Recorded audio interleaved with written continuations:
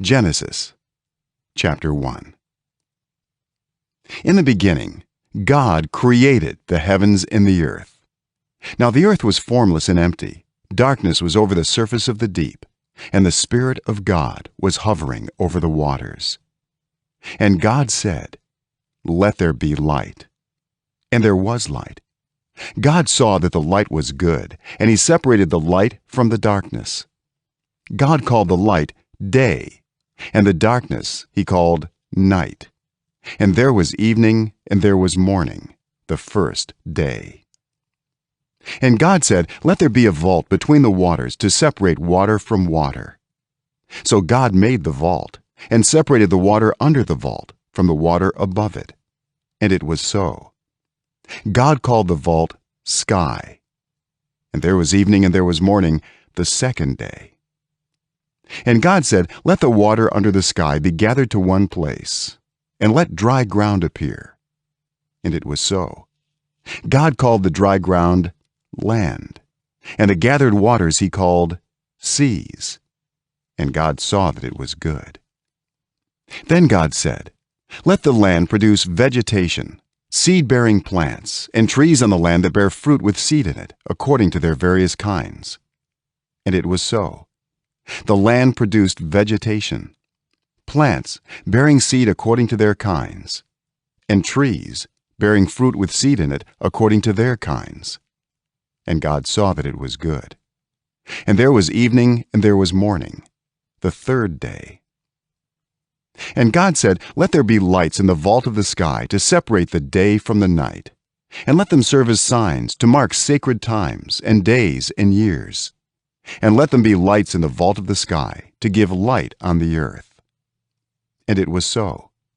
God made two great lights, the greater light to govern the day, and the lesser light to govern the night. He also made the stars. God set them in the vault of the sky to give light on the earth, to govern the day and the night, and to separate light from darkness. And God saw that it was good. And there was evening and there was morning, the fourth day. And God said, "Let the water teem with living creatures, and let birds fly above the earth across the vault of the sky." So God created the great creatures of the sea, and every living thing with which the water teems and that moves about in it, according to their kinds, and every winged bird according to its kind. And God saw that it was good. God blessed them and said, "Be fruitful and increase in number, and fill the water in the seas, and let the birds increase on the earth." And there was evening and there was morning, the fifth day. And God said, "Let the land produce living creatures according to their kinds, the livestock, the creatures that move along the ground, and the wild animals, each according to its kind." And it was so. God made the wild animals according to their kinds, the livestock according to their kinds, and all the creatures that move along the ground according to their kinds. And God saw that it was good. Then God said, "Let us make mankind in our image, in our likeness, so that they may rule over the fish in the sea and the birds in the sky, over the livestock and all the wild animals, and over all the creatures that move along the ground." So God created mankind in his own image. In the image of God he created them. Male and female he created them. God blessed them and said to them, "Be fruitful and increase in number. Fill the earth and subdue it. Rule over the fish in the sea and the birds in the sky and over every living creature that moves on the ground." Then God said, "I give you every seed-bearing plant on the face of the whole earth, and every tree that has fruit with seed in it. They will be yours for food. And to all the beasts of the earth, and all the birds in the sky, and all the creatures that move along the ground, everything that has the breath of life in it, I give every green plant for food."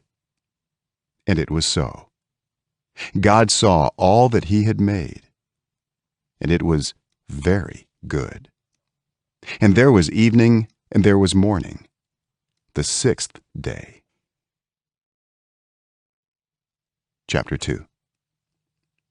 Thus the heavens and the earth were completed in all their vast array. By the seventh day God had finished the work he had been doing. So on the seventh day he rested from all his work.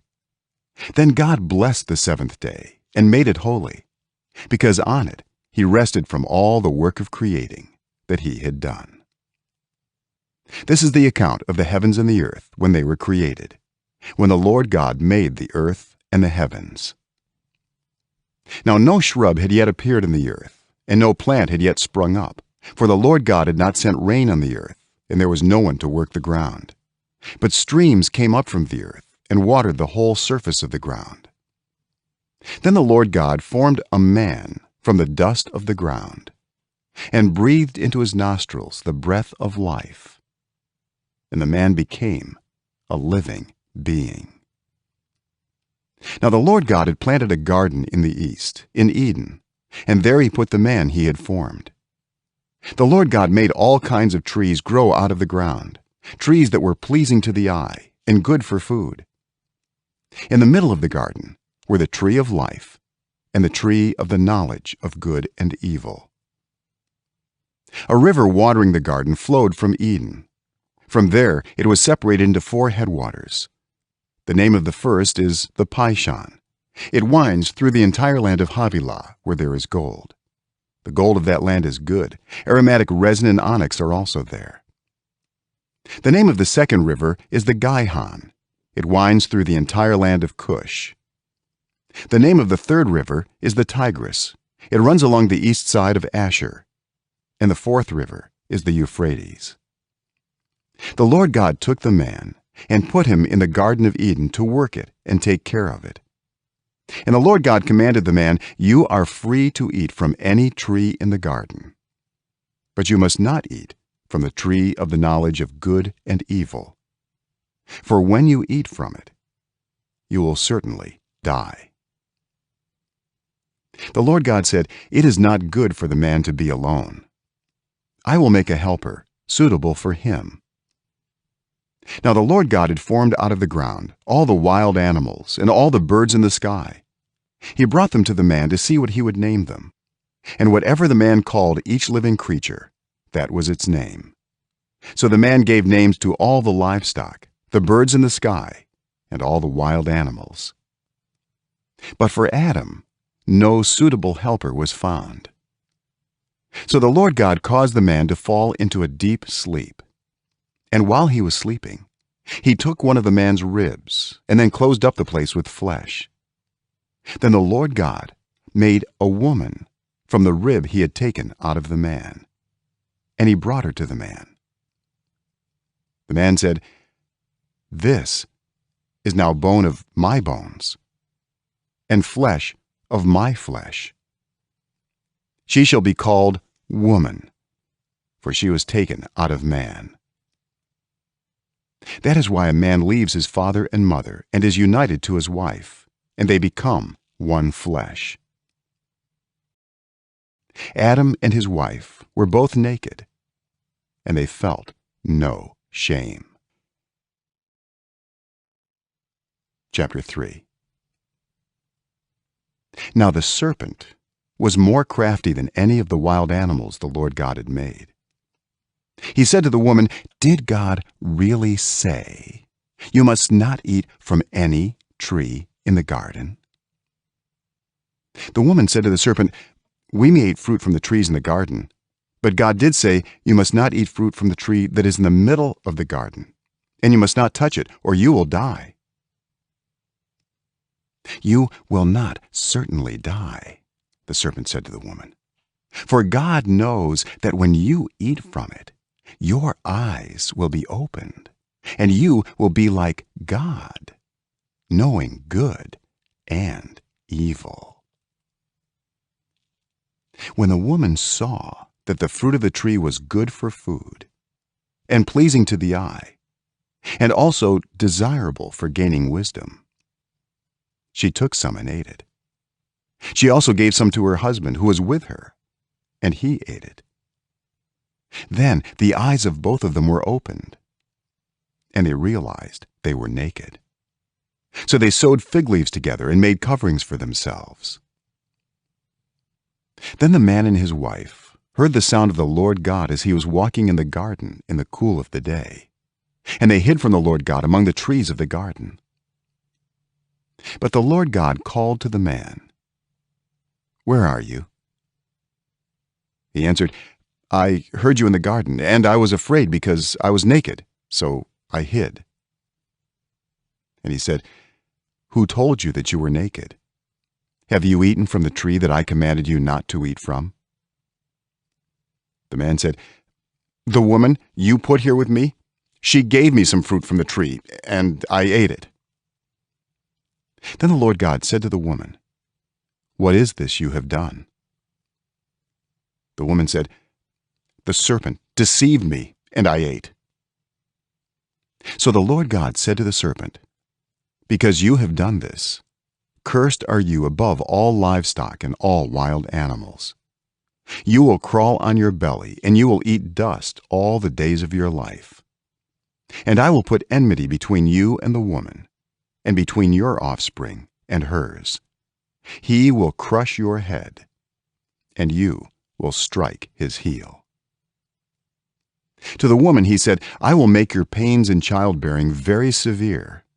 With painful labor you will give birth to children.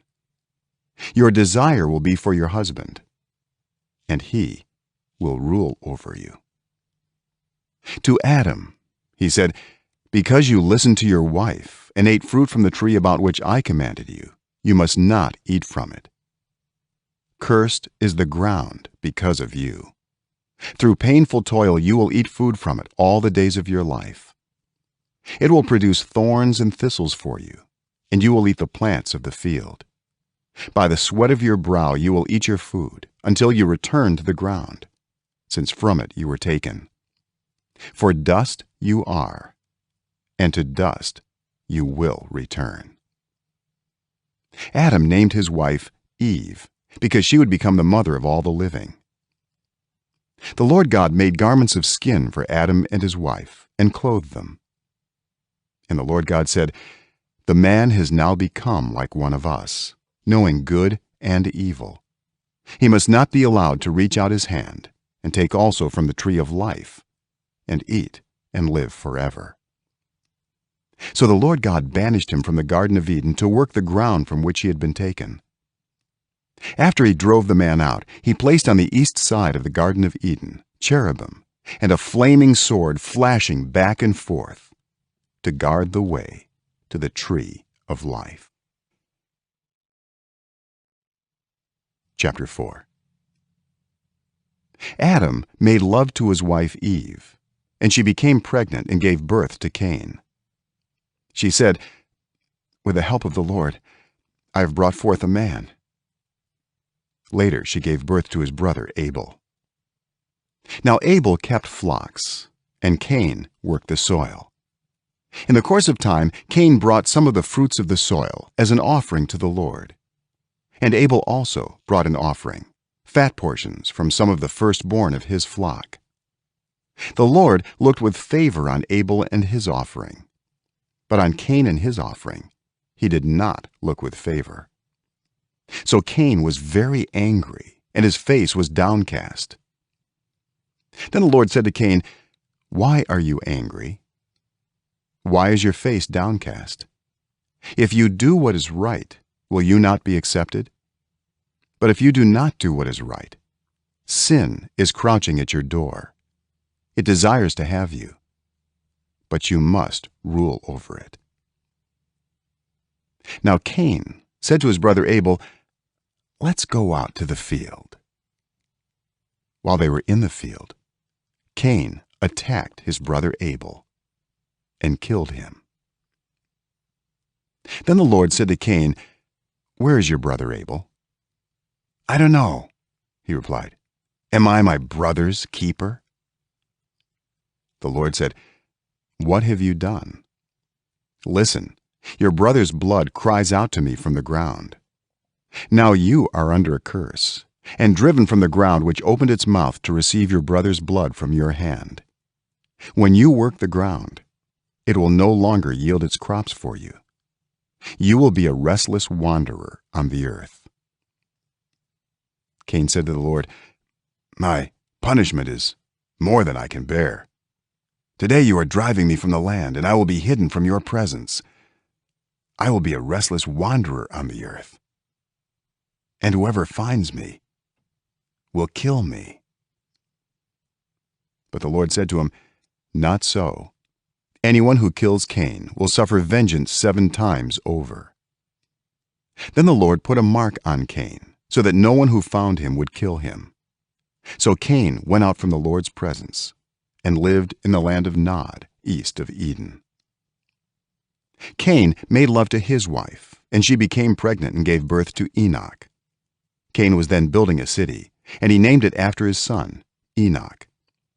To Enoch was born Irad, and Irad was the father of Mehujael, and Mehujael was the father of Methushael, and Methushael was the father of Lamech.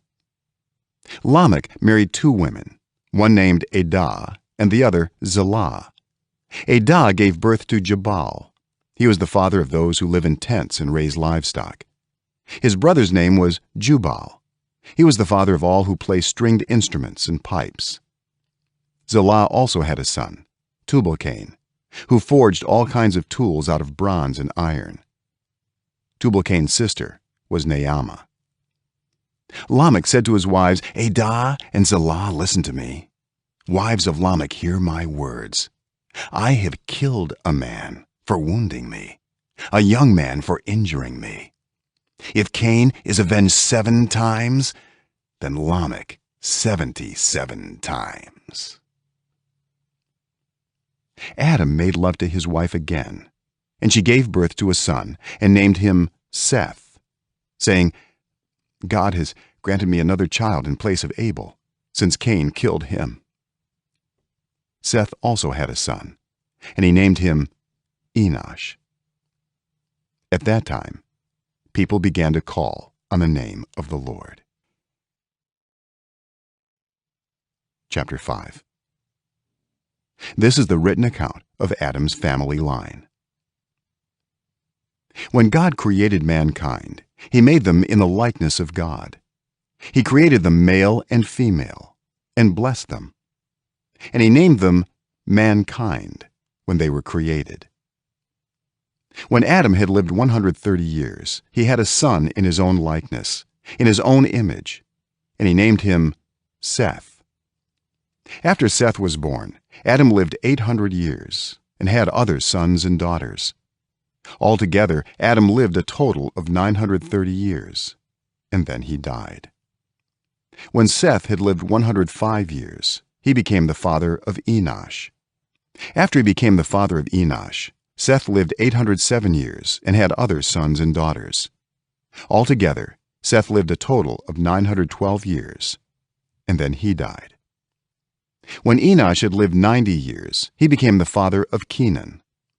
After he became the father of Kenan, Enosh lived 815 years and had other sons and daughters.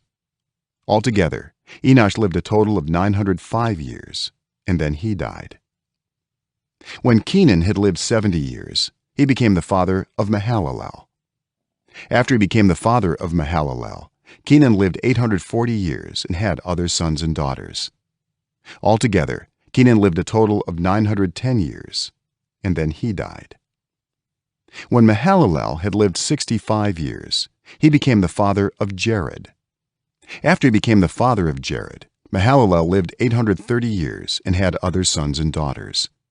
Altogether, Mahalalel lived a total of 895 years, and then he died. When Jared had lived 162 years, he became the father of Enoch. After he became the father of Enoch, Jared lived 800 years and had other sons and daughters. Altogether, Jared lived a total of 962 years, and then he died. When Enoch had lived 65 years, he became the father of Methuselah. After he became the father of Methuselah, Enoch walked faithfully with God 300 years and had other sons and daughters. Altogether, Enoch lived a total of 365 years. Enoch walked faithfully with God. Then he was no more, because God took him away. When Methuselah had lived 187 years, he became the father of Lamech. After he became the father of Lamech, Methuselah lived 782 years and had other sons and daughters. Altogether, Methuselah lived a total of 969 years, and then he died. When Lamech had lived 182 years, he had a son. He named him Noah, and said, "He will comfort us in the labor and painful toil of our hands caused by the ground the Lord has cursed." After Noah was born, Lamech lived 595 years and had other sons and daughters. Altogether, Lamech lived a total of 777 years, and then he died. After Noah was 500 years old, he became the father of Shem, Ham, and Japheth. Chapter 6. When human beings began to increase in number on the earth, and daughters were born to them, the sons of God saw that the daughters of humans were beautiful, and they married any of them they chose. Then the Lord said, "My spirit will not contend with humans forever, for they are mortal. Their days will be 120 years." The Nephilim were on the earth in those days, and also afterward, when the sons of God went to the daughters of humans and had children by them. They were the heroes of old, men of renown. The Lord saw how great the wickedness of the human race had become on the earth, and that every inclination of the thoughts of the human heart was only evil all the time. The Lord regretted that he had made human beings on the earth, and his heart was deeply troubled. So the Lord said, "I will wipe from the face of the earth the human race I have created, and with them the animals, the birds, and the creatures that move along the ground, for I regret that I have made them." But Noah found favor in the eyes of the Lord. This is the account of Noah and his family. Noah was a righteous man, blameless among the people of his time, and he walked faithfully with God. Noah had 3 sons, Shem, Ham, and Japheth. Now the earth was corrupt in God's sight and was full of violence. God saw how corrupt the earth had become, for all the people on earth had corrupted their ways. So God said to Noah, "I am going to put an end to all people, for the earth is filled with violence because of them. I am surely going to destroy both them and the earth. So make yourself an ark of cypress wood. Make rooms in it and coat it with pitch inside and out. This is how you are to build it. The ark is to be 300 cubits long, 50 cubits wide, and 30 cubits high. Make a roof for it, leaving below the roof an opening 1 cubit high all around. Put a door in the side of the ark, and make lower, middle, and upper decks. I am going to bring floodwaters on the earth to destroy all life under the heavens, every creature that has the breath of life in it. Everything on earth will perish. But I will establish my covenant with you, and you will enter the ark, you and your sons, and your wife and your sons' wives with you. You are to bring into the ark 2 of all living creatures, male and female, to keep them alive with you. 2 of every kind of bird, of every kind of animal, and of every kind of creature that moves along the ground will come to you to be kept alive. You are to take every kind of food that is to be eaten and store it away as food for you and for them." Noah did everything just as God commanded him. Chapter 7. The Lord then said to Noah, "Go into the ark, you and your whole family, because I have found you righteous in this generation. Take with you 7 pairs of every kind of clean animal, a male and its mate, and 1 pair of every kind of unclean animal, a male and its mate, and also 7 pairs of every kind of bird, male and female, to keep their various kinds alive throughout the earth. 7 days from now I will send rain on the earth for 40 days and 40 nights, and I will wipe from the face of the earth every living creature I have made." And Noah did all that the Lord commanded him. Noah was 600 years old when the floodwaters came on the earth. And Noah and his sons and his wife and his sons' wives entered the ark to escape the waters of the flood. Pairs of clean and unclean animals, of birds, and of all creatures that move along the ground, male and female, came to Noah and entered the ark, as God had commanded Noah. And after the 7 days, the floodwaters came on the earth.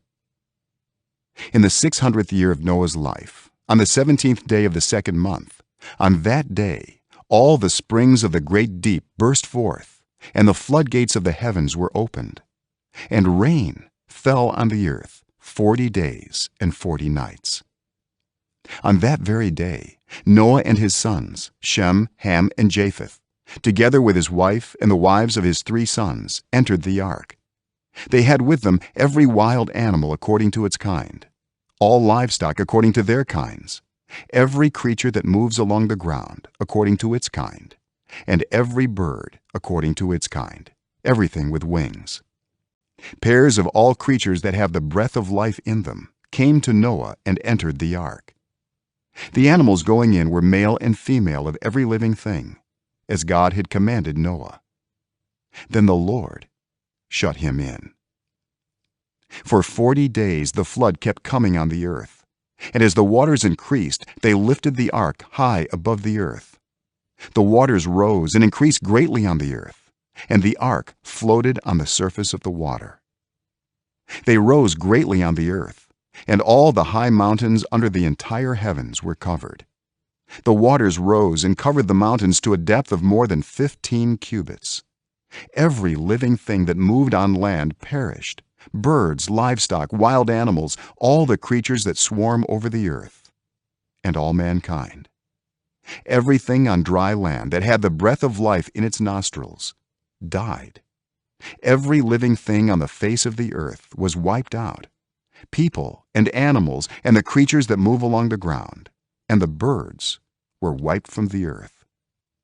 Only Noah was left, and those with him in the ark.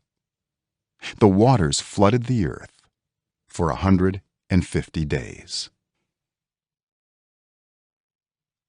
Chapter 8. But God remembered Noah and all the wild animals and the livestock that were with him in the ark, and he sent a wind over the earth, and the waters receded.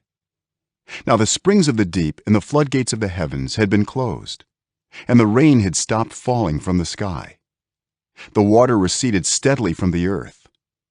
At the end of the 150 days, the water had gone down, and on the 17th day of the 7th month, the ark came to rest on the mountains of Ararat. The waters continued to recede until the 10th month, and on the first day of the 10th month, the tops of the mountains became visible. After 40 days, Noah opened a window he had made in the ark and sent out a raven, and it kept flying back and forth until the water had dried up from the earth. Then he sent out a dove to see if the water had receded from the surface of the ground. But the dove could find nowhere to perch, because there was water over all the surface of the earth. So it returned to Noah in the ark. He reached out his hand and took the dove and brought it back to himself in the ark.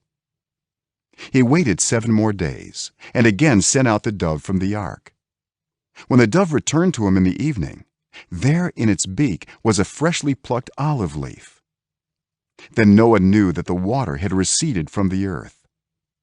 He waited 7 more days and sent the dove out again, but this time it did not return to him. By the first day of the 1st month of Noah's 601st year, the water had dried up from the earth. Noah then removed the covering from the ark and saw that the surface of the ground was dry. By the 27th day of the 2nd month, the earth was completely dry. Then God said to Noah, "Come out of the ark, you and your wife, and your sons and their wives. Bring out every kind of living creature that is with you, the birds, the animals, and all the creatures that move along the ground, so they can multiply on the earth and be fruitful and increase in number on it." So Noah came out, together with his sons and his wife and his sons' wives, all the animals and all the creatures that move along the ground and all the birds, everything that moves on land, came out of the ark, one kind after another. Then Noah built an altar to the Lord, and taking some of all the clean animals and clean birds, he sacrificed burnt offerings on it. The Lord smelled the pleasing aroma and said in his heart, "Never again will I curse the ground because of humans, even though every inclination of the human heart is evil from childhood. And never again will I destroy all living creatures as I have done. As long as the earth endures, seed time and harvest, cold and heat, summer and winter, day and night will never cease." Chapter 9. Then God blessed Noah and his sons, saying to them, "Be fruitful and increase in number and fill the earth. The fear and dread of you will fall on all the beasts of the earth and on all the birds in the sky, on every creature that moves along the ground, and on all the fish in the sea. They are given into your hands. Everything that lives and moves about will be food for you. Just as I gave you the green plants, I now give you everything. But you must not eat meat that has its lifeblood still in it. And for your lifeblood I will surely demand an accounting. I will demand an accounting from every animal. And from each human being too I will demand an accounting for the life of another human being. Whoever sheds human blood, by humans shall their blood be shed. For in the image of God has God made mankind. As for you, be fruitful and increase in number, multiply on the earth and increase upon it." Then God said to Noah and to his sons with him, "I now establish my covenant with you and with your descendants after you, and with every living creature that was with you, the birds, the livestock, and all the wild animals, all those that came out of the ark with you, every living creature on earth. I establish my covenant with you. Never again will all life be destroyed by the waters of a flood. Never again will there be a flood to destroy the earth." And God said, "This is the sign of the covenant I am making between me and you and every living creature with you, a covenant for all generations to come. I have set my rainbow in the clouds, and it will be the sign of the covenant between me and the earth. Whenever I bring clouds over the earth and the rainbow appears in the clouds, I will remember my covenant between me and you and all living creatures of every kind. Never again will the waters become a flood to destroy all life.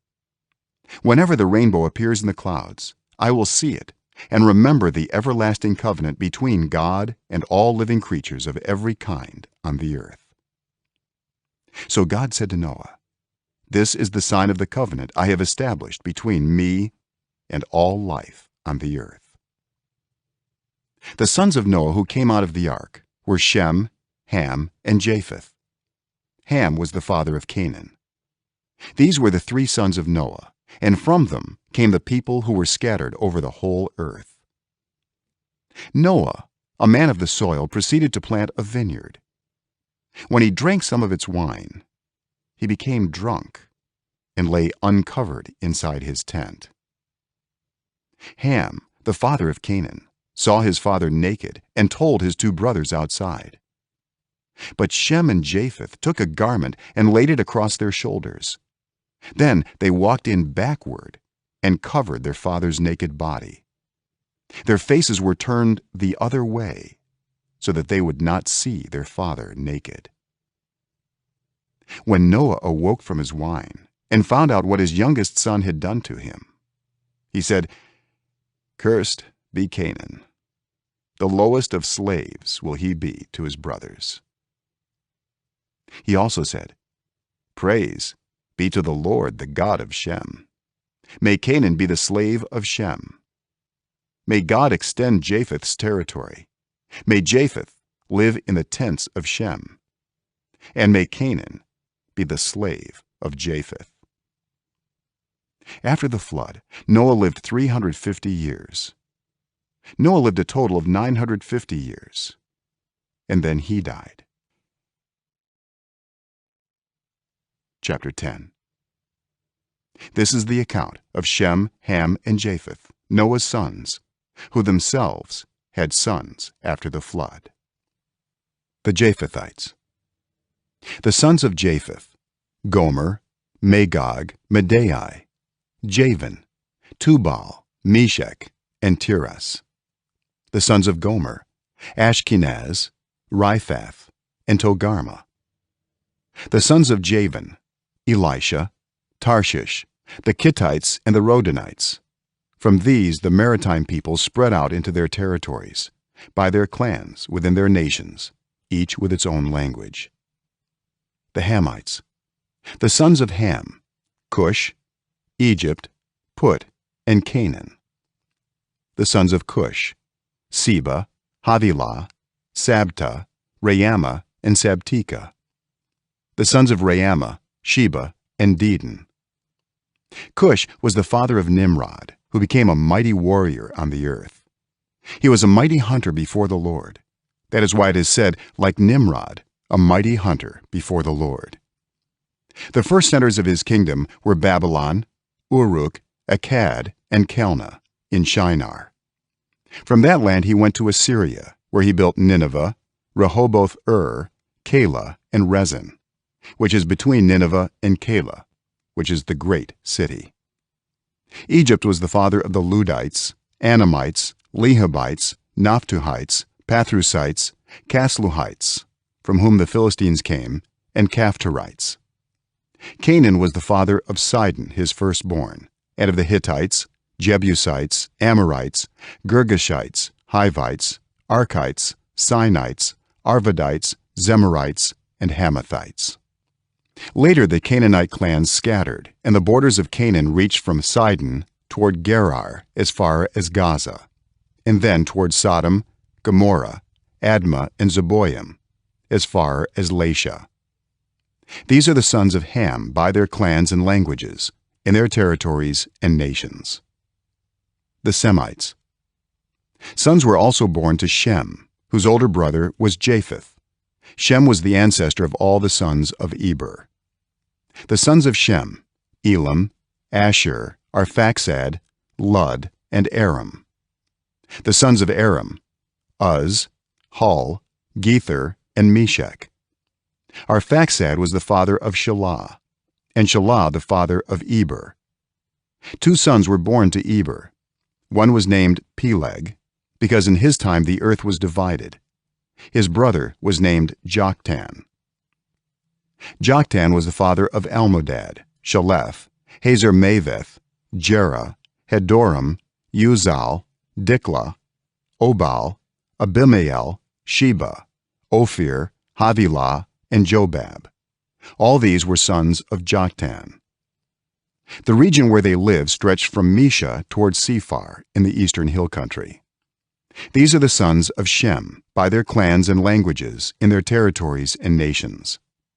These are the clans of Noah's sons, according to their lines of descent within their nations. From these the nations spread out over the earth after the flood. Chapter 11. Now the whole world had one language and a common speech. As people moved eastward, they found a plain in Shinar and settled there. They said to each other, "Come, let's make bricks and bake them thoroughly." They used brick instead of stone, and tar for mortar. Then they said, "Come, let us build ourselves a city with a tower that reaches to the heavens, so that we may make a name for ourselves. Otherwise we will be scattered over the face of the whole earth." But the Lord came down to see the city and the tower the people were building. The Lord said, "If as one people speaking the same language they have begun to do this, then nothing they plan to do will be impossible for them. Come, let us go down and confuse their language, so they will not understand each other." So the Lord scattered them from there over all the earth, and they stopped building the city. That is why it was called Babel, because there the Lord confused the language of the whole world. From there the Lord scattered them over the face of the whole earth. This is the account of Shem's family line. 2 years after the flood, when Shem was 100 years old, he became the father of Arphaxad. And after he became the father of Arphaxad, Shem lived 500 years and had other sons and daughters. When Arphaxad had lived 35 years, he became the father of Shelah. And after he became the father of Shelah, Arphaxad lived 403 years and had other sons and daughters. When Shelah had lived 30 years, he became the father of Eber. And after he became the father of Eber, Shelah lived 403 years and had other sons and daughters. When Eber had lived 34 years, he became the father of Peleg.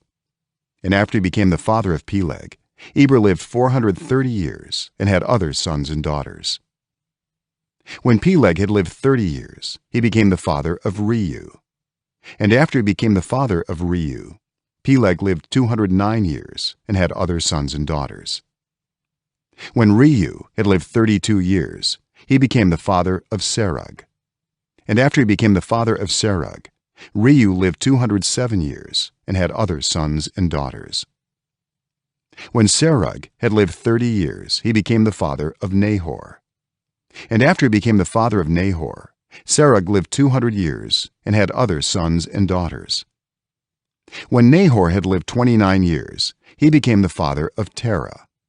And after he became the father of Terah, Nahor lived 119 years and had other sons and daughters.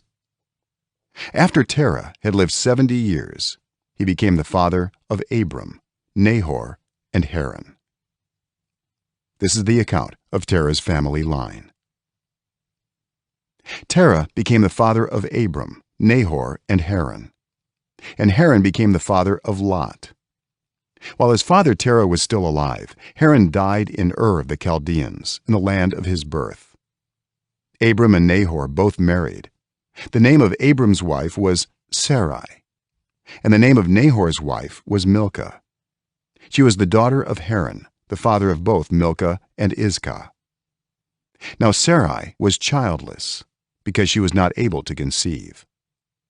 Terah took his son Abram, his grandson Lot, son of Haran, and his daughter-in-law Sarai, the wife of his son Abram, and together they set out from Ur of the Chaldeans to go to Canaan. But when they came to Haran, they settled there. Terah lived 205 years, and he died in Haran. Chapter 12. The Lord had said to Abram, "Go from your country, your people, and your father's household, to the land I will show you. I will make you into a great nation, and I will bless you. I will make your name great, and you will be a blessing. I will bless those who bless you, and whoever curses you, I will curse.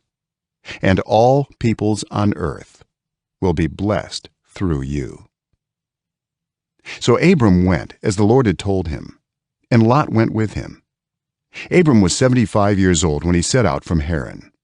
He took his wife Sarai, his nephew Lot, all the possessions they had accumulated, and the people they had acquired in Haran, and they set out for the land of Canaan, and they arrived there. Abram traveled through the land as far as the site of the great tree of Moreh at Shechem. At that time the Canaanites were in the land. The Lord appeared to Abram and said, "To your offspring I will give this land." So he built an altar there to the Lord who had appeared to him. From there he went on toward the hills east of Bethel and pitched his tent, with Bethel on the west and Ai on the east. There he built an altar to the Lord and called on the name of the Lord. Then Abram set out and continued toward the Negev. Now there was a famine in the land, and Abram went down to Egypt to live there for a while because the famine was severe. As he was about to enter Egypt, he said to his wife Sarai, "I know what a beautiful woman you are. When the Egyptians see you, they will say, 'This is his wife.' Then they will kill me, but will let you live." say you are my sister, so that I will be treated well for your sake, and my life will be spared because of you." When Abram came to Egypt, the Egyptians saw that Sarai was a very beautiful woman. And when Pharaoh's officials saw her, they praised her to Pharaoh, and she was taken into his palace. He treated Abram well for her sake, and Abram acquired sheep and cattle, male and female donkeys, male and female servants, and camels. But the Lord inflicted serious diseases on Pharaoh and his household because of Abram's wife Sarai. So Pharaoh summoned Abram. "What have you done to me?" he said. "Why didn't you tell me she was your wife? Why did you say she is my sister, so that I took her to be my wife? Now then, here is your wife. Take her and go." Then Pharaoh gave orders about Abram to his men, and they sent him on his way with his wife and everything he had. Chapter 13. So Abram went up from Egypt to the Negev with his wife and everything he had, and Lot went with him. Abram had become very wealthy in livestock and in silver and gold. From the Negev he went from place to place until he came to Bethel, to the place between Bethel and Ai, where his tent had been earlier, and where he had first built an altar. There Abram called on the name of the Lord. Now Lot, who was moving about with Abram, also had flocks and herds and tents. But the land could not support them while they stayed together, for their possessions were so great that they were not able to stay together. And quarreling arose between Abram's herders and Lot's. The Canaanites and Perizzites were also living in the land at that time. So Abram said to Lot, "Let's not have any quarreling between you and me, or between your herders and mine, for we are close relatives. Is not the whole land before you? Let's part company. If you go to the left, I'll go to the right. If you go to the right, I'll go to the left." Lot looked around and saw that the whole plain of the Jordan toward Zoar was well watered, like the garden of the Lord, like the land of Egypt. This was before the Lord destroyed Sodom and Gomorrah. So Lot chose for himself the whole plain of the Jordan and set out toward the east. The two men parted company. Abram lived in the land of Canaan, while Lot lived among the cities of the plain and pitched his tents near Sodom. Now the people of Sodom were wicked and were sinning greatly against the Lord. The Lord said to Abram after Lot had parted from him, "Look around from where you are, to the north and south, to the east and west. All the land that you see, I will give to you and your offspring forever. I will make your offspring like the dust of the earth, so that if anyone could count the dust, then your offspring could be counted. Go, walk through the length and breadth of the land, for I am giving it to you." So Abram went to live near the great trees of Mamre at Hebron, where he pitched his tents. There he built an altar to the Lord.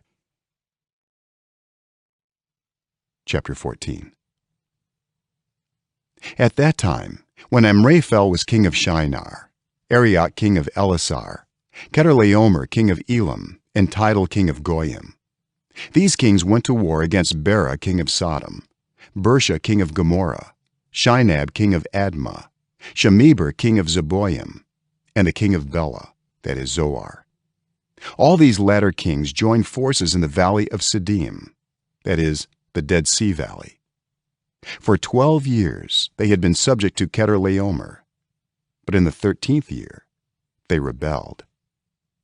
In the 14th year, Chedorlaomer and the kings allied with him went out and defeated the Rephaites in Ashtaroth Karnaim, the Zuzites in Ham, the Emites in Shaveh Kiriathaim, and the Horites in the hill country of Seir, as far as El Paran near the desert.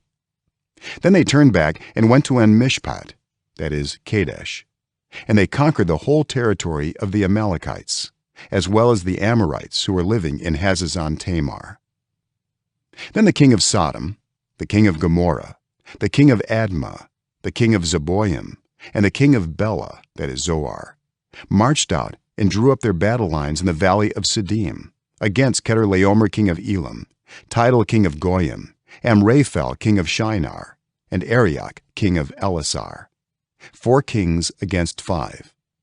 Now the valley of Siddim was full of tar pits, and when the kings of Sodom and Gomorrah fled, some of the men fell into them, and the rest fled to the hills. The 4 kings seized all the goods of Sodom and Gomorrah and all their food. Then they went away. They also carried off Abram's nephew Lot and his possessions, since he was living in Sodom. A man who had escaped came and reported this to Abram the Hebrew. Now Abram was living near the great trees of Mamre the Amorite, a brother of Eshcol and Aner, all of whom were allied with Abram. When Abram heard that his relative had been taken captive, he called out the 318 trained men born in his household and went in pursuit as far as Dan. During the night, Abram divided his men to attack them, and he routed them, pursuing them as far as Hobah, north of Damascus. He recovered all the goods and brought back his relative Lot and his possessions, together with the women and the other people. After Abram returned from defeating Chedorlaomer and the kings allied with him, the king of Sodom came out to meet him in the valley of Shaveh, that is the king's valley. Then Melchizedek, king of Salem, brought out bread and wine. He was priest of God Most High, and he blessed Abram, saying, "Blessed be Abram by God Most High, creator of heaven and earth, and praise be to God Most High, who delivered your enemies into your hand." Then Abram gave him 1/10 of everything. The king of Sodom said to Abram, "Give me the people and keep the goods for yourself." But Abram said to the king of Sodom, "With raised hand I have sworn an oath to the Lord, God Most High, creator of heaven and earth, that I will accept nothing belonging to you, not even a thread or the strap of a sandal, so that you will never be able to say, 'I made Abram rich.' I will accept nothing but what my men have eaten, and the share that belongs to the men who went with me, to Aner, Eshcol, and Mamre. Let them have their share." Chapter 15. After this, the word of the Lord came to Abram in a vision. "Do not be afraid, Abram. I am your shield, your very great reward." But Abram said, "Sovereign Lord, what can you give me, since I remain childless, and the one who will inherit my estate is Eliezer of Damascus?" And Abram said, "You have given me no children, so a servant in my household will be my heir." Then the word of the Lord came to him, "This man will not be your heir, but a son who is your own flesh and blood will be your heir." He took him outside and said, "Look up at the sky and count the stars, if indeed you can count them." Then he said to him, "So shall your offspring be." Abram believed the Lord, and he credited it to him as righteousness. He also said to him, "I am the Lord, who brought you out of Ur of the Chaldeans to give you this land to take possession of it." But Abram said, "Sovereign Lord, how can I know that I will gain possession of it?" So the Lord said to him, "Bring me a heifer, a goat, and a ram, each 3 years old, along with a dove and a young pigeon." Abram brought all these to him, cut them in two, and arranged the halves opposite each other. The birds, however, he did not cut in half. Then birds of prey came down on the carcasses, but Abram drove them away. As the sun was setting, Abram fell into a deep sleep, and a thick and dreadful darkness came over him. Then the Lord said to him, "Know for certain that for 400 years your descendants will be strangers in a country not their own, and that they will be enslaved and mistreated there. But I will punish the nation they serve as slaves, and afterward they will come out with great possessions. You, however, will go to your ancestors in peace and be buried at a good old age. In the 4th generation your descendants will come back here, for the sin of the Amorites has not yet reached its full measure." When the sun had set and darkness had fallen, a smoking firepot with a blazing torch appeared and passed between the pieces.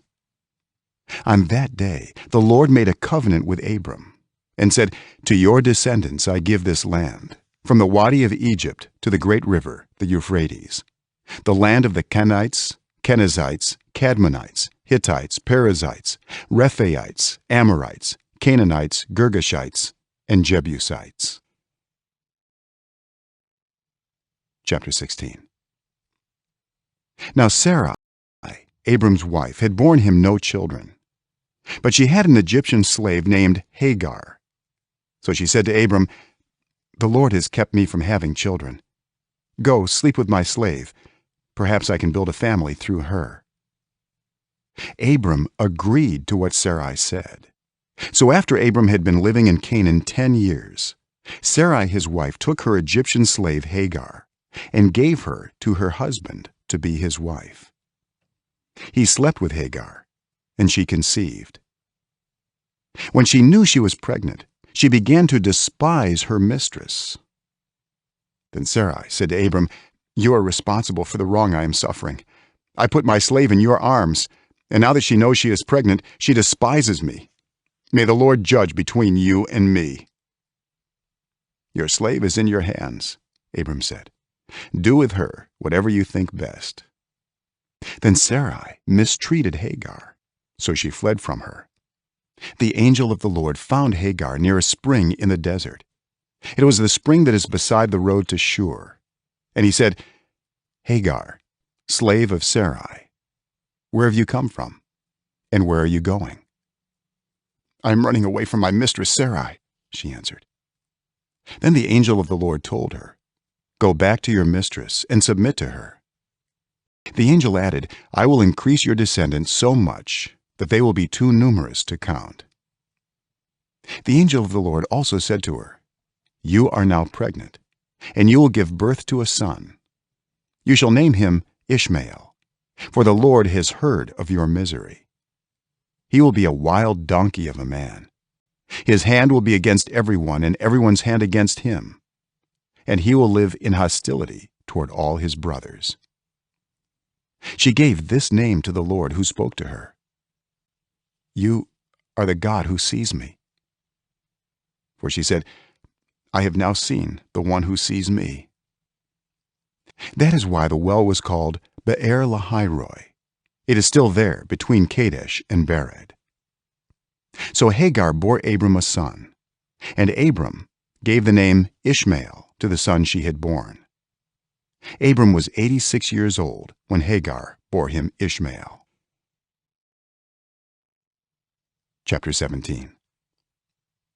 When Abram was 99 years old, the Lord appeared to him and said, "I am God Almighty.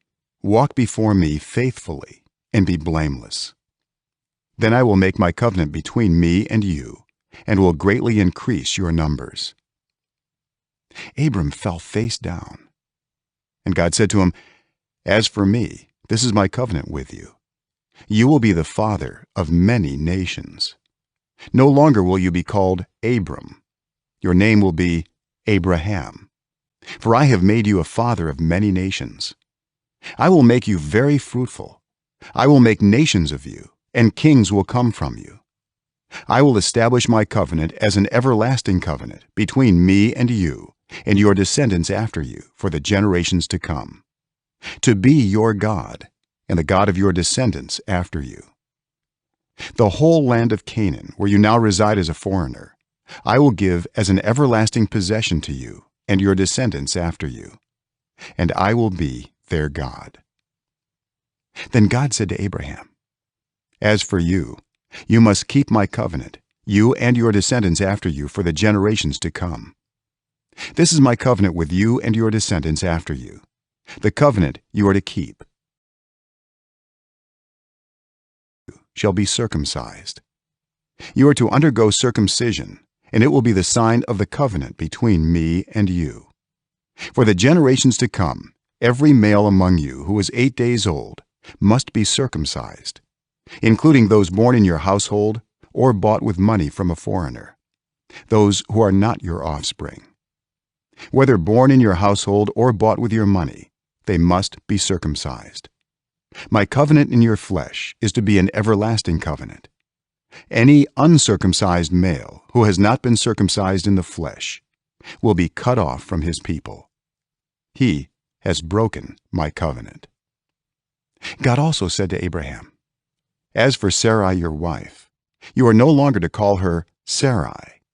Her name will be Sarah.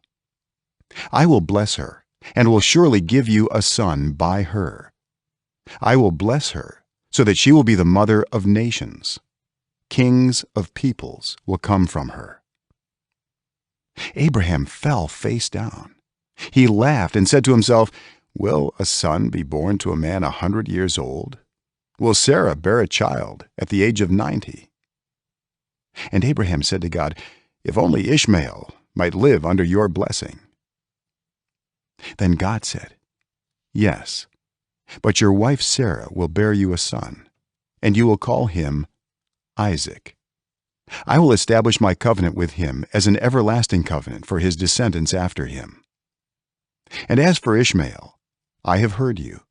I will surely bless him. I will make him fruitful and will greatly increase his numbers. He will be the father of 12 rulers, and I will make him into a great nation. But my covenant I will establish with Isaac, whom Sarah will bear to you by this time next year." When he had finished speaking with Abraham, God went up from him. On that very day, Abraham took his son Ishmael and all those born in his household or bought with his money, every male in his household, and circumcised them, as God told him.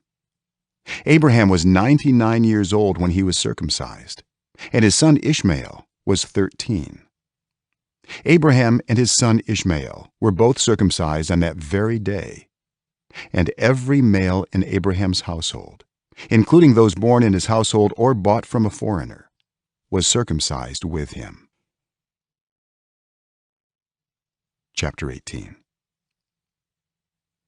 The Lord appeared to Abraham near the great trees of Mamre while he was sitting at the entrance to his tent in the heat of the day. Abraham looked up and saw 3 men standing nearby. When he saw them, he hurried from the entrance of his tent to meet them and bowed low to the ground. He said, "If I have found favor in your eyes, my lord, do not pass your servant by. Let a little water be brought, and then you may all wash your feet and rest under this tree. Let me get you something to eat, so you can be refreshed and then go on your way, now that you have come to your servant." "Very well," they answered. "Do as you say." So Abraham hurried into the tent to Sarah. "Quick," he said, "get 3 seahs of the finest flour and knead it and bake some bread." Then he ran to the herd and selected a choice, tender calf and gave it to a servant who hurried to prepare it. He then brought some curds and milk and the calf that had been prepared and set these before them. While they ate, he stood near them under a tree. "Where's your wife Sarah?" they asked him. "There, in the tent," he said. Then one of them said, "I will surely return to you about this time next year, and Sarah your wife will have a son." Now Sarah was listening at the entrance to the tent, which was behind him. Abraham and Sarah were already very old, and Sarah was past the age of childbearing. So Sarah laughed to herself as she thought, "After I am worn out and my Lord is old, will I now have this pleasure?" Then the Lord said to Abraham, "Why did Sarah laugh and say, 'Will I really have a child now that I am old?' Is anything too hard for the Lord? I will return to you at the appointed time next year, and Sarah will have a son." Sarah was afraid, so she lied and said, "I did not laugh." But he said, "Yes, you did laugh." When the men got up to leave, they looked down toward Sodom, and Abraham walked along with them to see them on their way. Then the Lord said, Shall I hide from Abraham what I am about to do? Abraham will surely become a great and powerful nation, and all nations on earth will be blessed through him. For I have chosen him, so that he will direct his children and his household after him, to keep the way of the Lord by doing what is right and just, so that the Lord will bring about for Abraham what he has promised him." Then the Lord said, "The outcry against Sodom and Gomorrah is so great, and their sin so grievous, that I will go down and see if what they have done is as bad as the outcry that has reached me. If not, I will know." The men turned away and went toward Sodom, but Abraham remained standing before the Lord. Then Abraham approached him and said, "Will you sweep away the righteous with the wicked? What if there are 50 righteous people in the city? Will you really sweep it away and not spare the place for the sake of the 50 righteous people in it? Far be it from you to do such a thing, to kill the righteous with the wicked, treating the righteous and the wicked alike. Far be it from you. Will not the judge of all the earth do right?" The Lord said, "If I find 50 righteous people in the city of Sodom, I will spare the whole place for their sake." Then Abraham spoke up again, "Now that I have been so bold as to speak to the Lord, though I am nothing but dust and ashes, what if the number of the righteous is 5 less than 50? Will you destroy the whole city for lack of 5 people?" "If I find 45 there," he said, "I will not destroy it." Once again he spoke to him, "What if only 40 are found there?" He said, "For the sake of 40, I will not do it." Then he said, "May the Lord not be angry, but let me speak. What if only 30 can be found there?" He answered, "I will not do it if I find 30 there." Abraham said, "Now that I have been so bold as to speak to the Lord, what if only 20 can be found there?" He said, "For the sake of 20, I will not destroy it." Then he said, "May the Lord not be angry, but let me speak just once more. What if only 10 can be found there?" He answered, "For the sake of 10, I will not destroy it." When the Lord had finished speaking with Abraham, he left, and Abraham returned home. Chapter 19. The 2 angels arrived at Sodom in the evening, and Lot was sitting in the gateway of the city. When he saw them, he got up to meet them and bowed down with his face to the ground. "My lords," he said, "please turn aside to your servant's house. You can wash your feet and spend the night, and then go on your way early in the morning." "No," they answered, "we will spend the night in the square." But he insisted so strongly that they did go with him and entered his house.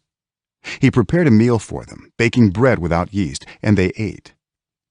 Before they had gone to bed, all the men from every part of the city of Sodom, both young and old, surrounded the house. They called to Lot, "Where are the men who came to you tonight?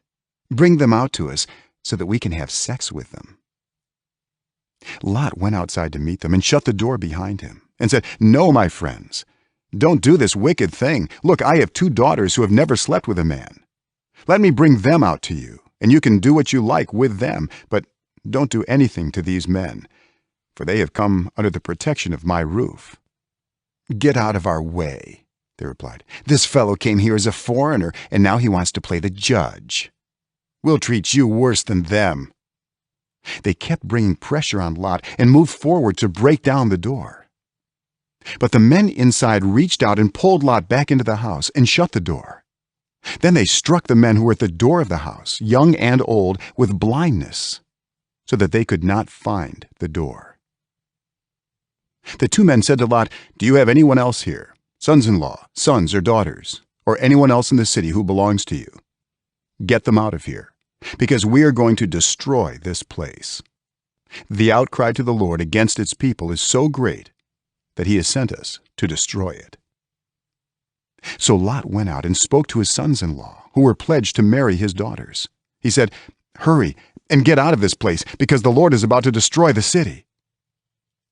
But his sons-in-law thought he was joking. With the coming of dawn, the angels urged Lot, saying, "Hurry, take your wife and your 2 daughters who are here, or you will be swept away when the city is punished." When he hesitated, the men grasped his hand and the hands of his wife and of his 2 daughters and led them safely out of the city, for the Lord was merciful to them. As soon as they had brought them out, one of them said, "Flee for your lives. Don't look back, and don't stop anywhere in the plain. Flee to the mountains, or you will be swept away." But Lot said to them, "No, my lords, please. Your servant has found favor in your eyes, and you have shown great kindness to me in sparing my life. But I can't flee to the mountains. This disaster will overtake me, and I'll die. Look, here is a town near enough to run to, and it is small. Let me flee to it. It is very small, isn't it? Then my life will be spared." He said to him, "Very well. I will grant this request too. I will not overthrow the town you speak of. But flee there quickly, because I cannot do anything until you reach it." That is why the town was called Zoar. By the time Lot reached Zoar, the sun had risen over the land. Then the Lord rained down burning sulfur on Sodom and Gomorrah from the Lord out of the heavens. Thus he overthrew those cities and the entire plain, destroying all those living in the cities, and also the vegetation in the land. But Lot's wife looked back, and she became a pillar of salt. Early the next morning, Abraham got up and returned to the place where he had stood before the Lord. He looked down toward Sodom and Gomorrah, toward all the land of the plain, and he saw dense smoke rising from the land, like smoke from a furnace. So when God destroyed the cities of the plain, he remembered Abraham, and he brought Lot out of the catastrophe that overthrew the cities where Lot had lived. Lot and his 2 daughters left Zoar and settled in the mountains, for he was afraid to stay in Zoar. He and his 2 daughters lived in a cave. One day, the older daughter said to the younger, "Our father is old, and there is no man around here to give us children, as is the custom all over the earth. Let's get our father to drink wine, and then sleep with him, and preserve our family line through our father." That night they got their father to drink wine, and the older daughter went in and slept with him. He was not aware of it when she lay down or when she got up. The next day, the older daughter said to the younger, "Last night I slept with my father.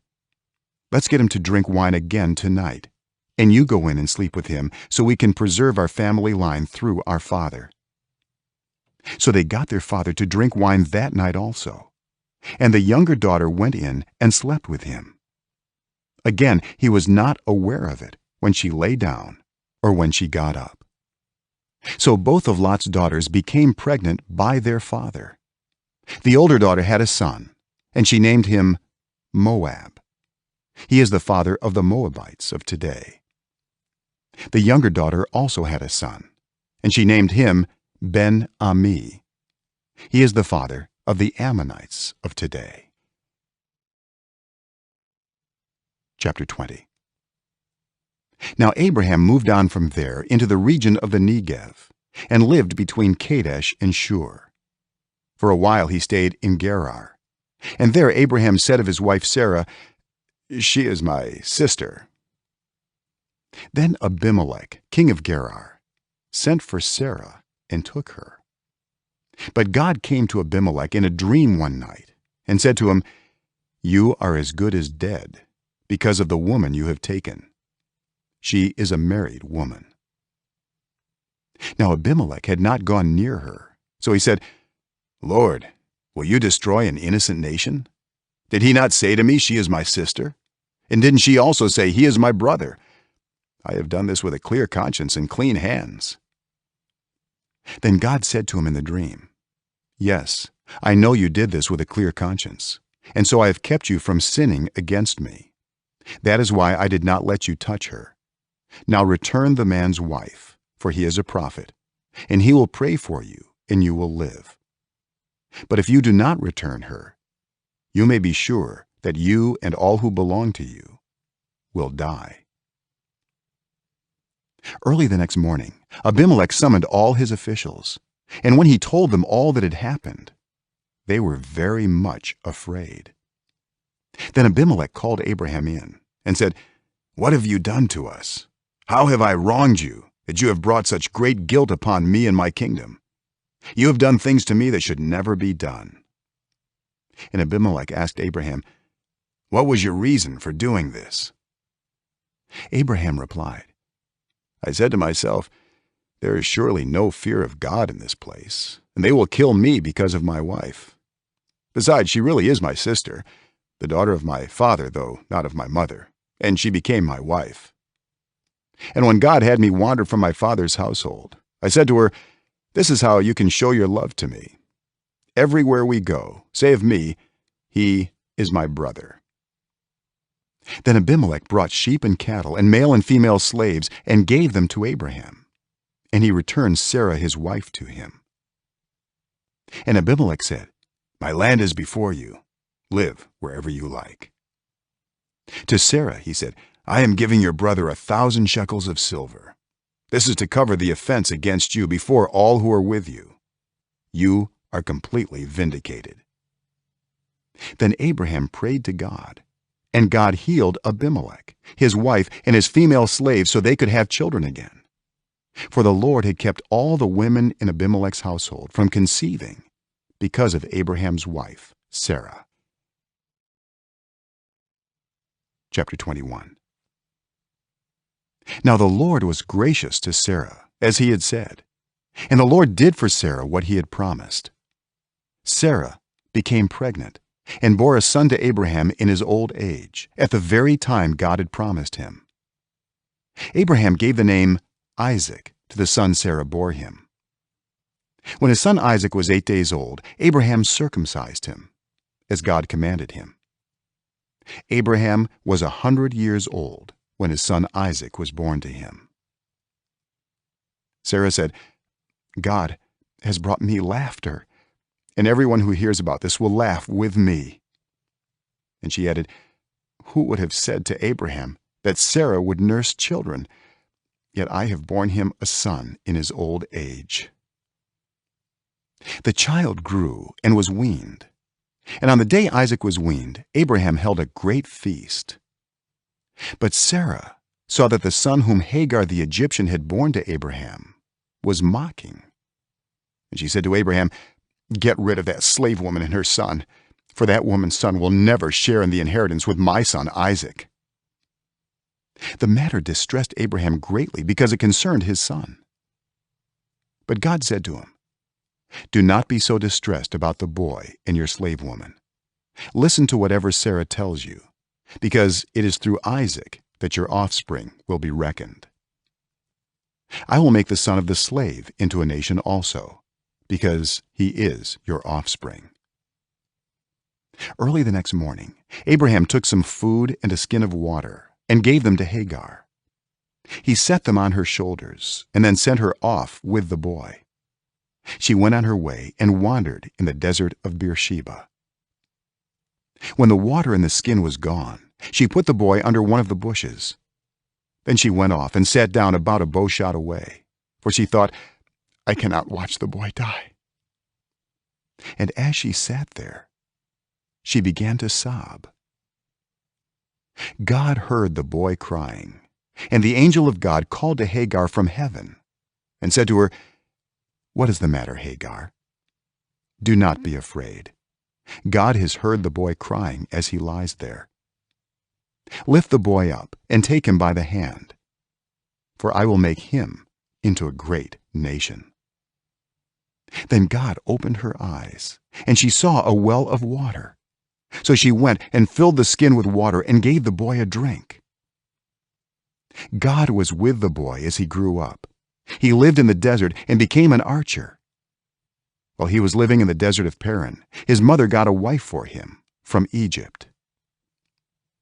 At that time, Abimelech and Phicol, the commander of his forces, said to Abraham, "God is with you in everything you do. Now swear to me here before God that you will not deal falsely with me or my children or my descendants. Show to me in the country where you now reside as a foreigner the same kindness I have shown to you." Abraham said, "I swear it." Then Abraham complained to Abimelech about a well of water that Abimelech's servants had seized. But Abimelech said, "I don't know who has done this. You did not tell me, and I heard about it only today." So Abraham brought sheep and cattle and gave them to Abimelech, and the two men made a treaty. Abraham set apart 7 ewe lambs from the flock. And Abimelech asked Abraham, "What is the meaning of these 7 ewe lambs you have set apart by themselves?" He replied, "Accept these 7 lambs from my hand as a witness that I dug this well." So that place was called Beersheba, because the two men swore an oath there. After the treaty had been made at Beersheba, Abimelech and Phicol, the commander of his forces, returned to the land of the Philistines. Abraham planted a tamarisk tree in Beersheba, and there he called on the name of the Lord, the eternal God. And Abraham stayed in the land of the Philistines for a long time. Chapter 22. Sometime later, God tested Abraham. He said to him, "Abraham." "Here I am," he replied. Then God said, "Take your son, your only son whom you love, Isaac, and go to the region of Moriah. Sacrifice him there as a burnt offering on a mountain I will show you." Early the next morning, Abraham got up and loaded his donkey. He took with him 2 of his servants and his son Isaac. When he had cut enough wood for the burnt offering, he set out for the place God had told him about. On the 3rd day, Abraham looked up and saw the place in the distance. He said to his servants, "Stay here with the donkey, while I and the boy go over there. We will worship, and then we will come back to you." Abraham took the wood for the burnt offering and placed it on his son Isaac, and he himself carried the fire and the knife. As the 2 of them went on together, Isaac spoke up and said to his father Abraham, "Father." "Yes, my son," Abraham replied. "The fire and wood are here," Isaac said, "but where is the lamb for the burnt offering?" Abraham answered, "God himself will provide the lamb for the burnt offering, my son." And the 2 of them went on together. When they reached the place God had told him about, Abraham built an altar there and arranged the wood on it. He bound his son Isaac and laid him on the altar on top of the wood. Then he reached out his hand and took the knife to slay his son. But the angel of the Lord called out to him from heaven, "Abraham, Abraham." "Here I am," he replied. "Do not lay a hand on the boy," he said. "Do not do anything to him. Now I know that you fear God, because you have not withheld from me your son, your only son." Abraham looked up, and there in a thicket he saw a ram caught by its horns. He went over and took the ram and sacrificed it as a burnt offering instead of his son. So Abraham called that place, "The Lord will provide." And to this day it is said, "On the mountain of the Lord it will be provided." The angel of the Lord called to Abraham from heaven a second time and said, "I swear by myself, declares the Lord, that because you have done this and have not withheld your son, your only son, I will surely bless you and make your descendants as numerous as the stars in the sky and as the sand on the seashore. Your descendants will take possession of the cities of their enemies, and through your offspring all nations on earth will be blessed, because you have obeyed me." Then Abraham returned to his servants, and they set off together for Beersheba. And Abraham stayed in Beersheba. Sometime later Abraham was told, "Milcah is also a mother. She has borne sons to your brother Nahor: Uz the firstborn, Buz his brother, Kemuel the father of Aram, Kesed, Hazo, Pildash, Jidlaph, and Bethuel." Bethuel became the father of Rebekah. Milcah bore these 8 sons to Abraham's brother Nahor. His concubine, whose name was Reumah, also had sons: Tebah, Gaham, Tahash, and Maacah. Chapter 23. Sarah lived to be 127 years old. She died at Kiriath Arba, that is Hebron, in the land of Canaan. And Abraham went to mourn for Sarah and to weep over her. Then Abraham rose from beside his dead wife and spoke to the Hittites. He said, "I am a foreigner and stranger among you. Sell me some property for a burial site here so I can bury my dead." The Hittites replied to Abraham, "Sir, listen to us. You are a mighty prince among us. Bury your dead in the choicest of our tombs. None of us will refuse you his tomb for burying your dead." Then Abraham rose and bowed down before the people of the land, the Hittites. He said to them, "If you are willing to let me bury my dead, then listen to me, and intercede with Ephron son of Zohar on my behalf, so he will sell me the cave of Machpelah, which belongs to him and is at the end of his field. Ask him to sell it to me for the full price as a burial site among you." Ephron the Hittite was sitting among his people, and he replied to Abraham in the hearing of all the Hittites who had come to the gate of his city. "No, my lord," he said, "listen to me. I give you the field, and I give you the cave that is in it. I give it to you in the presence of my people. Bury your dead." Again Abraham bowed down before the people of the land. And he said to Ephron in their hearing, "Listen to me, if you will. I will pay the price of the field. Accept it from me, so I can bury my dead there." Ephron answered Abraham, "Listen to me, my lord. The land is worth 400 shekels of silver, but what is that between you and me? Bury your dead." Abraham agreed to Ephron's terms and weighed out for him the price he had named in the hearing of the Hittites: 400 shekels of silver, according to the weight current among the merchants.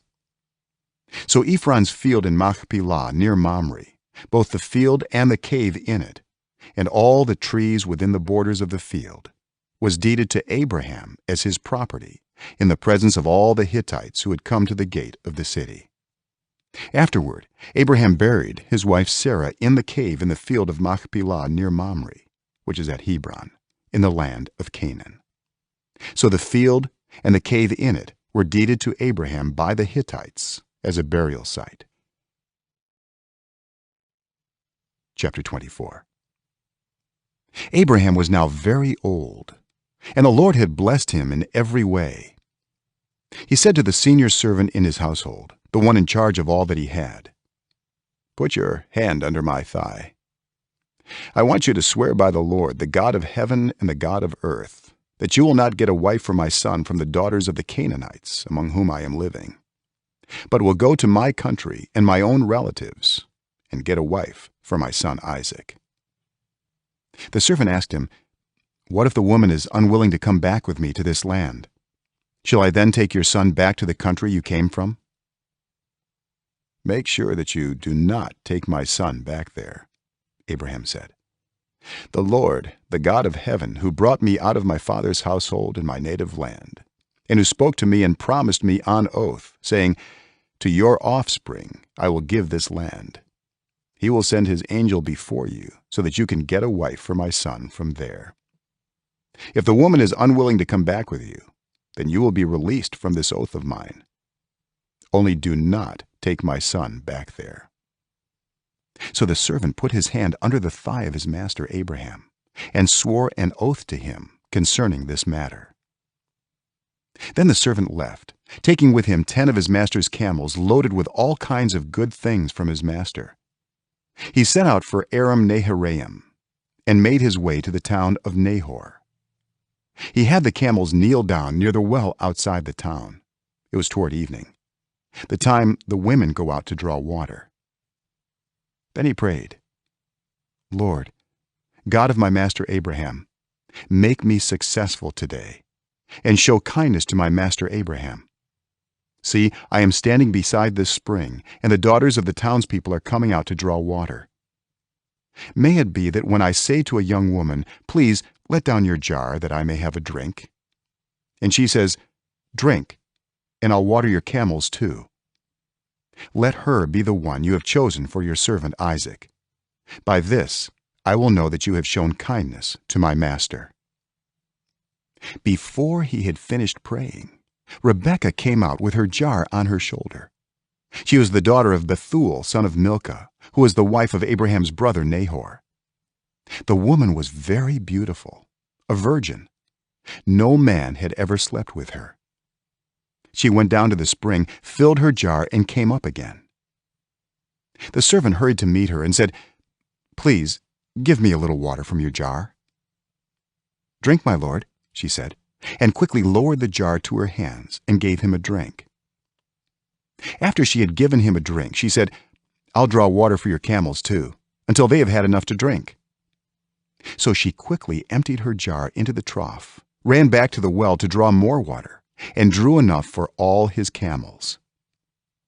Without saying a word, the man watched her closely to learn whether or not the Lord had made his journey successful. When the camels had finished drinking, the man took out a gold nose ring weighing a bekah and 2 gold bracelets weighing 10 shekels. Then he asked, "Whose daughter are you? Please tell me. Is there room in your father's house for us to spend the night?" She answered him, "I am the daughter of Bethuel, the son that Milcah bore to Nahor." And she added, "We have plenty of straw and fodder, as well as room for you to spend the night." Then the man bowed down and worshipped the Lord, saying, "Praise be to the Lord, the God of my master Abraham, who has not abandoned his kindness and faithfulness to my master. As for me, the Lord has led me on the journey to the house of my master's relatives." The young woman ran and told her mother's household about these things. Now Rebekah had a brother named Laban, and he hurried out to the man at the spring. As soon as he had seen the nose ring and the bracelets on his sister's arms, and had heard Rebekah tell what the man said to her, he went out to the man and found him standing by the camels near the spring. "Come, you who are blessed by the Lord," he said. "Why are you standing out here? I have prepared the house and a place for the camels." So the man went to the house, and the camels were unloaded. Straw and fodder were brought for the camels, and water for him and his men to wash their feet. Then food was set before him, but he said, "I will not eat until I have told you what I have to say." "Then tell us," Laban said. So he said, "I am Abraham's servant. The Lord has blessed my master abundantly, and he has become wealthy. He has given him sheep and cattle, silver and gold, male and female servants, and camels and donkeys. My master's wife Sarah has borne him a son in her old age, and he has given him everything he owns. And my master made me swear an oath and said, 'You must not get a wife for my son from the daughters of the Canaanites in whose land I live, but go to my father's family and to my own clan and get a wife for my son.' Then I asked my master, 'What if the woman will not come back with me?' He replied, 'The Lord, before whom I have walked faithfully, will send his angel with you and make your journey a success, so that you can get a wife for my son from my own clan and from my father's family. You will be released from my oath if, when you go to my clan, they refuse to give her to you. Then you will be released from my oath.' When I came to the spring today, I said, 'Lord, God of my master Abraham, if you will, please grant success to the journey on which I have come. See, I am standing beside this spring. If a young woman comes out to draw water, and I say to her, "Please let me drink a little water from your jar," and if she says to me, "Drink, and I'll draw water for your camels too," let her be the one the Lord has chosen for my master's son." Before I finished praying in my heart, Rebekah came out with her jar on her shoulder, She went down to the spring and drew water. I said to her, "Please give me a drink." She quickly lowered her jar from her shoulder and said, "Drink, and I'll water your camels too." So I drank, and she watered the camels also. I asked her, "Whose daughter are you?" She said, "The daughter of Bethuel, son of Nahor, whom Milcah bore to him." Then I put the ring in her nose and the bracelets on her arms, and I bowed down and worshipped the Lord. I praised the Lord, the God of my master Abraham, who had led me on the right road to get the granddaughter of my master's brother for his son.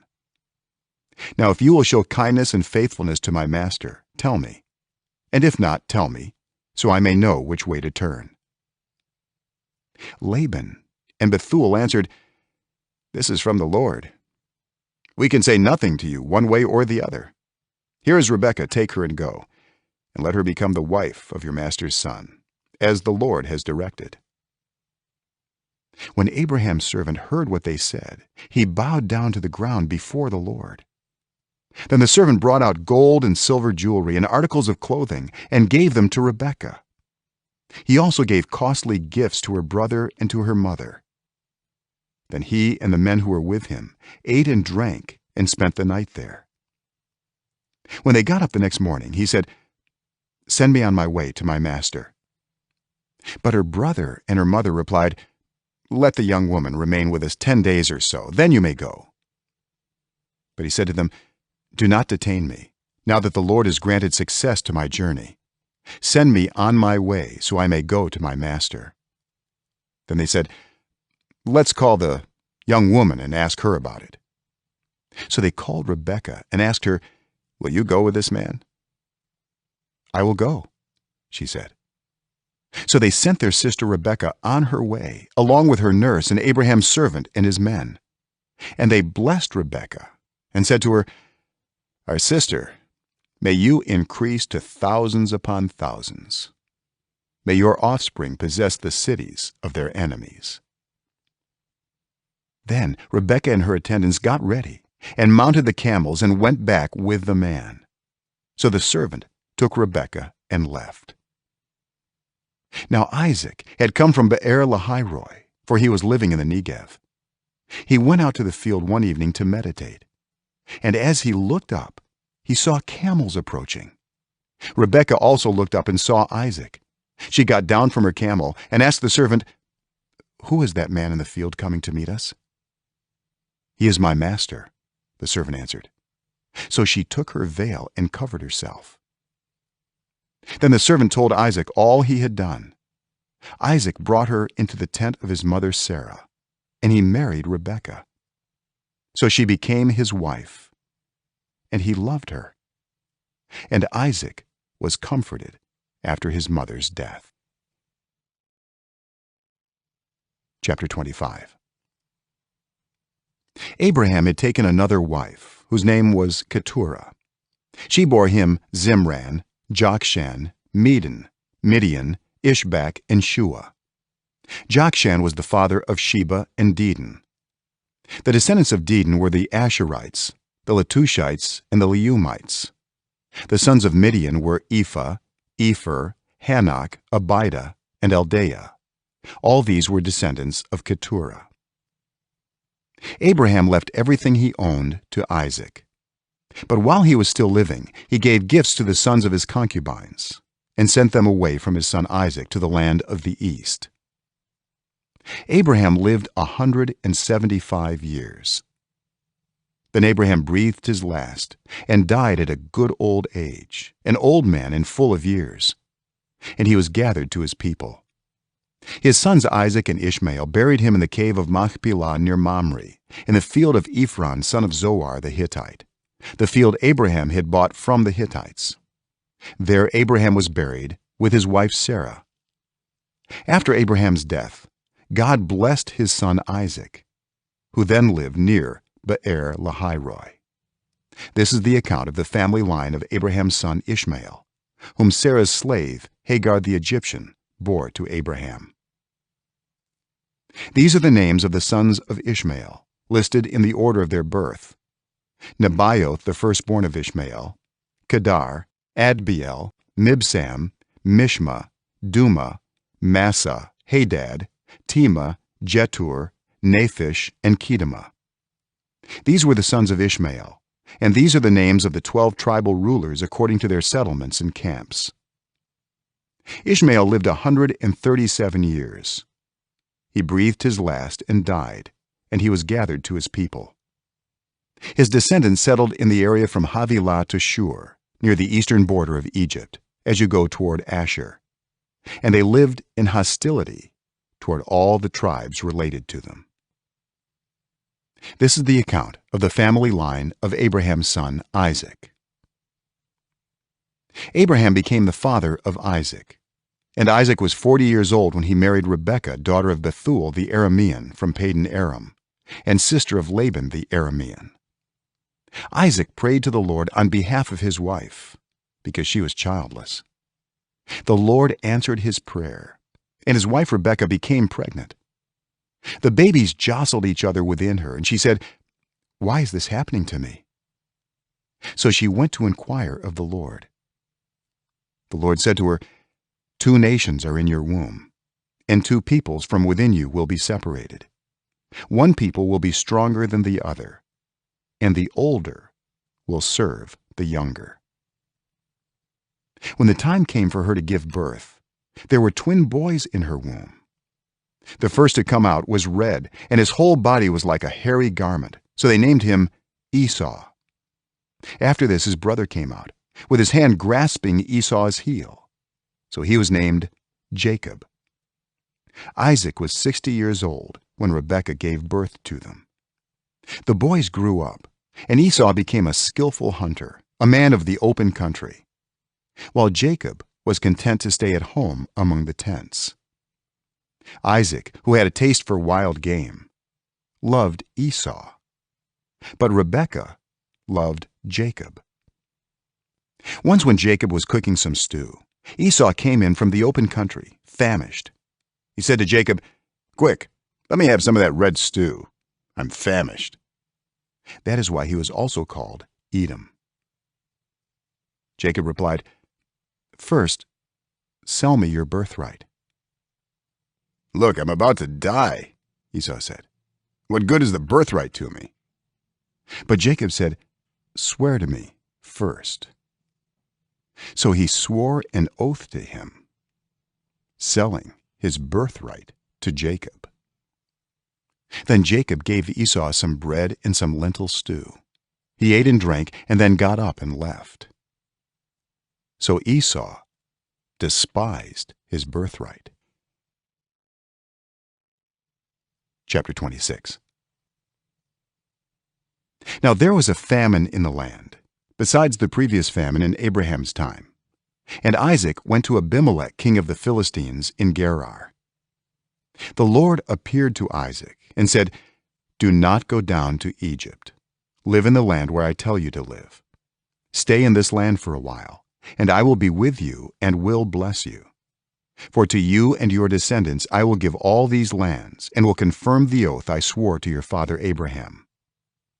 I will make your descendants as numerous as the stars in the sky, and will give them all these lands. And through your offspring all nations on earth will be blessed, because Abraham obeyed me and did everything I required of him, keeping my commands, my decrees, and my instructions." So Isaac stayed in Gerar. When the men of that place asked him about his wife, he said, "She is my sister," because he was afraid to say, "She is my wife." He thought, "The men of this place might kill me on account of Rebekah, because she is beautiful." When Isaac had been there a long time, Abimelech king of the Philistines looked down from a window and saw Isaac caressing his wife Rebekah. So Abimelech summoned Isaac and said, "She is really your wife. Why did you say, 'She is my sister'?" Isaac answered him, "Because I thought I might lose my life on account of her." Then Abimelech said, "What is this you have done to us? One of the men might well have slept with your wife, and you would have brought guilt upon us." So Abimelech gave orders to all the people, Anyone who harms this man or his wife shall surely be put to death." Isaac planted crops in that land, and the same year reaped 100-fold, because the Lord blessed him. The man became rich, and his wealth continued to grow until he became very wealthy. He had so many flocks and herds and servants that the Philistines envied him. So all the wells that his father's servants had dug in the time of his father Abraham, the Philistines stopped up, filling them with earth. Then Abimelech said to Isaac, "Move away from us. You have become too powerful for us." So Isaac moved away from there and encamped in the valley of Gerar, where he settled. Isaac reopened the wells that had been dug in the time of his father Abraham, which the Philistines had stopped up after Abraham died, and he gave them the same names his father had given them. Isaac's servants dug in the valley and discovered a well of fresh water there. But the herders of Gerar quarreled with those of Isaac and said, "The water is ours." So he named the well Esek, because they disputed with him. Then they dug another well, but they quarreled over that one also. So he named it Sitnah. He moved on from there and dug another well, and no one quarreled over it. He named it Rehoboth, saying, "Now the Lord has given us room, and we will flourish in the land." From there he went up to Beersheba. That night the Lord appeared to him and said, "I am the God of your father Abraham. Do not be afraid, for I am with you. I will bless you and will increase the number of your descendants for the sake of my servant Abraham." Isaac built an altar there and called on the name of the Lord. There he pitched his tent, and there his servants dug a well. Meanwhile, Abimelech had come to him from Gerar, with Ahuzah his personal advisor and Phicol the commander of his forces. Isaac asked them, "Why have you come to me, since you were hostile to me and sent me away?" They answered, "We saw clearly that the Lord was with you. So we said, there ought to be a sworn agreement between us and you. Let us make a treaty with you, that you will do us no harm, just as we did not harm you, but always treated you well and sent you away peacefully. And now you are blessed by the Lord." Isaac then made a feast for them, and they ate and drank. Early the next morning the men swore an oath to each other. Then Isaac sent them on their way, and they went away peacefully. That day Isaac's servants came and told him about the well they had dug. They said, "We found water." He called it Sheba, and to this day the name of the town has been Beersheba. When Esau was 40 years old, he married Judith, daughter of Beeri the Hittite, and also Basemath, daughter of Elon the Hittite. They were a source of grief to Isaac and Rebekah. Chapter 27. When Isaac was old and his eyes were so weak that he could no longer see, he called for Esau, his older son, and said to him, "My son." "Here I am," he answered. Isaac said, "I am now an old man, and don't know the day of my death. Now then, get your equipment, your quiver and bow, and go out to the open country to hunt some wild game for me. Prepare me the kind of tasty food I like and bring it to me to eat, so that I may give you my blessing before I die." Now Rebekah was listening as Isaac spoke to his son Esau. When Esau left for the open country to hunt game and bring it back, Rebekah said to her son Jacob, "Look, I overheard your father say to your brother Esau, 'Bring me some game, and prepare me some tasty food to eat, so that I may give you my blessing in the presence of the Lord before I die.' Now, my son, listen carefully and do what I tell you. Go out to the flock and bring me 2 choice young goats, so I can prepare some tasty food for your father, just the way he likes it. Then take it to your father to eat, so that he may give you his blessing before he dies." Jacob said to Rebekah his mother, "But my brother Esau is a hairy man, while I have smooth skin. What if my father touches me?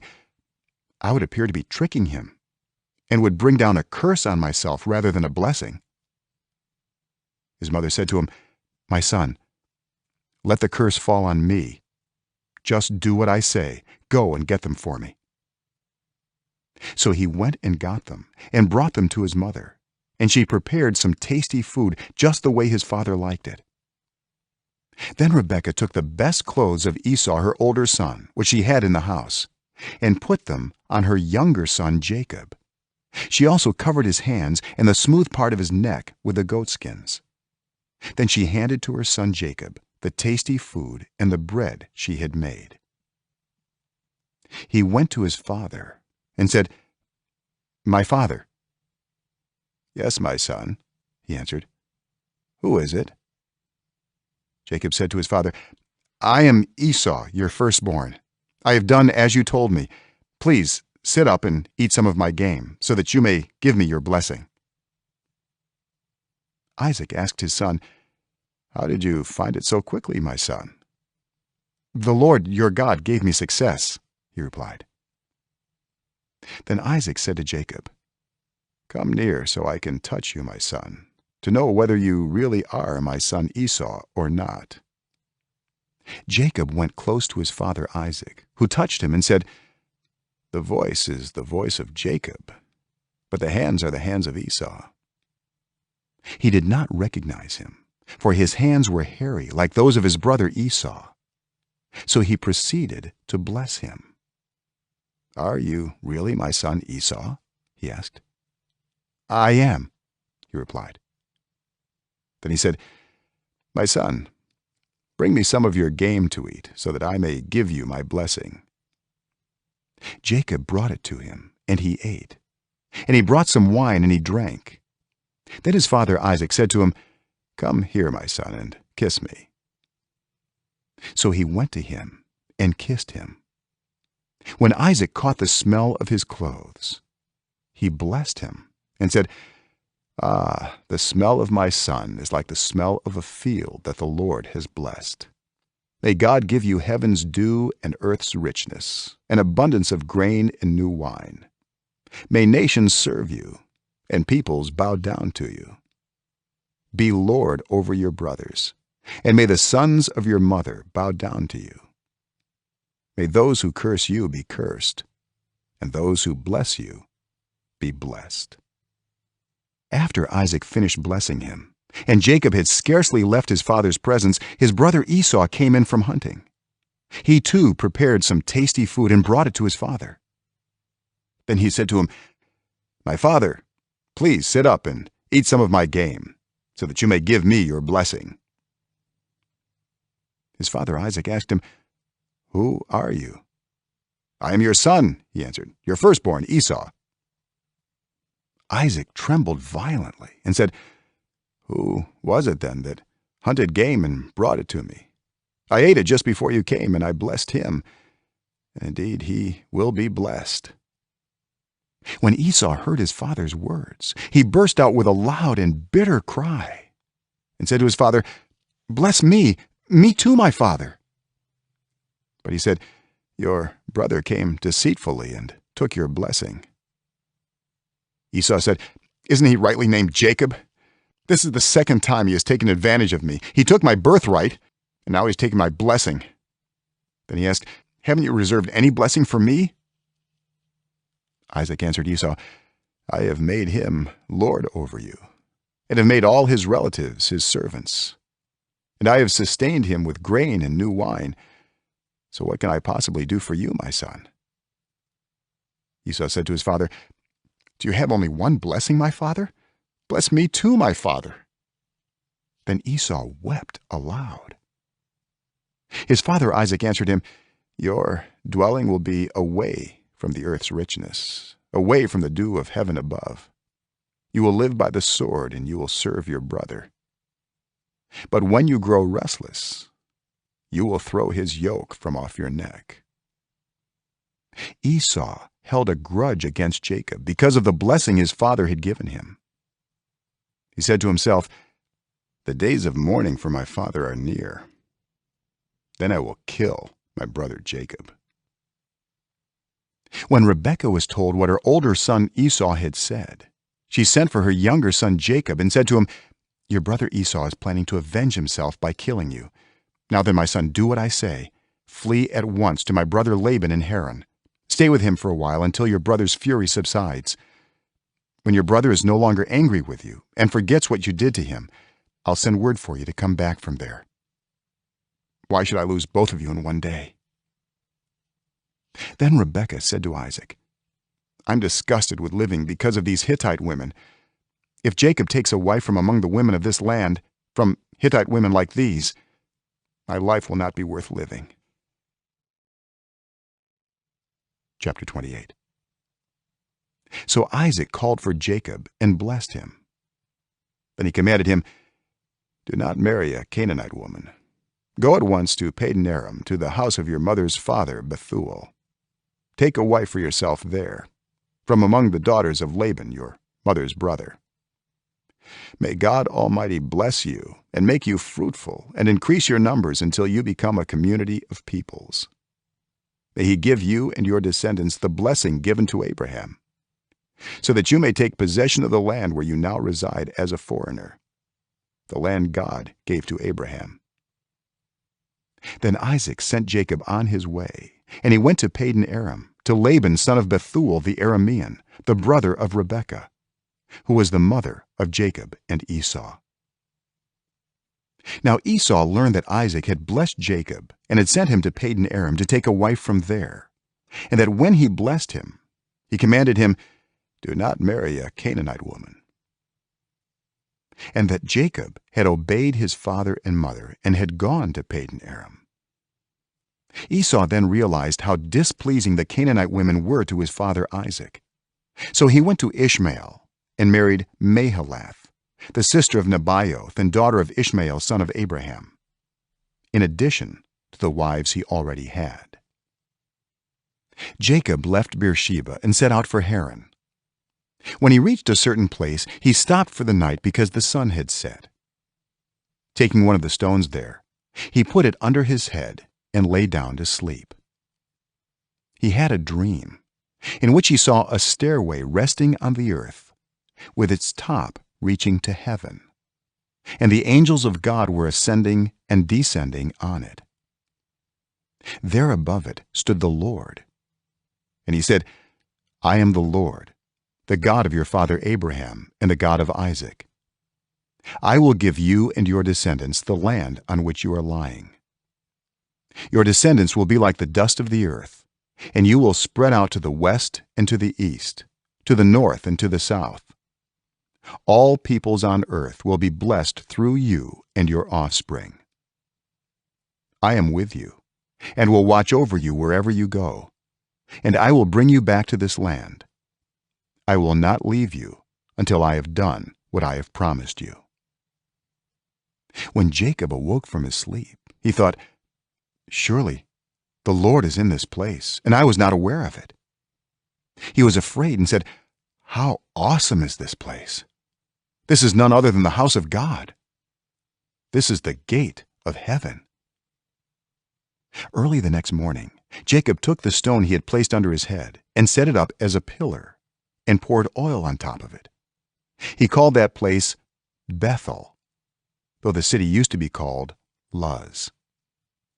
Then Jacob made a vow, saying, "If God will be with me and will watch over me on this journey I am taking, and will give me food to eat and clothes to wear, so that I return safely to my father's household, then the Lord will be my God. And this stone that I have set up as a pillar will be God's house. And of all that you give me, I will give you a tenth." Chapter 29. Then Jacob continued on his journey and came to the land of the eastern peoples. There he saw a well in the open country, with 3 flocks of sheep lying near it, because the flocks were watered from that well. The stone over the mouth of the well was large. When all the flocks were gathered there, the shepherds would roll the stone away from the well's mouth and water the sheep. Then they would return the stone to its place over the mouth of the well. Jacob asked the shepherds, "My brothers, where are you from?" "We're from Haran," they replied. He said to them, "Do you know Laban, Nahor's grandson?" "Yes, we know him," they answered. Then Jacob asked them, "Is he well?" "Yes, he is," they said. "And here comes his daughter Rachel with the sheep." "Look," he said, "the sun is still high. It is not time for the flocks to be gathered. Water the sheep and take them back to pasture." "We can't," they replied, "until all the flocks are gathered and the stone has been rolled away from the mouth of the well. Then we will water the sheep." While he was still talking with them, Rachel came with her father's sheep, for she was a shepherd. When Jacob saw Rachel, daughter of his uncle Laban, and Laban's sheep, he went over and rolled the stone away from the mouth of the well and watered his uncle's sheep. Then Jacob kissed Rachel and began to weep aloud. He had told Rachel that he was a relative of her father and a son of Rebekah. So she ran and told her father. As soon as Laban heard the news about Jacob, his sister's son, he hurried to meet him. He embraced him and kissed him and brought him to his home. And there Jacob told him all these things. Then Laban said to him, "You are my own flesh and blood." After Jacob had stayed with him for a whole month, Laban said to him, "Just because you're a relative of mine, should you work for me for nothing? Tell me what your wages should be." Now Laban had 2 daughters. The name of the older was Leah, and the name of the younger was Rachel.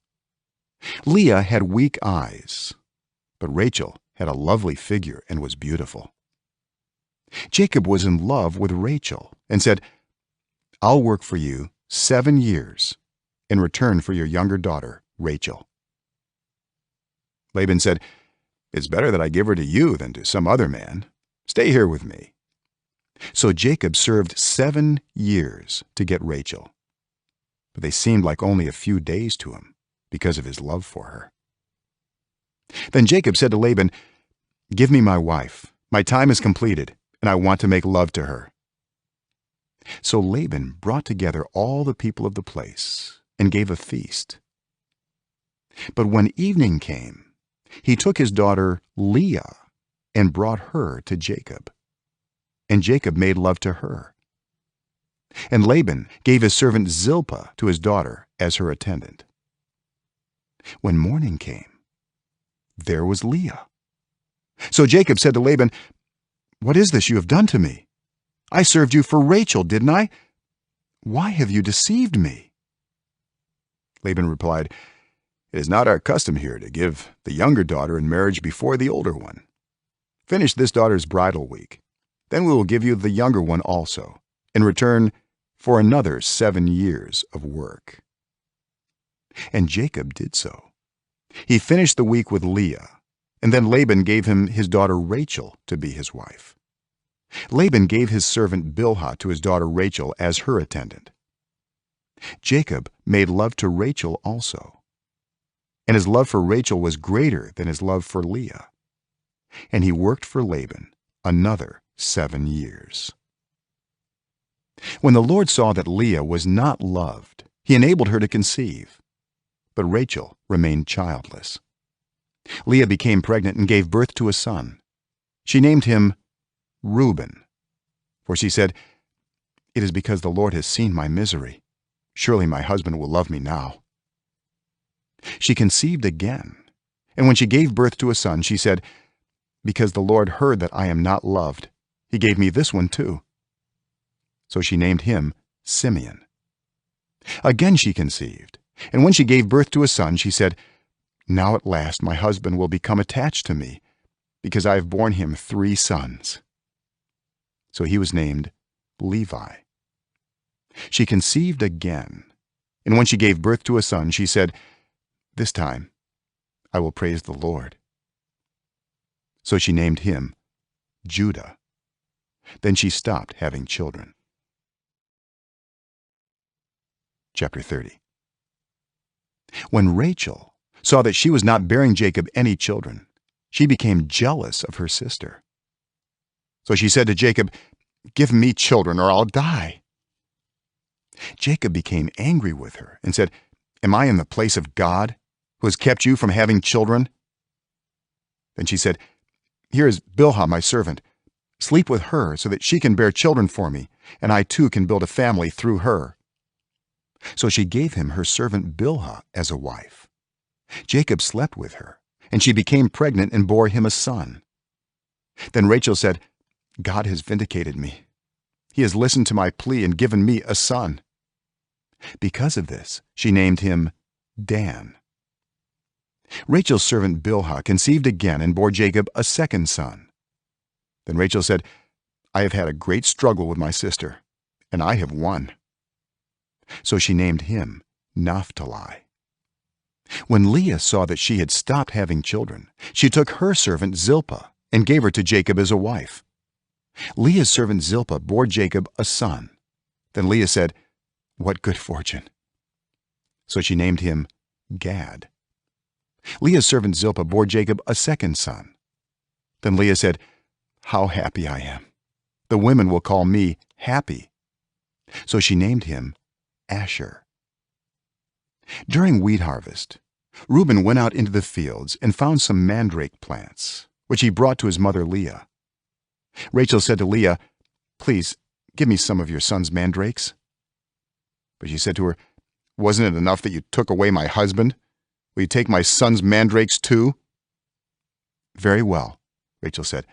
"He can sleep with you tonight in return for your son's mandrakes." So when Jacob came in from the fields that evening, Leah went out to meet him. "You must sleep with me," she said. "I have hired you with my son's mandrakes." So he slept with her that night. God listened to Leah, and she became pregnant and bore Jacob a fifth son. Then Leah said, "God has rewarded me for giving my servant to my husband." So she named him Issachar. Leah conceived again and bore Jacob a sixth son. Then Leah said, "God has presented me with a precious gift. This time my husband will treat me with honor, because I have borne him 6 sons." So she named him Zebulun. Some time later she gave birth to a daughter and named her Dinah. Then God remembered Rachel. He listened to her and enabled her to conceive. She became pregnant and gave birth to a son and said, "God has taken away my disgrace." She named him Joseph and said, "May the Lord add to me another son." After Rachel gave birth to Joseph, Jacob said to Laban, "Send me on my way so I can go back to my own homeland. Give me my wives and children for whom I have served you, and I will be on my way. You know how much work I've done for you." But Laban said to him, "If I have found favor in your eyes, please stay. I have learned by divination that the Lord has blessed me because of you." He added, "Name your wages, and I will pay them." Jacob said to him, "You know how I have worked for you and how your livestock has fared under my care. The little you had before I came has increased greatly, and the Lord has blessed you wherever I have been. But now, when may I do something for my own household?" "What shall I give you?" he asked. "Don't give me anything," Jacob replied. "But if you will do this one thing for me, I will go on tending your flocks and watching over them. Let me go through all your flocks today and remove from them every speckled or spotted sheep, every dark-colored lamb, and every spotted or speckled goat. They will be my wages. And my honesty will testify for me in the future whenever you check on the wages you have paid me. Any goat in my possession that is not speckled or spotted, or any lamb that is not dark-colored, will be considered stolen." "Agreed," said Laban. "Let it be as you have said." That same day he removed all the male goats that were streaked or spotted, and all the speckled or spotted female goats, all that had white on them, and all the dark-colored lambs, and he placed them in the care of his sons. Then he put a 3-day journey between himself and Jacob, while Jacob continued to tend the rest of Laban's flocks. Jacob, however, took fresh-cut branches from poplar, almond, and plane trees and made white stripes on them by peeling the bark and exposing the white inner wood of the branches. Then he placed the peeled branches in all the watering troughs, so that they would be directly in front of the flocks when they came to drink. When the flocks were in heat and came to drink, they mated in front of the branches, and they bore young that were streaked or speckled or spotted. Jacob set apart the young of the flock by themselves, but made the rest face the streaked and dark-colored animals that belonged to Laban. Thus he made separate flocks for himself and did not put them with Laban's animals. Whenever the stronger females were in heat, Jacob would place the branches in the troughs in front of the animals, so they would mate near the branches. But if the animals were weak, he would not place them there. So the weak animals went to Laban, and the strong ones to Jacob. In this way the man grew exceedingly prosperous, and came to own large flocks, and female and male servants, and camels and donkeys. Chapter 31. Jacob heard that Laban's sons were saying, "Jacob has taken everything our father owned, and has gained all this wealth from what belonged to our father." And Jacob noticed that Laban's attitude toward him was not what it had been. Then the Lord said to Jacob, "Go back to the land of your fathers and to your relatives, and I will be with you." So Jacob sent word to Rachel and Leah to come out to the fields where his flocks were. He said to them, "I see that your father's attitude toward me is not what it was before, but the God of my father has been with me. You know that I've worked for your father with all my strength, yet your father has cheated me by changing my wages 10 times. However, God has not allowed him to harm me. If he said, 'The speckled ones will be your wages,' then all the flocks gave birth to speckled young. And if he said, 'The streaked ones will be your wages,' then all the flocks bore streaked young. So God has taken away your father's livestock and has given them to me. In breeding season, I once had a dream in which I looked up and saw that the male goats mating with the flock were streaked, speckled, or spotted. The angel of God said to me in the dream, 'Jacob.' I answered, 'Here I am.' And he said, 'Look up and see that all the male goats mating with the flock are streaked, speckled, or spotted, for I have seen all that Laban has been doing to you. I am the God of Bethel, where you anointed a pillar and where you made a vow to me. Now leave this land at once and go back to your native land.' Then Rachel and Leah replied, 'Do we still have any share in the inheritance of our father's estate? Does he not regard us as foreigners? Not only has he sold us, but he has used up what was paid for us. Surely all the wealth that God took away from our father belongs to us and our children. So do whatever God has told you.' Then Jacob put his children and his wives on camels, and he drove all his livestock ahead of him, along with all the goods he had accumulated in Padan Aram, to go to his father Isaac in the land of Canaan. When Laban had gone to shear his sheep, Rachel stole her father's household gods. Moreover, Jacob deceived Laban the Aramean by not telling him he was running away. So he fled with all he had, crossed the Euphrates River, and headed for the hill country of Gilead. On the 3rd day, Laban was told that Jacob had fled. Taking his relatives with him, he pursued Jacob for 7 days and caught up with him in the hill country of Gilead. Then God came to Laban the Aramean in a dream at night and said to him, "Be careful not to say anything to Jacob, either good or bad." Jacob had pitched his tent in the hill country of Gilead when Laban overtook him, and Laban and his relatives camped there too. Then Laban said to Jacob, "What have you done? You've deceived me, and you've carried off my daughters like captives in war. Why did you run off secretly and deceive me? Why didn't you tell me so I could send you away with joy and singing to the music of timbrels and harps? You didn't even let me kiss my grandchildren and my daughters goodbye. You have done a foolish thing. I have the power to harm you. But last night the God of your father said to me, 'Be careful not to say anything to Jacob, either good or bad.' Now you have gone off because you long to return to your father's household. But why did you steal my gods?" Jacob answered Laban, "I was afraid, because I thought you would take your daughters away from me by force. But if you find anyone who has your gods, that person shall not live. in the presence of our relatives, see for yourself whether there is anything of yours here with me, and if so, take it." Now Jacob did not know that Rachel had stolen the gods. So Laban went into Jacob's tent, and into Leah's tent, and into the tent of the two female servants, but he found nothing. After he came out of Leah's tent, he entered Rachel's tent. Now Rachel had taken the household gods and put them inside her camel's saddle, and was sitting on them. Laban searched through everything in the tent, but found nothing. Rachel said to her father, "Don't be angry, my lord, that I cannot stand up in your presence. I'm having my period." So he searched, but could not find the household gods. Jacob was angry and took Laban to task. "What is my crime?" he asked Laban. "How have I wronged you that you hunt me down? Now that you have searched through all my goods, what have you found that belongs to your household? Put it here in front of your relatives and mine, and let them judge between the two of us. I have been with you for 20 years now. Your sheep and goats have not miscarried, nor have I eaten rams from your flocks.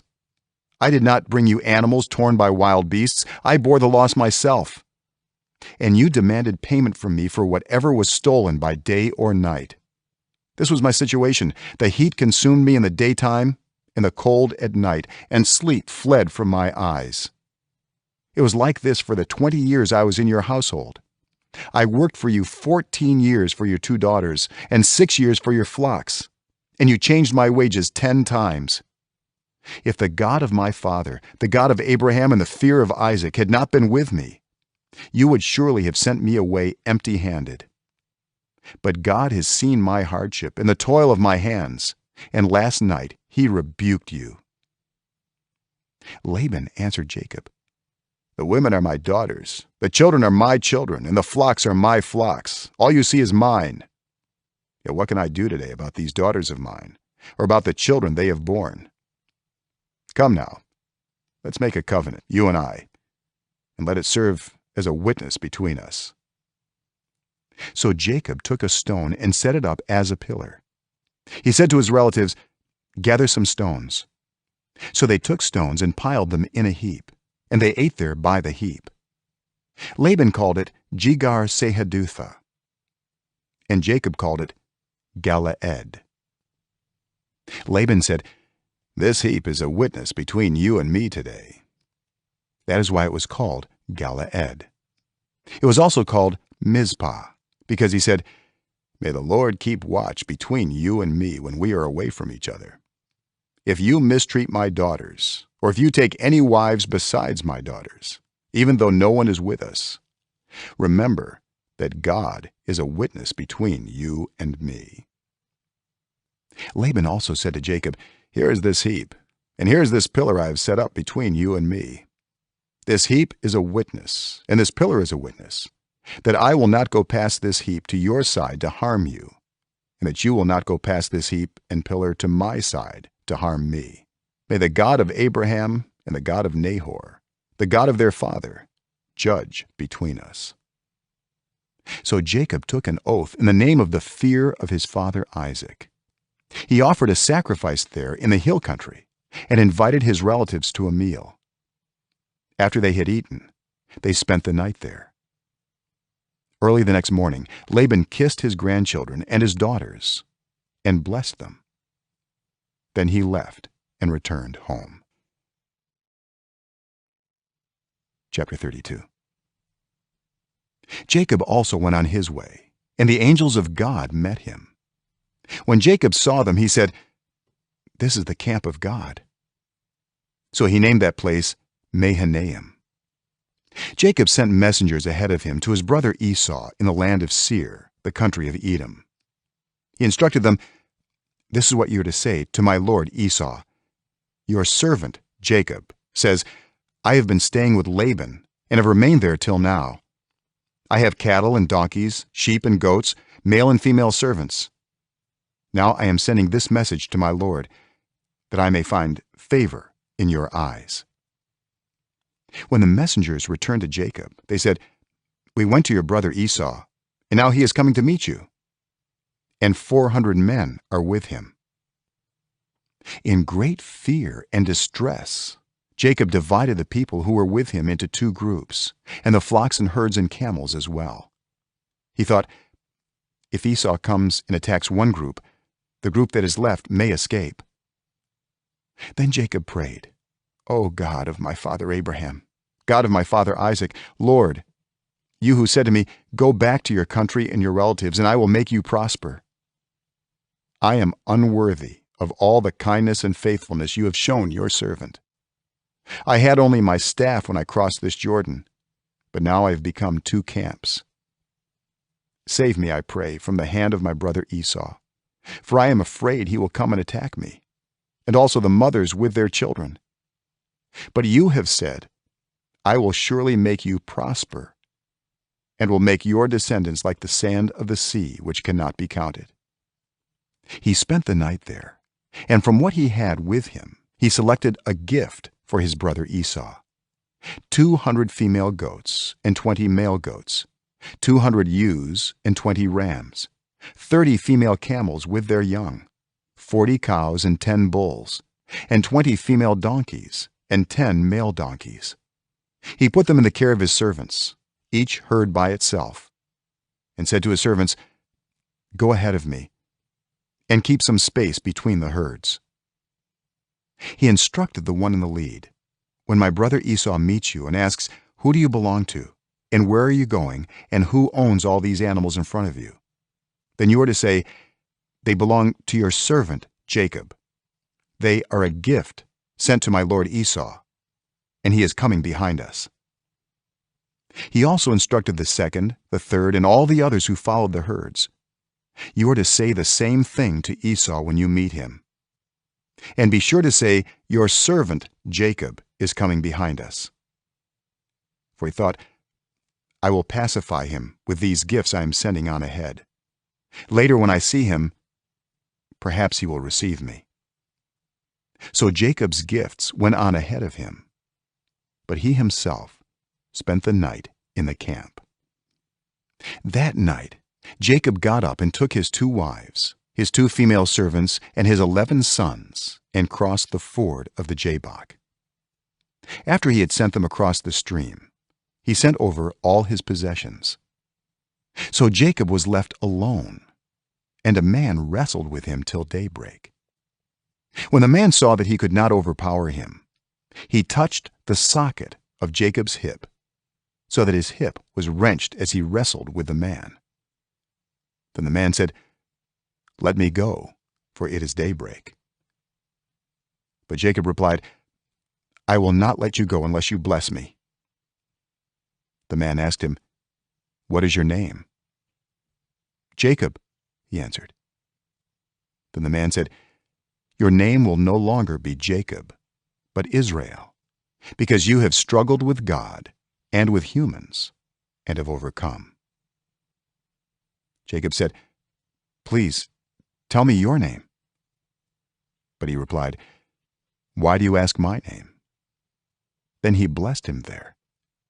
So Jacob called the place Peniel, saying, "It is because I saw God face to face, and yet my life was spared." The sun rose above him as he passed Peniel, and he was limping because of his hip. Therefore to this day the Israelites do not eat the tendon attached to the socket of the hip, because the socket of Jacob's hip was touched near the tendon. Chapter 33.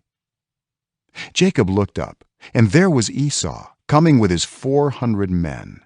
So he divided the children among Leah, Rachel, and the 2 female servants. He put the female servants and their children in front, Leah and her children next, and Rachel and Joseph in the rear. He himself went on ahead and bowed down to the ground 7 times as he approached his brother. But Esau ran to meet Jacob and embraced him. He threw his arms around his neck and kissed him, and they wept. Then Esau looked up and saw the women and children. "Who are these with you?" he asked. Jacob answered, "They are the children God has graciously given your servant." Then the female servants and their children approached and bowed down. Next, Leah and her children came and bowed down. Last of all came Joseph and Rachel, and they too bowed down. Esau asked, "What's the meaning of all these flocks and herds I met?" "To find favor in your eyes, my lord," he said. But Esau said, "I already have plenty, my brother. Keep what you have for yourself." "No, please," said Jacob. "If I have found favor in your eyes, accept this gift from me. For to see your face is like seeing the face of God, now that you have received me favorably. Please accept the present that was brought to you. For God has been gracious to me, and I have all I need." And because Jacob insisted, Esau accepted it. Then Esau said, "Let us be on our way. I'll accompany you." But Jacob said to him, "My lord knows that the children are tender, and that I must care for the ewes and cows that are nursing their young. If they are driven hard just one day, all the animals will die. So let my lord go on ahead of his servant, while I move along slowly at the pace of the flocks and herds before me, and the pace of the children, until I come to my lord in Seir." Esau said, "Then let me leave some of my men with you." "But why do that?" Jacob asked. "Just let me find favor in the eyes of my lord." So that day Esau started on his way back to Seir. Jacob, however, went to Succoth, where he built a place for himself and made shelters for his livestock. That is why the place is called Succoth. After Jacob came from Padan Aram, he arrived safely at the city of Shechem in Canaan and camped within sight of the city. For 100 pieces of silver he bought from the sons of Hamor, the father of Shechem, the plot of ground where he pitched his tent. There he set up an altar and called it El Elohe Israel.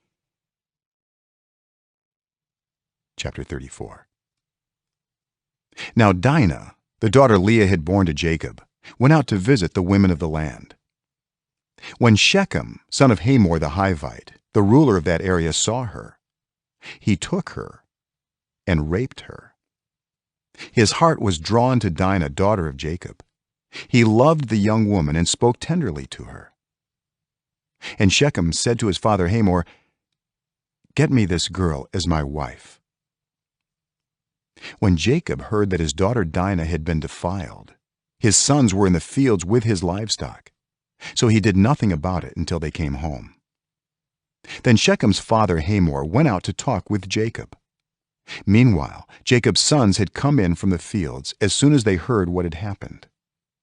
They were shocked and furious because Shechem had done an outrageous thing in Israel by sleeping with Jacob's daughter, a thing that should not be done.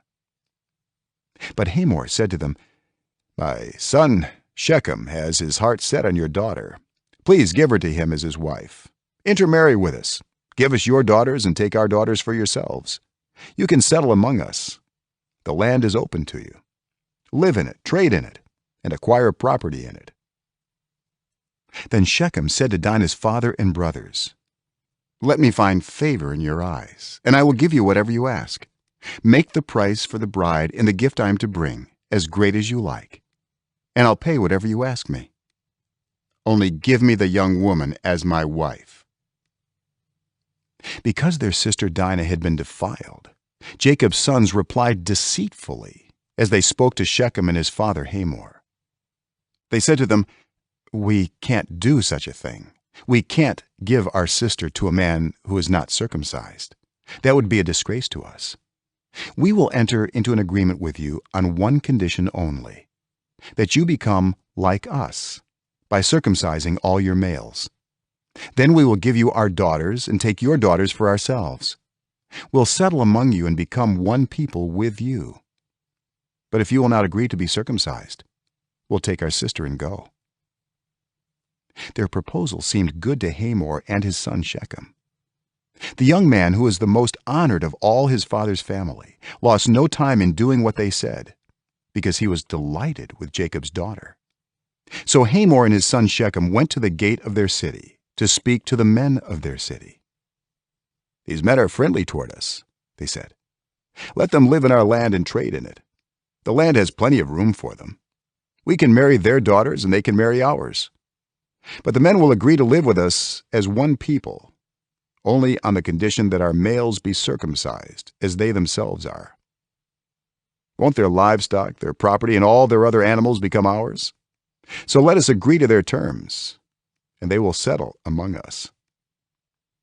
All the men who went out of the city gate agreed with Hamor and his son Shechem, and every male in the city was circumcised. 3 days later, while all of them were still in pain, 2 of Jacob's sons, Simeon and Levi, Dinah's brothers, took their swords and attacked the unsuspecting city, killing every male. They put Hamor and his son Shechem to the sword and took Dinah from Shechem's house and left. The sons of Jacob came upon the dead bodies and looted the city where their sister had been defiled. They seized their flocks and herds and donkeys and everything else of theirs in the city and out in the fields. They carried off all their wealth and all their women and children, taking as plunder everything in the houses. Then Jacob said to Simeon and Levi, "You have brought trouble on me by making me obnoxious to the Canaanites and Perizzites, the people living in this land. We are few in number, and if they join forces against me and attack me, I and my household will be destroyed." But they replied, "Should he have treated our sister like a prostitute?" Chapter 35. Then God said to Jacob, "Go up to Bethel and settle there, and build an altar there to God, who appeared to you when you were fleeing from your brother Esau." So Jacob said to his household and to all who were with him, "Get rid of the foreign gods you have with you, and purify yourselves and change your clothes. Then come, let us go up to Bethel, where I will build an altar to God, who answered me in the day of my distress, and who has been with me wherever I have gone." So they gave Jacob all the foreign gods they had, and the rings in their ears, and Jacob buried them under the oak at Shechem. Then they set out, and the terror of God fell on the towns all around them, so that no one pursued them. Jacob and all the people with him came to Luz, that is, Bethel, in the land of Canaan.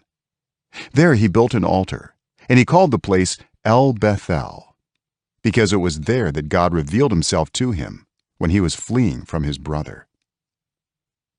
Now Deborah, Rebekah's nurse, died, and was buried under the oak outside Bethel. So it was named Allon Bakuth.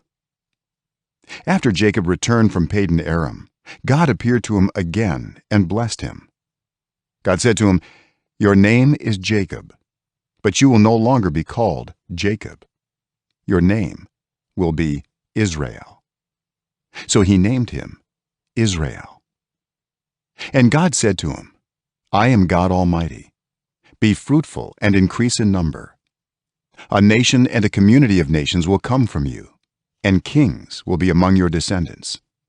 The land I gave to Abraham and Isaac, I also give to you, and I will give this land to your descendants after you." Then God went up from him at the place where he had talked with him. Jacob set up a stone pillar at the place where God had talked with him, and he poured out a drink offering on it. He also poured oil on it. Jacob called the place where God had talked with him Bethel. Then they moved on from Bethel. While they were still some distance from Ephrath, Rachel began to give birth and had great difficulty. And as she was having great difficulty in childbirth, the midwife said to her, "Don't despair, for you have another son." As she breathed her last, for she was dying, she named her son Benoni, but his father named him Benjamin. So Rachel died and was buried on the way to Ephrath, that is, Bethlehem. Over her tomb Jacob set up a pillar, and to this day that pillar marks Rachel's tomb. Israel moved on again and pitched his tent beyond Migdal Eder. While Israel was living in that region, Reuben went in and slept with his father's concubine Bilhah, and Israel heard of it. Jacob had 12 sons. The sons of Leah, Reuben the firstborn of Jacob, Simeon, Levi, Judah, Issachar, and Zebulun. The sons of Rachel: Joseph and Benjamin. The sons of Rachel's servant Bilhah: Dan and Naphtali. The sons of Leah's servant Zilpah: Gad and Asher. These were the sons of Jacob, who were born to him in Padan Aram. Jacob came home to his father Isaac in Mamre, near Kiriath Arba, that is Hebron, where Abraham and Isaac had stayed. Isaac lived 180 years. Then he breathed his last and died, and was gathered to his people, old and full of years. And his sons Esau and Jacob buried him. Chapter 36. This is the account of the family line of Esau, that is, Edom.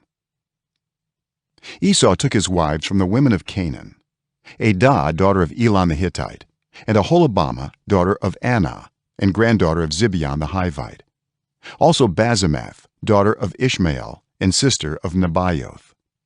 Adah bore Eliphaz to Esau. Basemath bore Reuel, and Aholibamah bore Jeush, Jalam, and Korah. These were the sons of Esau, who were born to him in Canaan.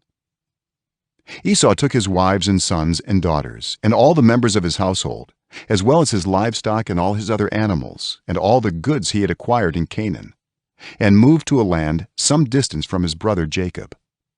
Their possessions were too great for them to remain together. The land where they were staying could not support them both because of their livestock. So Esau, that is Edom, settled in the hill country of Seir. This is the account of the family line of Esau, the father of the Edomites, in the hill country of Seir. These are the names of Esau's sons: Eliphaz, the son of Esau's wife Adah, and Reuel, the son of Esau's wife Basemath. The sons of Eliphaz: Teman, Omar, Zepho, Gatam, and Kenaz. Esau's son Eliphaz also had a concubine named Timnah, who bore him Amalek. These were grandsons of Esau's wife Adah. The sons of Reuel: Nahath, Zerah, Shammah, and Mizah. These were grandsons of Esau's wife Basemath.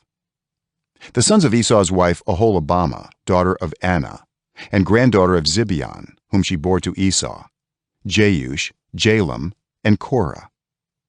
These were the chiefs among Esau's descendants. The sons of Eliphaz, the firstborn of Esau: chiefs Teman, Omar, Zepho, Kenaz, Korah, Gatam, and Amalek. These were the chiefs descended from Eliphaz and Edom. They were grandsons of Adah. The sons of Esau's son Reuel: chiefs Nahath, Zerah, Shammah, and Mizah. These were the chiefs descended from Reuel in Edom. They were grandsons of Esau's wife Basemath. The sons of Esau's wife Aholibamah: chiefs Jeush, Jalam, and Korah. These were the chiefs descended from Esau's wife Aholibamah, daughter of Anah. These were the sons of Esau, that is Edom, and these were their chiefs. These were the sons of Seir the Horite, who were living in the region: Lotan, Shobal, Zibeon, Anah, Dishon, Ezer, and Dishan. These sons of Seir in Edom were Horite chiefs. The sons of Lotan: Hori and Homam. Timnah was Lotan's sister. The sons of Shobal: Alvan, Manahath, Ebal, Shepho, and Onam. The sons of Zibeon: Aiah and Anah. This is the Anah who discovered the hot springs in the desert while he was grazing the donkeys of his father Zibeon. The children of Anah: Dishon and Aholibamah, daughter of Anah. The sons of Dishon: Hemdan, Eshban, Ithran, and Karan. The sons of Ezer: Bilhan, Zayavan, and Achan. The sons of Dishan: Uz and Aran. These were the Horite chiefs: Lotan, Shobal, Zibeon, Anah, Dishon, Ezer, and Dishan. These were the Horite chiefs according to their divisions in the land of Seir. These were the kings who reigned in Edom before any Israelite king reigned. Bela son of Beor became king of Edom, his city was named Dinhabah. When Bela died, Jobab son of Zerah from Bozrah succeeded him as king. When Jobab died, Husham from the land of the Temanites succeeded him as king. When Husham died, Hadad son of Bedad, who defeated Midian in the country of Moab, succeeded him as king. His city was named Avith. When Hadad died, Samlah from Masrekah succeeded him as king. When Samlah died, Shaul from Rehoboth on the river succeeded him as king. When Shaul died, Baal-Hanan son of Akbor succeeded him as king. When Baal-Hanan son of Akbor died, Hadad succeeded him as king. His city was named Payu, and his wife's name was Mehetabel, daughter of Matred, the daughter of Me-Zahab. These were the chiefs descended from Esau by name according to their clans and regions: Timnah, Alvah, Jetheth, Aholibamah, Elah, Pinon, Kenaz, Teman, Mibzar, Magdiel, and Iram. These were the chiefs of Edom according to their settlements in the land they occupied. This is the family line of Esau, the father of the Edomites. Chapter 37. Jacob lived in the land where his father had stayed, the land of Canaan. This is the account of Jacob's family line. Joseph, a young man of 17, was tending the flocks with his brothers, the sons of Bilhah and the sons of Zilpah, his father's wives. And he brought their father a bad report about them. Now Israel loved Joseph more than any of his other sons, because he had been born to him in his old age, and he made an ornate robe for him. When his brothers saw that their father loved him more than any of them, they hated him and could not speak a kind word to him. Joseph had a dream, and when he told it to his brothers, they hated him all the more. He said to them, "Listen to this dream I had. We were binding sheaves of grain out in the field when suddenly my sheaf rose and stood upright, while your sheaves gathered around mine and bowed down to it." His brothers said to him, "Do you intend to reign over us? Will you actually rule us?" And they hated him all the more because of his dream and what he had said. Then he had another dream, and he told it to his brothers. "Listen," he said, "I had another dream, and this time the sun and moon and 11 stars were bowing down to me." When he told his father as well as his brothers, his father rebuked him and said, "What is this dream you had? Will your mother and I and your brothers actually come and bow down to the ground before you?" His brothers were jealous of him, but his father kept the matter in mind. Now his brothers had gone to graze their father's flocks near Shechem, and Israel said to Joseph, "As you know, your brothers are grazing the flocks near Shechem. Come, I am going to send you to them." "Very well," he replied. So he said to him, "Go and see if all is well with your brothers and with the flocks, and bring word back to me." Then he sent him off from the valley of Hebron. When Joseph arrived at Shechem, a man found him wandering around in the fields and asked him, "What are you looking for?" He replied, "I'm looking for my brothers. Can you tell me where they are grazing their flocks?" "They have moved on from here," the man answered. "I heard them say, 'Let's go to Dothan.'" So Joseph went after his brothers and found them near Dothan. But they saw him in the distance, and before he reached them, they plotted to kill him. "Here comes that dreamer," they said to each other. "Come now, let's kill him and throw him into one of these cisterns and say that a ferocious animal devoured him. Then we'll see what comes of his dreams." When Reuben heard this, he tried to rescue him from their hands. "Let's not take his life," he said. "Don't shed any blood. Throw him into this cistern here in the wilderness, but don't lay a hand on him." Reuben said this to rescue him from them and take him back to his father.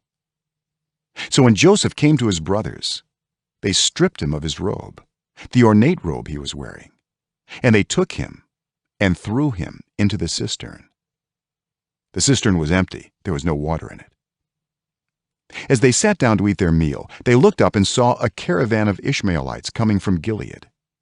Their camels were loaded with spices, balm, and myrrh, and they were on their way to take them down to Egypt. Judah said to his brothers, "What will we gain if we kill our brother and cover up his blood? Come, let's sell him to the Ishmaelites and not lay our hands on him. After all, he is our brother, our own flesh and blood." His brothers agreed. So when the Midianite merchants came by, his brothers pulled Joseph up out of the cistern and sold him for 20 shekels of silver to the Ishmaelites, who took him to Egypt. When Reuben returned to the cistern and saw that Joseph was not there, he tore his clothes. He went back to his brothers and said, "The boy isn't there. Where can I turn now?" Then they got Joseph's robe, slaughtered a goat, and dipped the robe in the blood. They took the ornate robe back to their father and said, "We found this. Examine it to see whether it is your son's robe." He recognized it and said, "It is my son's robe. Some ferocious animal has devoured him. Joseph has surely been torn to pieces." Then Jacob tore his clothes, put on sackcloth, and mourned for his son many days. All his sons and daughters came to comfort him, but he refused to be comforted. "No," he said, "I will continue to mourn until I join my son in the grave." So his father wept for him. Meanwhile, the Midianites sold Joseph in Egypt to Potiphar, one of Pharaoh's officials, the captain of the guard. Chapter 38. At that time Judah left his brothers and went down to stay with a man of Adullam named Hira. There Judah met the daughter of a Canaanite man named Shua. He married her and made love to her. She became pregnant and gave birth to a son who was named She conceived again and gave birth to a son and named him Onan. She gave birth to still another son and named him Shelah. It was at Kezib that she gave birth to him. Judah got a wife for his firstborn, and her name was Tamar. But Judah's firstborn, was wicked in the Lord's sight, so the Lord put him to death. Then Judah said to Onan, "Sleep with your brother's wife and fulfill your duty to her as a brother-in-law to raise up offspring for your brother." But Onan knew that the child would not be his, so whenever he slept with his brother's wife, he spilled his semen on the ground to keep from providing offspring for his brother. What he did was wicked in the Lord's sight, so the Lord put him to death also. Judah then said to his daughter-in-law Tamar, "Live as a widow in your father's household until my son Shelah grows up." For he thought, he may die too, just like his brothers. So Tamar went to live in her father's household. After a long time, Judah's wife, the daughter of Shua, died. When Judah had recovered from his grief, he went up to Timnah, to the men who were shearing his sheep, and his friend Hira the Adulamite went with him. When Tamar was told, "Your father-in-law is on his way to Timnah to shear his sheep," she took off her widow's clothes, covered herself with a veil to disguise herself, and then sat down at the entrance to Enaim, which is on the road to Timnah. For she saw that though Shelah had now grown up, she had not been given to him as his wife. When Judah saw her, he thought she was a prostitute, for she had covered her face.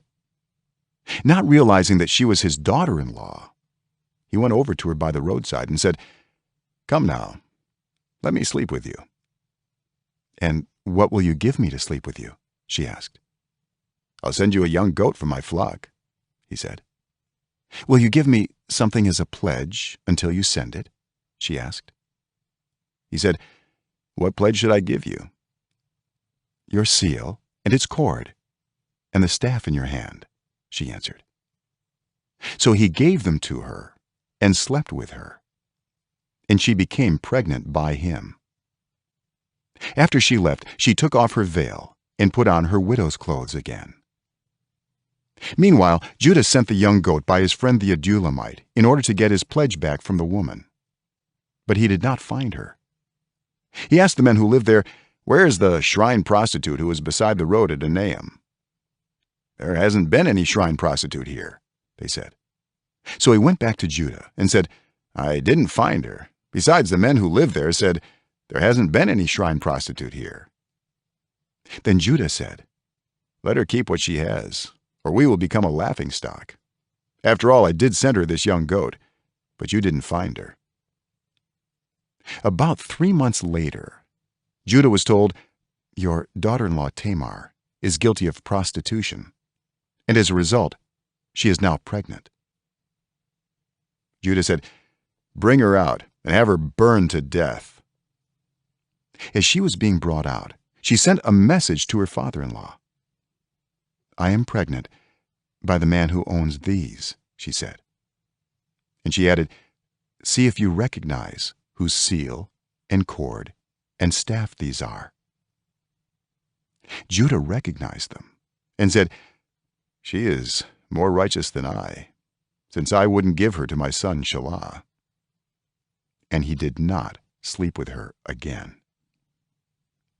When the time came for her to give birth, there were twin boys in her womb. As she was giving birth, one of them put out his hand. So the midwife took a scarlet thread and tied it on his wrist and said, "This one came out first." But when he drew back his hand, his brother came out, and she said, "So this is how you have broken out." And he was named Perez. Then his brother, who had the scarlet thread on his wrist, came out, and he was named Zerah. Chapter 39. Now Joseph had been taken down to Egypt. Potiphar, an Egyptian who was one of Pharaoh's officials, the captain of the guard, bought him from the Ishmaelites who had taken him there. The Lord was with Joseph, so that he prospered, and he lived in the house of his Egyptian master. When his master saw that the Lord was with him, and that the Lord gave him success in everything he did, Joseph found favor in his eyes and became his attendant. Potiphar put him in charge of his household, and he entrusted to his care everything he owned. From the time he put him in charge of his household and of all that he owned, the Lord blessed the household of the Egyptian because of Joseph. The blessing of the Lord was on everything Potiphar had, both in the house and in the field. So Potiphar left everything he had in Joseph's care. With Joseph in charge, he did not concern himself with anything except the food he ate. Now Joseph was well built and handsome, and after a while his master's wife took notice of Joseph and said, "Come to bed with me." But he refused. "With me in charge," he told her, "my master does not concern himself with anything in the house. Everything he owns he has entrusted to my care. No one is greater in this house than I am. My master has withheld nothing from me except you, because you are his wife. How then could I do such a wicked thing and sin against God?" And though she spoke to Joseph day after day, he refused to go to bed with her or even be with her. One day he went into the house to attend to his duties, and none of the household servants was inside. She caught him by his cloak and said, "Come to bed with me." But he left his cloak in her hand and ran out of the house. When she saw that he had left his cloak in her hand and had run out of the house, she called her household servants. "Look," she said to them, "this Hebrew has been brought to us to make sport of us. He came in here to sleep with me, but I screamed. When he heard me scream for help, he left his cloak beside me and ran out of the house." She kept his cloak beside her until his master came home. Then she told him this story: "That Hebrew slave you brought us came to me to make sport of me, but as soon as I screamed for help, he left his cloak beside me and ran out of the house." When his master heard the story his wife told him, saying, "This is how your slave treated me," he burned with anger. Joseph's master took him and put him in prison, the place where the king's prisoners were confined. But while Joseph was there in the prison, the Lord was with him, he showed him kindness and granted him favor in the eyes of the prison warden. So the warden put Joseph in charge of all those held in the prison, and he was made responsible for all that was done there. The warden paid no attention to anything under Joseph's care, because the Lord was with Joseph and gave him success in whatever he did. Chapter 40. Sometime later, the cupbearer and the baker of the king of Egypt offended their master, the king of Egypt. Pharaoh was angry with his two officials, the chief cupbearer and the chief baker, and put them in custody in the house of the captain of the guard, in the same prison where Joseph was confined. The captain of the guard assigned them to Joseph, and he attended them. After they had been in custody for some time, each of the two men, the cupbearer and the baker of the king of Egypt, who were being held in prison, had a dream the same night, and each dream had a meaning of its own. When Joseph came to them the next morning, he saw that they were dejected. So he asked Pharaoh's officials who were in custody with him in his master's house, "Why do you look so sad today?" "We both had dreams," they answered, "but there is no one to interpret them." Then Joseph said to them, "Do not interpretations belong to God?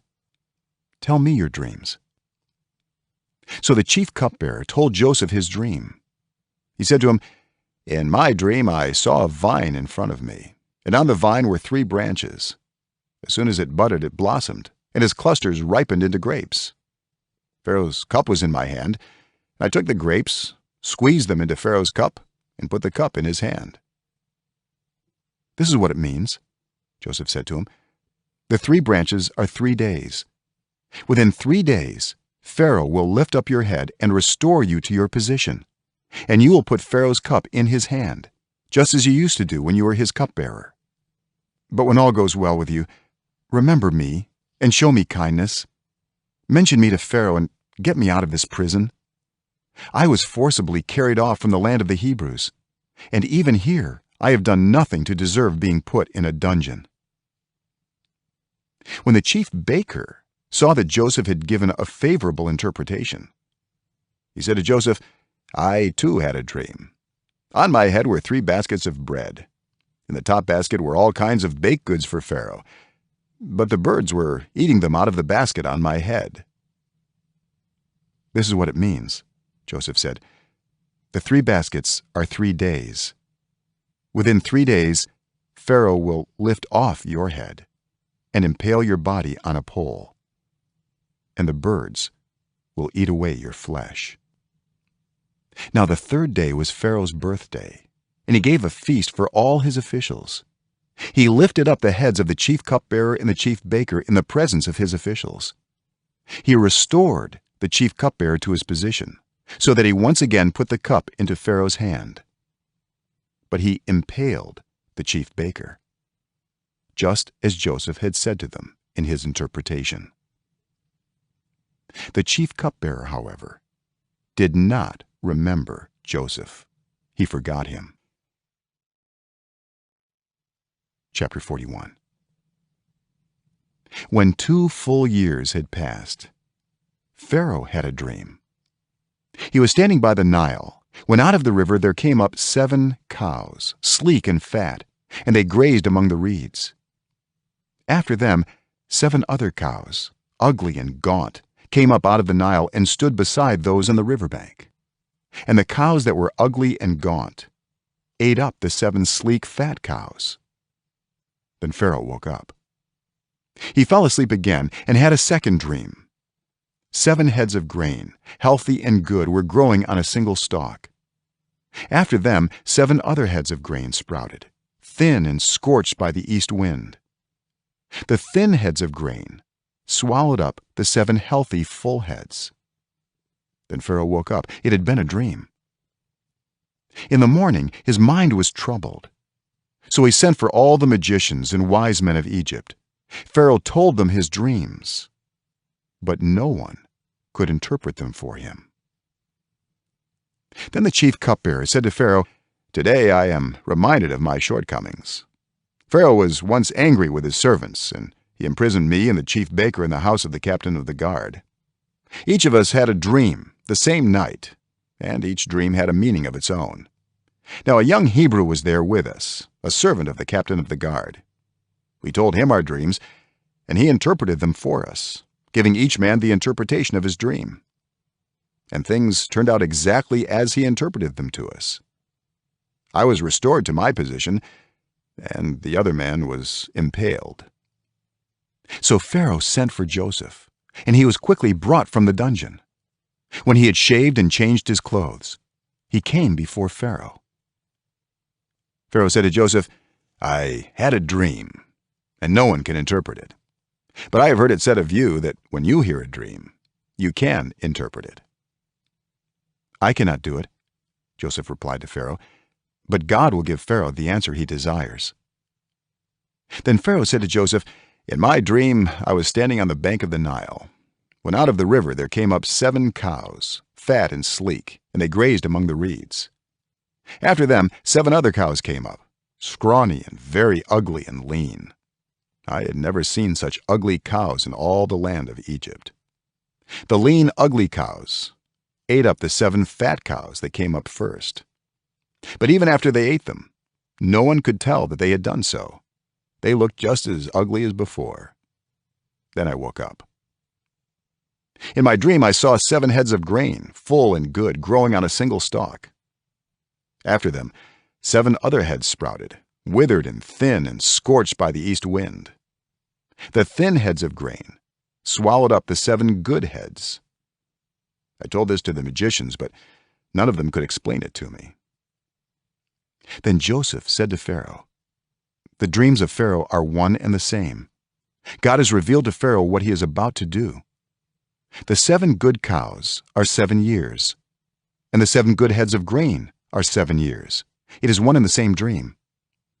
The 7 lean, ugly cows that came up afterward are 7 years, and so are the 7 worthless heads of grain scorched by the east wind. They are 7 years of famine. It is just as I said to Pharaoh. God has shown Pharaoh what he is about to do. 7 years of great abundance are coming throughout the land of Egypt. But 7 years of famine will follow them.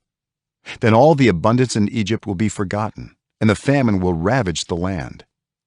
The abundance in the land will not be remembered, because the famine that follows it will be so severe." The reason the dream was given to Pharaoh in 2 forms is that the matter has been firmly decided by God, and God will do it soon. And now let Pharaoh look for a discerning and wise man and put him in charge of the land of Egypt. Let Pharaoh appoint commissioners over the land to take 1/5 of the harvest of Egypt during the 7 years of abundance. They should collect all the food of these good years that are coming and store up the grain under the authority of Pharaoh to be kept in the cities for food. This food should be held in reserve for the country to be used during the 7 years of famine that will come upon Egypt, so that the country may not be ruined by the famine." The plan seemed good to Pharaoh and to all his officials. So Pharaoh asked them, "Can we find anyone like this man, one in whom is the Spirit of God?" Then Pharaoh said to Joseph, "Since God has made all this known to you, there is no one so discerning and wise as you. You shall be in charge of my palace, and all my people are to submit to your orders. Only with respect to the throne will I be greater than you." So Pharaoh said to Joseph, "I hereby put you in charge of the whole land of Egypt." Then Pharaoh took his signet ring from his finger and put it on Joseph's finger. He dressed him in robes of fine linen and put a gold chain around his neck. He had him ride in a chariot as his second in command, and people shouted before him, "Make way." Thus he put him in charge of the whole land of Egypt.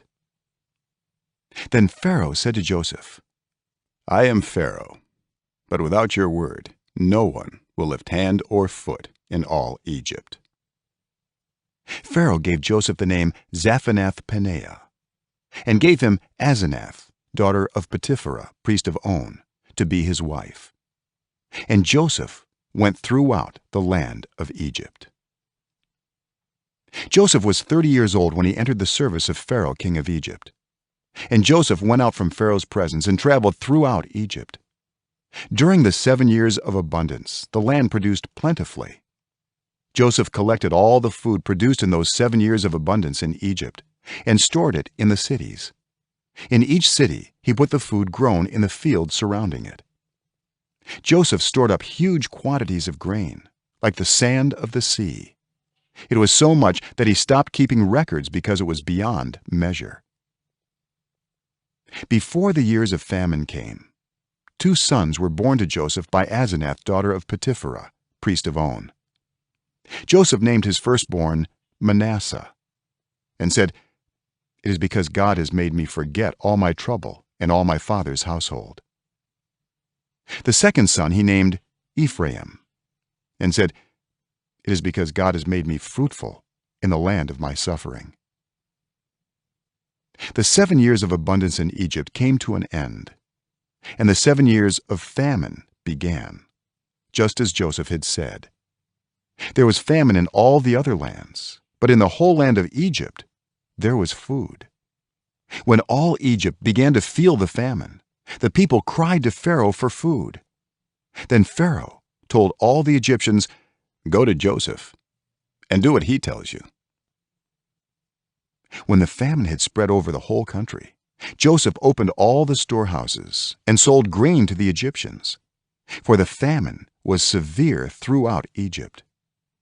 And all the world came to Egypt to buy grain from Joseph, because the famine was severe everywhere.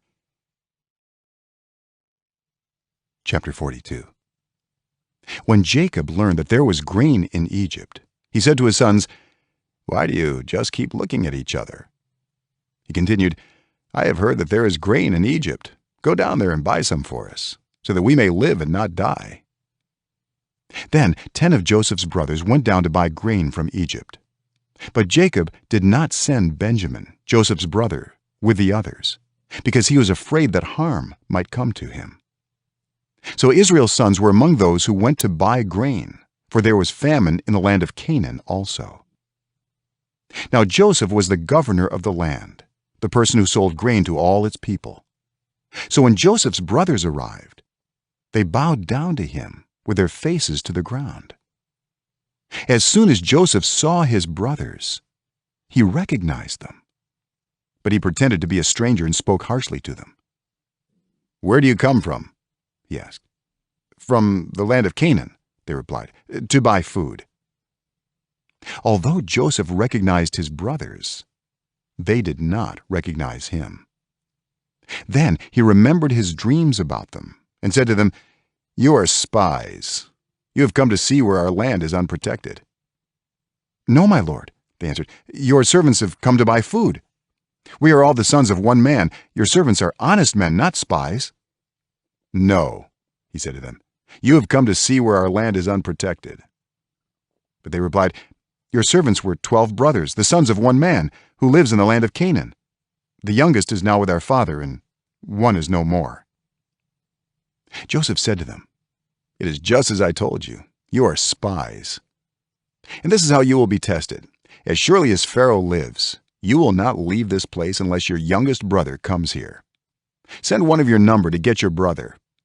The rest of you will be kept in prison, so that your words may be tested to see if you are telling the truth. If you are not, then as surely as Pharaoh lives, you are spies." And he put them all in custody for 3 days. On the 3rd day, Joseph said to them, "Do this and you will live, for I fear God. If you are honest men, let one of your brothers stay here in prison, while the rest of you go and take grain back for your starving households. But you must bring your youngest brother to me, so that your words may be verified and that you may not die." This they proceeded to do. They said to one another, "Surely we are being punished because of our brother. We saw how distressed he was when he pleaded with us for his life, but we would not listen. That's why this distress has come on us." Reuben replied, "Didn't I tell you not to sin against the boy? But you wouldn't listen. Now we must give an accounting for his blood. They did not realize that Joseph could understand them, since he was using an interpreter. He turned away from them and began to weep, but then came back and spoke to them again. He had Simeon taken from them and bound before their eyes. Joseph gave orders to fill their bags with grain, to put each man's silver back in his sack, and to give them provisions for their journey. After this was done for them, they loaded their grain on their donkeys and left. At the place where they stopped for the night, one of them opened his sack to get feed for his donkey, and he saw his silver in the mouth of his sack. "My silver has been returned," he said to his brothers. "Here it is in my sack." Their hearts sank, and they turned to each other trembling and said, "What is this that God has done to us?" When they came to their father Jacob in the land of Canaan, they told him all that had happened to them. They said, "The man who is lord over the land spoke harshly to us and treated us as though we were spying on the land. But we said to him, 'We are honest men, we are not spies. We were 12 brothers, sons of one father. One is no more, and the youngest is now with our father in Canaan.' Then the man who is lord over the land said to us, 'This is how I will know whether you are honest men. Leave one of your brothers here with me, and take food for your starving households and go. But bring your youngest brother to me, so I will know that you are not spies but honest men. Then I will give your brother back to you, and you can trade in the land.' As they were emptying their sacks, there in each man's sack was his pouch of silver. When they and their father saw the money pouches, they were frightened. Their father Jacob said to them, 'You have deprived me of my children. Joseph is no more, and Simeon is no more, and now you want to take Benjamin? Everything is against me.' Then Reuben said to his father, 'You may put both of my sons to death if I do not bring him back to you. Entrust him to my care, and I will bring him back.' But Jacob said, 'My son will not go down there with you. His brother is dead, and he is the only one left. If harm comes to him on the journey you are taking, you will bring my gray head down to the grave in sorrow.'" Chapter 43. Now the famine was still severe in the land. So when they had eaten all the grain they had brought from Egypt, their father said to them, "Go back and buy us a little more food." But Judah said to him, "The man warned us solemnly, 'You will not see my face again unless your brother is with you. If you will send our brother along with us, we will go down and buy food for you. But if you will not send him, we will not go down. Because the man said to us, "You will not see my face again unless your brother is with you."'" Israel asked, "Why did you bring this trouble on me by telling the man you had another brother?" They replied, "The man questioned us closely about ourselves and our family. 'Is your father still living?' he asked us. 'Do you have another brother?' We simply answered his questions. How were we to know he would say, 'Bring your brother down here'?" Then Judah said to Israel his father, "Send the boy along with me, and we will go at once, so that we and you and our children may live and not die. I myself will guarantee his safety.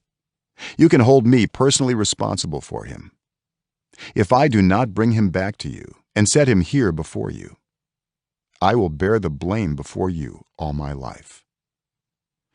As it is, if we had not delayed, we could have gone and returned twice." Then their father Israel said to them, "If it must be, then do this. Put some of the best products of the land in your bags and take them down to the man as a gift, a little balm and a little honey, some spices and myrrh, some pistachio nuts and almonds. Take double the amount of silver with you, for you must return the silver that was put back into the mouths of your sacks. Perhaps it was a mistake. Take your brother also, and go back to the man at once. And may God Almighty grant you mercy before the man, so that he will let your other brother and Benjamin come back with you. As for me, if I am bereaved, I am bereaved." So the men took the gifts and double the amount of silver, and Benjamin also. They hurried down to Egypt and presented themselves to Joseph.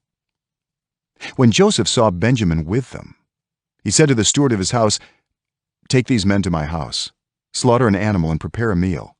They are to eat with me at noon." The man did as Joseph told him and took the men to Joseph's house. Now the men were frightened when they were taken to his house. They thought, "We were brought here because of the silver that was put back into our sacks the first time. He wants to attack us and overpower us and seize us as slaves and take our donkeys." So they went up to Joseph's steward and spoke to him at the entrance to the house. "We beg your pardon, our lord," they said. "We came down here the first time to buy food, but at the place where we stopped for the night we opened our sacks, and each of us found his silver, the exact weight, in the mouth of his sack. So we have brought it back with us. We have also brought additional silver with us to buy food. We don't know who put our silver in our sacks."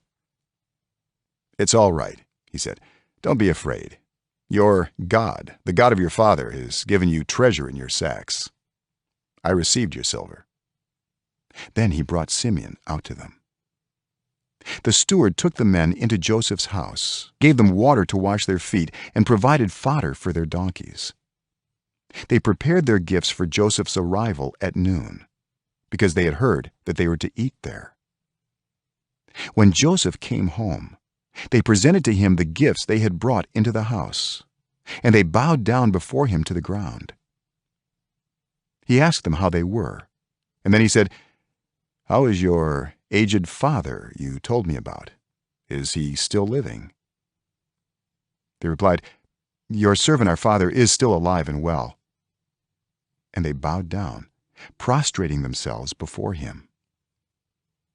As he looked about and saw his brother Benjamin, his own mother's son, he asked, "Is this your youngest brother, the one you told me about?" And he said, "God be gracious to you, my son." Deeply moved at the sight of his brother, Joseph hurried out and looked for a place to weep. He went into his private room and wept there. After he had washed his face, he came out, and controlling himself, said, "Serve the food." They served him by himself, the brothers by themselves, and the Egyptians who ate with him by themselves, because Egyptians could not eat with Hebrews, for that is detestable to Egyptians. The men had been seated before him in the order of their ages, from the firstborn to the youngest, and they looked at each other in astonishment. When portions were served to them from Joseph's table, Benjamin's portion was 5 times as much as anyone else's. So they feasted and drank freely with him. Chapter 44. Now Joseph gave these instructions to the steward of his house: "Fill the men's sacks with as much food as they can carry, and put each man's silver in the mouth of his sack. Then put my cup, the silver one, in the mouth of the youngest one's sack, along with the silver for his grain." And he did as Joseph said. As morning dawned, the men were sent on their way with their donkeys. They had not gone far from the city, when Joseph said to his steward, "Go after those men at once, and when you catch up with them, say to them, 'Why have you repaid good with evil? Isn't this the cup my master drinks from, and also uses for divination? This is a wicked thing you have done.'" When he caught up with them, he repeated these words to them. But they said to him, "Why does my lord say such things? Far be it from your servants to do anything like that. We even brought back to you from the land of Canaan the silver we found inside the mouths of our sacks. So why would we steal silver or gold from your master's house? If any of your servants is found to have it, he will die, and the rest of us will become my lord's slaves." "Very well then," he said, "let it be as you say. Whoever is found to have it will become my slave. The rest of you will be free from blame." Each of them quickly lowered his sack to the ground and opened it. Then the steward proceeded to search, beginning with the oldest and ending with the youngest. And the cup was found in Benjamin's sack." At this they tore their clothes. Then they all loaded their donkeys and returned to the city. Joseph was still in the house when Judah and his brothers came in, and they threw themselves to the ground before him. Joseph said to them, "What is this you have done? Don't you know that a man like me can find things out by divination?" "What can we say to my lord?" Judah replied. "What can we say?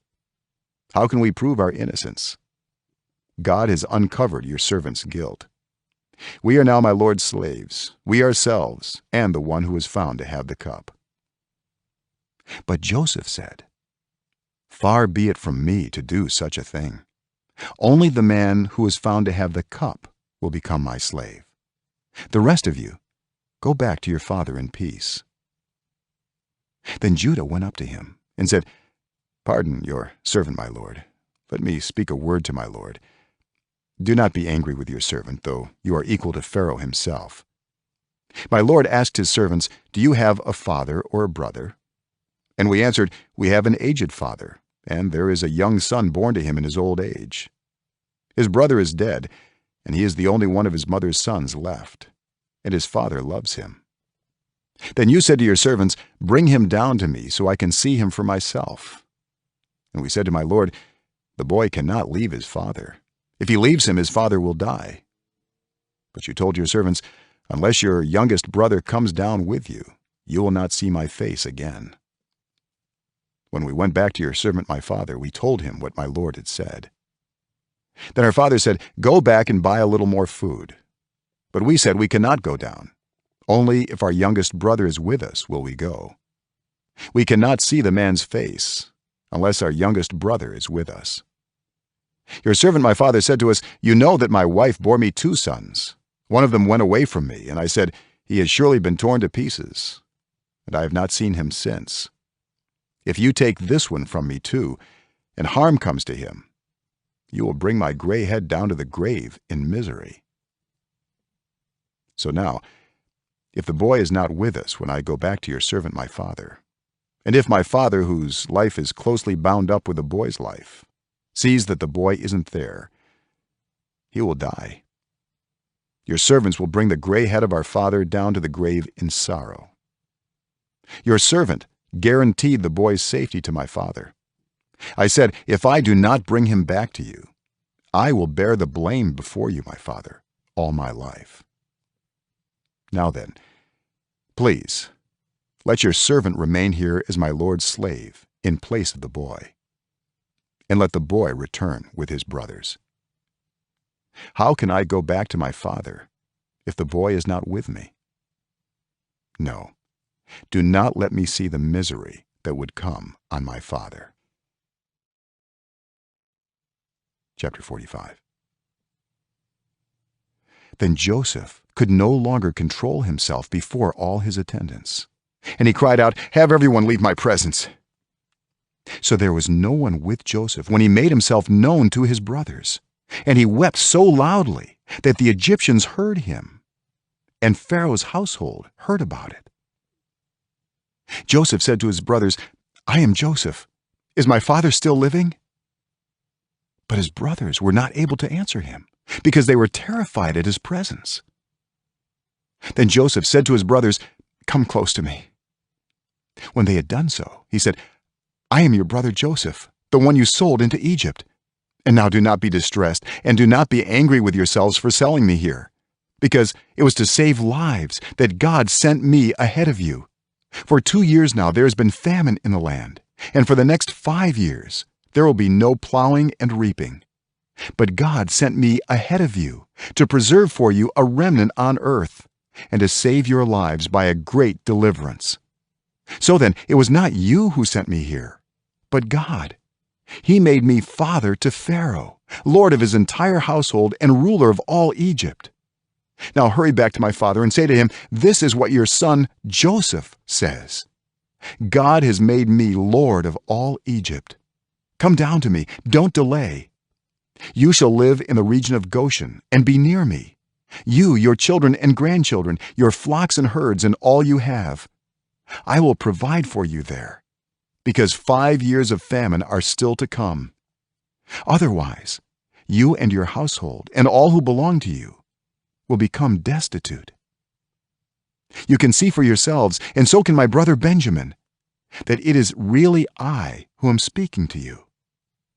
Tell my father about all the honor accorded me in Egypt and about everything you have seen, and bring my father down here quickly." Then he threw his arms around his brother Benjamin and wept. And Benjamin embraced him, weeping. And he kissed all his brothers and wept over them. Afterward, his brothers talked with him.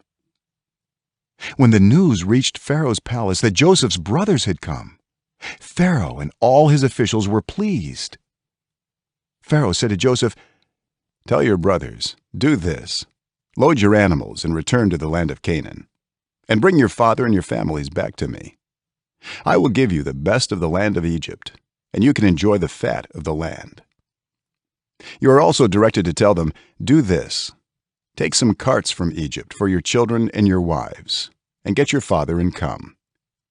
Never mind about your belongings, because the best of all Egypt will be yours." So the sons of Israel did this. Joseph gave them carts as Pharaoh had commanded, and he also gave them provisions for their journey. To each of them he gave new clothing, but to Benjamin he gave 300 shekels of silver and 5 sets of clothes.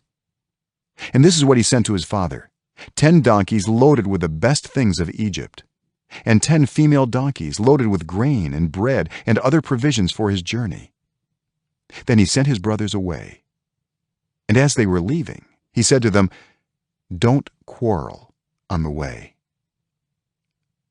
So they went up out of Egypt and came to their father Jacob in the land of Canaan. They told him, "Joseph is still alive.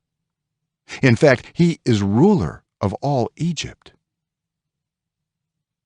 Jacob was stunned. He did not believe them.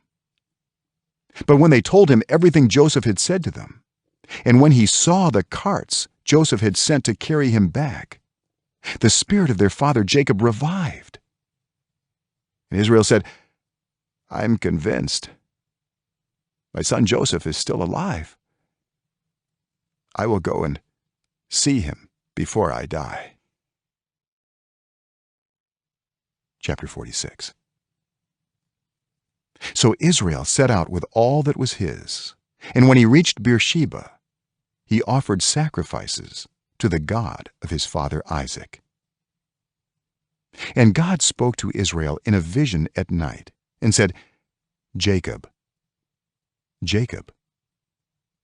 "Here I am," he replied. "I am God, the God of your father," he said. "Do not be afraid to go down to Egypt, for I will make you into a great nation there. I will go down to Egypt with you, and I will surely bring you back again. And Joseph's own hand will close your eyes." Then Jacob left Beersheba, and Israel's sons took their father Jacob and their children and their wives in the carts that Pharaoh had sent to transport him. So Jacob and all his offspring went to Egypt, taking with them their livestock and the possessions they had acquired in Canaan. Jacob brought with him to Egypt his sons and grandsons, and his daughters and granddaughters, all his offspring. These are the names of the sons of Israel, Jacob and his descendants, who went to Egypt. Reuben, the firstborn of Jacob. The sons of Reuben: Hanok, Palu, Hezron, and Carmi. The sons of Simeon: Jemuel, Jamin, Ohad, Jachin, Zohar, and Shaul, the son of a Canaanite woman. The sons of Levi: Gershon, Kohath, and Merari. The sons of Judah: Onan, Shelah, Perez, and Zerah. But and Onan had died in the land of Canaan. The sons of Perez: Hezron and Hamul. The sons of Issachar: Tola, Pua, Jashub, and Shimron. The sons of Zebulun: Sered, Elon, and Jaliel. These were the sons Leah bore to Jacob in Padan Aram, besides his daughter Dinah. These sons and daughters of his were 33 in all. The sons of Gad: Zephon, Haggai, Shunai, Esbon, Eri, Erodi, and Eroli. The sons of Asher: Imnah, Ishva, Ishvi, and Beriah. Their sister was Sarah. The sons of Beriah: Heber and Malchiel. These were the children born to Jacob by Zilpah, whom Laban had given to his daughter Leah, 16 in all. The sons of Jacob's wife Rachel: Joseph and Benjamin. In Egypt, Manasseh and Ephraim were born to Joseph by Asenath, daughter of Potipherah, priest of On. The sons of Benjamin: Bela, Becher, Ashbel, Gera, Naaman, Ehi, Rosh, Mupim, Hupim, and Ard. These were the sons of Rachel, who were born to Jacob, 14 in all. The son of Dan: Hushim. The sons of Naphtali: Jaziel, Gunai, Jezer, and Shalem. These were the sons born to Jacob by Bilhah, whom Laban had given to his daughter Rachel, 7 in all. All those who went to Egypt with Jacob, those who were his direct descendants, not counting his sons' wives, numbered 66 persons. With the 2 sons who had been born to Joseph in Egypt, the members of Jacob's family which went to Egypt were 70 in all. Now Jacob sent Judah ahead of him to Joseph to get directions to Goshen. When they arrived in the region of Goshen, Joseph had his chariot made ready and went to Goshen to meet his father Israel. As soon as Joseph appeared before him, he threw his arms around his father and wept for a long time. Israel said to Joseph, "Now I am ready to die, since I have seen for myself that you are still alive." Then Joseph said to his brothers and to his father's household, "I will go up and speak to Pharaoh, and will say to him, 'My brothers and my father's household, who are living in the land of Canaan, have come to me. The men are shepherds, they tend livestock, and they have brought along their flocks and herds and everything they own. When Pharaoh calls you in and asks, "What is your occupation?" you should answer, "Your servants have tended livestock from our boyhood on, just as our fathers did." Then you will be allowed to settle in the region of Goshen, for all shepherds are detestable to the Egyptians. Chapter 47. Joseph went and told Pharaoh, "My father and brothers, with their flocks and herds and everything they own, have come from the land of Canaan and are now in Goshen." He chose 5 of his brothers and presented them before Pharaoh. Pharaoh asked the brothers, "What is your occupation?" "Your servants are shepherds," they replied to Pharaoh, "just as our fathers were." They also said to him, "We have come to live here for a while, because the famine is severe in Canaan, and your servants' flocks have no pasture. So now, please, let your servants settle in Goshen." Pharaoh said to Joseph, "Your father and your brothers have come to you, and the land of Egypt is before you. Settle your father and your brothers in the best part of the land. Let them live in Goshen. And if you know of any among them with special ability, put them in charge of my own livestock." Then Joseph brought his father Jacob in and presented him before Pharaoh. After Jacob blessed Pharaoh, Pharaoh asked him, "How old are you?" And Jacob said to Pharaoh, "The years of my pilgrimage are 130. My years have been few and difficult, and they do not equal the years of the pilgrimage of my fathers." Then Jacob blessed Pharaoh and went out from his presence. So Joseph settled his father and his brothers in Egypt and gave them property in the best part of the land, the district of Ramesses, as Pharaoh directed. Joseph also provided his father and his brothers and all his father's household with food, according to the number of their children. There was no food, however, in the whole region, because the famine was severe.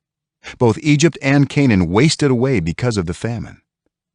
Joseph collected all the money that was to be found in Egypt and Canaan in payment for the grain they were buying, and he brought it to Pharaoh's palace. When the money of the people of Egypt and Canaan was gone, all Egypt came to Joseph and said, "Give us food. Why should we die before your eyes? Our money is all gone." "Then bring your livestock," said Joseph. "I will sell you food in exchange for your livestock, since your money is gone." So they brought their livestock to Joseph, and he gave them food in exchange for their horses, their sheep and goats, their cattle and donkeys. And he brought them through that year with food in exchange for all their livestock. When that year was over, they came to him the following year and said, "We cannot hide from our lord the fact that since our money is gone and our livestock belongs to you, there is nothing left for our lord except our bodies and our land. Why should we perish before your eyes, we and our land as well? Buy us and our land in exchange for food, and we with our land will be in bondage to Pharaoh. Give us seed so that we may live and not die, and that the land may not become desolate." So Joseph bought all the land in Egypt for Pharaoh. The Egyptians, one and all, sold their fields because the famine was too severe for them. The land became Pharaoh's, and Joseph reduced the people to servitude from one end of Egypt to the other. However, he did not buy the land of the priests, because they received a regular allotment from Pharaoh and had food enough from the allotment Pharaoh gave them. That is why they did not sell their land. Joseph said to the people, "Now that I have bought you and your land today for Pharaoh, here is seed for you, so you can plant the ground. But when the crop comes in, give a fifth of it to Pharaoh. The other 4/5 you may keep as seed for the fields and as food for yourselves and your households and your children." "You have saved our lives," they said. "May we find favor in the eyes of our Lord. We will be in bondage to Pharaoh." So Joseph established it as a law concerning land in Egypt, still in force today, that a fifth of the produce belongs to Pharaoh. It was only the land of the priests that did not become Pharaoh's. Now the Israelites settled in Egypt in the region of Goshen. They acquired property there and were fruitful and increased greatly in number. Jacob lived in Egypt 17 years, and the years of his life were 147. When the time drew near for Israel to die, he called for his son Joseph and said to him, "If I have found favor in your eyes, put your hand under my thigh and promise that you will show me kindness and faithfulness. Do not bury me in Egypt, but when I rest with my fathers, carry me out of Egypt and bury me where they are buried." "I will do as you say," he said. "Swear to me," he said. Then Joseph swore to him, and Israel worshipped as he leaned on the top of his staff. Chapter 48. Sometime later, Joseph was told, "Your father is ill." So he took his 2 sons, Manasseh and Ephraim, along with him. When Jacob was told, "Your son Joseph has come to you," Israel rallied his strength and sat up on the bed. Jacob said to Joseph, "God Almighty appeared to me at Luz in the land of Canaan, and there he blessed me and said to me, 'I am going to make you fruitful and increase your numbers. I will make you a community of peoples, and I will give this land as an everlasting possession to your descendants after you.' Now then, your 2 sons born to you in Egypt before I came to you here will be reckoned as mine. Ephraim and Manasseh will be mine, just as Reuben and Simeon are mine. Any children born to you after them will be yours. In the territory they inherit, they will be reckoned under the names of their brothers. As I was returning from Padan, to my sorrow, Rachel died in the land of Canaan while we were still on the way, a little distance from Ephrath. So I buried her there beside the road to Ephrath, that is, Bethlehem." When Israel saw the sons of Joseph, he asked, "Who are these?" "They are the sons God has given me here," Joseph said to his father. Then Israel said, "Bring them to me, so I may bless them." Now Israel's eyes were failing because of old age, and he could hardly see. So Joseph brought his sons close to him, and his father kissed them and embraced them. Israel said to Joseph, "I never expected to see your face again, and now God has allowed me to see your children too." Then Joseph removed them from Israel's knees and bowed down with his face to the ground. And Joseph took both of them, Ephraim on his right toward Israel's left hand, and Manasseh on his left toward Israel's right hand, and brought them close to him. But Israel reached out his right hand and put it on Ephraim's head, though he was the younger, and crossing his arms, he put his left hand on Manasseh's head, even though Manasseh was the firstborn. Then he blessed Joseph and said, "May the God before whom my fathers Abraham and Isaac walked faithfully, the God who has been my shepherd all my life to this day, the angel who has delivered me from all harm, may he bless these boys. May they be called by my name and the names of my fathers Abraham and Isaac, and may they increase greatly on the earth." When Joseph saw his father placing his right hand on Ephraim's head, he was displeased. So he took hold of his father's hand to move it from Ephraim's head to Manasseh's head. Joseph said to him, "No, my father. This one is the firstborn. Put your right hand on his head." But his father refused and said, "I know, my son, I know. He too will become a people, and he too will become great. Nevertheless, his younger brother will be greater than he, and his descendants will become a group of nations." He blessed them that day and said, "In your name will Israel pronounce this blessing: May God make you like Ephraim and Manasseh." So he put Ephraim ahead of Manasseh. Then Israel said to Joseph, "I am about to die, but God will be with you and take you back to the land of your fathers. And to you I give one more ridge of land than to your brothers, the ridge I took from the Amorites with my sword and my bow." Chapter 49. Then Jacob called for his sons and said, "Gather around so I can tell you what will happen to you in days to come. Assemble and listen, sons of Jacob. Listen to your father Israel. Reuben, you are my firstborn, my might, the first sign of my strength, excelling in honor, excelling in power. Turbulent as the waters, you will no longer excel. For you went up onto your father's bed, onto my couch, and defiled it. Simeon and Levi are brothers. Their swords are weapons of violence. Let me not enter their council. Let me not join their assembly. For they have killed men in their anger, and hamstrung oxen as they pleased.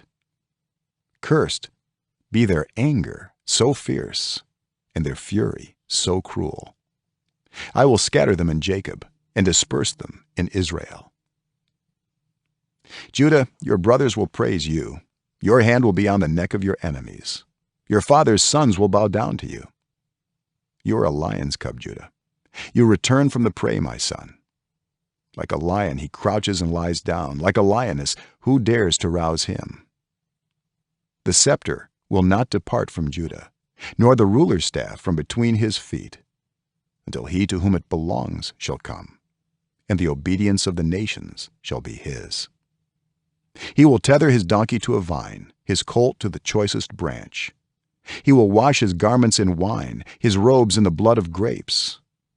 His eyes will be darker than wine, his teeth whiter than milk. Zebulun will live by the seashore and become a haven for ships. His border will extend toward Sidon. Issachar is a raw-boned donkey, lying down among the sheep pens. When he sees how good is his resting place and how pleasant is his land, he will bend his shoulder to the burden and submit to forced labor. Dan will provide justice for his people as one of the tribes of Israel. Dan will be a snake by the roadside, a viper along the path, that bites the horse's heels so that its rider tumbles backward. I look for your deliverance, Lord. Gad will be attacked by a band of raiders, but he will attack them at their heels. Asher's food will be rich. He will provide delicacies fit for a king. Naphtali is a doe set free that bears beautiful fawns. Joseph is a fruitful vine near a spring whose branches climb over a wall. With bitterness archers attacked him. They shot at him with hostility. But his bow remained steady. His strong arm stayed limber. Because of the hand of the mighty one of Jacob, because of the shepherd, the rock of Israel. Because of your father's God, who helps you. Because of the Almighty, who blesses you with blessings of the skies above, blessings of the deep springs below, blessings of the breast and womb. Your father's blessings are greater than the blessings of the ancient mountains, than the bounty of the age-old hills. Let all these rest on the head of Joseph, on the brow of the prince among his brothers. Benjamin is a ravenous wolf. In the morning he devours the prey. In the evening he divides the plunder. All these are the 12 tribes of Israel, and this is what their father said to them when he blessed them, giving each the blessing appropriate to him. Then he gave them these instructions: I am about to be gathered to my people. Bury me with my fathers in the cave in the field of Ephron the Hittite, the cave in the field of Machpelah near Mamre in Canaan, which Abraham bought along with the field as a burial place from Ephron the Hittite. There Abraham and his wife Sarah were buried. There Isaac and his wife Rebekah were buried. And there I buried Leah. The field and the cave in it were bought from the Hittites. When Jacob had finished giving instructions to his sons, he drew his feet up into the bed, breathed his last, and was gathered to his people. Chapter 50. Joseph threw himself on his father and wept over him and kissed him. Then Joseph directed the physicians in his service to embalm his father Israel. So the physicians embalmed him, taking a full 40 days, for that was the time required for embalming.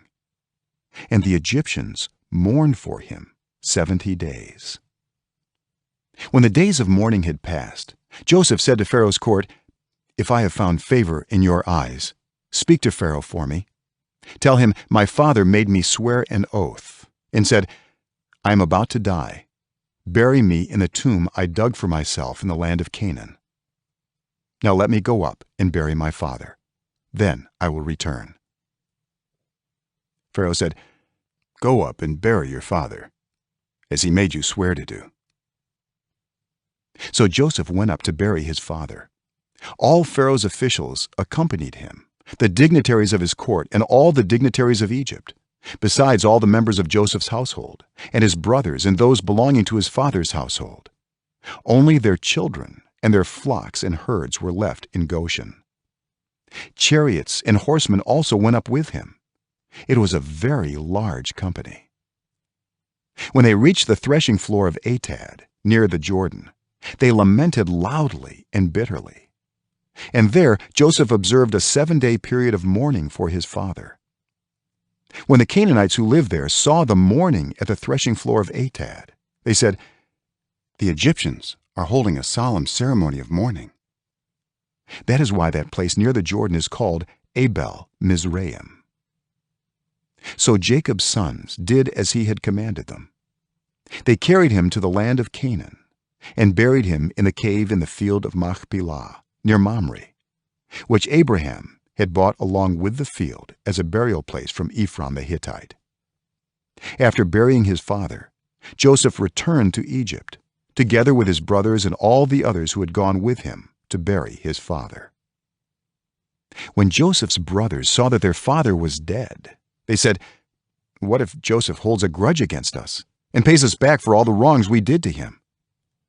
So they sent word to Joseph, saying, "Your father left these instructions before he died. This is what you are to say to Joseph: I ask you to forgive your brothers the sins and the wrongs they committed in treating you so badly.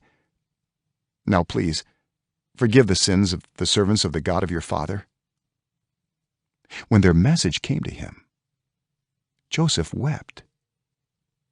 His brothers then came and threw themselves down before him. "We are your slaves," they said. But Joseph said to them, "Don't be afraid. Am I in the place of God? You intended to harm me, but God intended it for good, to accomplish what is now being done, the saving of many lives. So then don't be afraid. I will provide for you and your children." And he reassured them and spoke kindly to them. Joseph stayed in Egypt, along with all his father's family. He lived 110 years and saw the third generation of Ephraim's children. Also, the children of Machir, son of Manasseh, were placed at birth on Joseph's knees. Then Joseph said to his brothers, "I am about to die, but God will surely come to your aid and take you up out of this land to the land he promised on oath to Abraham, Isaac, and Jacob." And Joseph made the Israelites swear an oath and said, "God will surely come to your aid, and then you must carry my bones up from this place." So Joseph died at the age of 110, and after they embalmed him, he was placed in a coffin in Egypt. Exodus chapter 1. These are the names of the sons of Israel who went to Egypt with Jacob, each with his family: Reuben, Simeon, Levi, and Judah; Issachar, Zebulun, and Benjamin; Dan and Naphtali; Gad and Asher.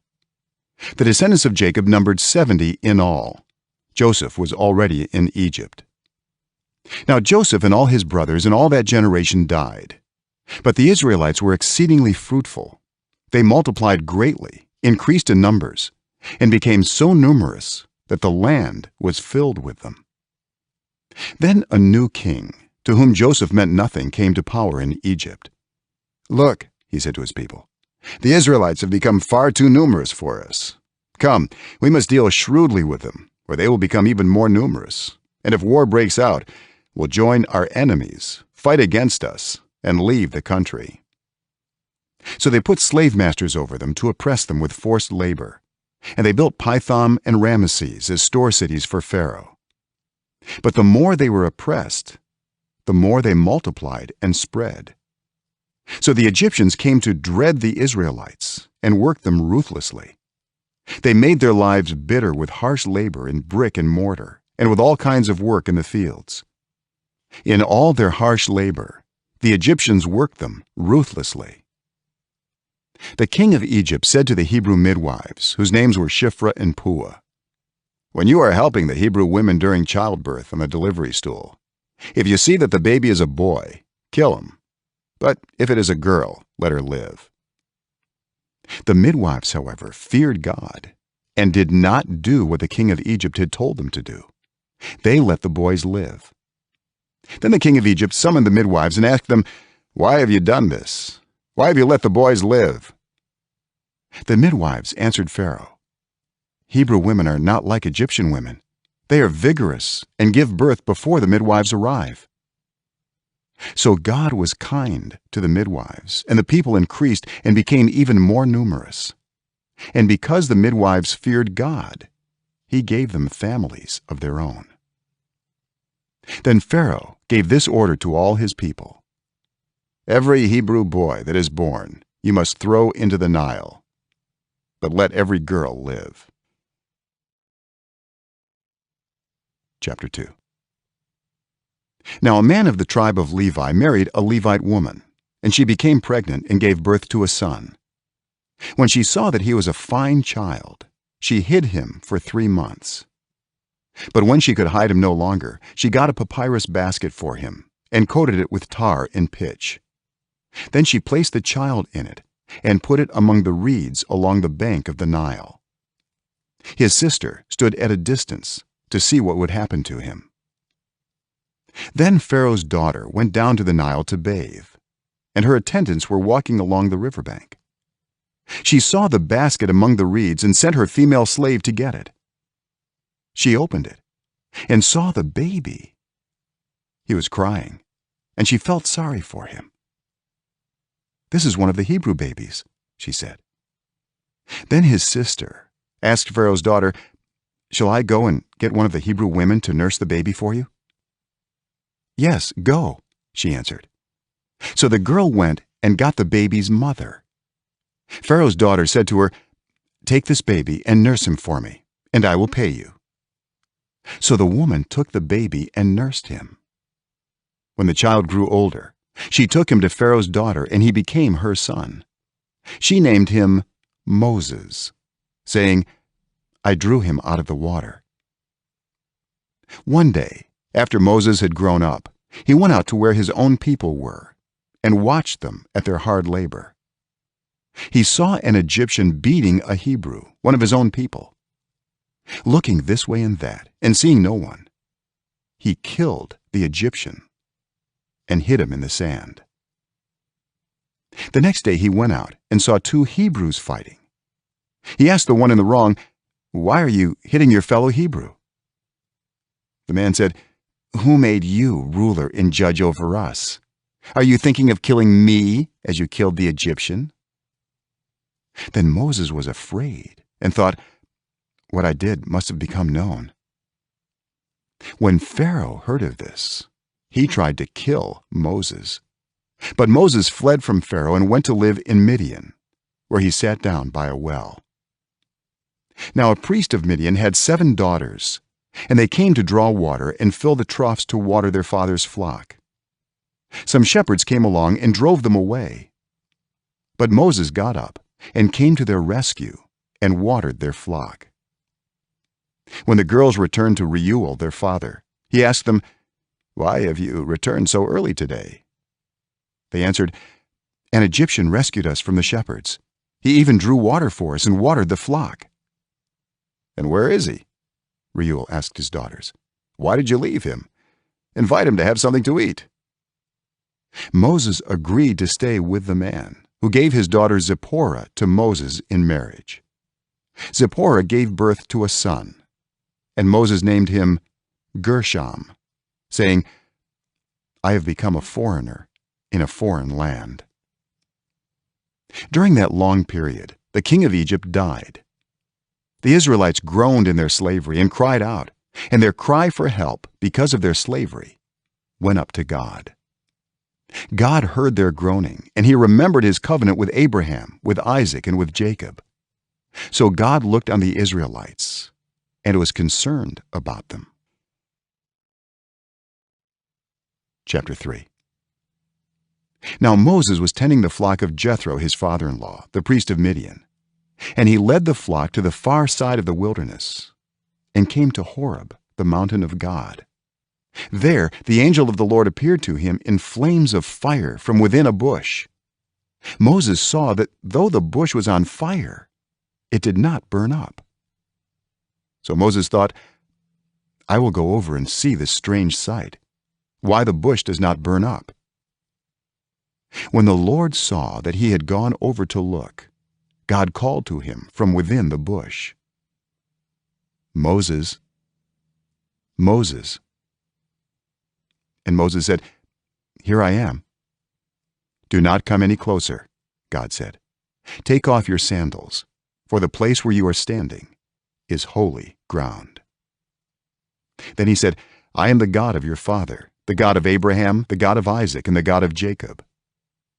At this, Moses hid his face because he was afraid to look at God. The Lord said, "I have indeed seen the misery of my people in Egypt. I have heard them crying out because of their slave drivers, and I am concerned about their suffering. So I have come down to rescue them from the hand of the Egyptians, and to bring them up out of that land into a good and spacious land, a land flowing with milk and honey, the home of the Canaanites, Hittites, Amorites, Perizzites, Hivites, and Jebusites. And now the cry of the Israelites has reached me, and I have seen the way the Egyptians are oppressing them. So now go, I am sending you to Pharaoh to bring my people the Israelites out of Egypt." But Moses said to God, "Who am I that I should go to Pharaoh and bring the Israelites out of Egypt?" And God said, "I will be with you, and this will be the sign to you that it is I who have sent you. When you have brought the people out of Egypt, you will worship God on this mountain." Moses said to God, "Suppose I go to the Israelites and say to them, 'The God of your fathers has sent me to you,' and they ask me, 'What is his name?' Then what shall I tell them?" God said to Moses, "I am who I am. This is what you are to say to the Israelites: 'I am has sent me to you.'" God also said to Moses, "Say to the Israelites, 'The Lord, the God of your fathers, the God of Abraham, the God of Isaac, and the God of Jacob, has sent me to you. This is my name forever, the name you shall call me from generation to generation. Go, assemble the elders of Israel, and say to them, 'The Lord, the God of your fathers, the God of Abraham, Isaac, and Jacob, appeared to me and said, I have watched over you and have seen what has been done to you in Egypt. And I have promised to bring you up out of your misery in Egypt into the land of the Canaanites, Hittites, Amorites, Perizzites, Hivites, and Jebusites, a land flowing with milk and honey. The elders of Israel will listen to you. Then you and the elders are to go to the king of Egypt and say to him, 'The Lord, the God of the Hebrews, has met with us. Let us take a 3-day journey into the wilderness to offer sacrifices to the Lord our God.' But I know that the king of Egypt will not let you go unless a mighty hand compels him. So I will stretch out my hand and strike the Egyptians with all the wonders that I will perform among them. After that, he will let you go. And I will make the Egyptians favorably disposed toward this people, so that when you leave, you will not go empty-handed. Every woman is to ask her neighbor and any woman living in her house for articles of silver and gold and for clothing, which you will put on your sons and daughters. And so you will plunder the Egyptians." Chapter 4. Moses answered, "What if they do not believe me or listen to me and say, 'The Lord did not appear to you'?" Then the Lord said to him, "What is that in your hand?" "A staff," he replied. The Lord said, "Throw it on the ground." Moses threw it on the ground, and it became a snake, and he ran from it. Then the Lord said to him, "Reach out your hand and take it by the tail." So Moses reached out and took hold of the snake, and it turned back into a staff in his hand. "This," said the Lord, "is so that they may believe that the Lord, the God of their fathers, the God of Abraham, the God of Isaac, and the God of Jacob, has appeared to you." Then the Lord said, "Put your hand inside your cloak." So Moses put his hand into his cloak, and when he took it out, the skin was leprous. It had become as white as snow. "Now put it back into your cloak," he said. So Moses put his hand back into his cloak, and when he took it out, it was restored like the rest of his flesh. Then the Lord said, "If they do not believe you or pay attention to the first sign, they may believe the second. But if they do not believe these 2 signs or listen to you, take some water from the Nile and pour it on the dry ground. The water you take from the river will become blood on the ground." Moses said to the Lord, "Pardon your servant, Lord. I have never been eloquent, neither in the past nor since you have spoken to your servant. I am slow of speech and tongue." The Lord said to him, "Who gave human beings their mouths? Who makes them deaf or mute? Who gives them sight or makes them blind? Is it not I, the Lord? Now go, I will help you speak and will teach you what to say." But Moses said, "Pardon your servant, Lord. Please send someone else." Then the Lord's anger burned against Moses, and he said, "What about your brother Aaron the Levite? I know he can speak well. He is already on his way to meet you, and he will be glad to see you. You shall speak to him and put words in his mouth. I will help both of you speak and will teach you what to do. He will speak to the people for you, and it will be as if he were your mouth and as if you were God to him. But take this staff in your hand so you can perform the signs with it." Then Moses went back to Jethro his father-in-law and said to him, "Let me return to my own people in Egypt to see if any of them are still alive." Jethro said, "Go, and I wish you well." Now the Lord had said to Moses in Midian, "Go back to Egypt, for all those who wanted to kill you are dead." So Moses took his wife and sons, put them on a donkey, and started back to Egypt. And he took the staff of God in his hand. The Lord said to Moses, "When you return to Egypt, see that you perform before Pharaoh all the wonders I have given you the power to do. But I will harden his heart so that he will not let the people go. Then say to Pharaoh, 'This is what the Lord says: Israel is my firstborn son. And I told you, let my son go so he may worship me. But you refused to let him go.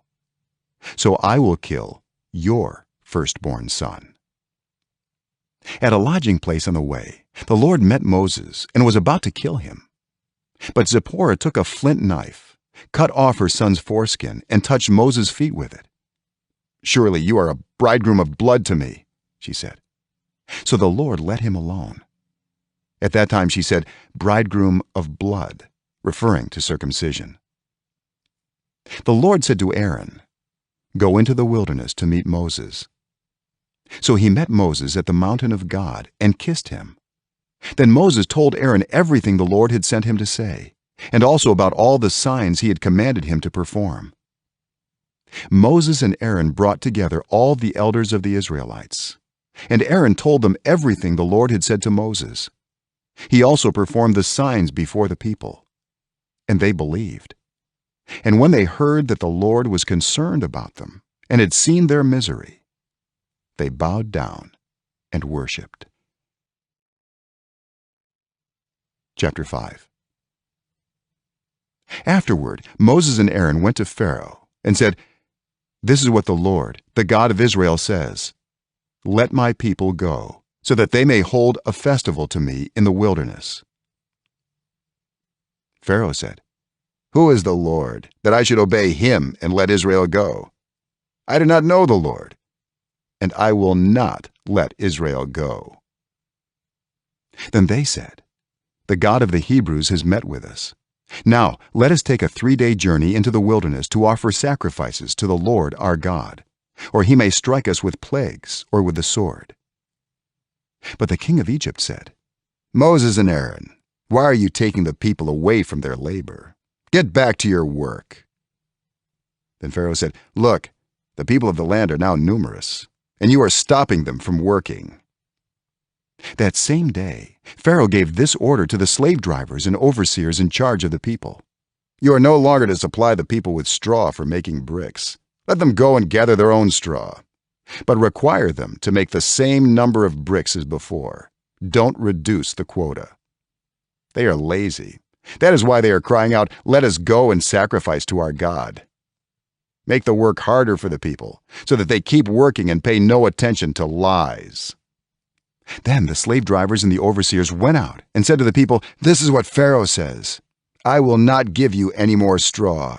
Go and get your own straw wherever you can find it, but your work will not be reduced at all." So the people scattered all over Egypt to gather stubble to use for straw.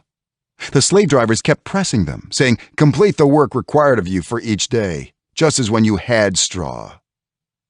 And Pharaoh's slave drivers beat the Israelite overseers they had appointed, demanding, "Why haven't you met your quota of bricks yesterday or today as before?"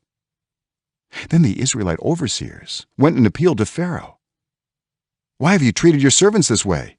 Your servants are given no straw, yet we are told, 'Make bricks.' Your servants are being beaten, but the fault is with your own people." Pharaoh said, "Lazy, that's what you are. Lazy. That is why you keep saying, 'Let us go and sacrifice to the Lord.' Now get to work. You will not be given any straw, yet you must produce your full quota of bricks." The Israelite overseers realized they were in trouble when they were told, "You are not to reduce the number of bricks required of you for each day." When they left Pharaoh, they found Moses and Aaron waiting to meet them, and they said, "May the Lord look on you and judge you. You have made us obnoxious to Pharaoh and his officials, and have put a sword in their hand to kill us." Moses returned to the Lord and said, "Why, Lord? Why have you brought trouble on this people? Is this why you sent me? Ever since I went to Pharaoh to speak in your name, he has brought trouble on this people, and you have not rescued your people at all." Chapter 6. Then the Lord said to Moses, "Now you will see what I will do to Pharaoh.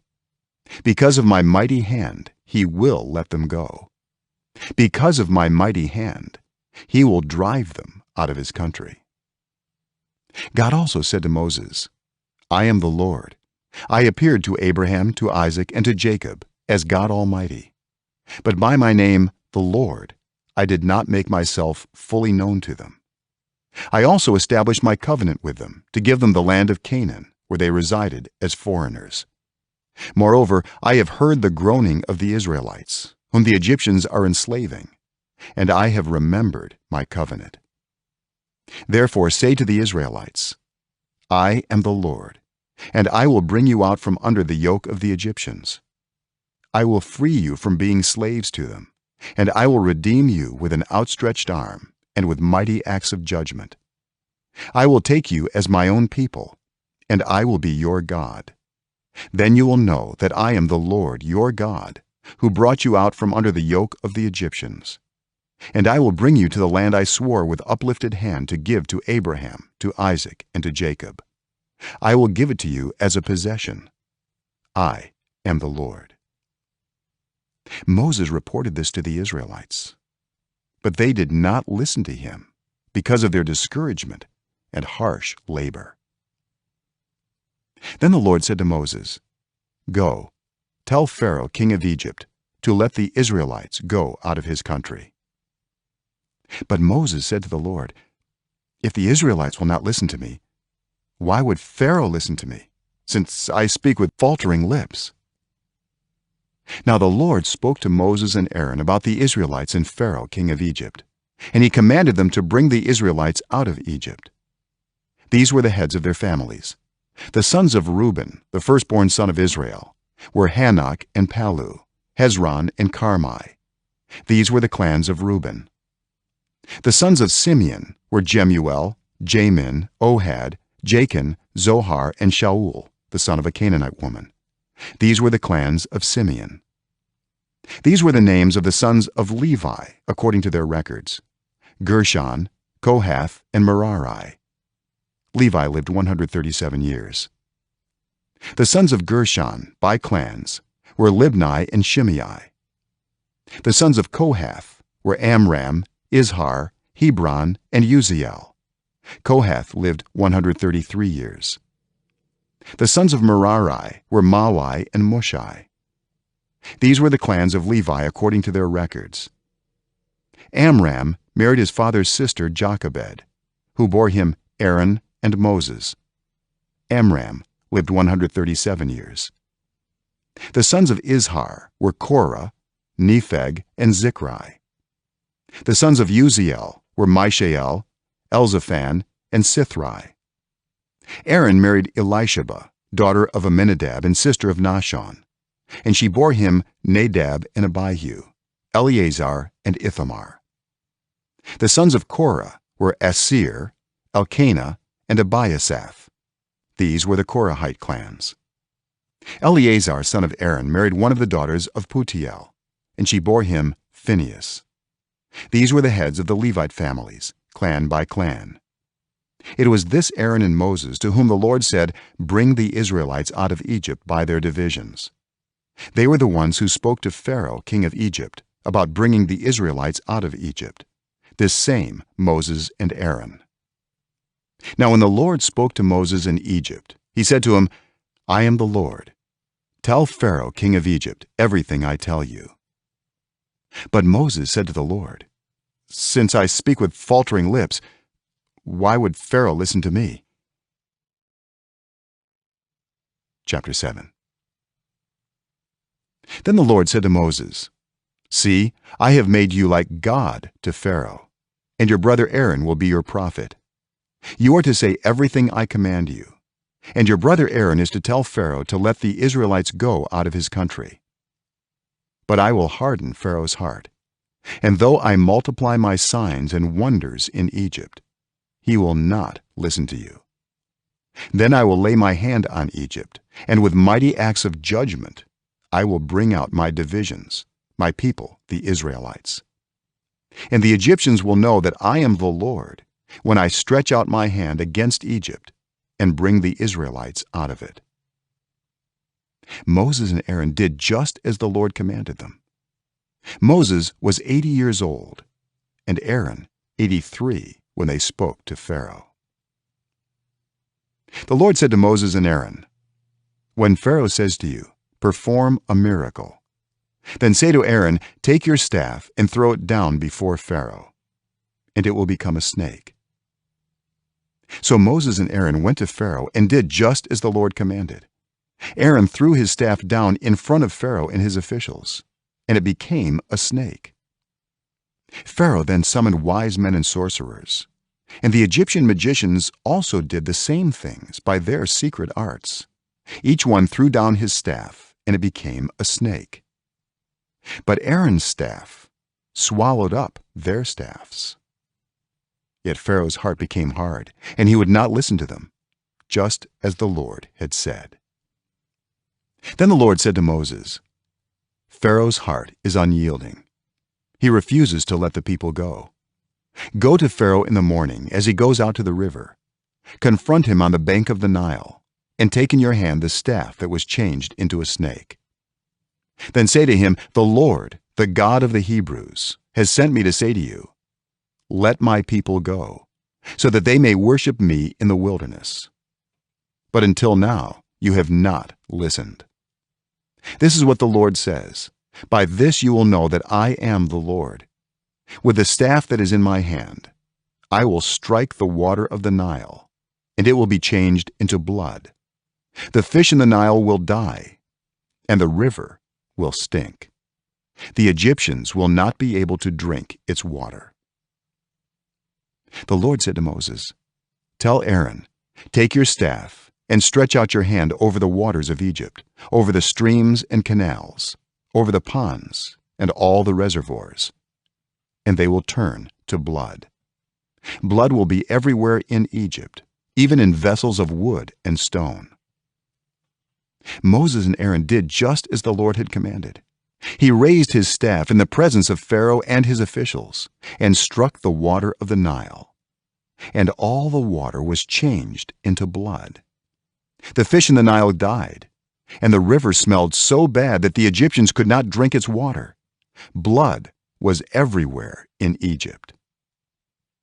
But the Egyptian magicians did the same things by their secret arts, and Pharaoh's heart became hard. He would not listen to Moses and Aaron, just as the Lord had said.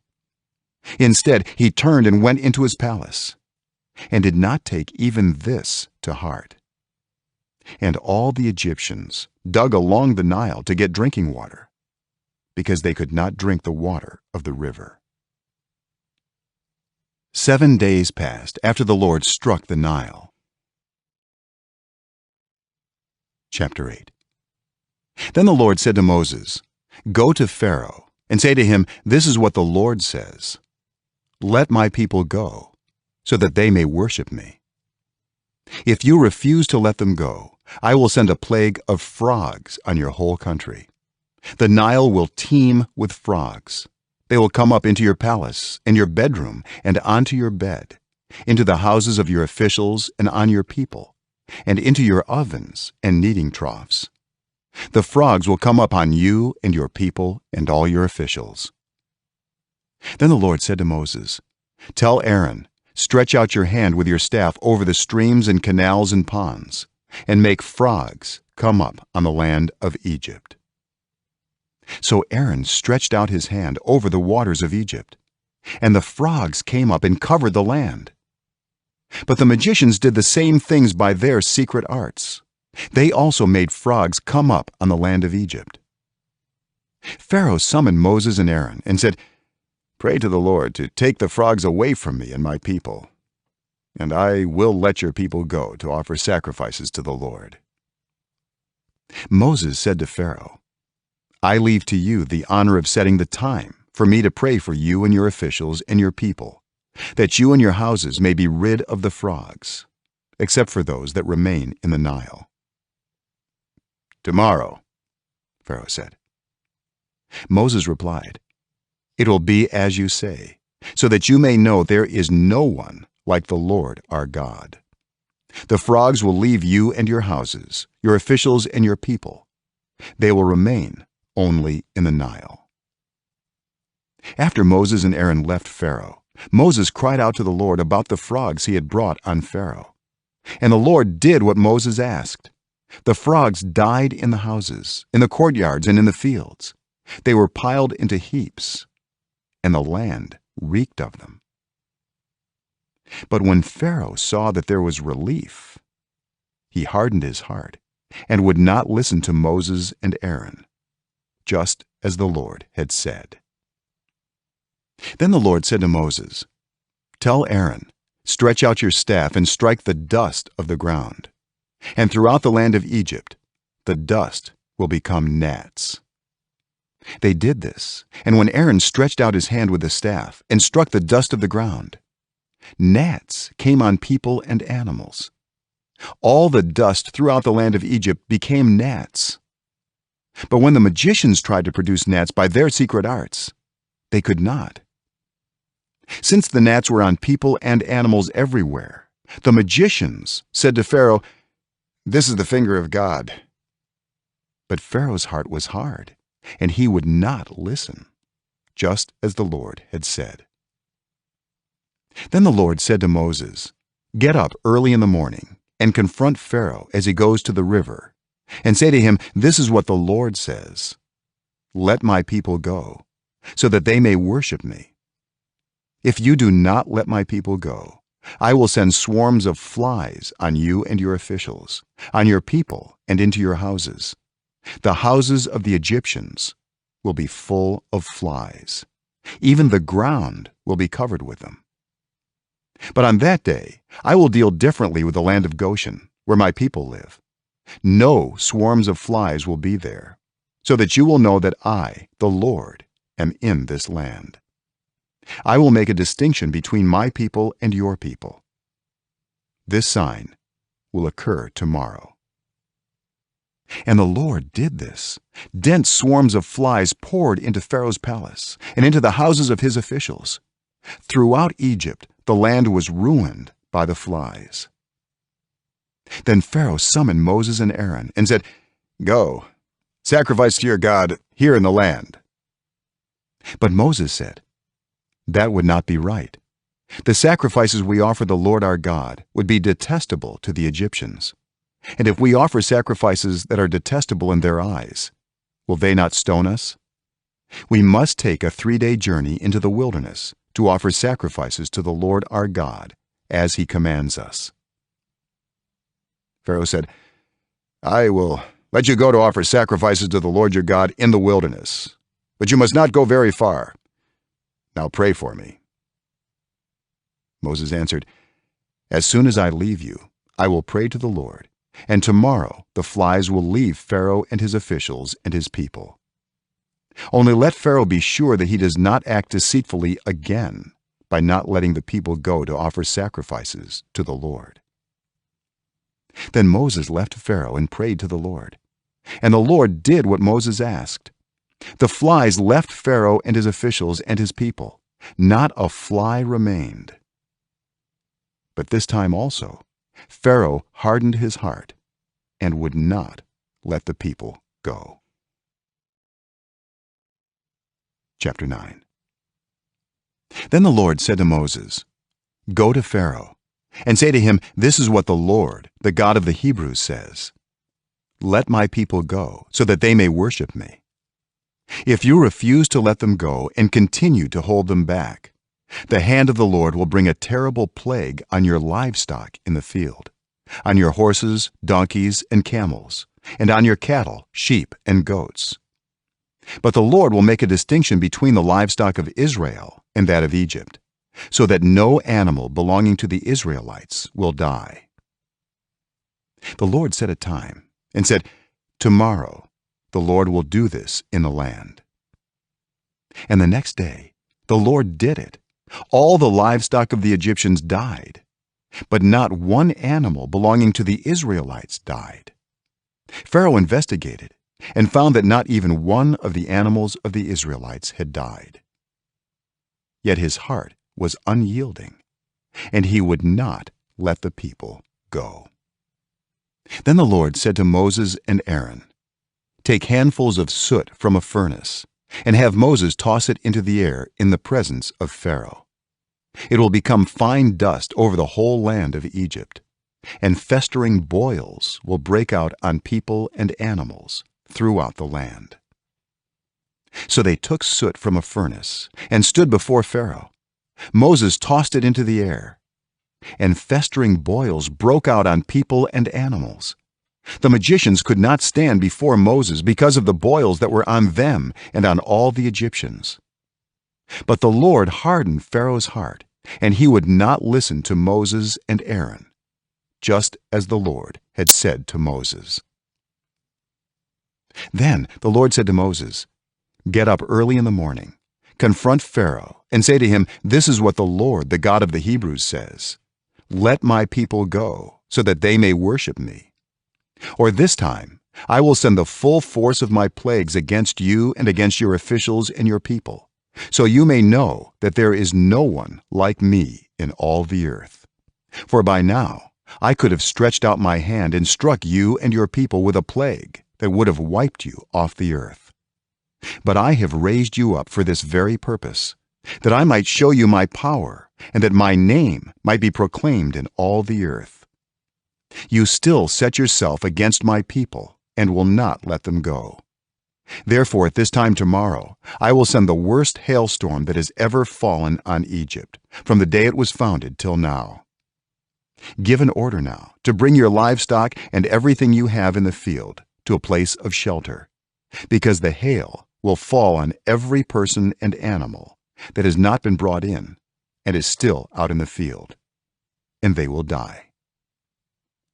Those officials of Pharaoh who feared the word of the Lord hurried to bring their slaves and their livestock inside. But those who ignored the word of the Lord left their slaves and livestock in the field. Then the Lord said to Moses, "Stretch out your hand toward the sky, so that hail will fall all over Egypt, on people and animals, and on everything growing in the fields of Egypt." When Moses stretched out his staff toward the sky, the Lord sent thunder and hail, and lightning flashed down to the ground. So the Lord rained hail on the land of Egypt. Hail fell and lightning flashed back and forth. It was the worst storm in all the land of Egypt since it had become a nation. Throughout Egypt, hail struck everything in the fields, both people and animals. It beat down everything growing in the fields and stripped every tree. The only place it did not hail was the land of Goshen, where the Israelites were. Then Pharaoh summoned Moses and Aaron. "This time I have sinned," he said to them. "The Lord is in the right, and I and my people are in the wrong. Pray to the Lord, for we have had enough thunder and hail. I will let you go. You don't have to stay any longer." Moses replied, "When I have gone out of the city, I will spread out my hands in prayer to the Lord. The thunder will stop, and there will be no more hail, so you may know that the earth is the Lord's. But I know that you and your officials still do not fear the Lord God." The flax and barley were destroyed, since the barley had headed and the flax was in bloom. The wheat and spelt, however, were not destroyed, because they ripened later. Then Moses left Pharaoh and went out of the city. He spread out his hands toward the Lord, the thunder and hail stopped, and the rain no longer poured down on the land. When Pharaoh saw that the rain and hail and thunder had stopped, he sinned again. He and his officials hardened their hearts. So Pharaoh's heart was hard, and he would not let the Israelites go, just as the Lord had said through Moses. Chapter 10. Then the Lord said to Moses, "Go to Pharaoh, for I have hardened his heart and the hearts of his officials, so that I may perform these signs of mine among them, that you may tell your children and grandchildren how I dealt harshly with the Egyptians, and how I performed my signs among them, and that you may know that I am the Lord." So Moses and Aaron went to Pharaoh and said to him, "This is what the Lord, the God of the Hebrews, says: How long will you refuse to humble yourself before me? Let my people go so that they may worship me. If you refuse to let them go, I will bring locusts into your country tomorrow. They will cover the face of the ground so that it cannot be seen. They will devour what little you have left after the hail, including every tree that is growing in your fields. They will fill your houses and those of all your officials and all the Egyptians, something neither your parents nor your ancestors have ever seen from the day they settled in this land till now." Then Moses turned and left Pharaoh. Pharaoh's officials said to him, "How long will this man be a snare to us? Let the people go so that they may worship the Lord their God. Do you not yet realize that Egypt is ruined?" Then Moses and Aaron were brought back to Pharaoh. "Go, worship the Lord your God," he said. "But tell me who will be going." Moses answered, "We will go with our young and our old, with our sons and our daughters, and with our flocks and herds, because we are to celebrate a festival to the Lord." Pharaoh said, "The Lord be with you if I let you go along with your women and children. Clearly you are bent on evil. No, have only the men go and worship the Lord, since that's what you have been asking for." Then Moses and Aaron were driven out of Pharaoh's presence. And the Lord said to Moses, "Stretch out your hand over Egypt, so that locusts swarm over the land and devour everything growing in the fields, everything left by the hail." So Moses stretched out his staff over Egypt, and the Lord made an east wind blow across the land all that day and all that night. By morning the wind had brought the locusts. They invaded all Egypt and settled down in every area of the country in great numbers. Never before had there been such a plague of locusts, nor will there ever be again. They covered all the ground until it was black. They devoured all that was left after the hail, everything growing in the fields and the fruit on the trees. Nothing green remained on tree or plant in all the land of Egypt. Pharaoh quickly summoned Moses and Aaron and said, "I have sinned against the Lord your God and against you. Now forgive my sin once more and pray to the Lord your God to take this deadly plague away from me." Moses then left Pharaoh and prayed to the Lord, and the Lord changed the wind to a very strong west wind, which caught up the locusts and carried them into the Red Sea.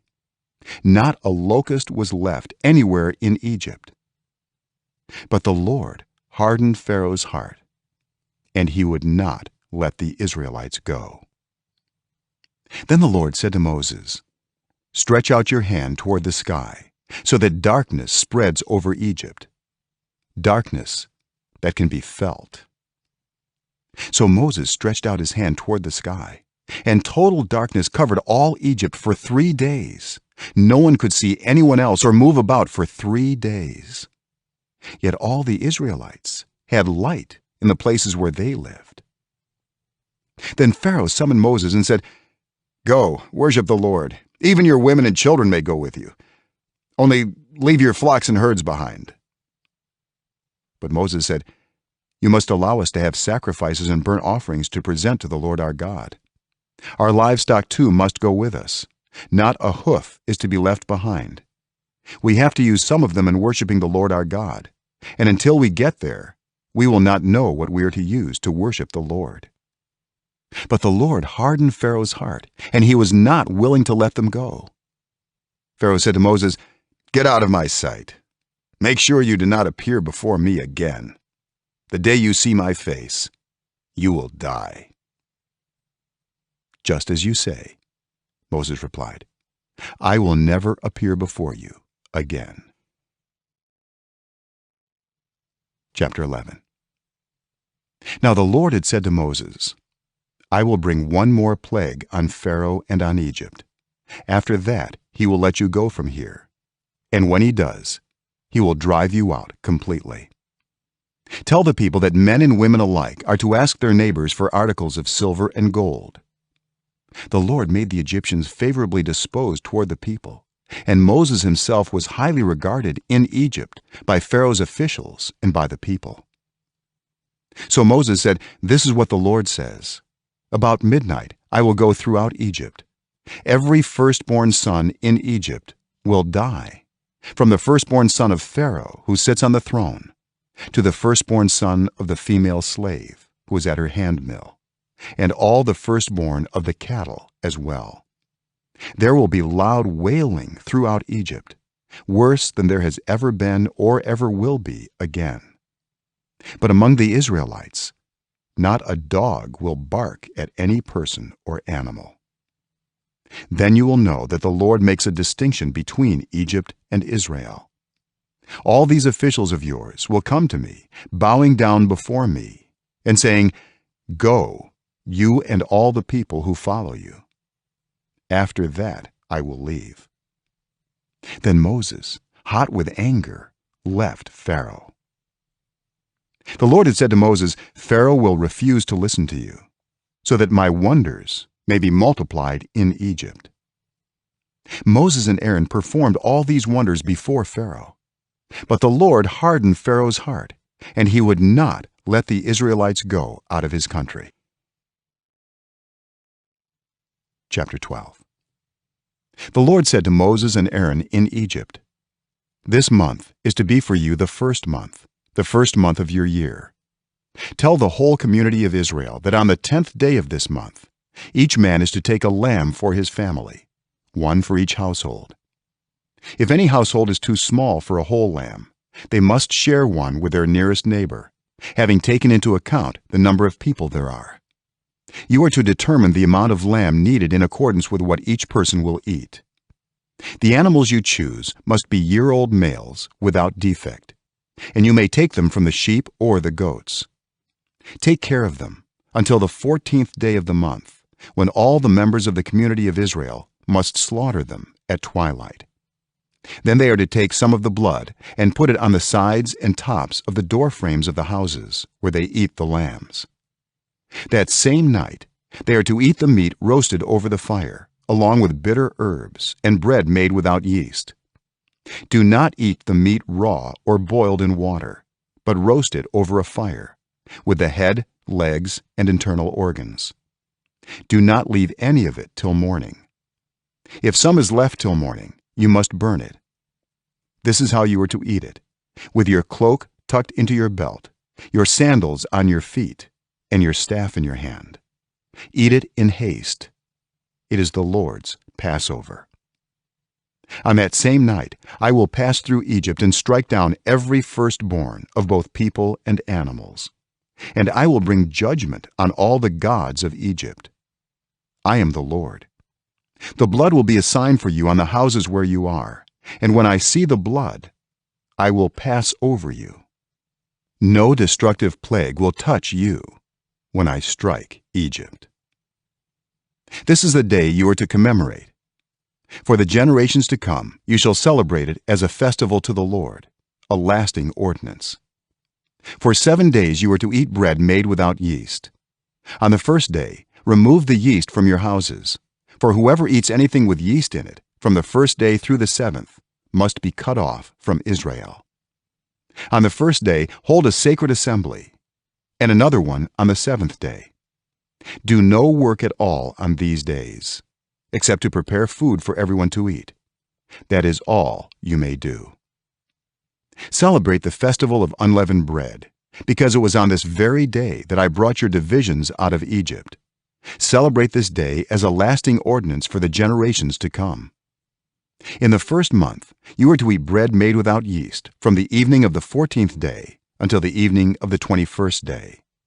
For 7 days no yeast is to be found in your houses.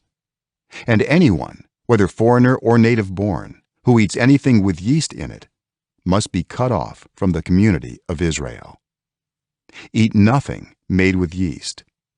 Wherever you live, you must eat unleavened bread. Then Moses summoned all the elders of Israel and said to them, "Go at once and select the animals for your families and slaughter the Passover lamb. Take a bunch of hyssop, dip it into the blood in the basin, and put some of the blood on the top and on both sides of the door frame. None of you shall go out of the door of your house until morning. When the Lord goes through the land to strike down the Egyptians, he will see the blood on the top and sides of the door frame and will pass over that doorway, and he will not permit the destroyer to enter your houses and strike you down. Obey these instructions as a lasting ordinance for you and your descendants. When you enter the land that the Lord will give you as he promised, observe this ceremony. And when your children ask you, 'What does this ceremony mean to you?' then tell them it is the Passover sacrifice to the Lord, who passed over the houses of the Israelites in Egypt and spared our homes when he struck down the Egyptians." Then the people bowed down and worshipped. The Israelites did just what the Lord commanded Moses and Aaron. At midnight the Lord struck down all the firstborn in Egypt, from the firstborn of Pharaoh who sat on the throne to the firstborn of the prisoner who was in the dungeon, and the firstborn of all the livestock as well. Pharaoh and all his officials and all the Egyptians got up during the night, and there was loud wailing in Egypt, for there was not a house without someone dead. During the night Pharaoh summoned Moses and Aaron and said, "Up, leave my people, you and the Israelites. Go, worship the Lord as you have requested. Take your flocks and herds as you have said, and go. And also bless me." The Egyptians urged the people to hurry and leave the country. "For otherwise," they said, "we will all die." So the people took their dough before the yeast was added and carried it on their shoulders in kneading troughs wrapped in clothing. The Israelites did as Moses instructed and asked the Egyptians for articles of silver and gold and for clothing. The Lord had made the Egyptians favorably disposed toward the people, and they gave them what they asked for. So they plundered the Egyptians. The Israelites journeyed from Ramesses to Succoth. There were about 600,000 men on foot, besides women and children. Many other people went up with them, and also large droves of livestock, both flocks and herds. With the dough the Israelites had brought from Egypt, they baked loaves of unleavened bread. The dough was without yeast, because they had been driven out of Egypt and did not have time to prepare food for themselves. Now the length of time the Israelite people lived in Egypt was 430 years. At the end of the 430 years, to the very day, all the Lord's divisions left Egypt. Because the Lord kept vigil that night to bring them out of Egypt, on this night all the Israelites are to keep vigil to honor the Lord for the generations to come. The Lord said to Moses and Aaron, "These are the regulations for the Passover meal. No foreigner may eat it. Any slave you have bought may eat it after you have circumcised him, but a temporary resident or a hired worker may not eat it. It must be eaten inside the house. Take none of the meat outside the house. Do not break any of the bones. The whole community of Israel must celebrate it. A foreigner residing among you who wants to celebrate the Lord's Passover must have all the males in his household circumcised. Then he may take part like one born in the land. No uncircumcised male may eat it. The same law applies both to the native born and to the foreigner residing among you." All the Israelites did just what the Lord had commanded Moses and Aaron, and on that very day the Lord brought the Israelites out of Egypt by their divisions. Chapter 13. The Lord said to Moses, "Consecrate to me every firstborn male. The first offspring of every womb among the Israelites belongs to me, whether human or animal." Then Moses said to the people, "Commemorate this day, the day you came out of Egypt, out of the land of slavery, because the Lord brought you out of it with a mighty hand. Eat nothing containing yeast. Today, in the month of Aviv, you are leaving. When the Lord brings you into the land of the Canaanites, Hittites, Amorites, Hivites, and Jebusites, the land he swore to your ancestors to give you, a land flowing with milk and honey, you are to observe this ceremony in this month. For 7 days eat bread made without yeast, and on the 7th day hold a festival to the Lord. Eat unleavened bread during those 7 days. Nothing with yeast in it is to be seen among you, nor shall any yeast be seen anywhere within your borders. On that day tell your son, I do this because of what the Lord did for me when I came out of Egypt. This observance will be for you like a sign on your hand and a reminder on your forehead, that this law of the Lord is to be on your lips. For the Lord brought you out of Egypt with his mighty hand. You must keep this ordinance at the appointed time, year after year. After the Lord brings you into the land of the Canaanites and gives it to you, as he promised on oath to you and your ancestors, you are to give over to the Lord the first offspring of every womb. All the firstborn males of your livestock belong to the Lord. Redeem with a lamb every firstborn donkey. But if you do not redeem it, break its neck. Redeem every firstborn among your sons. In days to come, when your son asks you, what does this mean?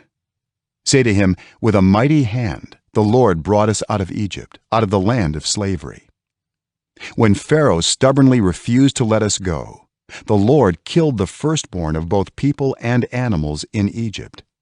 This is why I sacrifice to the Lord the first male offspring of every womb, and redeem each of my firstborn sons.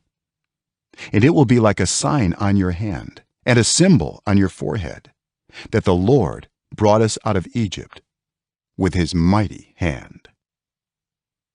When Pharaoh let the people go, God did not lead them on the road through the Philistine country, though that was shorter. For God said, if they face war, they might change their minds and return to Egypt. So God led the people around by the desert road toward the Red Sea. The Israelites went up out of Egypt ready for battle. Moses took the bones of Joseph with him, because Joseph had made the Israelites swear an oath. He had said, God will surely come to your aid, and then you must carry my bones up with you from this place. After leaving Sukkoth, they camped at Etham on the edge of the desert. By day the Lord went ahead of them in a pillar of cloud to guide them on their way, and by night in a pillar of fire to give them light, so that they could travel by day or night. Neither the pillar of cloud by day nor the pillar of fire by night left its place in front of the people. Chapter 14. Then the Lord said to Moses, "Tell the Israelites to turn back and encamp near Pi-hahiroth, between Migdol and the sea. They are to encamp by the sea, directly opposite Baal-zephon.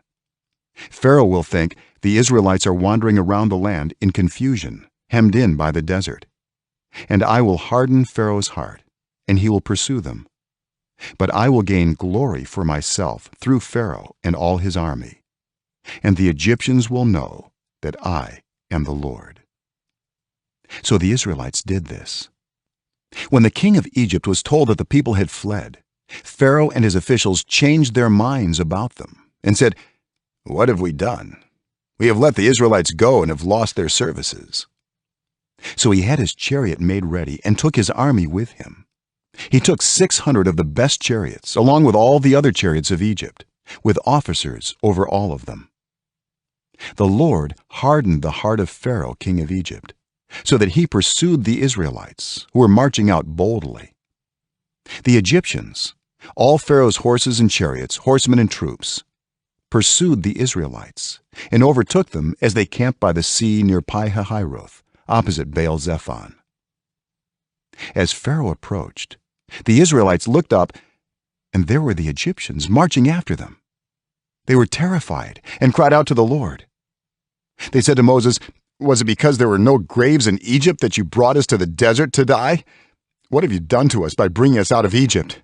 Didn't we say to you in Egypt, 'Leave us alone, let us serve the Egyptians'?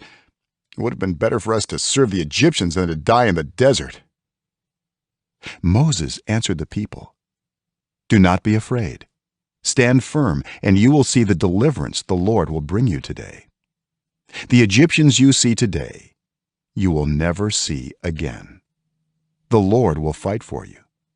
You need only to be still." Then the Lord said to Moses, "Why are you crying out to me?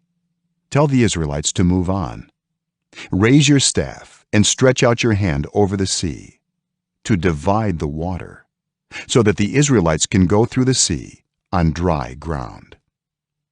I will harden the hearts of the Egyptians so that they will go in after them, and I will gain glory through Pharaoh and all his army, through his chariots and his horsemen. The Egyptians will know that I am the Lord when I gain glory through Pharaoh, his chariots and his horsemen." Then the angel of God, who had been traveling in front of Israel's army, withdrew and went behind them. The pillar of cloud also moved from in front and stood behind them, coming between the armies of Egypt and Israel. Throughout the night the cloud brought darkness to the one side and light to the other side, so neither went near the other all night long. Then Moses stretched out his hand over the sea, and all that night the Lord drove the sea back with a strong east wind and turned it into dry land. The waters were divided, and the Israelites went through the sea on dry ground, with a wall of water on their right and on their left. The Egyptians pursued them, and all Pharaoh's horses and chariots and horsemen followed them into the sea. During the last watch of the night, the Lord looked down from the pillar of fire and cloud at the Egyptian army and threw it into confusion. He jammed the wheels of their chariots so that they had difficulty driving. And the Egyptians said, "Let's get away from the Israelites. The Lord is fighting for them against Egypt." Then the Lord said to Moses, "Stretch out your hand over the sea, so that the waters may flow back over the Egyptians and their chariots and horsemen." Moses stretched out his hand over the sea, and at daybreak the sea went back to its place. The Egyptians were fleeing toward it, and the Lord swept them into the sea. The water flowed back and covered the chariots and horsemen, the entire army of Pharaoh that had followed the Israelites into the sea. Not one of them survived. But the Israelites went through the sea on dry ground, with a wall of water on their right and on their left. That day the Lord saved Israel from the hands of the Egyptians, and Israel saw the Egyptians lying dead on the shore.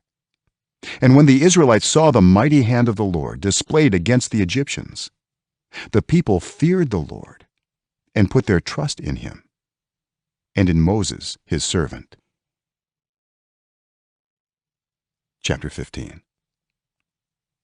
Then Moses and the Israelites sang this song to the Lord: "I will sing to the Lord, for he is highly exalted. Both horse and driver he has hurled into the sea. The Lord is my strength and my defense. He has become my salvation. He is my God, and I will praise him, my father's God, and I will exalt him. The Lord is a warrior. The Lord is his name. Pharaoh's chariots and his army he has hurled into the sea. The best of Pharaoh's officers are drowned in the Red Sea. The deep waters have covered them. They sank to the depths like a stone. Your right hand, Lord, was majestic in power. Your right hand, Lord, shattered the enemy. In the greatness of your majesty, you threw down those who opposed you. You unleashed your burning anger. it consumed them like stubble. By the blast of your nostrils the waters piled up. The surging waters stood up like a wall. The deep waters congealed in the heart of the sea. The enemy boasted, "I will pursue, I will overtake them. I will divide the spoils. I will gorge myself on them. I will draw my sword, and my hand will destroy them." But you blew with your breath, and the sea covered them. They sank like lead in the mighty waters. Who among the gods is like you, Lord? Who is like you, majestic in holiness, awesome in glory, working wonders? You stretch out your right hand, and the earth swallows your enemies. In your unfailing love you will lead the people you have redeemed. In your strength you will guide them to your holy dwelling. The nations will hear and tremble. Anguish will grip the people of Philistia. The chiefs of Edom will be terrified. The leaders of Moab will be seized with trembling. The people of Canaan will melt away. Terror and dread will fall on them. By the power of your arm they will be as still as a stone, until your people pass by, Lord, until the people you bought pass by. You will bring them in and plant them on the mountain of your inheritance, the place, Lord, you made for your dwelling, the sanctuary, Lord, your hands established. The Lord reigns forever and ever. When Pharaoh's horses, chariots, and horsemen went into the sea, the Lord brought the waters of the sea back over them, but the Israelites walked through the sea on dry ground. Then Miriam the prophet, Aaron's sister, took a timbrel in her hand, and all the women followed her with timbrels and dancing. Miriam sang to them, "Sing to the Lord, for he is highly exalted. Both horse and driver he has hurled into the sea." Then Moses led Israel from the Red Sea, and they went into the desert of Shur. For 3 days they traveled in the desert without finding water. When they came to Marah, they could not drink its water because it was bitter. That is why the place is called Marah. So the people grumbled against Moses, saying, "What are we to drink?" Then Moses cried out to the Lord, and the Lord showed him a piece of wood. He threw it into the water, and the water became fit to drink. There the Lord issued a ruling and instruction for them, and put them to the test. He said, "If you listen carefully to the Lord your God, and do what is right in his eyes, if you pay attention to his commands and keep all his decrees, I will not bring on you any of the diseases I brought on the Egyptians, for I am the Lord who heals you." Then they came to Elim, where there were 12 springs and 70 palm trees, and they camped there near the water. Chapter 16. The whole Israelite community set out from Elim and came to the desert of Sin, which is between Elim and Sinai, on the 15th day of the 2nd month after they had come out of Egypt. In the desert, the whole community grumbled against Moses and Aaron. The Israelites said to them, "If only we had died by the Lord's hand in Egypt. There we sat around pots of meat and ate all the food we wanted. But you have brought us out into this desert to starve this entire assembly to death." Then the Lord said to Moses, "I will rain down bread from heaven for you. The people are to go out each day and gather enough for that day. In this way I will test them and see whether they will follow my instructions. On the 6th day they are to prepare what they bring in, and that is to be twice as much as they gather on the other days." So Moses and Aaron said to all the Israelites, "In the evening you will know that it was the Lord who brought you out of Egypt, and in the morning you will see the glory of the Lord, because he has heard your grumbling against him. Who are we that you should grumble against us?" Moses also said, "You will know that it was the Lord when he gives you meat to eat in the evening and all the bread you want in the morning, because he has heard your grumbling against him. Who are we? You are not grumbling against us, but against the Lord." Then Moses told Aaron, Say to the entire Israelite community, come before the Lord, for he has heard your grumbling." While Aaron was speaking to the whole Israelite community, they looked toward the desert, and there was the glory of the Lord appearing in the cloud. The Lord said to Moses, "I have heard the grumbling of the Israelites. Tell them, at twilight you will eat meat, and in the morning you will be filled with bread. Then you will know that I am the Lord your God." That evening quail came and covered the camp, and in the morning there was a layer of dew around the camp. When the dew was gone, thin flakes like frost on the ground appeared on the desert floor. When the Israelites saw it, they said to each other, "What is it?" For they did not know what it was. Moses said to them, "It is the bread the Lord has given you to eat. This is what the Lord has commanded. Everyone is to gather as much as they need. Take an omer for each person you have in your tent." The Israelites did as they were told. Some gathered much, some little. And when they measured it by the omer, the one who gathered much did not have too much, and the one who gathered little did not have too little. Everyone had gathered just as much as they needed. Then Moses said to them, "No one is to keep any of it until morning." However, some of them paid no attention to Moses. They kept part of it until morning. But it was full of maggots and began to smell. So Moses was angry with them. Each morning, everyone gathered as much as they needed, and when the sun grew hot, it melted away. On the 6th day, they gathered twice as much, 2 omers for each person. And the leaders of the community came and reported this to Moses. He said to them, "This is what the Lord commanded. Tomorrow is to be a day of Sabbath rest, a holy Sabbath to the Lord. So bake what you want to bake, and boil what you want to boil. Save whatever is left, and keep it until morning." So they saved it until morning, as Moses commanded, and it did not stink or get maggots in it. "Eat it today," Moses said, "because today is a Sabbath to the Lord. You will not find any of it on the ground today. 6 days you are to gather it, but on the 7th day, the Sabbath, there will not be any." Nevertheless, some of the people went out on the 7th day to gather it, but they found none. Then the Lord said to Moses, "How long will you refuse to keep my commands and my instructions? Bear in mind that the Lord has given you the Sabbath.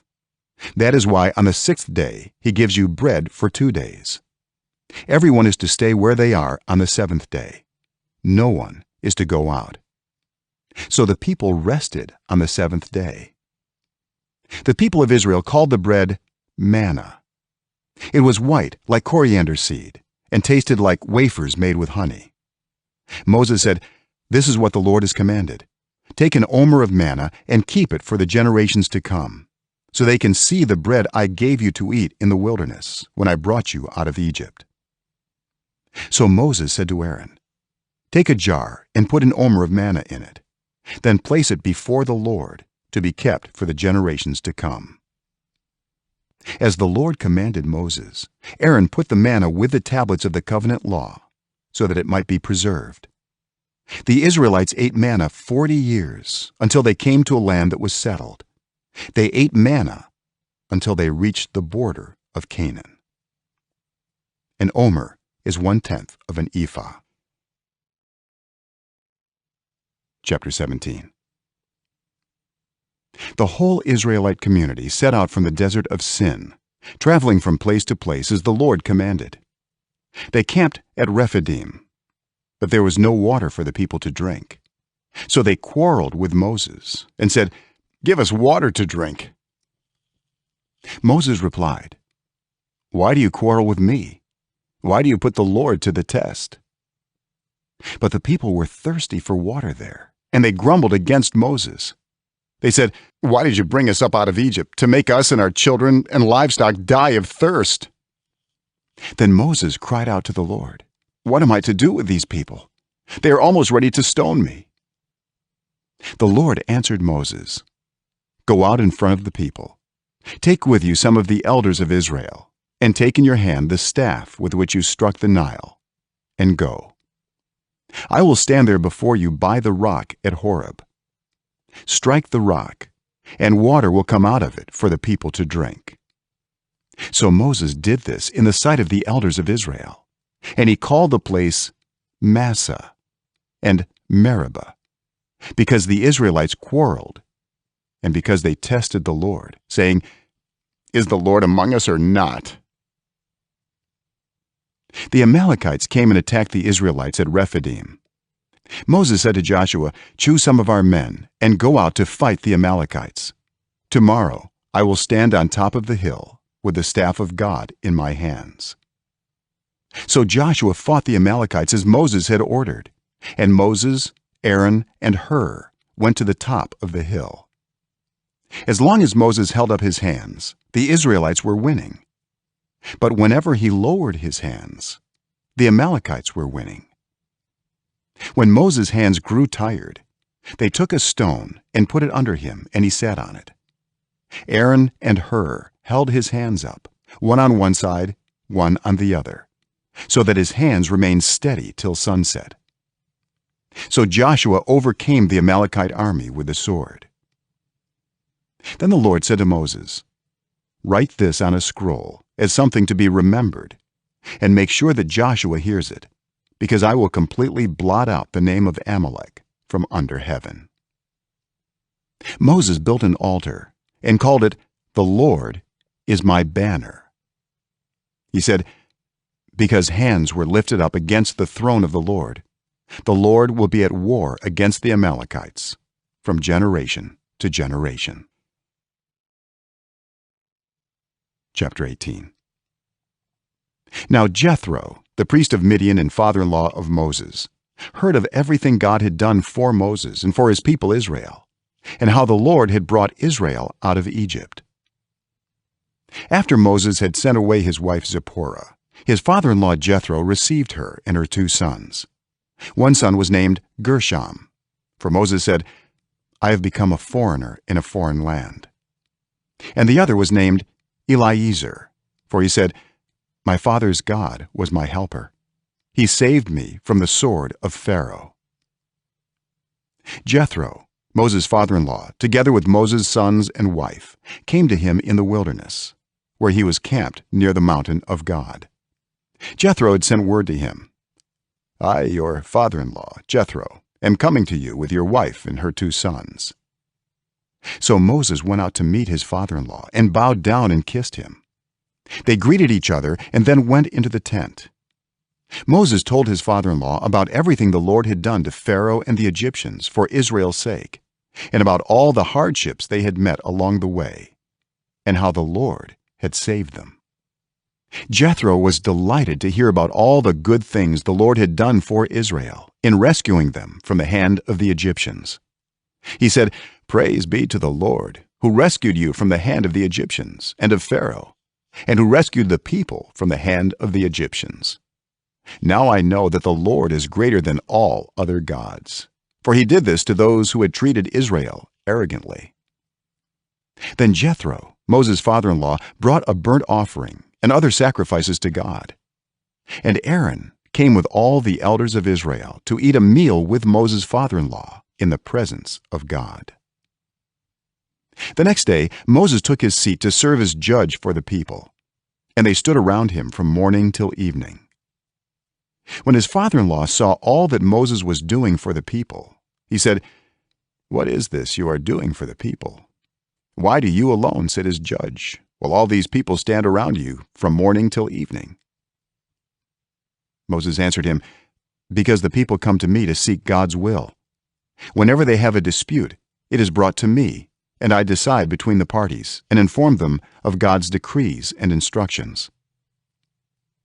Moses' father-in-law replied, "What you are doing is not good. You and these people who come to you will only wear yourselves out. The work is too heavy for you. You cannot handle it alone. Listen now to me, and I will give you some advice, and may God be with you. You must be the people's representative before God and bring their disputes to him. Teach them his decrees and instructions, and show them the way they are to live and how they are to behave. But select capable men from all the people, men who fear God, trustworthy men who hate dishonest gain, and appoint them as officials over thousands, hundreds, fifties, and tens. Have them serve as judges for the people at all times, but have them bring every difficult case to you. The simple cases they can decide themselves. That will make your load lighter, because they will share it with you. If you do this, and God so commands, you will be able to stand the strain, and all these people will go home satisfied." Moses listened to his father-in-law and did everything he said.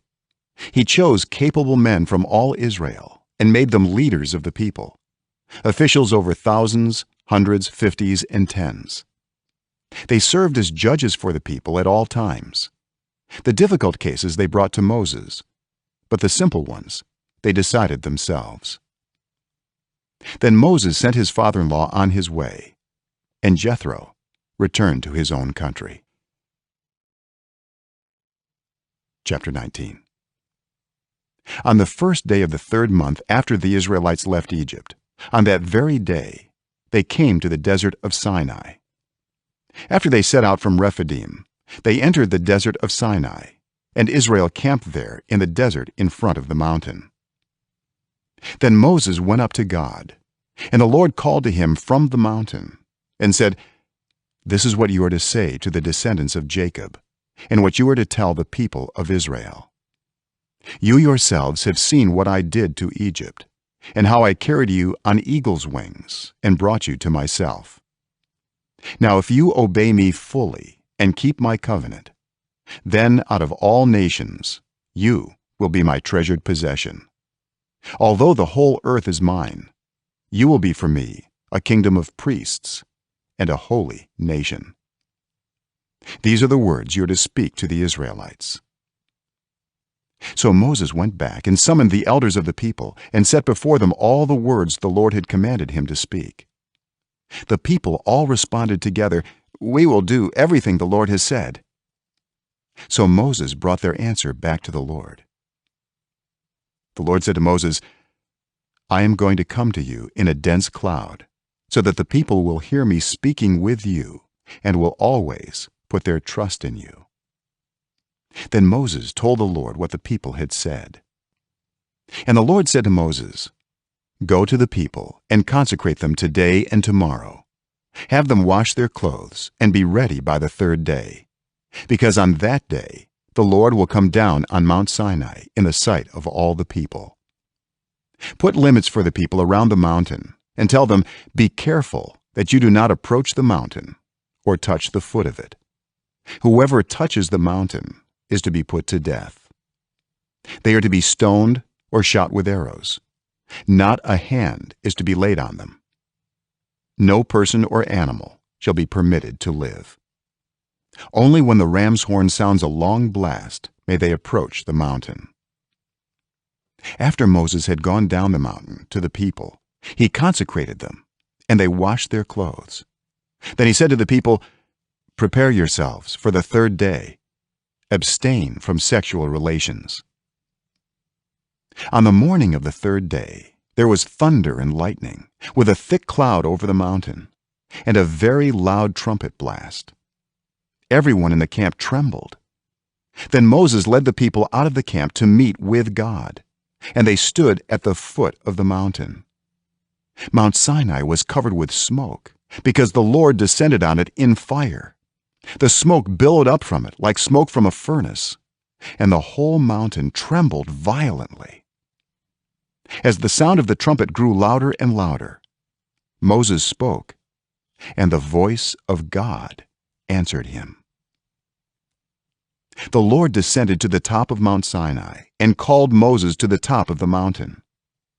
So Moses went up, and the Lord said to him, "Go down and warn the people, so they do not force their way through to see the Lord, and many of them perish. Even the priests who approach the Lord must consecrate themselves, or the Lord will break out against them."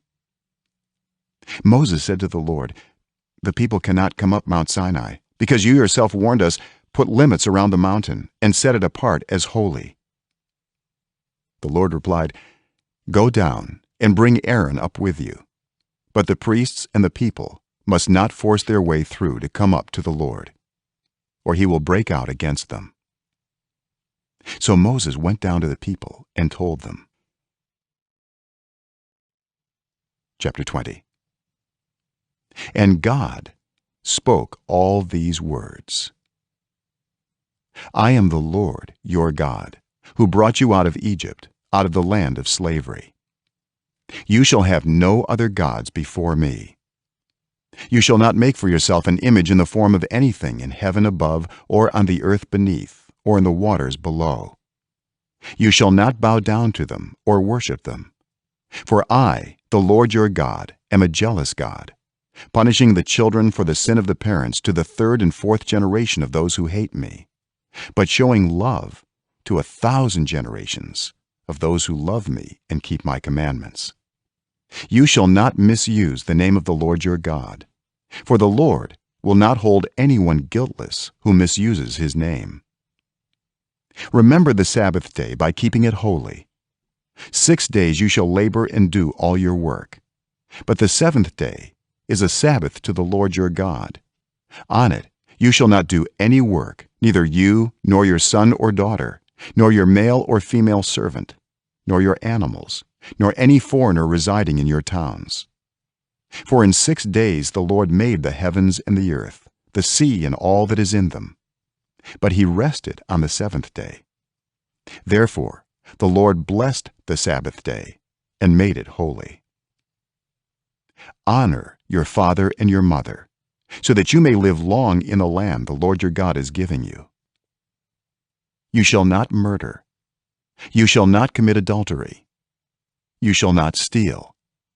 You shall not give false testimony against your neighbor. You shall not covet your neighbor's house. You shall not covet your neighbor's wife, or his male or female servant, his ox or donkey, or anything that belongs to your neighbor." When the people saw the thunder and lightning, and heard the trumpet, and saw the mountain in smoke, they trembled with fear. They stayed at a distance and said to Moses, "Speak to us yourself, and we will listen, but do not have God speak to us, or we will die." Moses said to the people, "Do not be afraid. God has come to test you, so that the fear of God will be with you to keep you from sinning." The people remained at a distance, while Moses approached the thick darkness where God was. Then the Lord said to Moses, "Tell the Israelites this: You have seen for yourselves that I have spoken to you from heaven. Do not make any gods to be alongside me. Do not make for yourselves gods of silver or gods of gold. Make an altar of earth for me, and sacrifice on it your burnt offerings and fellowship offerings, your sheep and goats and your cattle. Wherever I cause my name to be honored, I will come to you and bless you. If you make an altar of stones for me, do not build it with dressed stones, for you will defile it if you use a tool on it. And do not go up to my altar on steps, or your private parts may be exposed." Chapter 21. These are the laws you are to set before them. If you buy a Hebrew servant, he is to serve you for 6 years, but in the 7th year he shall go free, without paying anything. If he comes alone, he is to go free alone, but if he has a wife when he comes, she is to go with him. If his master gives him a wife, and she bears him sons or daughters, the woman and her children shall belong to her master, and only the man shall go free. But if the servant declares, "I love my master and my wife and children, and do not want to go free," then his master must take him before the judges. He shall take him to the door or the doorpost and pierce his ear with an awl. Then he will be his servant for life. If a man sells his daughter as a servant, she is not to go free as male servants do. If she does not please the master who has selected her for himself, he must let her be redeemed.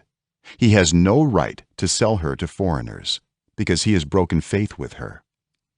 If he selects her for his son, he must grant her the rights of a daughter. If he marries another woman, he must not deprive the first one of her food, clothing, and marital rights.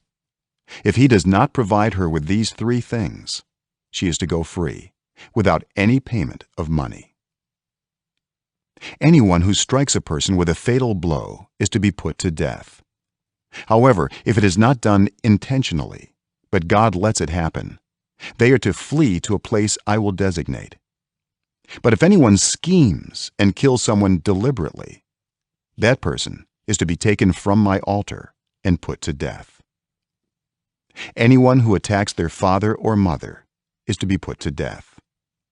Anyone who kidnaps someone is to be put to death, whether the victim has been sold or is still in the kidnapper's possession. Anyone who curses their father or mother is to be put to death.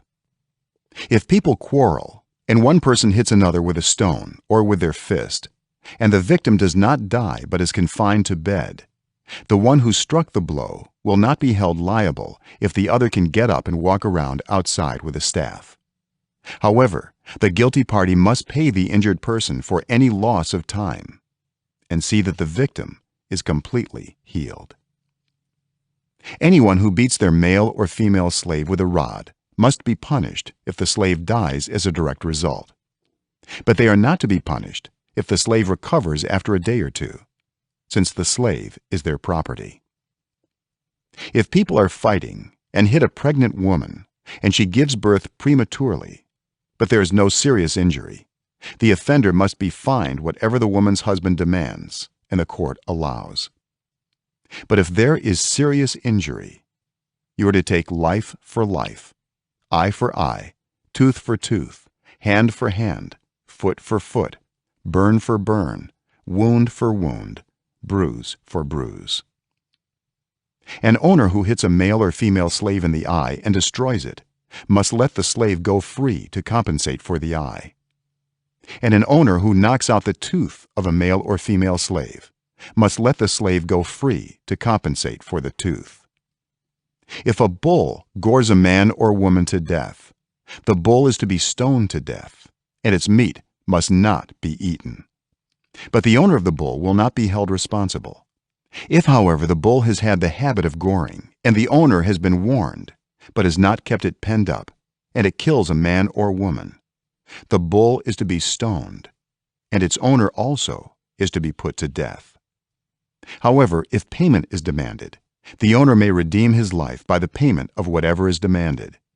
This law also applies if the bull gores a son or daughter.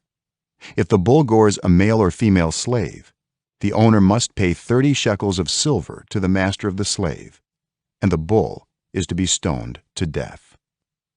If anyone uncovers a pit, or digs one and fails to cover it, and an ox or a donkey falls into it, the one who opened the pit must pay the owner for the loss and take the dead animal in exchange.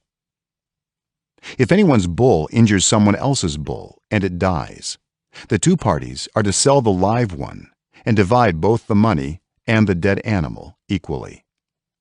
However, if it was known that the bull had the habit of goring, yet the owner did not keep it penned up, the owner must pay animal for animal and take the dead animal in exchange. Chapter 22. Whoever steals an ox or a sheep and slaughters it or sells it must pay back 5 head of cattle for the ox and 4 sheep for the sheep. If a thief is caught breaking in at night and is struck a fatal blow, the defender is not guilty of bloodshed. But if it happens after sunrise, the defender is guilty of bloodshed.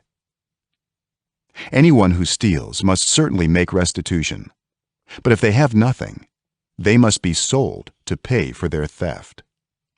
If the stolen animal is found alive in their possession, whether ox or donkey or sheep, they must pay back double. If anyone grazes their livestock in a field or vineyard and lets them stray, and they graze in someone else's field, the offender must make restitution from the best of their own field or vineyard. If a fire breaks out and spreads into thorn bushes, so that it burns shocks of grain or standing grain or the whole field, the one who started the fire must make restitution. If anyone gives a neighbor silver or goods for safekeeping, and they are stolen from the neighbor's house, The thief, if caught, must pay back double. But if the thief is not found, the owner of the house must appear before the judges, and they must determine whether the owner of the house has laid hands on the other person's property. In all cases of illegal possession of an ox, a donkey, a sheep, a garment, or any other lost property about which somebody says, "This is mine," both parties are to bring their cases before the judges. The one whom the judges declare guilty must pay back double to the other.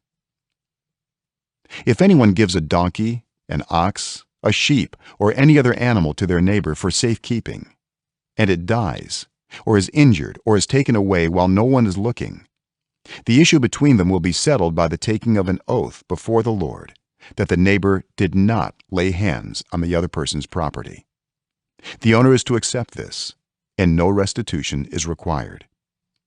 But if the animal was stolen from the neighbor, restitution must be made to the owner. If it was torn to pieces by a wild animal, the neighbor shall bring in the remains as evidence and shall not be required to pay for the torn animal. If anyone borrows an animal from their neighbor and it is injured or dies while the owner is not present, they must make restitution. But if the owner is with the animal, the borrower will not have to pay. If the animal was hired, the money paid for the hire covers the loss. If a man seduces a virgin who is not pledged to be married and sleeps with her, he must pay the bride price, and she shall be his wife. If her father absolutely refuses to give her to him, he must still pay the bride price for virgins. Do not allow a sorceress to live. Anyone who has sexual relations with an animal is to be put to death. Whoever sacrifices to any god other than the Lord must be destroyed. Do not mistreat or oppress a foreigner, for you were foreigners in Egypt. Do not take advantage of the widow or the fatherless. If you do, and they cry out to me, I will certainly hear their cry. My anger will be aroused, and I will kill you with the sword. Your wives will become widows, and your children fatherless. If you lend money to one of my people among you who is needy, do not treat it like a business deal. Charge no interest. If you take your neighbor's cloak as a pledge, return it by sunset, because that cloak is the only covering your neighbor has. What else can they sleep in? When they cry out to me, I will hear, for I am compassionate. Do not blaspheme God or curse the ruler of your people. Do not hold back offerings from your granaries or your vats. You must give me the firstborn of your sons. Do the same with your cattle and your sheep. Let them stay with their mothers for 7 days, but give them to me on the 8th day. You are to be my holy people, so do not eat the meat of an animal torn by wild beasts. Throw it to the dogs. Chapter 23. Do not spread false reports. Do not help a guilty person by being a malicious witness. Do not follow the crowd in doing wrong. When you give testimony in a lawsuit, do not pervert justice by siding with the crowd, and do not show favoritism to a poor person in a lawsuit. If you come across your enemy's ox or donkey wandering off, be sure to return it. If you see the donkey of someone who hates you fallen down under its load, do not leave it there. Be sure you help them with it. Do not deny justice to your poor people in their lawsuits. Have nothing to do with a false charge, and do not put an innocent or honest person to death, for I will not acquit the guilty. Do not accept a bribe, for a bribe blinds those who see and twists the words of the innocent. Do not oppress a foreigner. You yourselves know how it feels to be foreigners, because you were foreigners in Egypt. For 6 years you are to sow your fields and harvest the crops. But during the 7th year, let the land lie unplowed and unused. Then the poor among your people may get food from it, and the wild animals may eat what is left. Do the same with your vineyard and your olive grove. 6 days do your work, but on the seventh day do not work, so that your ox and your donkey may rest, and so that the slave born in your household and the foreigner living among you may be refreshed. Be careful to do everything I have said to you. Do not invoke the names of other gods. Do not let them be heard on your lips. 3 times a year you are to celebrate a festival to me. Celebrate the festival of unleavened bread. For 7 days eat bread made without yeast, as I commanded you. Do this at the appointed time in the month of Aviv, for in that month you came out of Egypt. No one is to appear before me empty-handed. Celebrate the festival of harvest with the first fruits of the crops you sow in your field. Celebrate the festival of ingathering at the end of the year, when you gather in your crops from the field. 3 times a year all the men are to appear before the sovereign Lord. Do not offer the blood of a sacrifice to me, along with anything containing yeast. The fat of my festival offerings must not be kept until morning. Bring the best of the firstfruits of your soil to the house of the Lord your God. Do not cook a young goat in its mother's milk. See, I am sending an angel ahead of you to guard you along the way and to bring you to the place I have prepared. Pay attention to him and listen to what he says. Do not rebel against him. He will not forgive your rebellion, since my name is in him. If you listen carefully to what he says and do all that I say, I will be an enemy to your enemies and will oppose those who oppose you. My angel will go ahead of you and bring you into the land of the Amorites, Hittites, Perizzites, Canaanites, Hivites, and Jebusites, and I will wipe them out. Do not bow down before their gods or worship them or follow their practices. You must demolish them and break their sacred stones to pieces. Worship the Lord your God, and his blessing will be on your food and water. I will take away sickness from among you, and none will miscarry or be barren in your land. I will give you a full lifespan. I will send my terror ahead of you and throw into confusion every nation you encounter. I will make all your enemies turn their backs and run. I will send the hornet ahead of you to drive the Hivites, Canaanites, and Hittites out of your way. But I will not drive them out in a single year, because the land would become desolate and the wild animals too numerous for you. Little by little I will drive them out before you, until you have increased enough to take possession of the land. I will establish your borders from the Red Sea to the Mediterranean Sea, and from the desert to the Euphrates River. I will give into your hands the people who live in the land, and you will drive them out before you. Do not make a covenant with them or with their gods. Do not let them live in your land, or they will cause you to sin against me, because the worship of their gods will certainly be a snare to you. Chapter 24.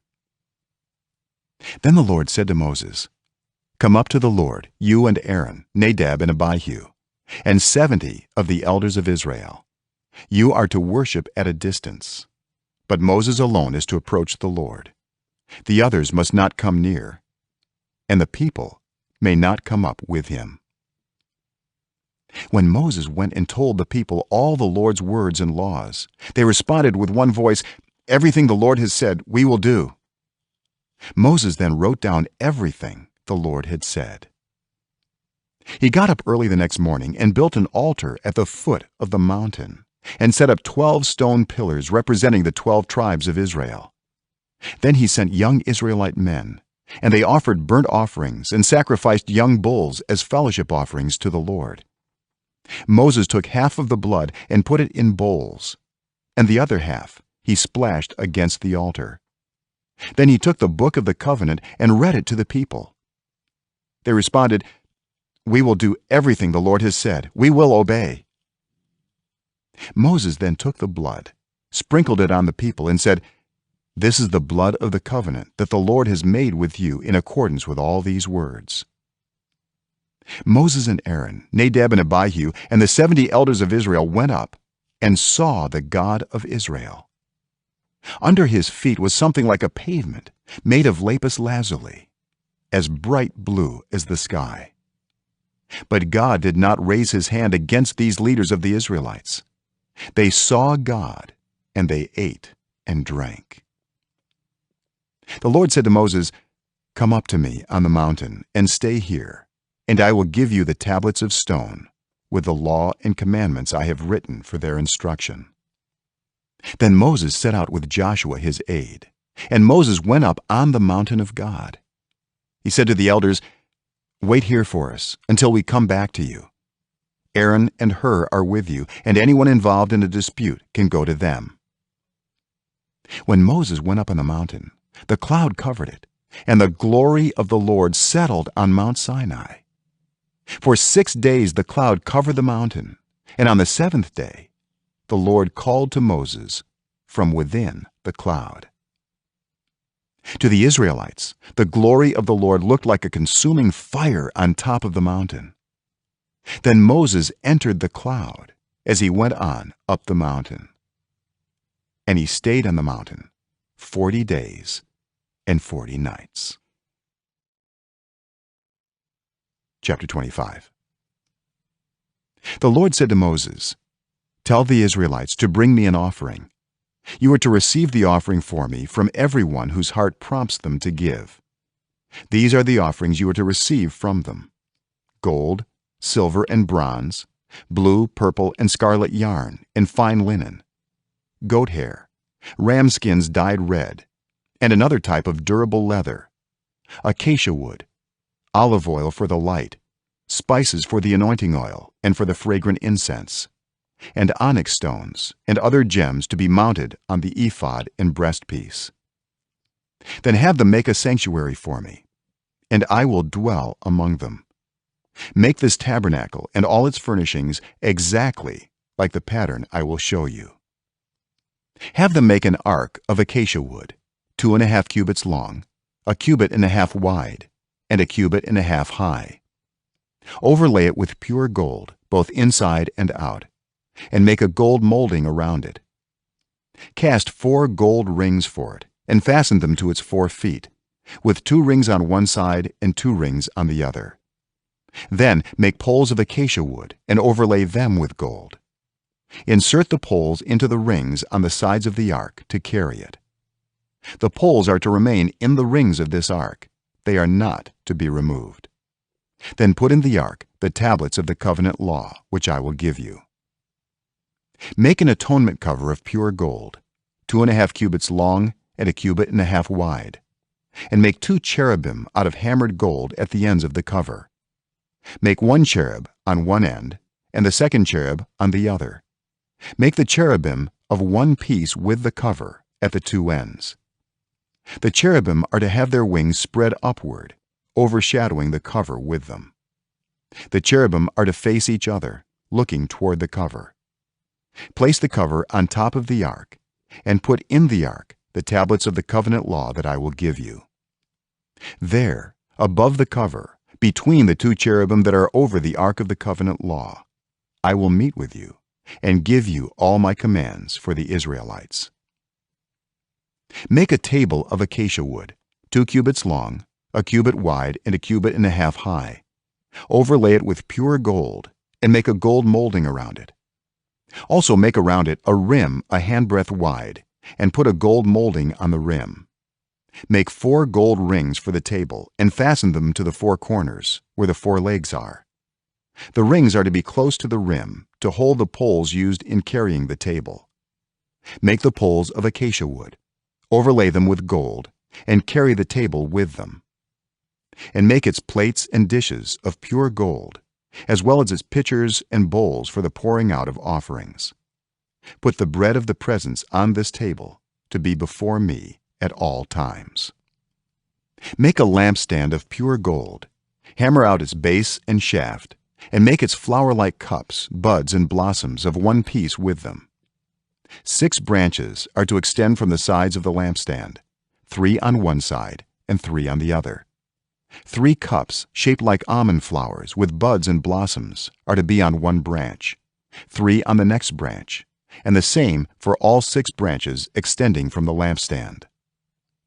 And on the lampstand there are to be 4 cups shaped like almond flowers with buds and blossoms. 1 bud shall be under the first pair of branches extending from the lampstand, a second bud under the second pair, and a third bud under the third pair, 6 branches in all. The buds and branches shall all be of one piece with the lampstand, hammered out of pure gold. Then make it 7 lamps and set them up on it, so that they light the space in front of it. Its wick trimmers and trays are to be of pure gold. A talent of pure gold is to be used for the lampstand and all these accessories. See that you make them according to the pattern shown you on the mountain. Chapter 26. Make the tabernacle with 10 curtains of finely twisted linen and blue, purple, and scarlet yarn, with cherubim woven into them by a skilled worker. All the curtains are to be the same size, 28 cubits long and 4 cubits wide. Join 5 of the curtains together and do the same with the other 5. Make loops of blue material along the edge of the end curtain in one set, and do the same with the end curtain in the other set. Make 50 loops on one curtain and 50 loops on the end curtain of the other set, with the loops opposite each other. Then make 50 gold clasps and use them to fasten the curtains together, so that the tabernacle is a unit. Make curtains of goat hair for the tent over the tabernacle, 11 altogether. All 11 curtains are to be the same size, 30 cubits long and 4 cubits wide. Join 5 of the curtains together into one set and the other 6 into another set. Fold the 6th curtain double at the front of the tent. Make 50 loops along the edge of the end curtain in one set, and also along the edge of the end curtain in the other set. Then make 50 bronze clasps and put them in the loops to fasten the tent together as a unit. As for the additional length of the tent curtains, the half curtain that is left over is to hang down at the rear of the tabernacle. The tent curtains will be a cubit longer on both sides. What is left will hang over the sides of the tabernacle, so as to cover it. Make for the tent a covering of ram skins dyed red, and over that a covering of the other durable leather. Make upright frames of acacia wood for the tabernacle. Each frame is to be 10 cubits long and a cubit and a half wide, with 2 projections set parallel to each other. Make all the frames of the tabernacle in this way. Make 20 frames for the south side of the tabernacle, and make 40 silver bases to go under them, 2 bases for each frame, 1 under each projection. For the other side, the north side of the tabernacle, make 20 frames and 40 silver bases, 2 under each frame. Make 6 frames for the far end, that is, the west end of the tabernacle, and make 2 frames for the corners at the far end. At these 2 corners they must be double from the bottom all the way to the top, and fitted into a single ring. Both shall be like that. So there will be 8 frames and 16 silver bases, 2 under each frame. Also make crossbars of acacia wood, 5 for the frames on one side of the tabernacle, 5 for those on the other side, and 5 for the frames on the west at the far end of the tabernacle. The center crossbar is to extend from end to end at the middle of the frames. Overlay the frames with gold and make gold rings to hold the crossbars. Also overlay the crossbars with gold. Set up the tabernacle according to the plan shown you on the mountain. Make a curtain of blue, purple, and scarlet yarn and finely twisted linen, with cherubim woven into it by a skilled worker. Hang it with gold hooks on 4 posts of acacia wood overlaid with gold, and standing on 4 silver bases. Hang the curtain from the clasps, and place the Ark of the Covenant law behind the curtain, The curtain will separate the holy place from the most holy place. Put the atonement cover on the ark of the covenant law in the most holy place. Place the table outside the curtain on the north side of the tabernacle, and put the lampstand opposite it on the south side. For the entrance to the tent, make a curtain of blue, purple, and scarlet yarn in finely twisted linen, the work of an embroiderer. Make gold hooks for this curtain and 5 posts of acacia wood overlaid with gold, and cast 5 bronze bases for them. Chapter 27. Build an altar of acacia wood, 3 cubits high. It is to be square, 5 cubits long and 5 cubits wide. Make a horn at each of the 4 corners, so that the horns and the altar are of one piece, and overlay the altar with bronze. Make all its utensils of bronze, its pots to remove the ashes, and its shovels, sprinkling bowls, meat forks, and fire pans. Make a grating for it, a bronze network, and make a bronze ring at each of the 4 corners of the network. Put it under the ledge of the altar, so that it is halfway up the altar. Make poles of acacia wood for the altar and overlay them with bronze. The poles are to be inserted into the rings, so they will be on 2 sides of the altar when it is carried. Make the altar hollow, out of boards. It is to be made just as you were shown on the mountain. Make a courtyard for the tabernacle. The south side shall be 100 cubits long, and is to have curtains of finely twisted linen, with 20 posts and 20 bronze bases, and with silver hooks and bands on the posts. The north side shall also be 100 cubits long, and is to have curtains with 20 posts and 20 bronze bases, and with silver hooks and bands on the posts. The west end of the courtyard shall be 50 cubits wide, and have curtains with 10 posts and 10 bases.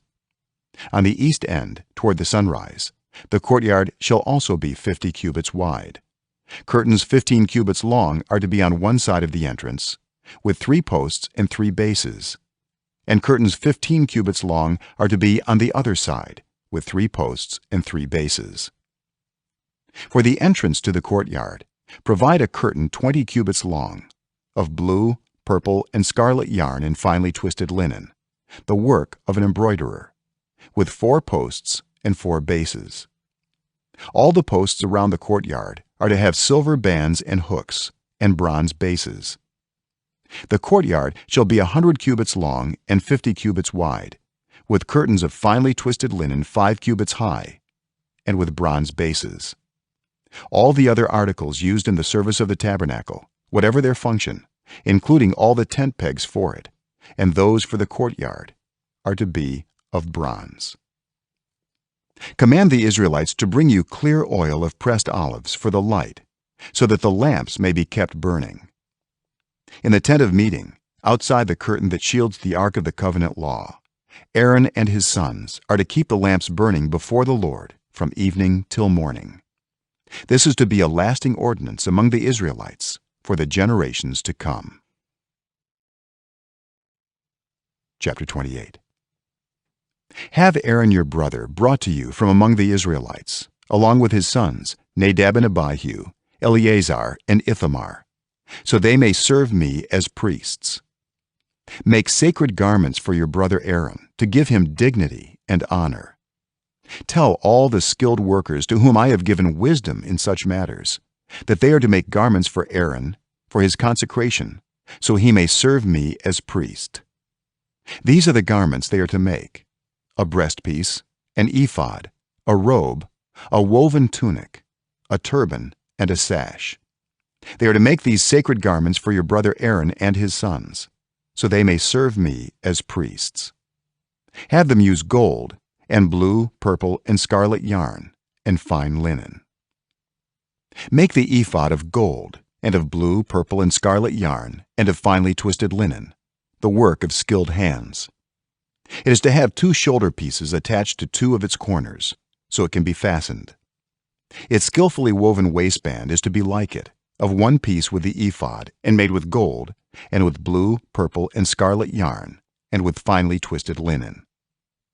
take 2 onyx stones and engrave on them the names of the sons of Israel in the order of their birth, 6 names on one stone and the remaining 6 on the other.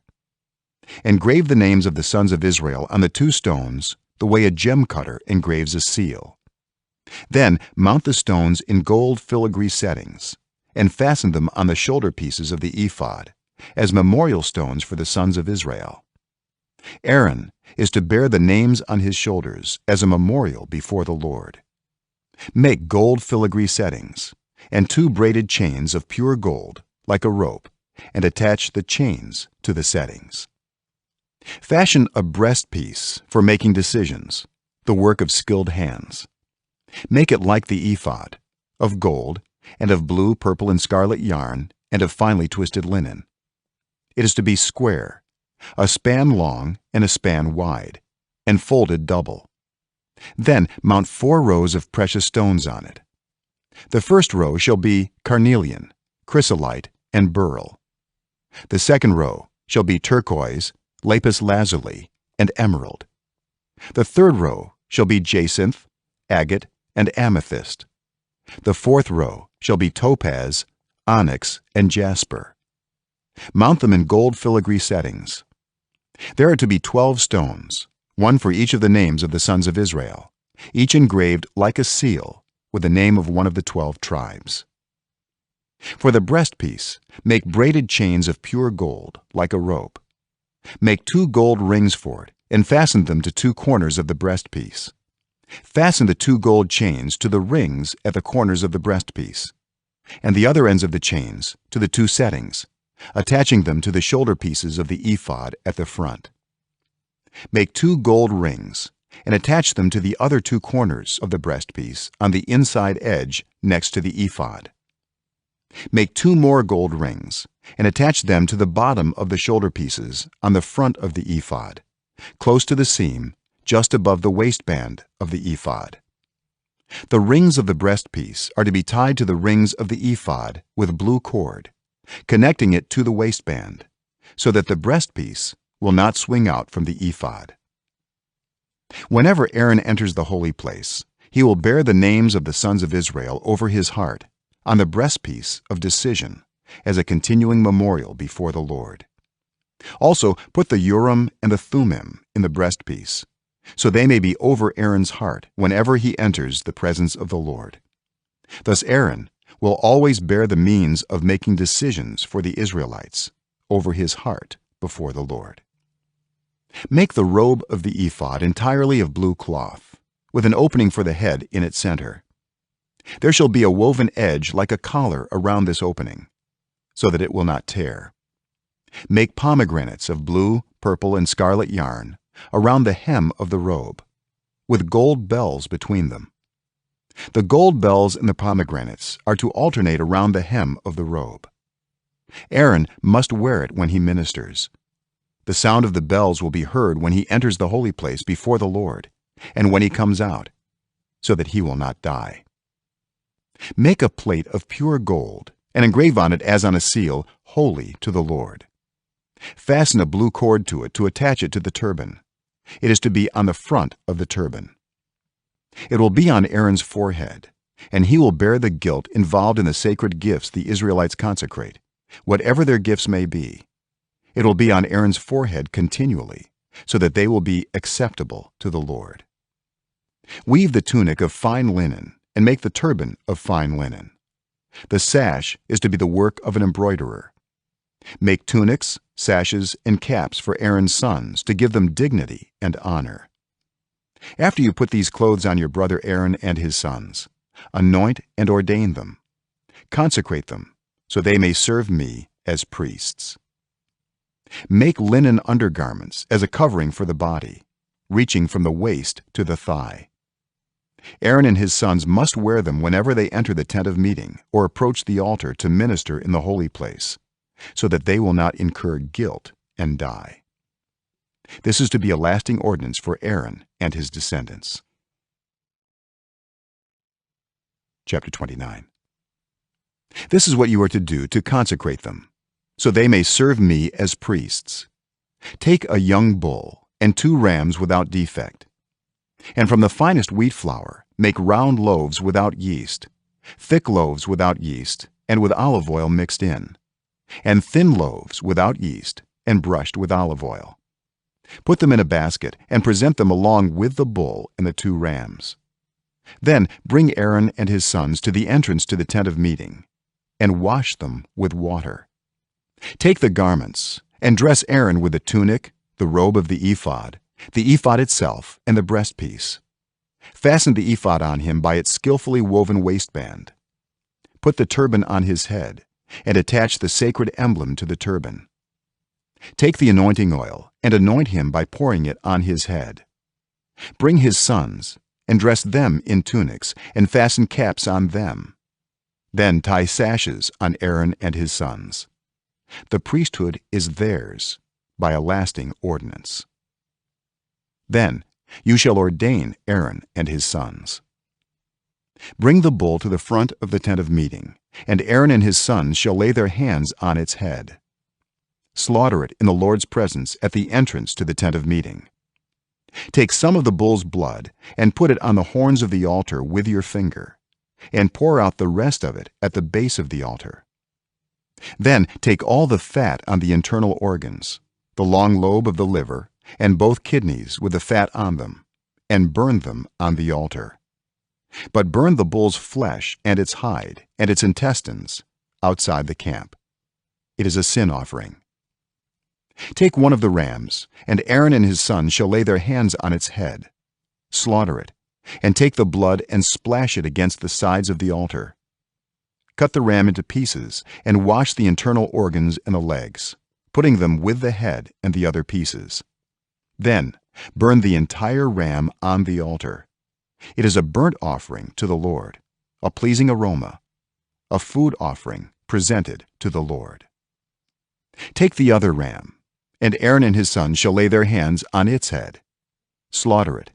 Take some of its blood and put it on the lobes of the right ears of Aaron and his sons, on the thumbs of their right hands, and on the big toes of their right feet.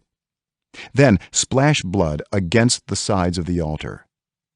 And take some blood from the altar and some of the anointing oil, and sprinkle it on Aaron and his garments, and on his sons and their garments. Then he and his sons and their garments will be consecrated. Take from this ram the fat tail, the fat on the internal organs, the long lobe of the liver, both kidneys with the fat on them, and the right thigh. This is the ram for the ordination. From the basket of bread made without yeast, which is before the Lord, take 1 round loaf, 1 thick loaf with olive oil mixed in, and 1 thin loaf. Put all these in the hands of Aaron and his sons, and have them wave them before the Lord as a wave offering. Then take them from their hands and burn them on the altar along with a burnt offering, for a pleasing aroma to the Lord, a food offering presented to the Lord.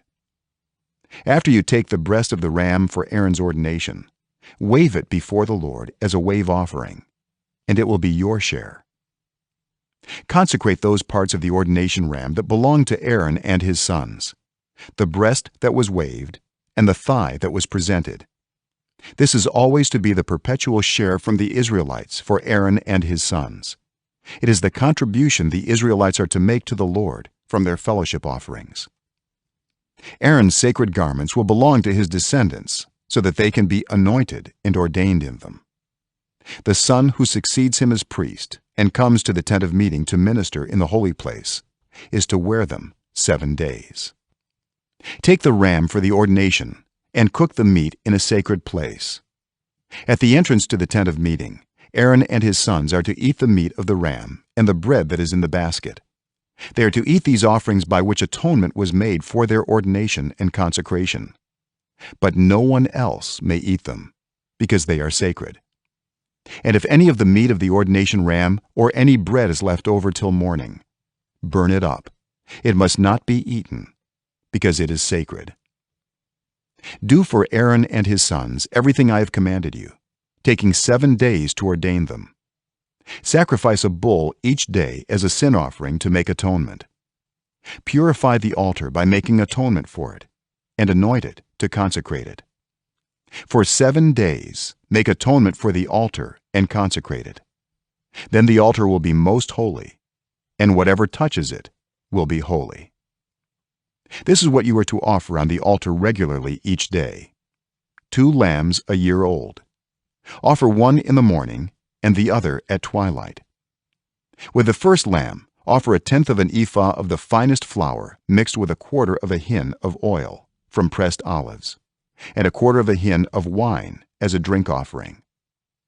Sacrifice the other lamb at twilight with the same grain offering and its drink offering as in the morning, a pleasing aroma, a food offering presented to the Lord. For the generations to come, this burnt offering is to be made regularly at the entrance to the tent of meeting, before the Lord. There I will meet you and speak to you. There also I will meet with the Israelites, and the place will be consecrated by my glory. So I will consecrate the tent of meeting and the altar, and will consecrate Aaron and his sons to serve me as priests. Then I will dwell among the Israelites and be their God. They will know that I am the Lord their God, who brought them out of Egypt, so that I might dwell among them. I am the Lord their God. Chapter 30.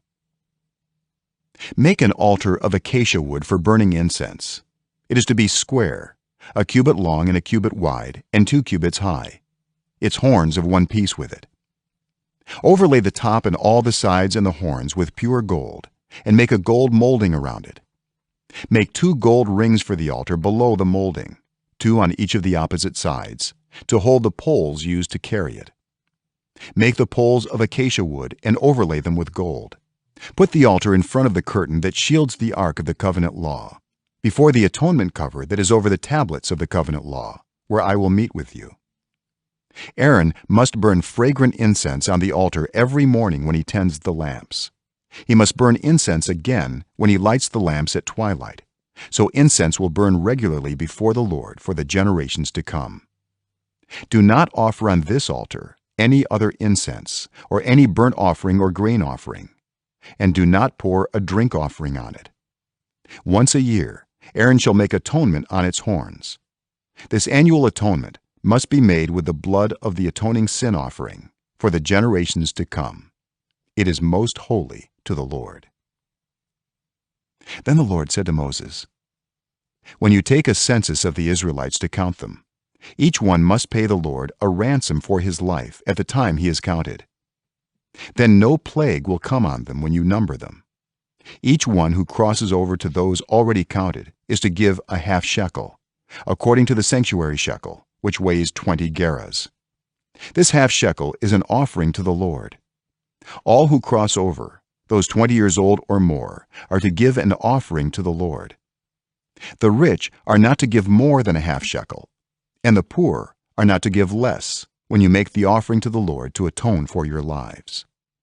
Receive the atonement money from the Israelites and use it for the service of the tent of meeting. It will be a memorial for the Israelites before the Lord, making atonement for your lives." Then the Lord said to Moses, "Make a bronze basin with its bronze stand for washing. Place it between the tent of meeting and the altar, and put water in it. Aaron and his sons are to wash their hands and feet with water from it. Whenever they enter the tent of meeting, they shall wash with water, so that they will not die. Also, when they approach the altar to minister by presenting a food offering to the Lord, they shall wash their hands and feet, so that they will not die. This is to be a lasting ordinance for Aaron and his descendants for the generations to come." Then the Lord said to Moses, "Take the following fine spices: 500 shekels of liquid myrrh, half as much, that is 250 shekels, of fragrant cinnamon, 250 shekels of fragrant calamus, 500 shekels of cassia, all according to the sanctuary shekel, and a hin of olive oil. Make these into a sacred anointing oil, a fragrant blend, the work of a perfumer. It will be the sacred anointing oil.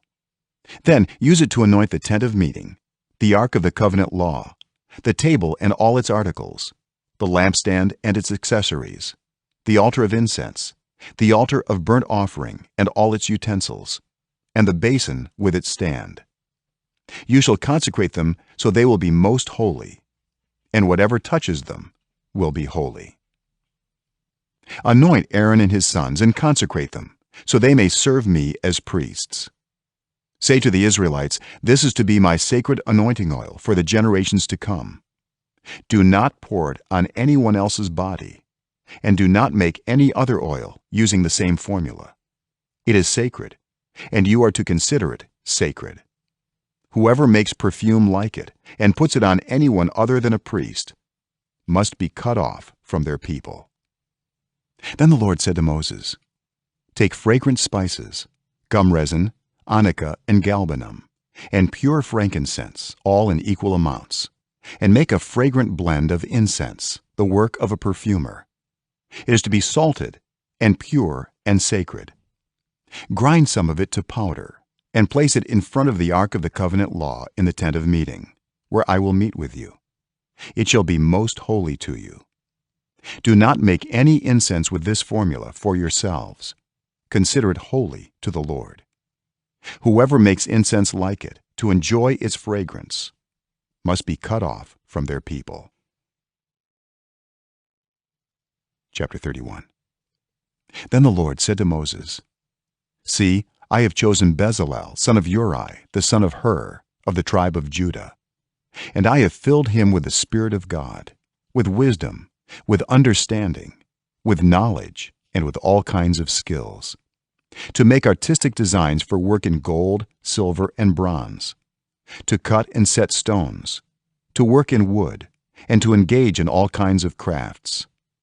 Moreover, I have appointed Aholiab, son of Ahisamach, of the tribe of Dan, to help him. Also, I have given ability to all the skilled workers to make everything I have commanded you: the tent of meeting, the ark of the covenant law with the atonement cover on it, and all the other furnishings of the tent, the table and its articles, the pure gold lampstand and all its accessories, the altar of incense, the altar of burnt offering and all its utensils, the basin with its stand, and also the woven garments, both the sacred garments for Aaron the priest and the garments for his sons when they serve as priests, and the anointing oil and fragrant incense for the holy place. They are to make them just as I commanded you. Then the Lord said to Moses, say to the Israelites, you must observe my Sabbaths. This will be a sign between me and you for the generations to come, so you may know that I am the Lord who makes you holy. Observe the Sabbath, because it is holy to you. Anyone who desecrates it is to be put to death. Those who do any work on that day must be cut off from their people. For 6 days work is to be done, but the seventh day is a day of Sabbath rest, holy to the Lord. Whoever does any work on the Sabbath day is to be put to death. The Israelites are to observe the Sabbath, celebrating it for the generations to come as a lasting covenant. It will be a sign between me and the Israelites forever. For in 6 days the Lord made the heavens and the earth, and on the seventh day he rested and was refreshed. When the Lord finished speaking to Moses on Mount Sinai, he gave him the 2 tablets of the covenant law, the tablets of stone, inscribed by the finger of God. Chapter 32. When the people saw that Moses was so long in coming down from the mountain, they gathered around Aaron and said, come, make us gods who will go before us. As for this fellow Moses who brought us up out of Egypt, we don't know what has happened to him. Aaron answered them, take off the gold earrings that your wives, your sons, and your daughters are wearing, and bring them to me. So all the people took off their earrings and brought them to Aaron. He took what they handed him and made it into an idol cast in the shape of a calf, fashioning it with a tool. Then they said, these are your gods, Israel, who brought you up out of Egypt. When Aaron saw this, he built an altar in front of the calf and announced, tomorrow there will be a festival to the Lord.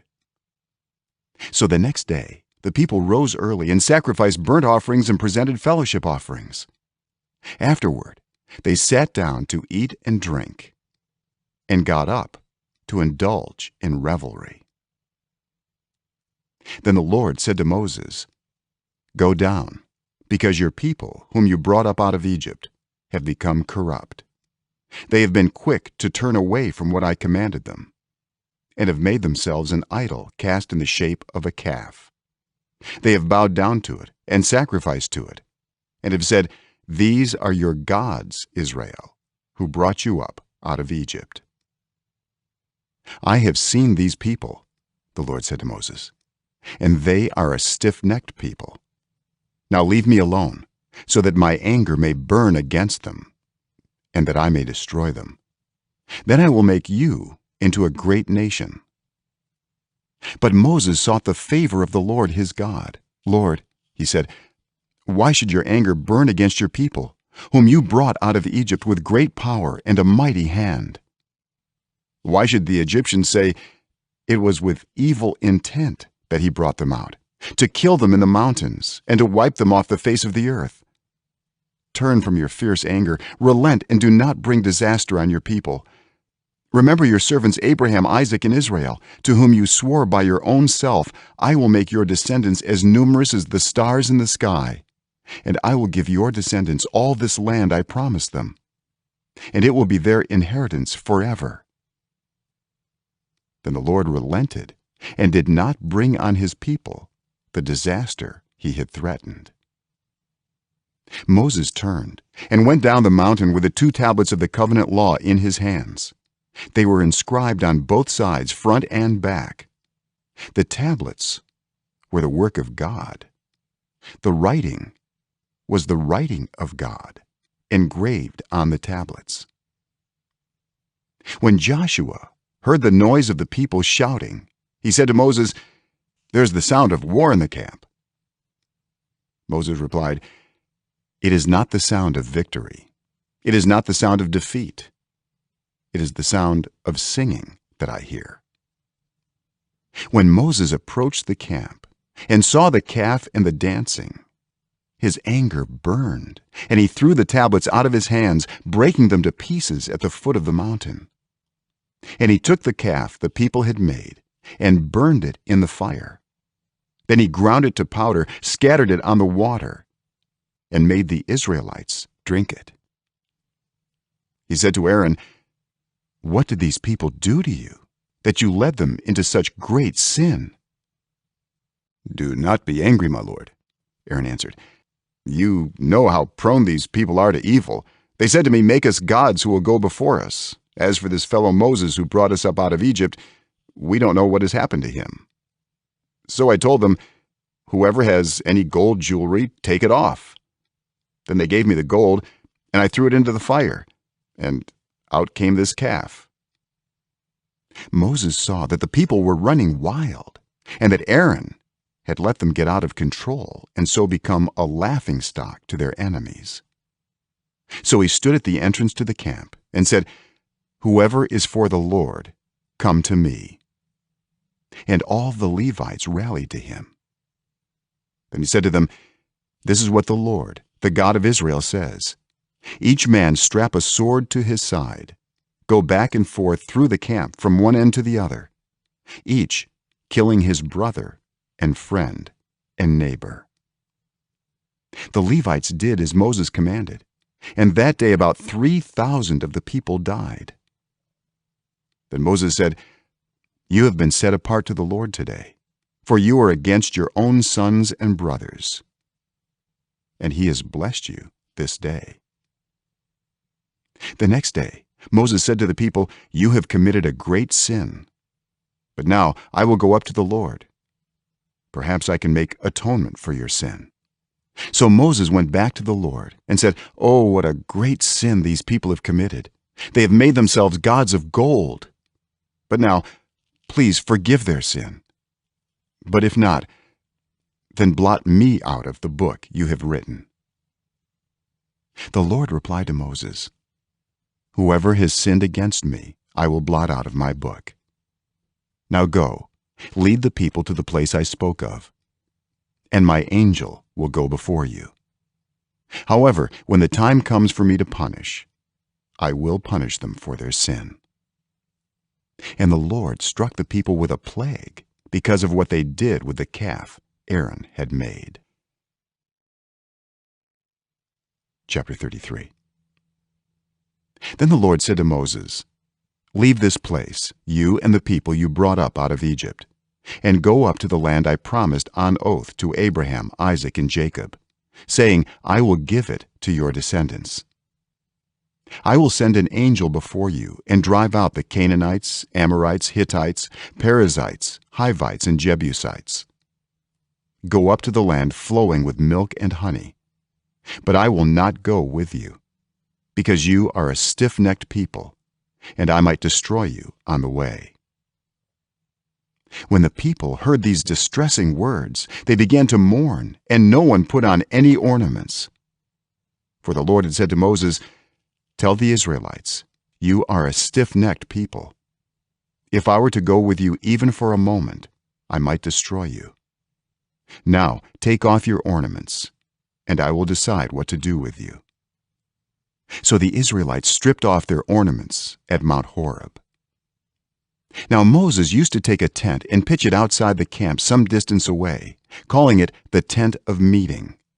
Anyone inquiring of the Lord would go to the tent of meeting outside the camp. And whenever Moses went out to the tent, all the people rose and stood at the entrances to their tents, watching Moses until he entered the tent.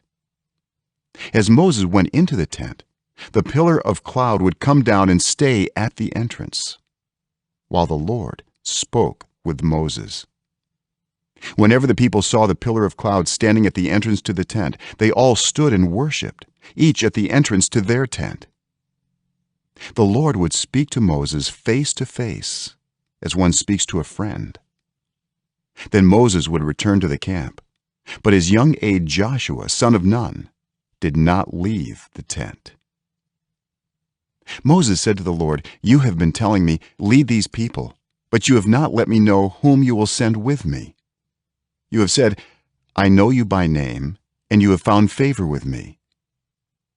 If you are pleased with me, teach me your ways, so I may know you and continue to find favor with you. Remember that this nation is your people." The Lord replied, "My presence will go with you, and I will give you rest." Then Moses said to him, "If your presence does not go with us, do not send us up from here. How will anyone know that you are pleased with me and with your people unless you go with us? What else will distinguish me and your people from all the other people on the face of the earth?" And the Lord said to Moses, "I will do the very thing you have asked, because I am pleased with you, and I know you by name." Then Moses said, "Now show me your glory." And the Lord said, "I will cause all my goodness to pass in front of you, and I will proclaim my name, the Lord, in your presence. I will have mercy on whom I will have mercy, and I will have compassion on whom I will have compassion. But," he said, "you cannot see my face, for no one may see me and live." Then the Lord said, "There is a place near me where you may stand on a rock. When my glory passes by, I will put you in a cleft in the rock and cover you with my hand until I have passed by. Then I will remove my hand, and you will see my back, but my face must not be seen." Chapter 34. The Lord said to Moses, "Chisel out 2 stone tablets like the first ones, and I will write on them the words that were on the first tablets, which you broke. Be ready in the morning, and then come up on Mount Sinai. Present yourself to me there on top of the mountain. No one is to come with you or be seen anywhere on the mountain. Not even the flocks and herds may graze in front of the mountain." So Moses chiseled out 2 stone tablets like the first ones, and went up Mount Sinai early in the morning, as the Lord had commanded him. And he carried the 2 stone tablets in his hands. Then the Lord came down in the cloud, and stood there with him, and proclaimed his name, the Lord. and he passed in front of Moses, proclaiming, the Lord, the compassionate and gracious God, slow to anger, abounding in love and faithfulness, maintaining love to thousands, and forgiving wickedness, rebellion, and sin. Yet he does not leave the guilty unpunished. He punishes the children and their children for the sin of the parents, to the third and fourth generation." Moses bowed to the ground at once and worshipped. "Lord," he said, "if I have found favor in your eyes, then let the Lord go with us. Although this is a stiff-necked people, forgive our wickedness and our sin, and take us as your inheritance." Then the Lord said, "I am making a covenant with you. Before all your people I will do wonders never before done in any nation in all the world. The people you live among will see how awesome is the work that I, the Lord, will do for you. Obey what I command you today. I will drive out before you the Amorites, Canaanites, Hittites, Perizzites, Hivites, and Jebusites. Be careful not to make a treaty with those who live in the land where you are going, or they will be a snare among you. Break down their altars, smash their sacred stones, and cut down their Asherah poles. Do not worship any other god, for the Lord, whose name is jealous, is a jealous God. Be careful not to make a treaty with those who live in the land, for when they prostitute themselves to their gods and sacrifice to them, they will invite you, and you will eat their sacrifices. And when you choose some of their daughters as wives for your sons, and those daughters prostitute themselves to their gods, they will lead your sons to do the same. Do not make any idols. Celebrate the festival of unleavened bread. For 7 days eat bread made without yeast, as I commanded you. Do this at the appointed time in the month of Aviv, for in that month you came out of Egypt. The first offspring of every womb belongs to me, including all the firstborn males of your livestock, whether from herd or flock. Redeem the firstborn donkey with a lamb, but if you do not redeem it, break its neck. Redeem all your firstborn sons. No one is to appear before me empty-handed. 6 days you shall labor, but on the 7th day you shall rest. Even during the plowing season and harvest, you must rest. Celebrate the festival of weeks with the first fruits of the wheat harvest, and the festival of ingathering at the turn of the year. 3 times a year all your men are to appear before the sovereign Lord, the God of Israel. I will drive out nations before you and enlarge your territory, and no one will covet your land when you go up 3 times each year to appear before the Lord your God. Do not offer the blood of a sacrifice to me along with anything containing yeast, and do not let any of the sacrifice from the Passover festival remain until morning. Bring the best of the firstfruits of your soil to the house of the Lord your God. Do not cook a young goat in its mother's milk. Then the Lord said to Moses, "Write down these words, for in accordance with these words I have made a covenant with you and with Israel." Moses was there with the Lord 40 days and 40 nights without eating bread or drinking water, and he wrote on the tablets the words of the covenant, the 10 commandments. When Moses came down from Mount Sinai with the 2 tablets of the covenant law in his hands, he was not aware that his face was radiant because he had spoken with the Lord. When Aaron and all the Israelites saw Moses, his face was radiant, and they were afraid to come near him. But Moses called to them. So Aaron and all the leaders of the community came back to him, and he spoke to them. Afterward, all the Israelites came near him, and he gave them all the commands the Lord had given him on Mount Sinai. When Moses finished speaking to them, he put a veil over his face. But whenever he entered the Lord's presence to speak with him, he removed the veil until he came out.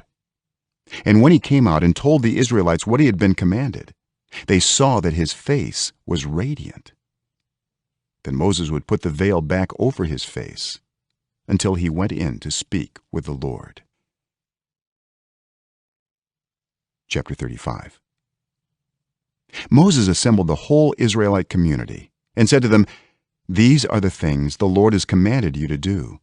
For 6 days work is to be done, but the seventh day shall be your holy day, a day of Sabbath rest to the Lord. Whoever does any work on it is to be put to death. Do not light a fire in any of your dwellings on the Sabbath day." Moses said to the whole Israelite community, "This is what the Lord has commanded. From what you have, take an offering for the Lord.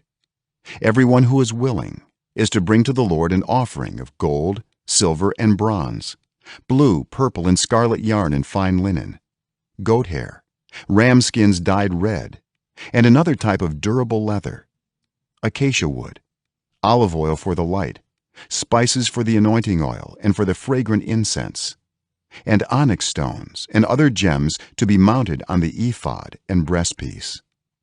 All who are skilled among you are to come and make everything the Lord has commanded: the tabernacle with its tent and its covering, clasps, frames, crossbars, posts, and bases, the ark with its poles and the atonement cover and the curtain that shields it, the table with its poles and all its articles and the bread of the presence, the lampstand that is for light with its accessories, lamps and oil for the light, the altar of incense with its poles, the anointing oil and the fragrant incense, the curtain for the doorway at the entrance to the tabernacle, the altar of burnt offering with its bronze grating, its poles and all its utensils, the bronze basin with its stand, the curtains of the courtyard with its posts and bases, and the curtain for the entrance to the courtyard, the tent pegs for the tabernacle and for the courtyard and their ropes, the woven garments worn for ministering in the sanctuary, both the sacred garments for Aaron the priest and the garments for his sons when they serve as priests. Then the whole Israelite community withdrew from Moses' presence, and everyone who was willing and whose heart moved them came and brought an offering to the Lord for the work on the tent of meeting, for all its service, and for the sacred garments. All who were willing, men and women alike, came and brought gold jewelry of all kinds, brooches, earrings, rings, and ornaments. They all presented their gold as a wave offering to the Lord. Everyone who had blue, purple, or scarlet yarn, or fine linen, or goat hair, ram skins dyed red, or the other durable leather brought them. Those presenting an offering of silver or bronze brought it as an offering to the Lord. And everyone who had acacia wood for any part of the work brought it. Every skilled woman spun with her hands and brought what she had spun: blue, purple, or scarlet yarn, or fine linen. And all the women who were willing and had the skill spun the goat hair. The leaders brought onyx stones and other gems to be mounted on the ephod and breastpiece. They also brought spices and olive oil for the light and for the anointing oil and for the fragrant incense. All the Israelite men and women who were willing brought to the Lord free will offerings for all the work the Lord through Moses had commanded them to do. Then Moses said to the Israelites, "See, the Lord has chosen Bezalel son of Uri, the son of Hur, of the tribe of Judah, and he has filled him with the Spirit of God, with wisdom, with understanding, with knowledge, and with all kinds of skills, to make artistic designs for work in gold, silver, and bronze, to cut and set stones, to work in wood, and to engage in all kinds of artistic crafts. And he has given both him and Aholiab son of Ahisamach of the tribe of Dan the ability to teach others. He has filled them with skill to do all kinds of work as engravers, designers, embroiderers in blue, purple, and scarlet yarn and fine linen, and weavers, all of them skilled workers and designers." Chapter 36. So Bezalel, Aholiab, and every skilled person to whom the Lord has given skill and ability to know how to carry out all the work of constructing the sanctuary are to do the work just as the Lord has commanded. Then Moses summoned Bezalel and Aholiab and every skilled person to whom the Lord had given ability and who was willing to come and do the work. They received from Moses all the offerings the Israelites had brought to carry out the work of constructing the sanctuary. And the people continued to bring freewill offerings morning after morning. So all the skilled workers who were doing all the work in the sanctuary left what they were doing and said to Moses, "The people are bringing more than enough for doing the work the Lord commanded to be done." Then Moses gave an order, and they sent this word throughout the camp: "No man or woman is to make anything else as an offering for the sanctuary." And so the people were restrained from bringing more, because what they already had was more than enough to do all the work. All those who were skilled among the workers made the tabernacle with 10 curtains of finely twisted linen and blue, purple, and scarlet yarn, with cherubim woven into them by expert hands. All the curtains were the same size, 28 cubits long and 4 cubits wide. They joined 5 of the curtains together and did the same with the other 5. Then they made loops of blue material along the edge of the end curtain in one set, and the same was done with the end curtain in the other set. They also made 50 loops on one curtain and 50 loops on the end curtain of the other set, with the loops opposite each other.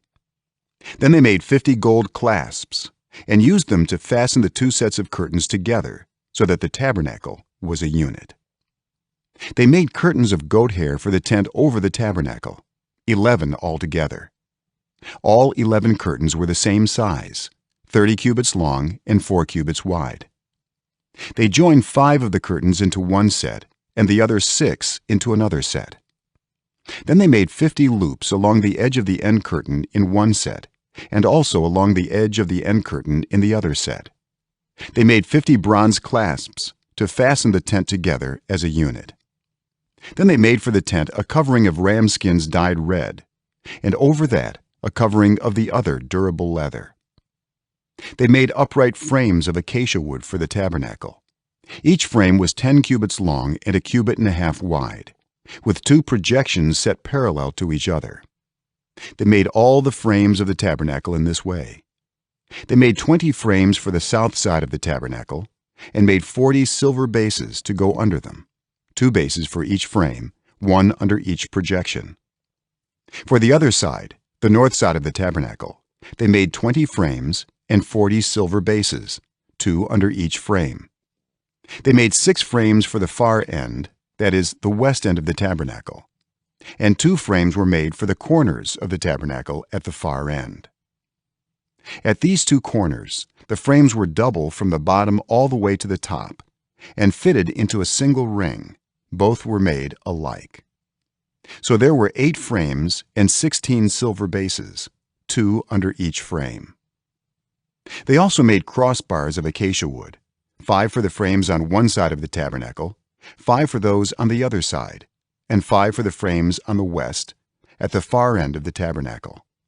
They made the center crossbar so that it extended from end to end at the middle of the frames. They overlaid the frames with gold and made gold rings to hold the crossbars. They also overlaid the crossbars with gold. They made the curtain of blue, purple, and scarlet yarn and finely twisted linen, with cherubim woven into it by a skilled worker. They made 4 posts of acacia wood for it and overlaid them with gold. They made gold hooks for them and cast their 4 silver bases. For the entrance to the tent, they made a curtain of blue, purple, and scarlet yarn and finely twisted linen, the work of an embroiderer. And they made 5 posts with hooks for them. They overlaid the tops of the posts and their bands with gold and made their 5 bases of bronze. Chapter 37. Bezalel made the ark of acacia wood, 2.5 cubits long, a cubit and a half wide, and a cubit and a half high. He overlaid it with pure gold, both inside and out, and made a gold molding around it. He cast 4 gold rings for it and fastened them to its 4 feet, with 2 rings on one side and 2 rings on the other. Then he made poles of acacia wood and overlaid them with gold. And he inserted the poles into the rings on the sides of the ark to carry it. He made the atonement cover of pure gold, 2.5 cubits long and 1.5 cubits wide. Then he made 2 cherubim out of hammered gold at the ends of the cover. He made one cherub on one end and the second cherub on the other. At the 2 ends he made them of one piece with the cover. The cherubim had their wings spread upward, overshadowing the cover with them. The cherubim faced each other, looking toward the cover. They made the table of acacia wood, 2 cubits long, 1 cubit wide, and 1.5 cubits high. Then they overlaid it with pure gold and made a gold molding around it. They also made around it a rim a handbreadth wide and put a gold molding on the rim.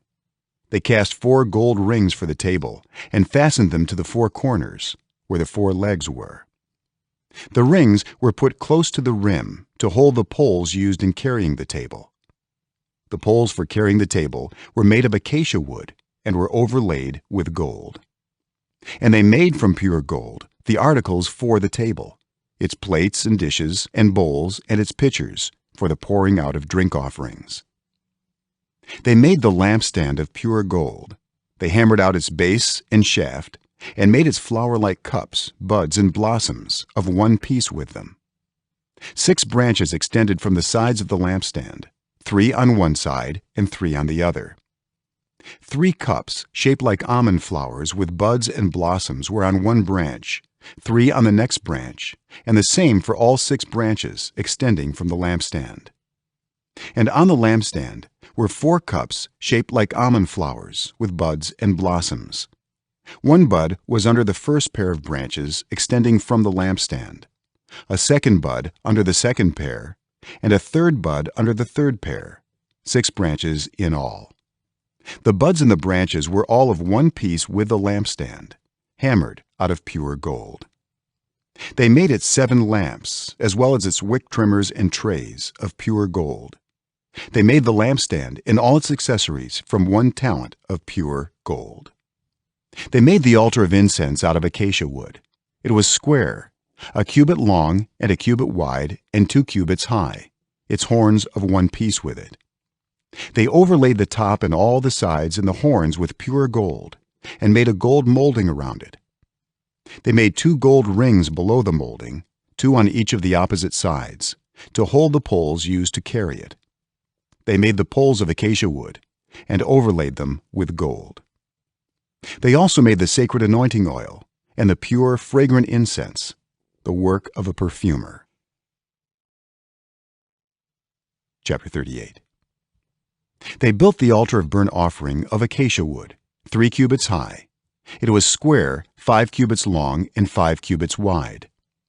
They made a horn at each of the 4 corners, so that the horns and the altar were of one piece, and they overlaid the altar with bronze.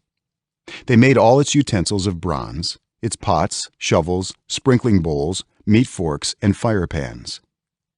They made a grating for the altar, a bronze network, to be under its ledge, halfway up the altar. They cast bronze rings to hold the poles for the 4 corners of the bronze grating. They made the poles of acacia wood and overlaid them with bronze. They inserted the poles into the rings so they would be on the sides of the altar for carrying it. They made it hollow out of boards.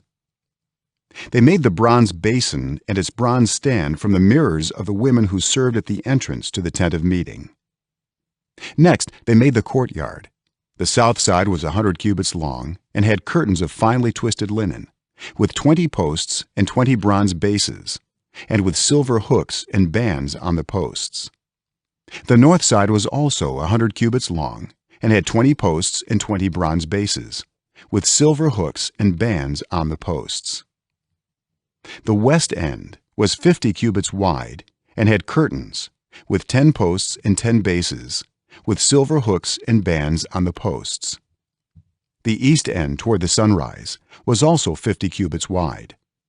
Curtains 15 cubits long were on one side of the entrance, with 3 posts and 3 bases, and curtains 15 cubits long were on the other side of the entrance to the courtyard, with 3 posts and 3 bases. All the curtains around the courtyard were of finely twisted linen. The bases for the posts were bronze. The hooks and bands on the posts were silver, and their tops were overlaid with silver. So all the posts of the courtyard had silver bands. The curtain for the entrance to the courtyard was made of blue, purple, and scarlet yarn and finely twisted linen, the work of an embroiderer. It was 20 cubits long, and like the curtains of the courtyard, 5 cubits high, with 4 posts and 4 bronze bases. Their hooks and bands were silver, and their tops were overlaid with silver. All the tent pegs of the tabernacle and of the surrounding courtyard were bronze. These are the amounts of the materials used for the tabernacle of the covenant law, which were recorded at Moses' command by the Levites, under the direction of Ithamar son of Aaron the priest. Bezalel son of Uri, the son of Hur, of the tribe of Judah, made everything the Lord commanded Moses. With him was Aholiab son of Ahisamach of the tribe of Dan, an engraver and designer, and an embroiderer in blue, purple, and scarlet yarn and fine linen.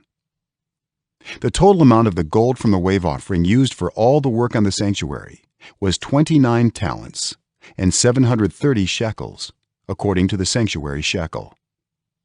The silver obtained from those of the community who were counted in the census was 100 talents and 1,775 shekels, according to the sanctuary shekel. 1 beka per person, that is, half a shekel, according to the sanctuary shekel, from everyone who had crossed over to those counted, 20 years old or more, a total of 603,550 men. The 100 talents of silver were used to cast the bases for the sanctuary and for the curtain, 100 bases from the 100 talents, 1 talent for each base. They used the 1,775 shekels to make the hooks for the posts, to overlay the tops of the posts, and to make their bands. The bronze from the wave offering was 70 talents and 2,400 shekels. They used it to make the bases for the entrance to the tent of meeting, the bronze altar with its bronze grating and all its utensils, the bases for the surrounding courtyard, and those for its entrance, and all the tent pegs for the tabernacle, and those for the surrounding courtyard. Chapter 39. From the blue, purple, and scarlet yarn, they made woven garments for ministering in the sanctuary. They also made sacred garments for Aaron, as the Lord commanded Moses. They made the ephod of gold, and of blue, purple, and scarlet yarn, and of finely twisted linen. They hammered out thin sheets of gold, and cut strands to be worked into the blue, purple, and scarlet yarn and fine linen, the work of skilled hands. They made shoulder pieces for the ephod, which were attached to 2 of its corners, so it could be fastened. Its skillfully woven waistband was like it, of 1 piece with the ephod, and made with gold, and with blue, purple, and scarlet yarn, and with finely twisted linen, as the Lord commanded Moses. They mounted the onyx stones in gold filigree settings, and engraved them like a seal, with the names of the sons of Israel. Then they fastened them on the shoulder pieces of the ephod as memorial stones for the sons of Israel, as the Lord commanded Moses. They fashioned the breastpiece, the work of a skilled craftsman. They made it like the ephod, of gold, and of blue, purple, and scarlet yarn, and of finely twisted linen. It was square, a span long and a span wide, and folded double. Then they mounted 4 rows of precious stones on it. The first row was carnelian, chrysolite, and beryl. The second row was turquoise, lapis lazuli, and emerald. The third row was jacinth, agate, and amethyst. The fourth row was topaz, onyx, and jasper. They were mounted in gold filigree settings. There were 12 stones, 1 for each of the names of the sons of Israel, each engraved like a seal with the name of one of the 12 tribes. For the breastpiece, they made braided chains of pure gold, like a rope. They made 2 gold filigree settings and 2 gold rings, and fastened the rings to 2 of the corners of the breastpiece. They fastened the 2 gold chains to the rings at the corners of the breastpiece, and the other ends of the chains to the 2 settings, attaching them to the shoulder pieces of the ephod at the front. They made 2 gold rings and attached them to the other 2 corners of the breastpiece on the inside edge next to the ephod. Then they made 2 more gold rings and attached them to the bottom of the shoulder pieces on the front of the ephod, close to the seam just above the waistband of the ephod. They tied the rings of the breastpiece to the rings of the ephod with blue cord, connecting it to the waistband, so that the breastpiece would not swing out from the ephod, as the Lord commanded Moses. They made the robe of the ephod entirely of blue cloth, the work of a weaver, with an opening in the center of the robe like the opening of a collar, and a band around this opening, so that it would not tear. They made pomegranates of blue, purple, and scarlet yarn and finely twisted linen around the hem of the robe. And they made bells of pure gold and attached them around the hem between the pomegranates. The bells and pomegranates alternated around the hem of the robe to be worn for ministering, as the Lord commanded Moses. For Aaron and his sons they made tunics of fine linen, the work of a weaver, and the turban of fine linen, the linen caps and the undergarments of finely twisted linen. The sash was made of finely twisted linen and blue, purple, and scarlet yarn, the work of an embroiderer, as the Lord commanded Moses. They made the plate, the sacred emblem, out of pure gold, and engraved on it, like an inscription on a seal, "Holy to the Lord." Then they fastened a blue cord to it to attach it to the turban, as the Lord commanded Moses. So all the work on the tabernacle, the tent of meeting, was completed. The Israelites did everything just as the Lord commanded Moses. Then they brought the tabernacle to Moses, the tent and all its furnishings, its clasps, frames, crossbars, posts, and bases, the covering of ram skins dyed red, and the covering of another durable leather, and the shielding curtain, the ark of the covenant law with its poles and the atonement cover, the table with all its articles and the bread of the presence, the pure gold lampstand with its row of lamps and all its accessories, and the olive oil for the light, the gold altar, the anointing oil, the fragrant incense, and the curtain for the entrance to the tent, the bronze altar with its bronze grating, its poles and all its utensils, the basin with its stand, the curtains of the courtyard with its posts and bases, and the curtain for the entrance to the courtyard, the ropes and tent pegs for the courtyard, all the furnishings for the tabernacle, the tent of meeting, and the woven garments worn for ministering in the sanctuary, both the sacred garments for Aaron the priest and the garments for his sons when serving as priests. The Israelites had done all the work just as the Lord had commanded Moses. Moses inspected the work and saw that they had done it just as the Lord had commanded. So Moses blessed them. Chapter 40. Then the Lord said to Moses, "Set up the tabernacle, the tent of meeting, on the first day of the first month. Place the ark of the covenant law in it, and shield the ark with the curtain. Bring in the table, and set out what belongs on it. Then bring in the lampstand, and set up its lamps. Place the gold altar of incense in front of the ark of the covenant law, and put the curtain at the entrance to the tabernacle. Place the altar of burnt offering in front of the entrance to the tabernacle, the tent of meeting. Place the basin between the tent of meeting and the altar, and put water in it. Set up the courtyard around it, and put the curtain at the entrance to the courtyard. Take the anointing oil, and anoint the tabernacle and everything in it. Consecrate it and all its furnishings, and it will be holy. Then anoint the altar of burnt offering and all its utensils. Consecrate the altar, and it will be most holy. Anoint the basin and its stand, and consecrate them. Bring Aaron and his sons to the entrance to the tent of meeting, and wash them with water.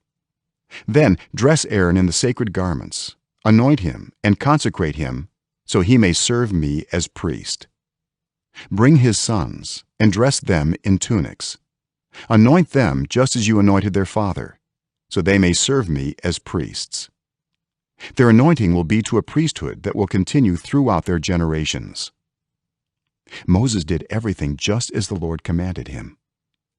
So the tabernacle was set up on the first day of the first month in the second year. When Moses set up the tabernacle, he put the bases in place, erected the frames, inserted the crossbars, and set up the posts. Then he spread the tent over the tabernacle and put the covering over the tent, as the Lord commanded him. He took the tablets of the covenant law and placed them in the ark, attached the poles to the ark, and put the atonement cover over it. Then he brought the ark into the tabernacle and hung the shielding curtain and shielded the ark of the covenant law, as the Lord commanded him. Moses placed the table in the tent of meeting on the north side of the tabernacle outside the curtain, and set out the bread on it before the Lord, as the Lord commanded him. He placed the lampstand in the tent of meeting opposite the table on the south side of the tabernacle, and set up the lamps before the Lord, as the Lord commanded him.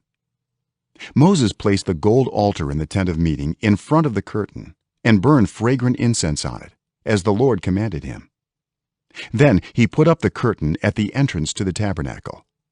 He set the altar of burnt offering near the entrance to the tabernacle, the tent of meeting, and offered on it burnt offerings and grain offerings, as the Lord commanded him.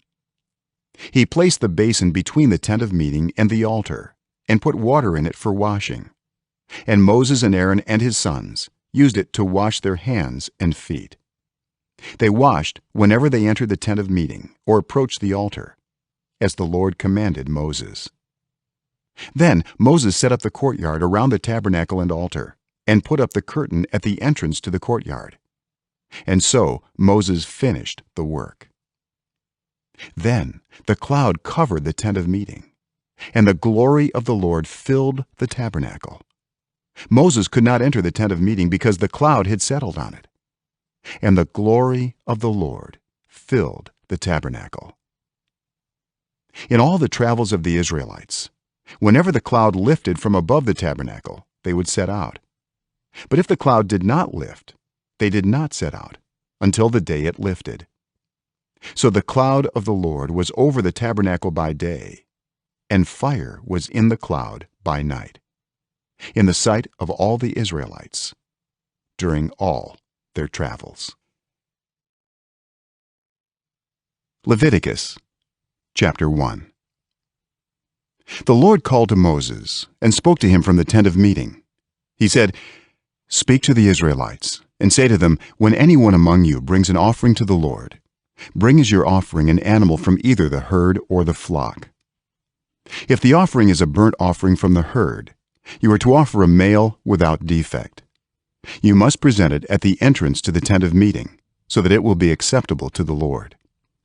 You are to lay your hand on the head of the burnt offering, and it will be accepted on your behalf to make atonement for you. You are to slaughter the young bull before the Lord, and then Aaron's sons, the priests, shall bring the blood and splash it against the sides of the altar at the entrance to the tent of meeting. You are to skin the burnt offering and cut it into pieces. The sons of Aaron the priest are to put fire on the altar and arrange wood on the fire. Then Aaron's sons the priests shall arrange the pieces, including the head and the fat, on the wood that is burning on the altar. You are to wash the internal organs and the legs with water, and the priest is to burn all of it on the altar. It is a burnt offering, a food offering, an aroma pleasing to the Lord. If the offering is a burnt offering from the flock, from either the sheep or the goats, you are to offer a male without defect. You are to slaughter it at the north side of the altar before the Lord, and Aaron's sons the priests shall splash its blood against the sides of the altar. You are to cut it into pieces, and the priest shall arrange them, including the head and the fat, on the wood that is burning on the altar. You are to wash the internal organs and the legs with water, and the priest is to bring all of them and burn them on the altar. It is a burnt offering, a food offering, an aroma pleasing to the Lord. If the offering to the Lord is a burnt offering of birds, you are to offer a dove or a young pigeon. The priest shall bring it to the altar, wring off the head, and burn it on the altar. Its blood shall be drained out on the side of the altar. He is to remove the crop and the feathers and throw them down east of the altar where the ashes are. He shall tear it open by the wings, not dividing it completely, and then the priest shall burn it on the wood that is burning on the altar. It is a burnt offering, a food offering, an aroma pleasing to the Lord. Chapter 2. When anyone brings a grain offering to the Lord, their offering is to be of the finest flour. They are to pour olive oil on it, put incense on it, and take it to Aaron's sons, the priests. The priest shall take a handful of the flour and oil, together with all the incense, and burn this as a memorial portion on the altar, a food offering, an aroma pleasing to the Lord. The rest of the grain offering belongs to Aaron and his sons. It is a most holy part of the food offerings presented to the Lord. If you bring a grain offering baked in an oven, it is to consist of the finest flour, either thick loaves made without yeast and with olive oil mixed in, or thin loaves made without yeast and brushed with olive oil. If your grain offering is prepared on a griddle, it is to be made of the finest flour mixed with oil and without yeast. Crumble it and pour oil on it. It is a grain offering. If your grain offering is cooked in a pan, it is to be made of the finest flour and some olive oil. Bring the grain offering made of these things to the Lord. Present it to the priest, who shall take it to the altar. He shall take out the memorial portion from the grain offering and burn it on the altar as a food offering, an aroma pleasing to the Lord. The rest of the grain offering belongs to Aaron and his sons. It is a most holy part of the food offerings presented to the Lord.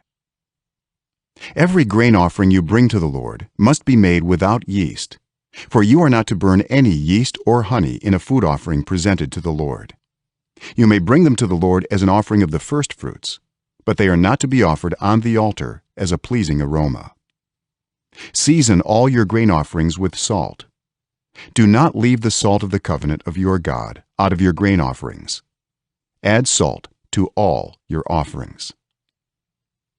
If you bring a grain offering of first fruits to the Lord, offer crushed heads of new grain roasted in the fire.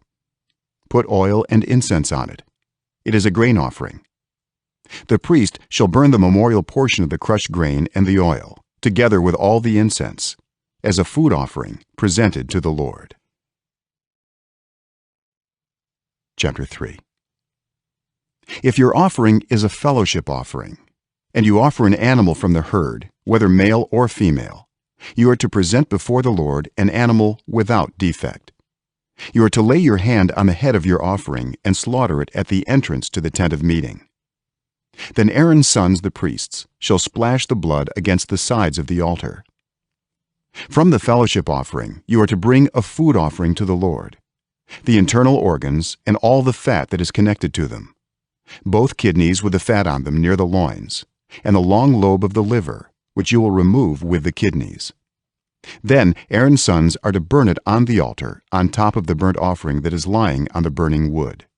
It is a food offering, an aroma pleasing to the Lord. If you offer an animal from the flock as a fellowship offering to the Lord, you are to offer a male or female without defect. If you offer a lamb, you are to present it before the Lord. Lay your hand on its head and slaughter it in front of the tent of meeting. Then Aaron's sons shall splash its blood against the sides of the altar. From the fellowship offering you are to bring a food offering to the Lord. Its fat, the entire fat tail cut off close to the backbone, the internal organs, and all the fat that is connected to them, both kidneys with the fat on them near the loins, and the long lobe of the liver, which you will remove with the kidneys. The priest shall burn them on the altar as a food offering presented to the Lord. If your offering is a goat, you are to present it before the Lord. Lay your hand on its head and slaughter it in front of the tent of meeting. Then Aaron's sons shall splash its blood against the sides of the altar. From what you offer, you are to present this food offering to the Lord: the internal organs and all the fat that is connected to them, both kidneys with the fat on them near the loins, and the long lobe of the liver, which you will remove with the kidneys. The priest shall burn them on the altar as a food offering, a pleasing aroma. All the fat is the Lord's. This is a lasting ordinance for the generations to come, wherever you live. You must not eat any fat or any blood. Chapter 4. The Lord said to Moses, Say to the Israelites, when anyone sins unintentionally and does what is forbidden in any of the Lord's commands, if the anointed priest sins, bringing guilt on the people, he must bring to the Lord a young bull without defect as a sin offering for the sin he has committed. He is to present the bull at the entrance to the tent of meeting before the Lord. He is to lay his hand on its head and slaughter it there before the Lord. Then the anointed priest shall take some of the bull's blood and carry it into the tent of meeting. He is to dip his finger into the blood and sprinkle some of it 7 times before the Lord, in front of the curtain of the sanctuary. The priest shall then put some of the blood on the horns of the altar of fragrant incense that is before the Lord in the tent of meeting. The rest of the bull's blood he shall pour out at the base of the altar of burnt offering at the entrance to the tent of meeting. He shall remove all the fat from the bull of the sin offering, all the fat that is connected to the internal organs, both kidneys with the fat on them near the loins, and the long lobe of the liver, which he will remove with the kidneys, just as the fat is removed from the ox sacrificed as a fellowship offering. Then the priest shall burn them on the altar of burnt offering. But the hide of the bull and all its flesh, as well as the head and legs, the internal organs and the intestines, that is, all the rest of the bull, he must take outside the camp to a place ceremonially clean, where the ashes are thrown, and burn it there in a wood fire on the ash heap. If the whole Israelite community sins unintentionally and does what is forbidden in any of the Lord's commands, even though the community is unaware of the matter, when they realize their guilt and the sin they committed becomes known, the assembly must bring a young bull as a sin offering and present it before the tent of meeting. The elders of the community are to lay their hands on the bull's head before the Lord, and the bull shall be slaughtered before the Lord. Then the anointed priest is to take some of the bull's blood into the tent of meeting. He shall dip his finger into the blood and sprinkle it before the Lord 7 times in front of the curtain. He is to put some of the blood on the horns of the altar that is before the Lord in the tent of meeting. The rest of the blood he shall pour out at the base of the altar of burnt offering at the entrance to the tent of meeting. He shall remove all the fat from it and burn it on the altar, and do with this bull just as he did with the bull for the sin offering. In this way the priest will make atonement for the community, and they will be forgiven. Then he shall take the bull outside the camp and burn it as he burned the first bull. This is the sin offering for the community. When a leader sins unintentionally and does what is forbidden in any of the commands of the Lord his God, when he realizes his guilt and the sin he has committed becomes known, he must bring as his offering a male goat without defect. He is to lay his hand on the goat's head and slaughter it at the place where the burnt offering is slaughtered before the Lord. It is a sin offering. Then the priest shall take some of the blood of the sin offering with his finger and put it on the horns of the altar of burnt offering, and pour out the rest of the blood at the base of the altar. He shall burn all the fat on the altar as he burned the fat of the fellowship offering. In this way the priest will make atonement for the leader's sin, and he will be forgiven. If any member of the community sins unintentionally and does what is forbidden in any of the Lord's commands, when they realize their guilt and the sin they have committed becomes known, they must bring as their offering for the sin they committed a female goat without defect. They are to lay their hand on the head of the sin offering and slaughter it at the place of the burnt offering. Then the priest is to take some of the blood with his finger and put it on the horns of the altar of burnt offering, and pour out the rest of the blood at the base of the altar. They shall remove all the fat, just as the fat is removed from the fellowship offering, and the priest shall burn it on the altar as an aroma pleasing to the Lord. In this way the priest will make atonement for them, and they will be forgiven. If someone brings a lamb as their sin offering, they are to bring a female without defect. They are to lay their hand on its head and slaughter it for a sin offering at the place where the burnt offering is slaughtered. Then the priest shall take some of the blood of the sin offering with his finger and put it on the horns of the altar of burnt offering, and pour out the rest of the blood at the base of the altar. They shall remove all the fat, just as the fat is removed from the lamb of the fellowship offering. And the priest shall burn it on the altar on top of the food offerings presented to the Lord. In this way the priest will make atonement for them for the sin they have committed, and they will be forgiven. Chapter 5. If anyone sins because they do not speak up when they hear a public charge to testify regarding something they have seen or learned about, they will be held responsible. If anyone becomes aware that they are guilty, if they unwittingly touch anything ceremonially unclean, whether the carcass of an unclean animal, wild or domestic, or of any unclean creature that moves along the ground, and they are unaware that they have become unclean, but then they come to realize their guilt, or if they touch human uncleanness, anything that would make them unclean, even though they are unaware of it, but then they learn of it and realize their guilt, or if anyone thoughtlessly takes an oath to do anything, whether good or evil, in any matter one might carelessly swear about, even though they are unaware of it, but then they learn of it and realize their guilt. When anyone becomes aware that they are guilty in any of these matters, they must confess in what way they have sinned. As a penalty for the sin they have committed, they must bring to the Lord a female lamb or goat from the flock as a sin offering, and the priest shall make atonement for them for their sin. Anyone who cannot afford a lamb is to bring 2 doves or 2 young pigeons to the Lord as a penalty for their sin, one for a sin offering and the other for a burnt offering. They are to bring them to the priest, who shall first offer the one for the sin offering. He is to wring its head from its neck, not dividing it completely, and is to splash some of the blood of the sin offering against the side of the altar. The rest of the blood must be drained out at the base of the altar. It is a sin offering. The priest shall then offer the other as a burnt offering in the prescribed way and make atonement for them for the sin they have committed, and they will be forgiven. If, however, they cannot afford 2 doves or 2 young pigeons, they are to bring as an offering for their sin 1/10 of an ephah of the finest flour for a sin offering. They must not put olive oil or incense on it, because it is a sin offering. They are to bring it to the priest, who shall take a handful of it as a memorial portion and burn it on the altar on top of the food offerings presented to the Lord. It is a sin offering. In this way the priest will make atonement for them for any of these sins they have committed, and they will be forgiven. The rest of the offering will belong to the priest, as in the case of the grain offering.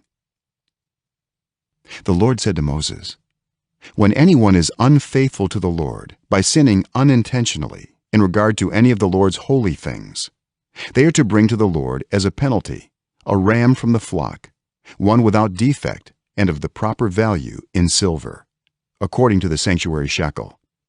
It is a guilt offering. They must make restitution for what they have failed to do in regard to the holy things, pay an additional penalty of 1/5 of its value, and give it all to the priest. The priest will make atonement for them with the ram as a guilt offering, and they will be forgiven. If anyone sins and does what is forbidden in any of the Lord's commands, even though they do not know it, they are guilty and will be held responsible. They are to bring to the priest as a guilt offering a ram from the flock, one without defect and of the proper value. In this way the priest will make atonement for them for the wrong they have committed unintentionally, and they will be forgiven. It is a guilt offering. They have been guilty of wrongdoing against the Lord. Chapter 6. The Lord said to Moses, "If anyone sins and is unfaithful to the Lord by deceiving a neighbor about something entrusted to them or left in their care, or about something stolen, or if they cheat their neighbor, or if they find lost property and lie about it, or if they swear falsely about any such sin that people may commit, when they sin in any of these ways and realize their guilt, they must return what they have stolen or taken by extortion, or what was entrusted to them, or the lost property they found, or whatever it was they swore falsely about. They must make restitution in full, add 1/5 of the value to it, and give it all to the owner on the day they present their guilt offering. And as a penalty, they must bring to the priest, that is, to the Lord, their guilt offering, a ram from the flock, one without defect and of the proper value. In this way the priest will make atonement for them before the Lord, and they will be forgiven for any of the things they did that made them guilty. The Lord said to Moses, "Give Aaron and his sons this command. These are the regulations for the burnt offering. The burnt offering is to remain on the altar hearth throughout the night till morning, and the fire must be kept burning on the altar. The priest shall then put on his linen clothes with linen undergarments next to his body, and shall remove the ashes of the burnt offering that the fire has consumed on the altar, and place them beside the altar. Then he is to take off these clothes and put on others, and carry the ashes outside the camp to a place that is ceremonially clean. The fire on the altar must be kept burning. It must not go out. Every morning the priest is to add firewood and arrange the burnt offering on the fire and burn the fat of the fellowship offerings on it. The fire must be kept burning on the altar continuously. It must not go out. These are the regulations for the grain offering. Aaron's sons are to bring it before the Lord in front of the altar. The priest is to take a handful of the finest flour and some olive oil, together with all the incense on the grain offering, and burn the memorial portion on the altar as an aroma pleasing to the Lord. Aaron and his sons shall eat the rest of it, but it is to be eaten without yeast in the sanctuary area. They are to eat it in the courtyard of the tent of meeting. It must not be baked with yeast. I have given it as their share of the food offerings presented to me. Like the sin offering and the guilt offering, it is most holy. Any male descendant of Aaron may eat it. For all generations to come, it is his perpetual share of the food offerings presented to the Lord. Whatever touches them will become holy. The Lord also said to Moses, "This is the offering Aaron and his sons are to bring to the Lord on the day he is anointed: a tenth of an ephah of the finest flour as a regular grain offering, half of it in the morning and half in the evening. It must be prepared with oil on a griddle. Bring it well mixed and present the grain offering broken in pieces as an aroma pleasing to the Lord. The son who is to succeed him as anointed priest shall prepare it. It is the Lord's perpetual share and is to be burned completely. Every grain offering of a priest shall be burned completely. It must not be eaten." The Lord said to Moses, "Say to Aaron and his sons, these are the regulations for the sin offering. The sin offering is to be slaughtered before the Lord in the place the burnt offering is slaughtered. It is most holy. The priest who offers it shall eat it. It is to be eaten in the sanctuary area in the courtyard of the tent of meeting. Whatever touches any of the flesh will become holy, and if any of the blood is spattered on a garment, you must wash it in the sanctuary area. The clay pot the meat is cooked in must be broken, but if it is cooked in a bronze pot, the pot is to be scoured and rinsed with water. Any male in a priest's family may eat it. It is most holy. But any sin offering whose blood is brought into the tent of meeting to make atonement in the holy place must not be eaten. It must be burned up." Chapter 7. These are the regulations for the guilt offering, which is most holy. The guilt offering is to be slaughtered in the place where the burnt offering is slaughtered, and its blood is to be splashed against the sides of the altar. All its fat shall be offered, the fat tail and the fat that covers the internal organs, both kidneys with the fat on them near the loins, and the long lobe of the liver, which is to be removed with the kidneys. The priest shall burn them on the altar as a food offering presented to the Lord. It is a guilt offering. Any male in a priest's family may eat it, but it must be eaten in the sanctuary area. It is most holy. The same law applies to both the sin offering and the guilt offering. They belong to the priest who makes atonement with them. The priest who offers a burnt offering for anyone may keep its hide for himself. Every grain offering baked in an oven or cooked in a pan or on a griddle belongs to the priest who offers it. And every grain offering, whether mixed with olive oil or dry, belongs equally to all the sons of Aaron. These are the regulations for the fellowship offering anyone may present to the Lord. If they offer it as an expression of thankfulness, then along with this thank offering they are to offer thick loaves made without yeast and with olive oil mixed in, thin loaves made without yeast and brushed with oil, and thick loaves of the finest flour, well kneaded and with oil mixed in. Along with their fellowship offering of thanksgiving, they are to present an offering with thick loaves of bread made with yeast. They are to bring one of each kind as an offering, a contribution to the Lord. It belongs to the priest who splashes the blood of the fellowship offering against the altar. The meat of their fellowship offering of thanksgiving must be eaten on the day it is offered. They must leave none of it till morning. If, however, their offering is the result of a vow or is a free will offering, the sacrifice shall be eaten on the day they offer it, but anything left over may be eaten on the next day. Any meat of the sacrifice left over till the third day must be burned up. If any meat of the fellowship offering is eaten on the third day, the one who offered it will not be accepted. It will not be reckoned to their credit, for it has become impure. The person who eats any of it will be held responsible. Meat that touches anything ceremonially unclean must not be eaten. It must be burned up. As for other meat, anyone ceremonially clean may eat it. But if anyone who is unclean eats any meat of the fellowship offering belonging to the Lord, they must be cut off from their people. Anyone who touches something unclean, whether human uncleanness or an unclean animal, or any unclean creature that moves along the ground, and then eats any of the meat of the fellowship offering belonging to the Lord, must be cut off from their people. The Lord said to Moses, "Say to the Israelites, do not eat any of the fat of cattle, sheep, or goats. The fat of an animal found dead or torn by wild animals may be used for any other purpose, but you must not eat it. Anyone who eats the fat of an animal from which a food offering may be presented to the Lord must be cut off from their people. And wherever you live, you must not eat the blood of any bird or animal. Anyone who eats blood must be cut off from their people."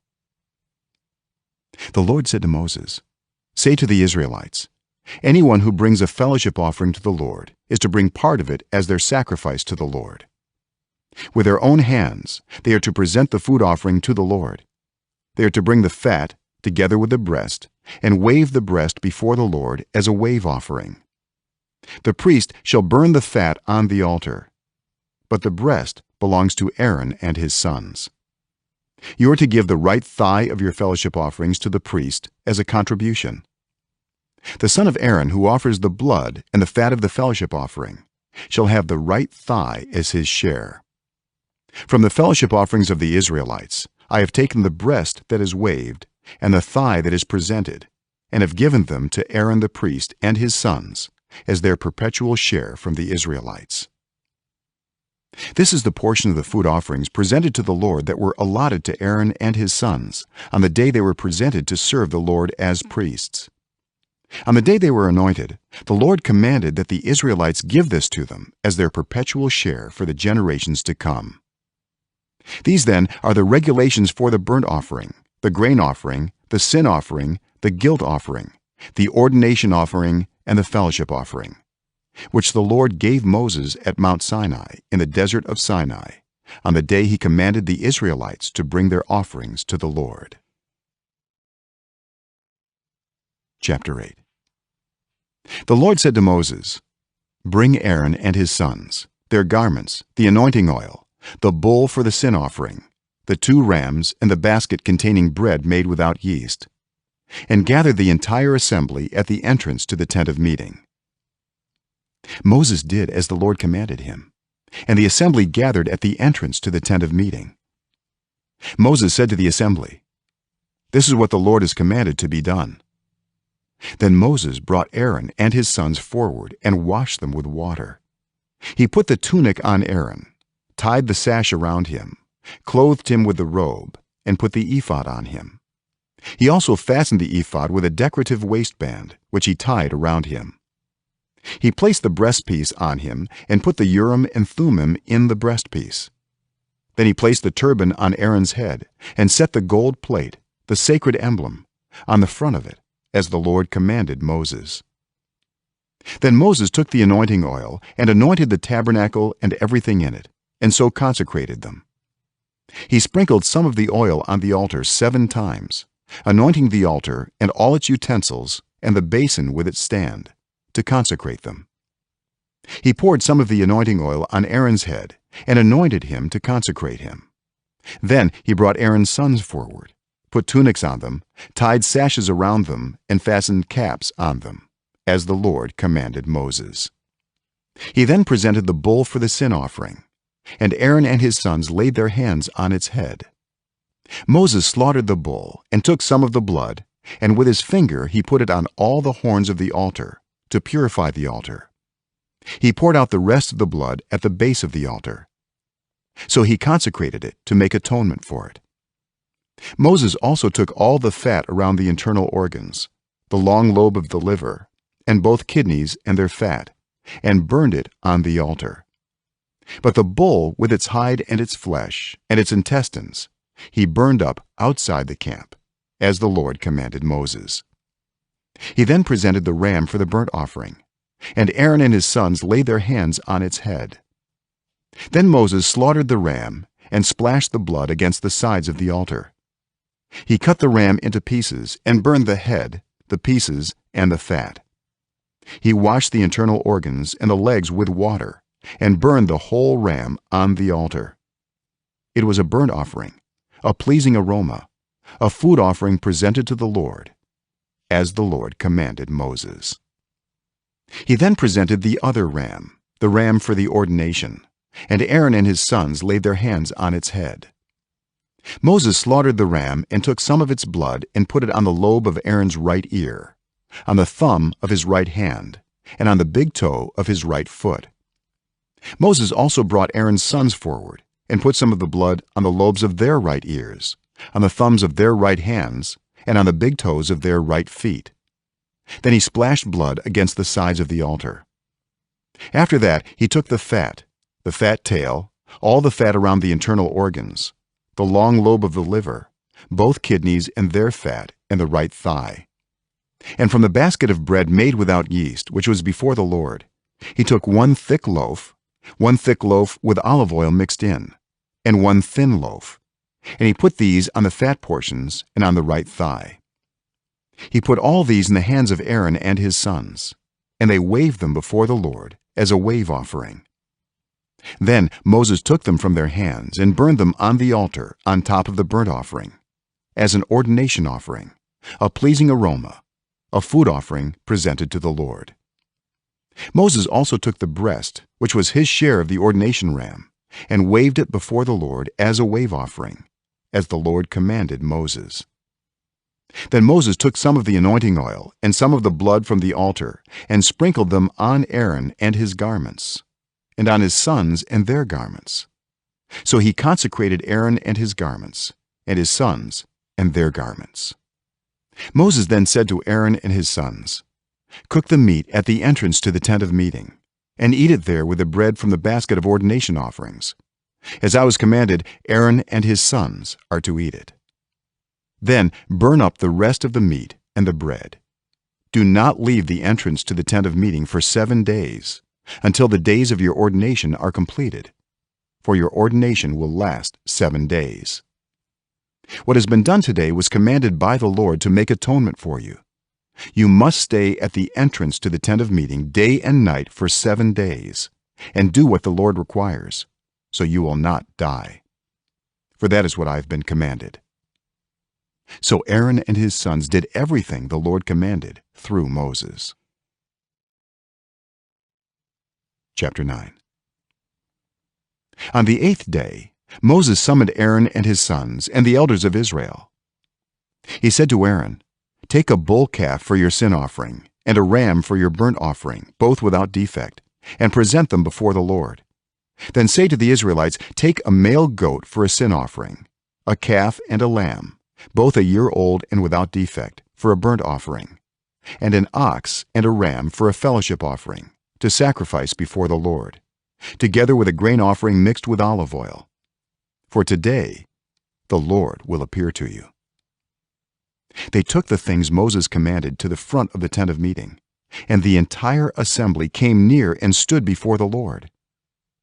Then Moses said, "This is what the Lord has commanded you to do, so that the glory of the Lord may appear to you." Moses said to Aaron, "Come to the altar and sacrifice your sin offering and your burnt offering, and make atonement for yourself and the people. Sacrifice the offering that is for the people and make atonement for them, as the Lord has commanded." So Aaron came to the altar and slaughtered the calf as a sin offering for himself. His sons brought the blood to him, and he dipped his finger into the blood and put it on the horns of the altar.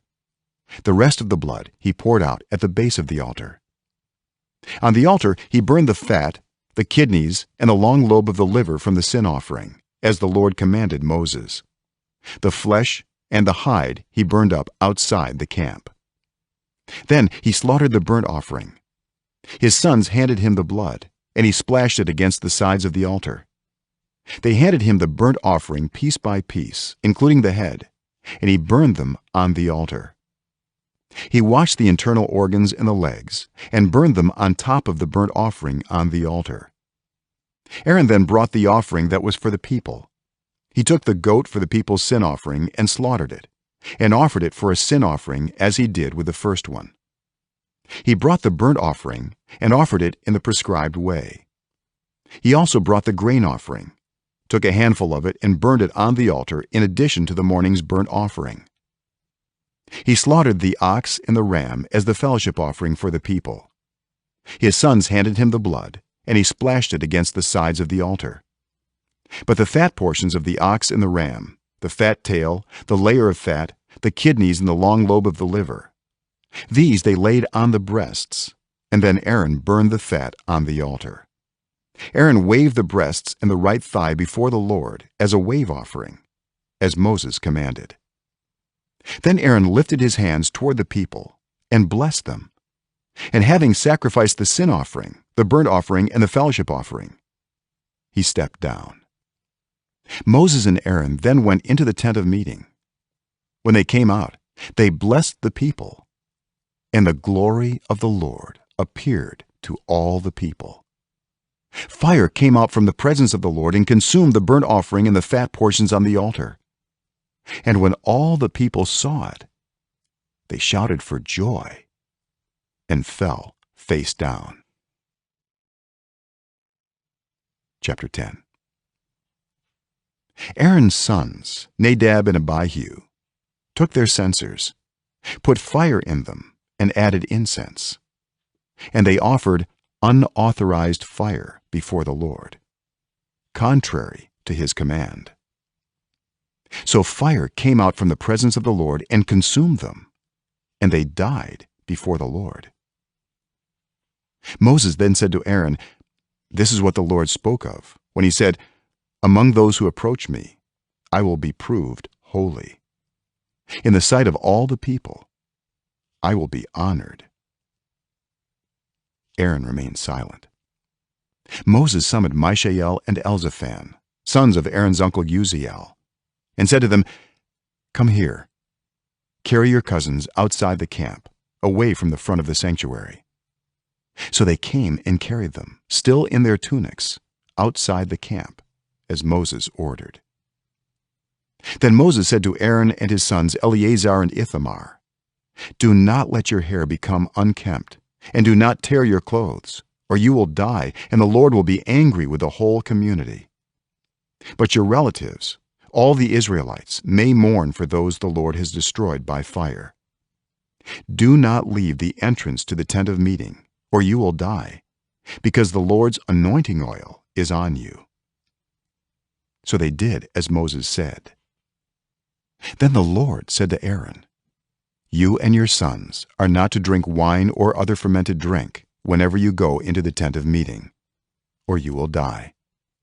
This is a lasting ordinance for the generations to come, so that you can distinguish between the holy and the common, between the unclean and the clean.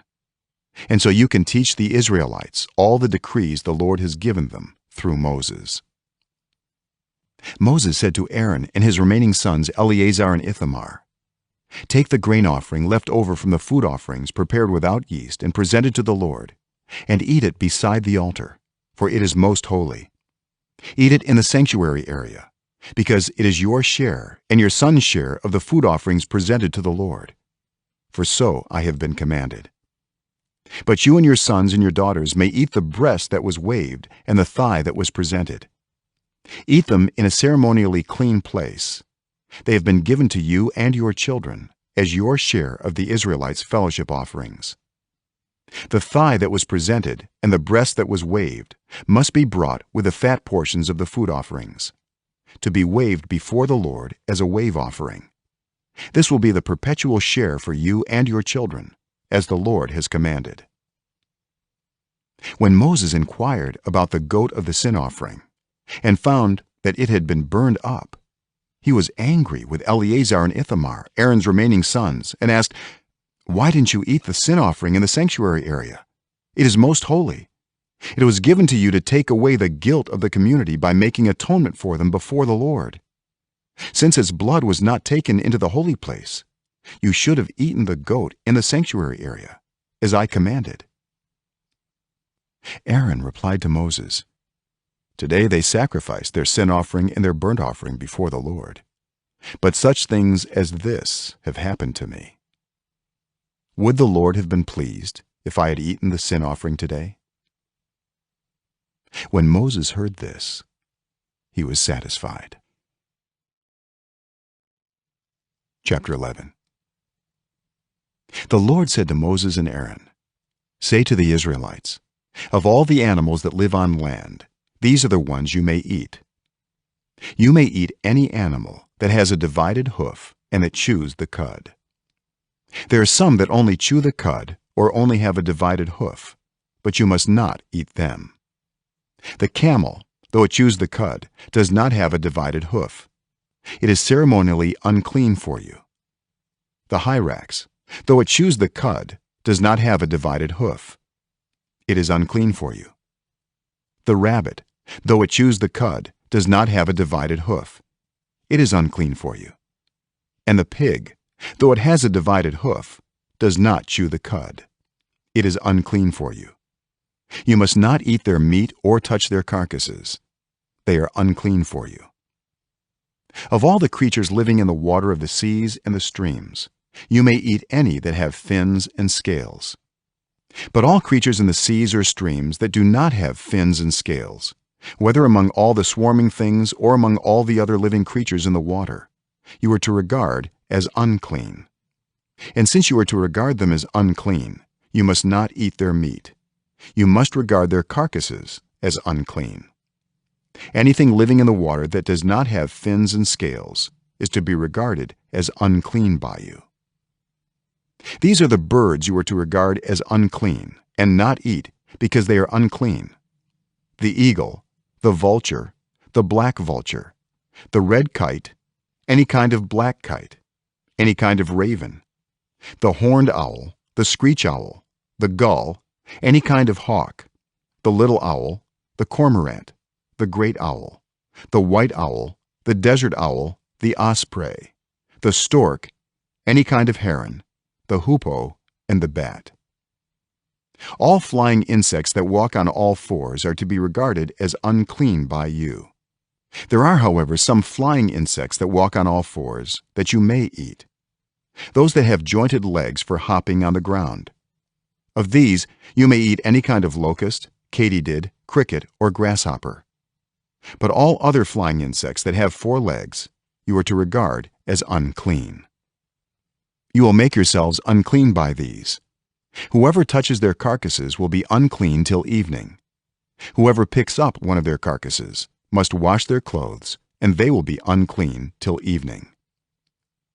Every animal that does not have a divided hoof or that does not chew the cud is unclean for you. Whoever touches the carcass of any of them will be unclean. Of all the animals that walk on all fours, those that walk on their paws are unclean for you. Whoever touches their carcasses will be unclean till evening. Anyone who picks up their carcasses must wash their clothes, and they will be unclean till evening. These animals are unclean for you.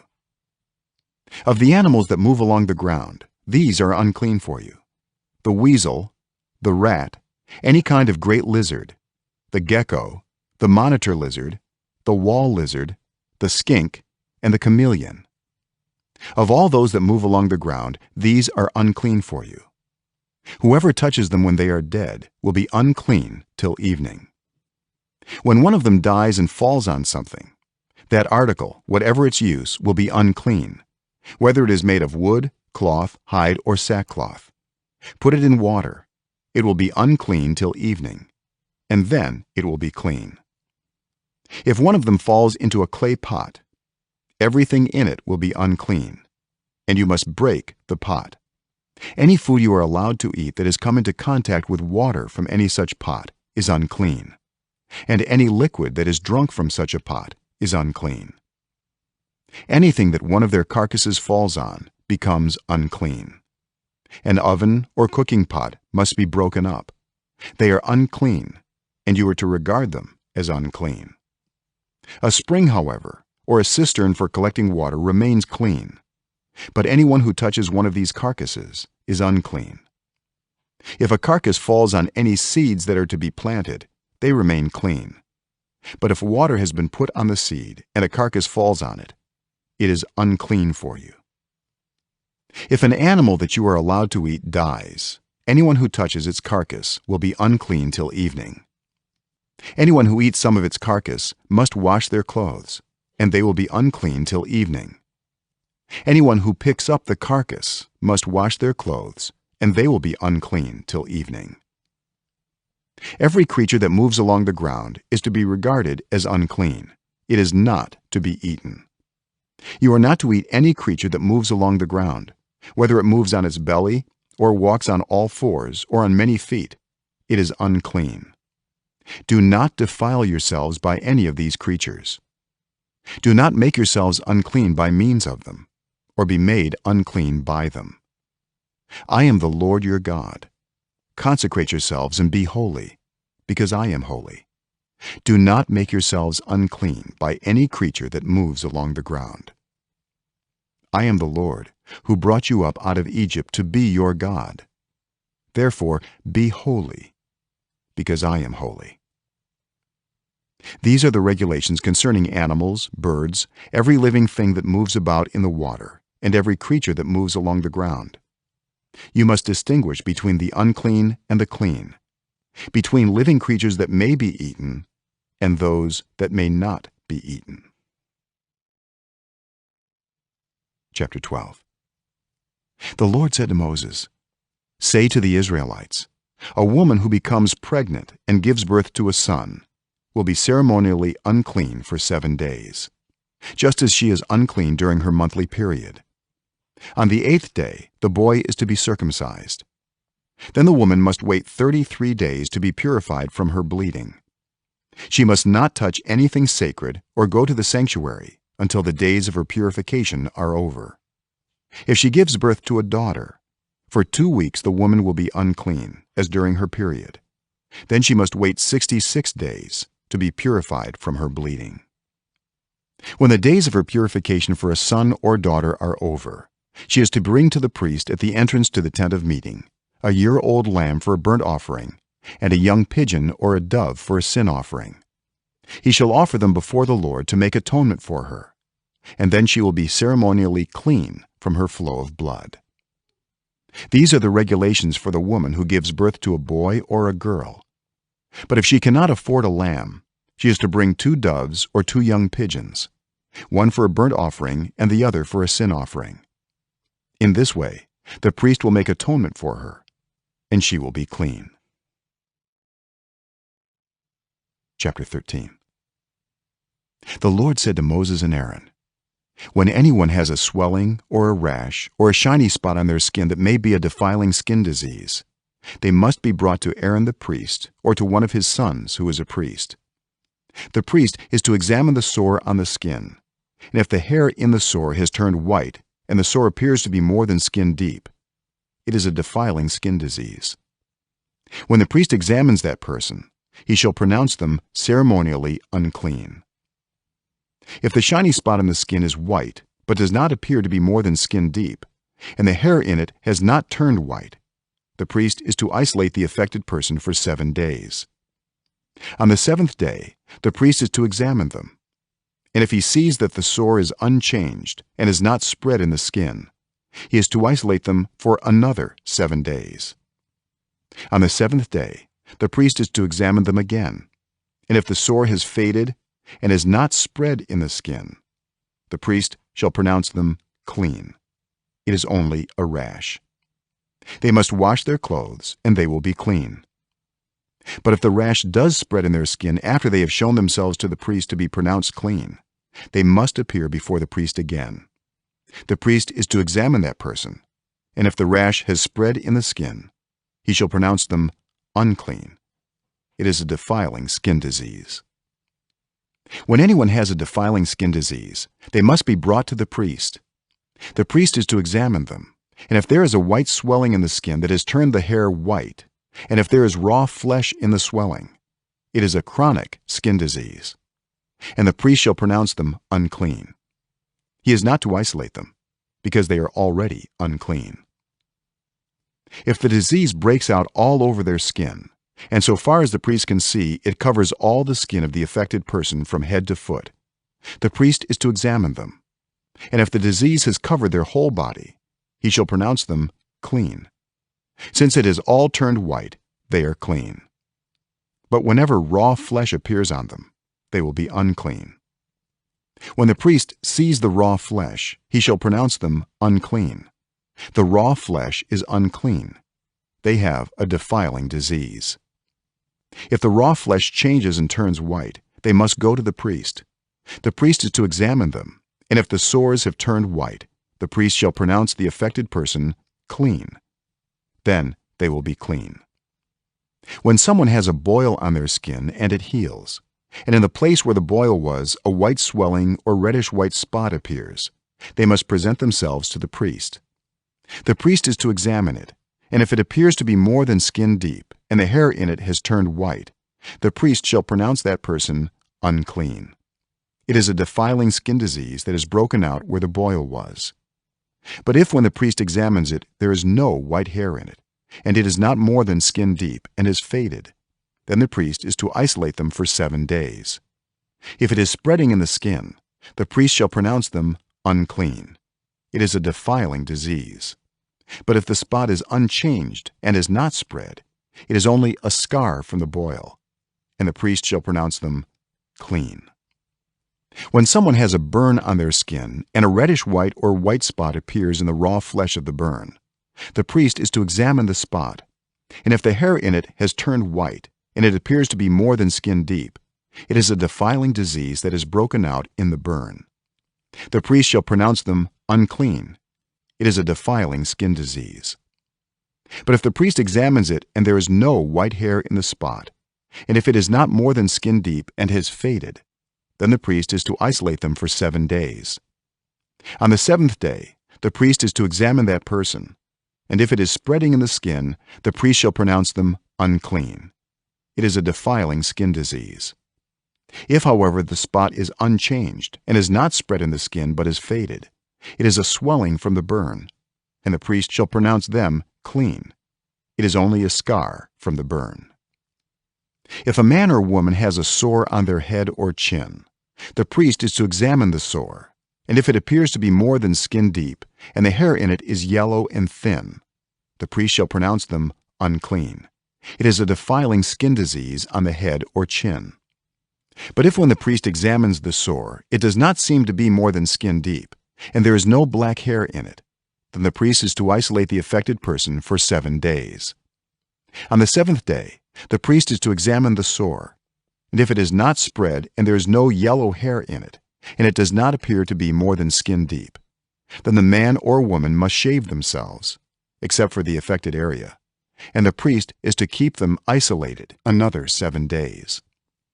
On the 7th day, the priest is to examine the sore, and if it is not spread in the skin and appears to be no more than skin deep, the priest shall pronounce them clean. They must wash their clothes, and they will be clean. But if the sore does spread in the skin after they are pronounced clean, the priest is to examine them, and if he finds that the sore has spread in the skin, he does not need to look for yellow hair. They are unclean. If, however, the sore is unchanged so far as the priest can see, and if black hair has grown in it, the affected person is healed. They are clean, and the priest shall pronounce them clean. When a man or woman has white spots on the skin, the priest is to examine them, and if the spots are dull white, it is a harmless rash that has broken out on the skin. They are clean. A man who has lost his hair and is bald is clean. If he has lost his hair from the front of his scalp and has a bald forehead, he is clean. But if he has a reddish-white sore on his bald head or forehead, it is a defiling disease breaking out on his head or forehead. The priest is to examine him, and if the swollen sore on his head or forehead is reddish-white, like a defiling skin disease, the man is diseased and is unclean. The priest shall pronounce him unclean because of the sore on his head. Anyone with such a defiling disease must wear torn clothes, let their hair be unkempt, cover the lower part of their face, and cry out, "Unclean, unclean." As long as they have the disease, they remain unclean. They must live alone. They must live outside the camp. As for any fabric that is spoiled with a defiling mold, any woolen or linen clothing, any woven or knitted material of linen or wool, any leather or anything made of leather, if the affected area in the fabric, the leather, the woven or knitted material, or any leather article is greenish or reddish, it is a defiling mold and must be shown to the priest. The priest is to examine the affected area and isolate the article for 7 days. On the 7th day, he is to examine it, and if the mold has spread in the fabric, the woven or knitted material, or the leather, whatever its use, it is a persistent, defiling mold. The article is unclean. He must burn the fabric, the woven or knitted material of wool or linen, or any leather article that has been spoiled. Because the defiling mold is persistent, the article must be burned. But if when the priest examines it, the mold has not spread in the fabric, the woven or knitted material, or the leather article, he shall order that the spoiled article be washed. Then he is to isolate it for another 7 days. After the article has been washed, the priest is to examine it again, and if the mold has not changed its appearance, even though it has not spread, it is unclean. Burn it, no matter which side of the fabric has been spoiled. If when the priest examines it, the mold has faded after the article has been washed, he is to tear the spoiled part out of the fabric, the leather, or the woven or knitted material. But if it reappears in the fabric, in the woven or knitted material, or in the leather article, it is a spreading mold. Whatever has the mold must be burned. Any fabric, woven or knitted material, or any leather article that has been washed and is rid of the mold must be washed again. Then it will be clean. These are the regulations concerning defiling molds in woolen or linen clothing, woven or knitted material, or any leather article, for pronouncing them clean or unclean. Chapter 14. The Lord said to Moses, "These are the regulations for any diseased person at the time of their ceremonial cleansing when they are brought to the priest. The priest is to go outside the camp and examine them. If they have been healed of their defiling skin disease, the priest shall order that 2 live clean birds and some cedar wood, scarlet yarn, and hyssop be brought for the person to be cleansed. Then the priest shall order that one of the birds be killed over fresh water in a clay pot. He is then to take the live bird and dip it, together with the cedar wood, the scarlet yarn, and the hyssop, into the blood of the bird that was killed over the fresh water. 7 times he shall sprinkle the one to be cleansed of the defiling disease, and then pronounce them clean. After that, he is to release the live bird in the open fields. The person to be cleansed must wash their clothes, shave off all their hair, and bathe with water. Then they will be ceremonially clean. After this, they may come into the camp, but they must stay outside their tent for 7 days. On the 7th day, they must shave off all their hair. They must shave their head, their beard, their eyebrows, and the rest of their hair. They must wash their clothes and bathe themselves with water, and they will be clean. On the 8th day, they must bring 2 male lambs and 1 ewe lamb a year old, each without defect, along with 3/10 of an ephah of the finest flour mixed with olive oil for a grain offering, and 1 log of oil. The priest who pronounces them clean shall present both the one to be cleansed and their offerings before the Lord at the entrance to the tent of meeting. Then the priest is to take one of the male lambs and offer it as a guilt offering, along with a log of oil. He shall wave them before the Lord as a wave offering. He is to slaughter the lamb in the sanctuary area where the sin offering and the burnt offering are slaughtered. Like the sin offering, the guilt offering belongs to the priest. It is most holy. The priest is to take some of the blood of the guilt offering and put it on the lobe of the right ear of the one to be cleansed, on the thumb of their right hand, and on the big toe of their right foot. The priest shall then take some of the log of oil, pour it in the palm of his own left hand, dip his right forefinger into the oil in his palm, and with his finger sprinkle some of it before the Lord 7 times. The priest is to put some of the oil remaining in his palm on the lobe of the right ear of the one to be cleansed, on the thumb of their right hand, and on the big toe of their right foot, on top of the blood of the guilt offering. The rest of the oil in his palm the priest shall put on the head of the one to be cleansed, and make atonement for them before the Lord. Then the priest is to sacrifice the sin offering and make atonement for the one to be cleansed from their uncleanness. After that, the priest shall slaughter the burnt offering and offer it on the altar, together with the grain offering, and make atonement for them, and they will be clean. If, however, they are poor and cannot afford these, they must take 1 male lamb as a guilt offering to be waved to make atonement for them, together with 1/10 of an ephah of the finest flour mixed with olive oil for a grain offering, a log of oil, and 2 doves or 2 young pigeons, such as they can afford, one for a sin offering and the other for a burnt offering.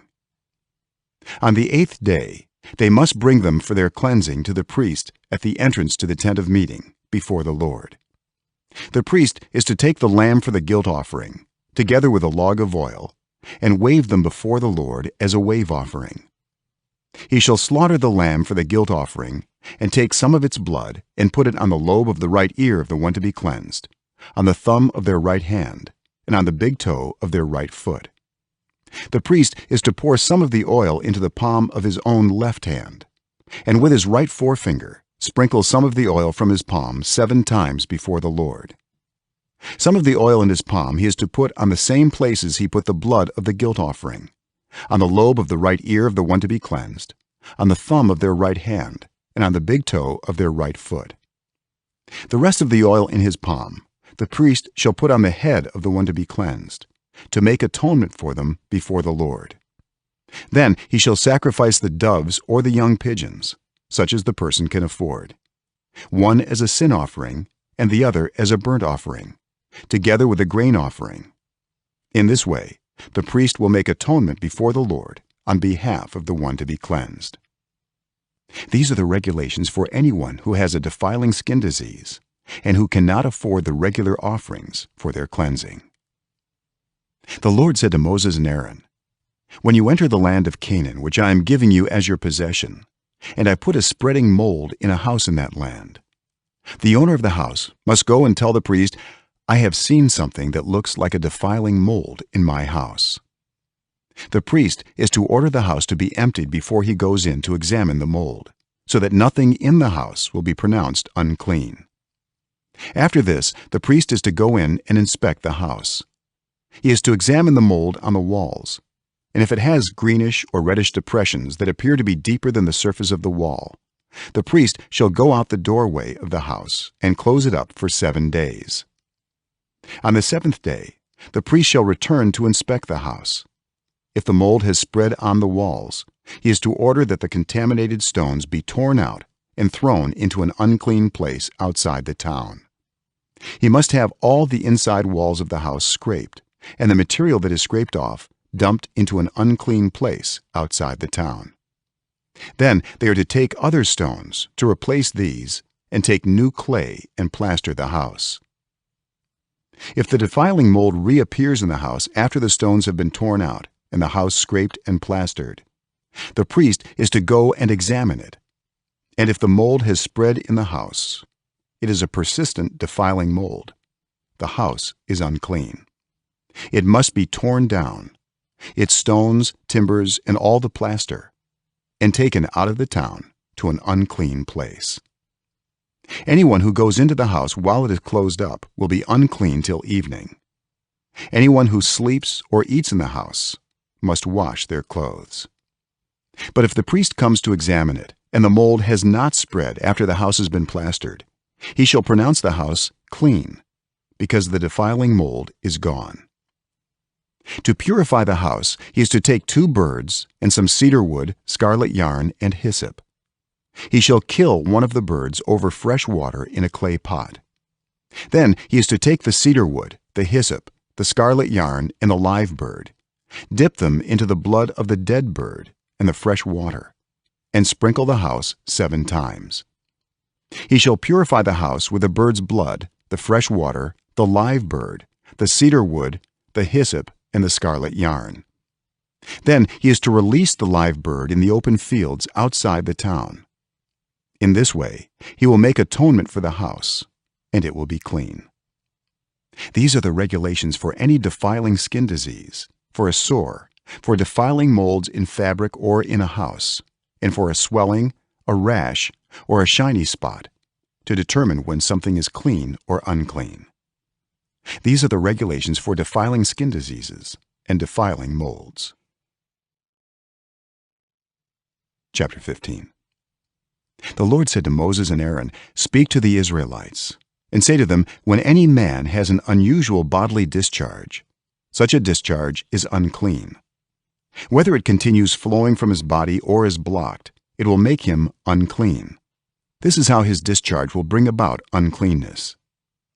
Any bed the man with a discharge lies on will be unclean, and anything he sits on will be unclean. Anyone who touches his bed must wash their clothes and bathe with water, and they will be unclean till evening. Whoever sits on anything that the man with a discharge sat on must wash their clothes and bathe with water, and they will be unclean till evening. Whoever touches the man who has a discharge must wash their clothes and bathe with water, and they will be unclean till evening. If the man with a discharge spits on anyone who is clean, they must wash their clothes and bathe with water, and they will be unclean till evening. Everything the man sits on when riding will be unclean, and whoever touches any of the things that were under him will be unclean till evening. Whoever picks up those things must wash their clothes and bathe with water, and they will be unclean till evening. Anyone the man with a discharge touches without rinsing his hands with water must wash their clothes and bathe with water, and they will be unclean till evening. A clay pot that the man touches must be broken, and any wooden article is to be rinsed with water. When a man is cleansed from his discharge, he is to count off 7 days for his ceremonial cleansing. He must wash his clothes and bathe himself with fresh water, and he will be clean. On the 8th day, he must take 2 doves or 2 young pigeons and come before the Lord to the entrance to the tent of meeting and give them to the priest. The priest is to sacrifice them, the one for a sin offering and the other for a burnt offering. In this way, he will make atonement before the Lord for the man because of his discharge. When a man has an emission of semen, he must bathe his whole body with water, and he will be unclean till evening. Any clothing or leather that has semen on it must be washed with water, and it will be unclean till evening. When a man has sexual relations with a woman and there is an emission of semen, both of them must bathe with water, and they will be unclean till evening.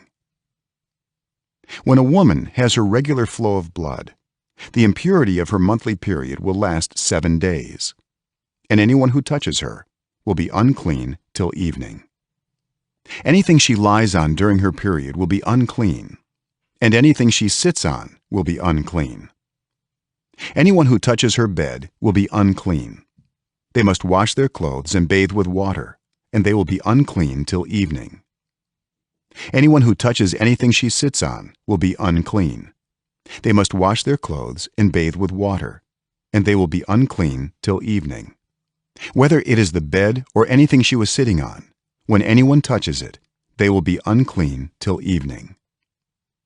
If a man has sexual relations with her and her monthly flow touches him, he will be unclean for 7 days. Any bed he lies on will be unclean. When a woman has a discharge of blood for many days at a time other than her monthly period, or has a discharge that continues beyond her period, she will be unclean as long as she has the discharge, just as in the days of her period. Any bed she lies on while her discharge continues will be unclean, as is her bed during her monthly period, and anything she sits on will be unclean, as during her period. Anyone who touches them will be unclean. They must wash their clothes and bathe with water, and they will be unclean till evening. When she is cleansed from her discharge, she must count off 7 days, and after that she will be ceremonially clean. On the 8th day she must take 2 doves or 2 young pigeons and bring them to the priest at the entrance to the tent of meeting. The priest is to sacrifice one for a sin offering and the other for a burnt offering. In this way he will make atonement for her before the Lord for the uncleanness of her discharge. You must keep the Israelites separate from the things that make them unclean, so they will not die in their uncleanness for defiling my dwelling place, which is among them. These are the regulations for a man with a discharge, for anyone made unclean by an emission of semen, for a woman in her monthly period, for a man or a woman with a discharge, and for a man who has sexual relations with a woman who is ceremonially unclean. Chapter 16. The Lord spoke to Moses after the death of the 2 sons of Aaron, who died when they approached the Lord. The Lord said to Moses, "Tell your brother Aaron that he is not to come whenever he chooses into the most holy place behind the curtain in front of the atonement cover on the ark, or else he will die. For I will appear in the cloud over the atonement cover. This is how Aaron is to enter the most holy place. He must first bring a young bull for a sin offering and a ram for a burnt offering. He is to put on the sacred linen tunic with linen undergarments next to his body. He is to tie the linen sash around him and put on the linen turban. These are sacred garments, so he must bathe himself with water before he puts them on. From the Israelite community he is to take 2 male goats for a sin offering and a ram for a burnt offering. Aaron is to offer the bull for his own sin offering to make atonement for himself and his household. Then he is to take the 2 goats and present them before the Lord at the entrance to the tent of meeting. He is to cast lots for the 2 goats, one lot for the Lord and the other for the scapegoat. Aaron shall bring the goat whose lot falls to the Lord and sacrifice it for a sin offering. But the goat chosen by lot as the scapegoat shall be presented alive before the Lord, to be used for making atonement by sending it into the wilderness as a scapegoat. Aaron shall bring the bull for his own sin offering to make atonement for himself and his household, and he is to slaughter the bull for his own sin offering. He is to take a censer full of burning coals from the altar before the Lord, and 2 handfuls of finely ground fragrant incense, and take them behind the curtain. He is to put the incense on the fire before the Lord, and the smoke of the incense will conceal the atonement cover above the tablets of the covenant law, so that he will not die. He is to take some of the bull's blood and with his finger sprinkle it on the front of the atonement cover. Then he shall sprinkle some of it with his finger 7 times before the atonement cover. He shall then slaughter the goat for the sin offering for the people, and take its blood behind the curtain, and do with it as he did with the bull's blood. He shall sprinkle it on the atonement cover and in front of it. In this way he will make atonement for the most holy place because of the uncleanness and rebellion of the Israelites, whatever their sins have been. He is to do the same for the tent of meeting, which is among them in the midst of their uncleanness. No one is to be in the tent of meeting from the time Aaron goes in to make atonement in the most holy place until he comes out, having made atonement for himself, his household, and the whole community of Israel. Then he shall come out to the altar that is before the Lord and make atonement for it. He shall take some of the bull's blood and some of the goat's blood and put it on all the horns of the altar. He shall sprinkle some of the blood on it with his fingers 7 times to cleanse it and to consecrate it from the uncleanness of the Israelites. When Aaron has finished making atonement for the most holy place, the tent of meeting and the altar, he shall bring forward the live goat. He is to lay both hands on the head of the live goat and confess over it all the wickedness and rebellion of the Israelites, all their sins, and put them on the goat's head. He shall send the goat away into the wilderness in the care of someone appointed for the task. The goat will carry on itself all their sins to a remote place, and the man shall release it in the wilderness. Then Aaron is to go into the tent of meeting and take off the linen garments he put on before he entered the most holy place, and he is to leave them there. He shall bathe himself with water in the sanctuary area and put on his regular garments. Then he shall come out and sacrifice the burnt offering for himself and the burnt offering for the people, to make atonement for himself and for the people. He shall also burn the fat of the sin offering on the altar. The man who releases the goat as a scapegoat must wash his clothes and bathe himself with water. Afterward he may come into the camp. The bull and the goat for the sin offerings, whose blood was brought into the most holy place to make atonement, must be taken outside the camp. Their hides, flesh, and intestines are to be burned up. The man who burns them must wash his clothes and bathe himself with water. Afterward he may come into the camp. This is to be a lasting ordinance for you. On the 10th day of the 7th month you must deny yourselves and not do any work, whether native-born or a foreigner residing among you, because on this day atonement will be made for you, to cleanse you. Then before the Lord you will be clean from all your sins. It is a day of Sabbath rest, and you must deny yourselves. It is a lasting ordinance. The priest who is anointed and ordained to succeed his father as high priest is to make atonement. He is to put on the sacred linen garments and make atonement for the most holy place, for the tent of meeting and the altar, and for the priests and all the members of the community. This is to be a lasting ordinance for you. Atonement is to be made once a year for all the sins of the Israelites. And it was done, as the Lord commanded Moses. Chapter 17. The Lord said to Moses, "Speak to Aaron and his sons and to all the Israelites, and say to them, this is what the Lord has commanded. Any Israelite who sacrifices an ox, a lamb, or a goat in the camp or outside of it, instead of bringing it to the entrance to the tent of meeting to present it as an offering to the Lord in front of the tabernacle of the Lord, that person shall be considered guilty of bloodshed. They have shed blood and must be cut off from their people. This is so the Israelites will bring to the Lord the sacrifices they are now making in the open fields. They must bring them to the priest, that is, to the Lord, at the entrance to the tent of meeting, and sacrifice them as fellowship offerings. The priest is to splash the blood against the altar of the Lord at the entrance to the tent of meeting, and burn the fat as an aroma pleasing to the Lord. They must no longer offer any of their sacrifices to the goat idols to whom they prostitute themselves. This is to be a lasting ordinance for them and for the generations to come. Say to them, any Israelite or any foreigner residing among them who offers a burnt offering or sacrifice and does not bring it to the entrance to the tent of meeting to sacrifice it to the Lord must be cut off from the people of Israel. I will set my face against any Israelite or any foreigner residing among them who eats blood, and I will cut them off from the people. For the life of a creature is in the blood, and I have given it to you to make atonement for yourselves on the altar. It is the blood that makes atonement for one's life.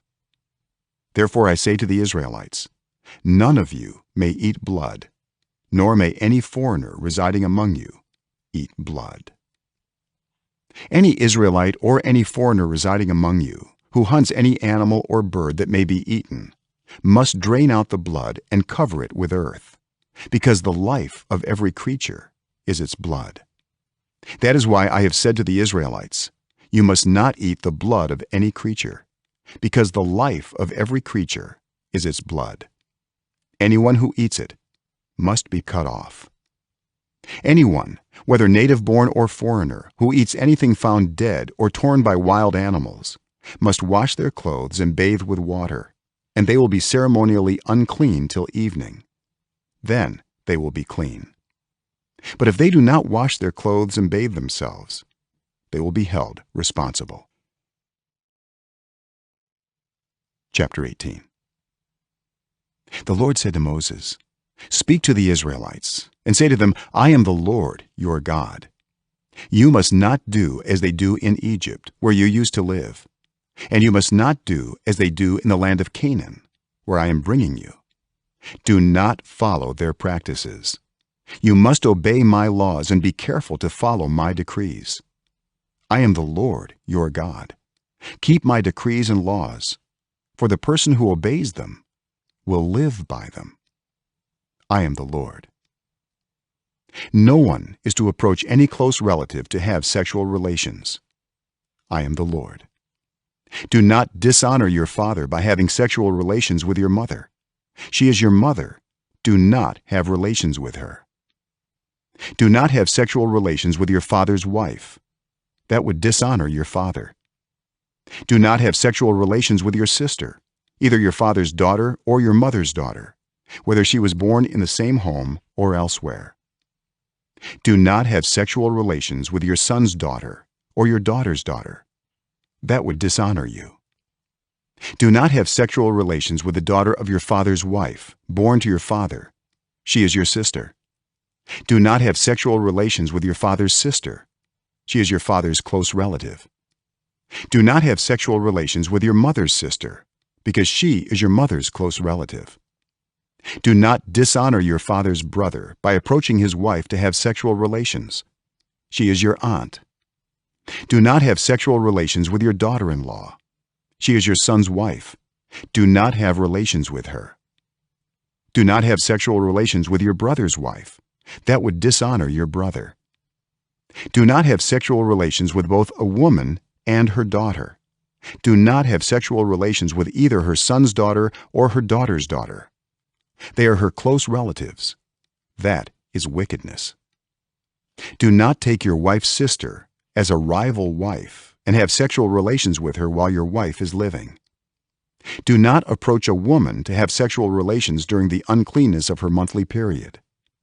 Do not have sexual relations with your neighbor's wife and defile yourself with her. Do not give any of your children to be sacrificed to Molech, for you must not profane the name of your God. I am the Lord. Do not have sexual relations with a man as one does with a woman. That is detestable. Do not have sexual relations with an animal and defile yourself with it.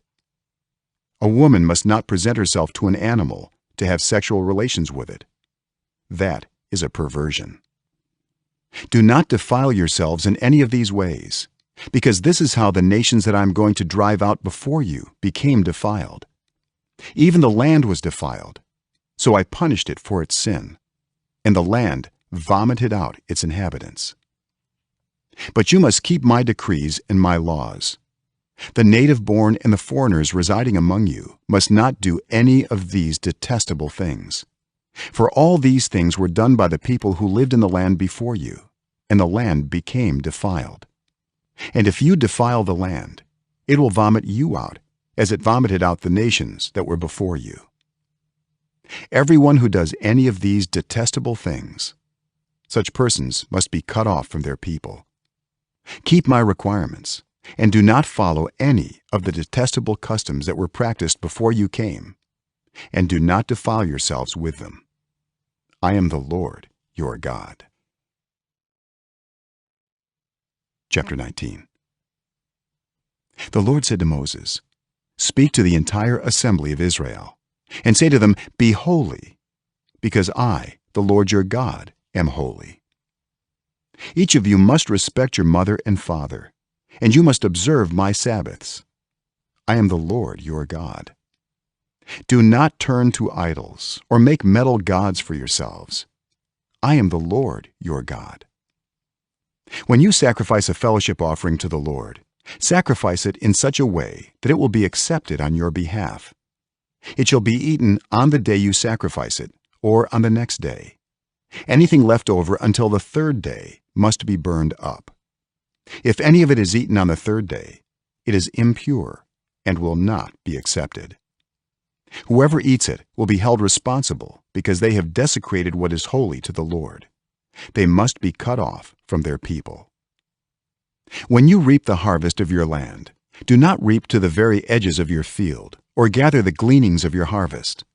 Do not go over your vineyard a second time or pick up the grapes that have fallen. Leave them for the poor and the foreigner. I am the Lord your God. Do not steal. Do not lie. Do not deceive one another. Do not swear falsely by my name and so profane the name of your God. I am the Lord. Do not defraud or rob your neighbor. Do not hold back the wages of a hired worker overnight. Do not curse the deaf or put a stumbling block in front of the blind, but fear your God. I am the Lord. Do not pervert justice. Do not show partiality to the poor or favoritism to the great, but judge your neighbor fairly. Do not go about spreading slander among your people. Do not do anything that endangers your neighbor's life. I am the Lord. Do not hate a fellow Israelite in your heart. Rebuke your neighbor frankly, so you will not share in their guilt. Do not seek revenge or bear a grudge against anyone among your people, but love your neighbor as yourself. I am the Lord. Keep my decrees. Do not mate different kinds of animals. Do not plant your field with two kinds of seed. Do not wear clothing woven of two kinds of material. If a man sleeps with a female slave who is promised to another man, but who has not been ransomed or given her freedom, there must be due punishment. Yet they are not to be put to death, because she has not been freed. The man, however, must bring a ram to the entrance to the tent of meeting for a guilt offering to the Lord. With the ram of the guilt offering, the priest is to make atonement for him before the Lord for the sin he has committed, and his sin will be forgiven. When you enter the land and plant any kind of fruit tree, regard its fruit as forbidden. For 3 years you are to consider it forbidden. It must not be eaten. In the 4th year, all its fruit will be holy, an offering of praise to the Lord. But in the 5th year you may eat its fruit. In this way your harvest will be increased. I am the Lord your God. Do not eat any meat with the blood still in it. Do not practice divination or seek omens. Do not cut the hair at the sides of your head or clip off the edges of your beard. Do not cut your bodies for the dead or put tattoo marks on yourselves. I am the Lord. Do not degrade your daughter by making her a prostitute, or the land will turn to prostitution and be filled with wickedness. Observe my Sabbaths and have reverence for my sanctuary. I am the Lord. Do not turn to mediums or seek out spiritists, for you will be defiled by them. I am the Lord your God. Stand up in the presence of the aged, show respect for the elderly, and revere your God. I am the Lord. When a foreigner resides among you in your land, do not mistreat them. The foreigner residing among you must be treated as your native born. Love them as yourself, for you were foreigners in Egypt. I am the Lord your God. Do not use dishonest standards when measuring length, weight, or quantity. use honest scales and honest weights, an honest ephah and an honest hin. I am the Lord your God, who brought you out of Egypt. Keep all my decrees and all my laws and follow them. I am the Lord. Chapter 20. The Lord said to Moses, "Say to the Israelites, any Israelite or any foreigner residing in Israel who sacrifices any of his children to Molech is to be put to death. The members of the community are to stone him. I myself will set my face against him and will cut him off from his people. For by sacrificing his children to Molech, he has defiled my sanctuary and profaned my holy name. If the members of the community close their eyes when that man sacrifices one of his children to Molech, and if they fail to put him to death, I myself will set my face against him and his family and will cut them off from their people, together with all who follow him in prostituting themselves to Molech. I will set my face against anyone who turns to mediums and spiritists to prostitute themselves by following them, and I will cut them off from their people. Consecrate yourselves and be holy, because I am the Lord your God. Keep my decrees and follow them. I am the Lord who makes you holy. Anyone who curses their father or mother is to be put to death. Because they have cursed their father or mother, their blood will be on their own head. If a man commits adultery with another man's wife, with the wife of his neighbor, both the adulterer and the adulteress are to be put to death. If a man has sexual relations with his father's wife, he has dishonored his father. Both the man and the woman are to be put to death. Their blood will be on their own heads. If a man has sexual relations with his daughter-in-law, both of them are to be put to death. What they have done is a perversion. Their blood will be on their own heads. If a man has sexual relations with a man, as one does with a woman, both of them have done what is detestable. They are to be put to death. Their blood will be on their own heads. If a man marries both a woman and her mother, it is wicked. Both he and they must be burned in the fire, so that no wickedness will be among you. If a man has sexual relations with an animal, he is to be put to death, and you must kill the animal. If a woman approaches an animal to have sexual relations with it, kill both the woman and the animal. They are to be put to death. Their blood will be on their own heads. If a man marries his sister, the daughter of either his father or his mother, and they have sexual relations, it is a disgrace. They are to be publicly removed from their people. He has dishonored his sister and will be held responsible. If a man has sexual relations with a woman during her monthly period, he has exposed the source of her flow, and she has also uncovered it. Both of them are to be cut off from their people. Do not have sexual relations with the sister of either your mother or your father, for that would dishonor a close relative. Both of you would be held responsible. If a man has sexual relations with his aunt, he has dishonored his uncle. They will be held responsible. They will die childless. If a man marries his brother's wife, it is an act of impurity. He has dishonored his brother. They will be childless.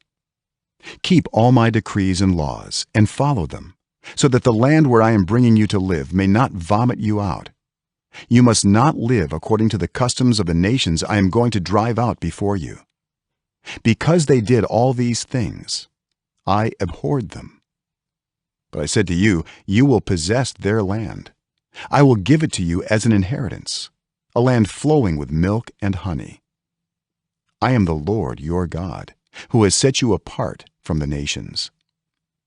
You must therefore make a distinction between clean and unclean animals, and between unclean and clean birds.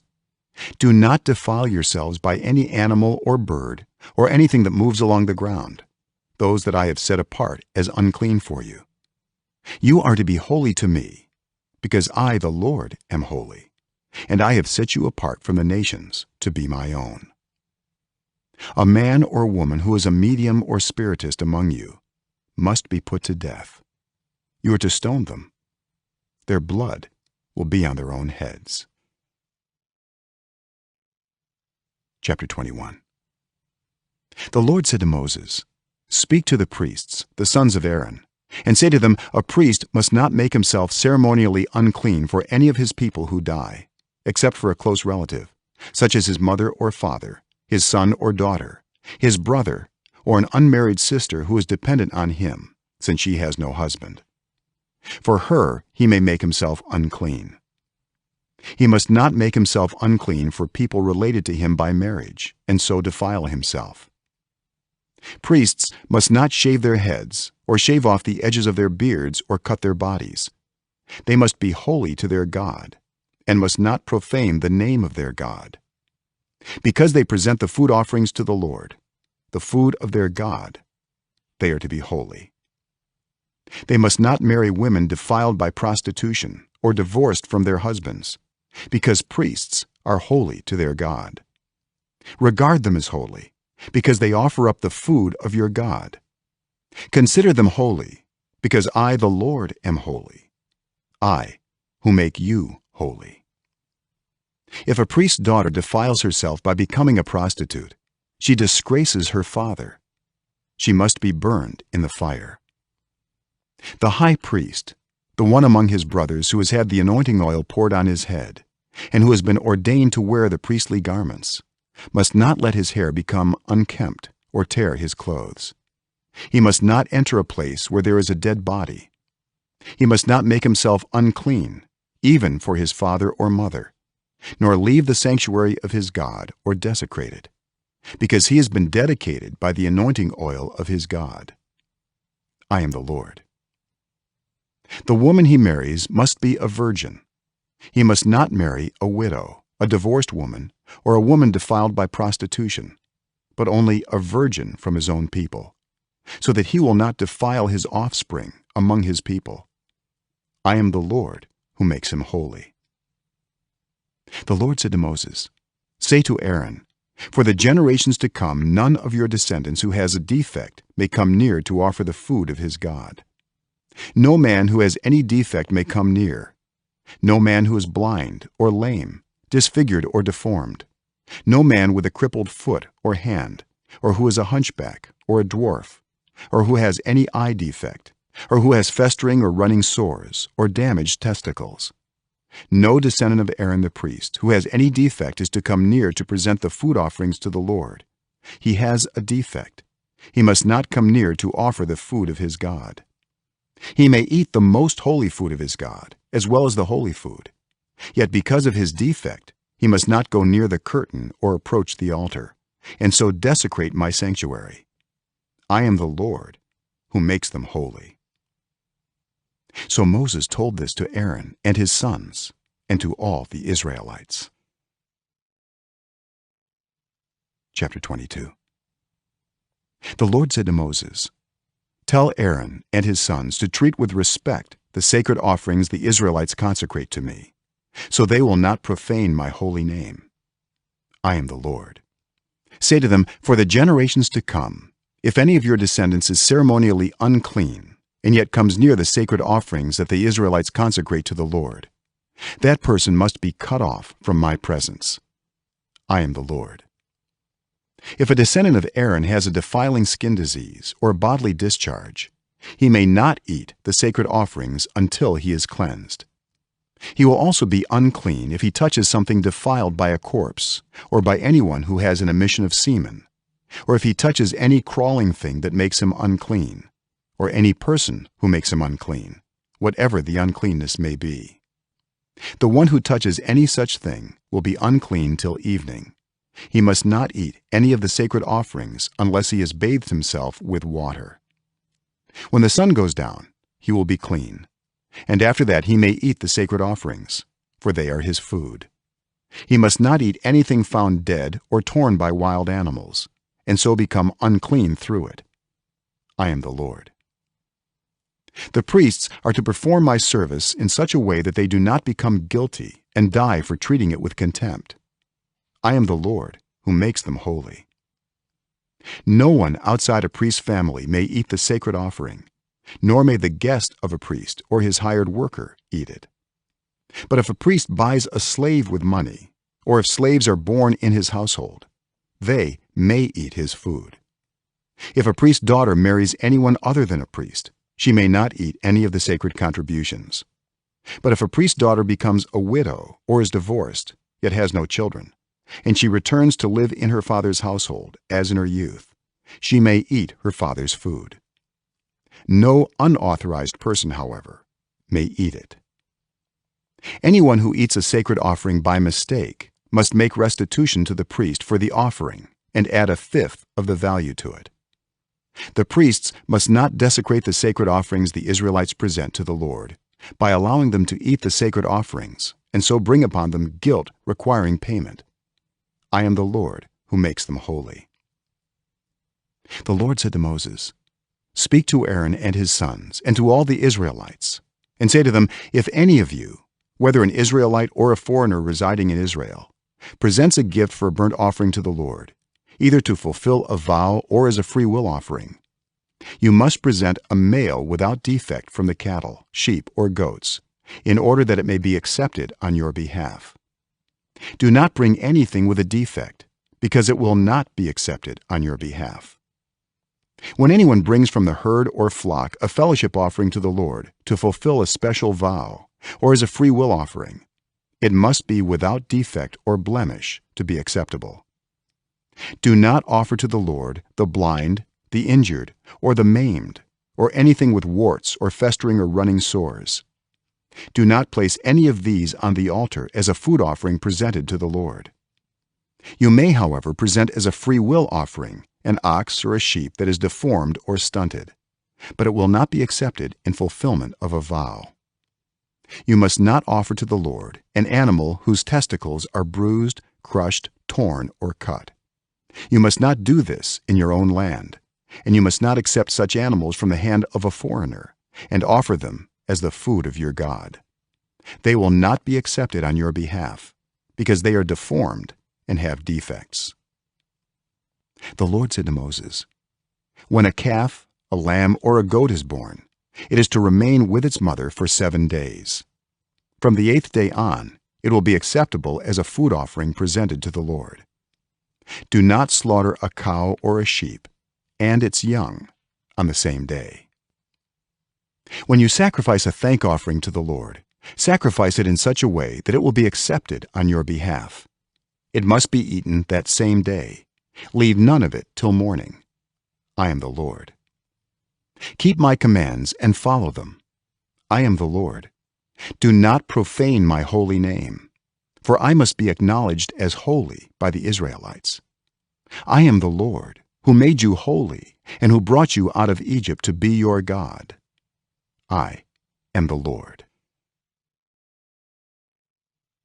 Chapter 23. The Lord said to Moses, "Speak to the Israelites, and say to them, these are my appointed festivals, the appointed festivals of the Lord, which you are to proclaim as sacred assemblies. There are 6 days when you may work, but the 7th day is a day of Sabbath rest, a day of sacred assembly. You are not to do any work. Wherever you live, it is a Sabbath to the Lord. These are the Lord's appointed festivals, the sacred assemblies you are to proclaim at their appointed times.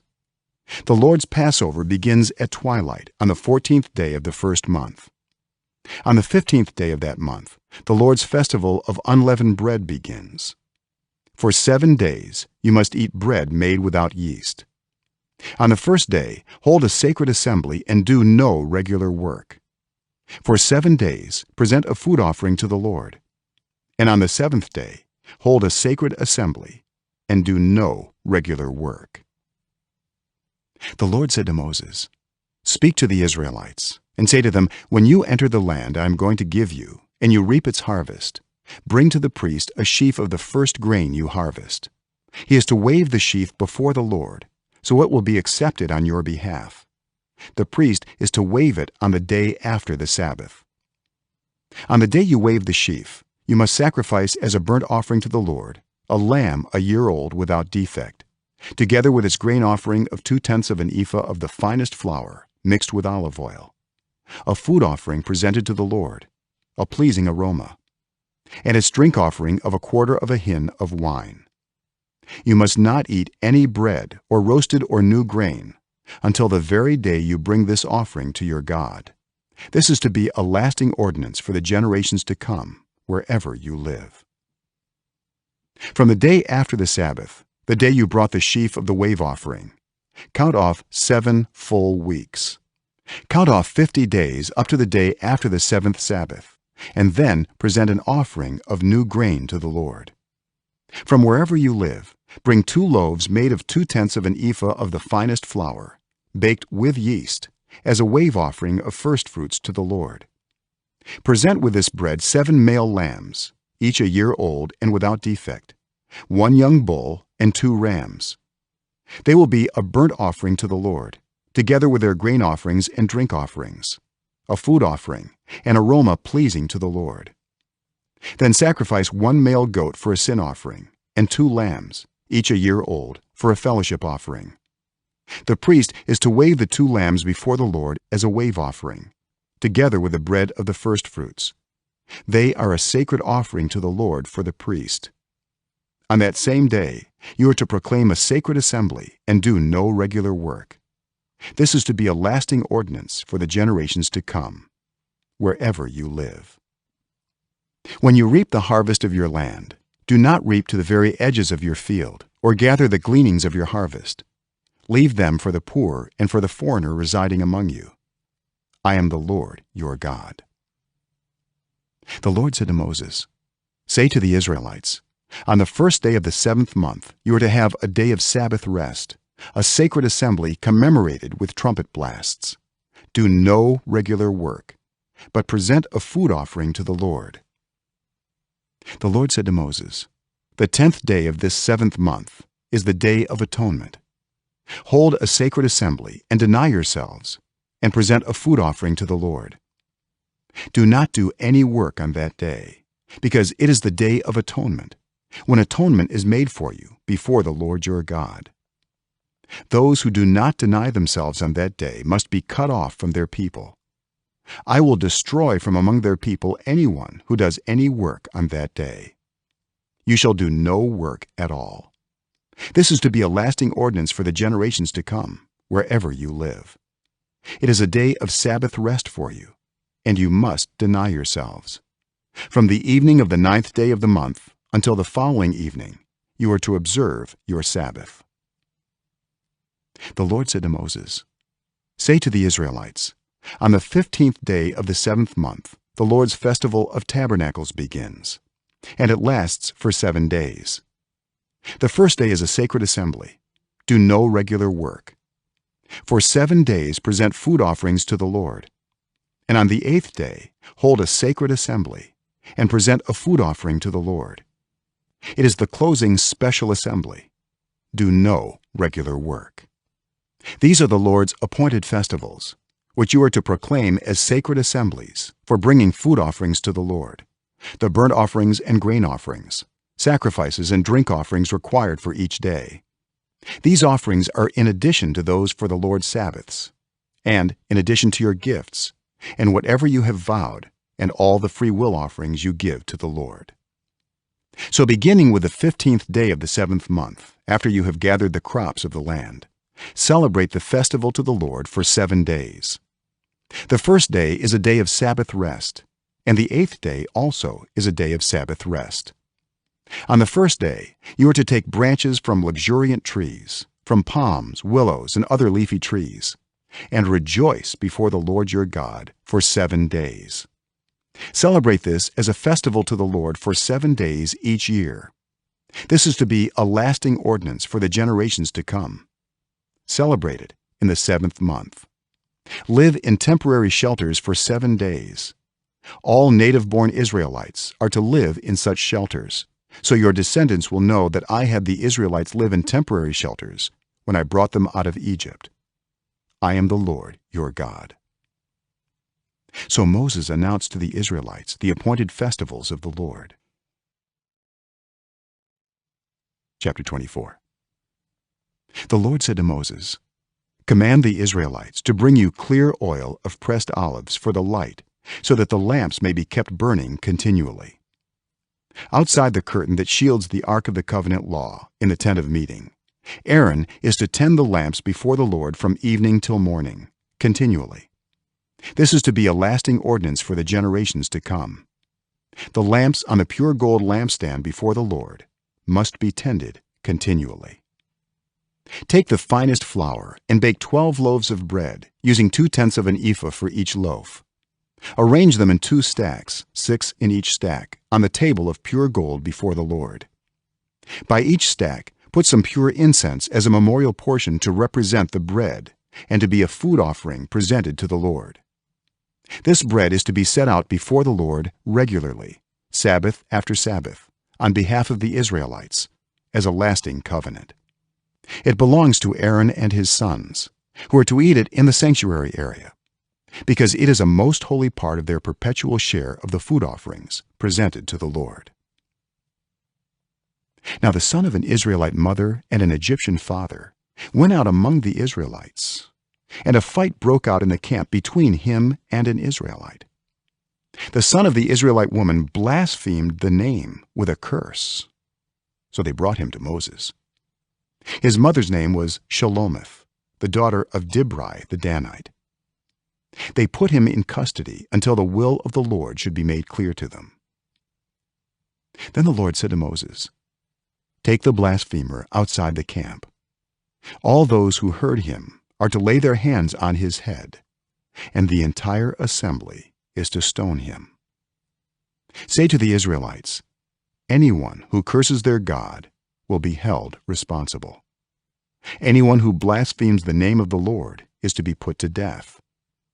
The entire assembly must stone them, whether foreigner or native born.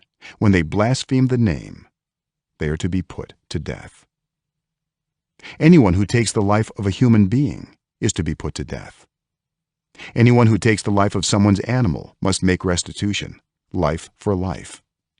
Anyone who injures their neighbor is to be injured in the same manner, fracture for fracture, eye for eye, tooth for tooth.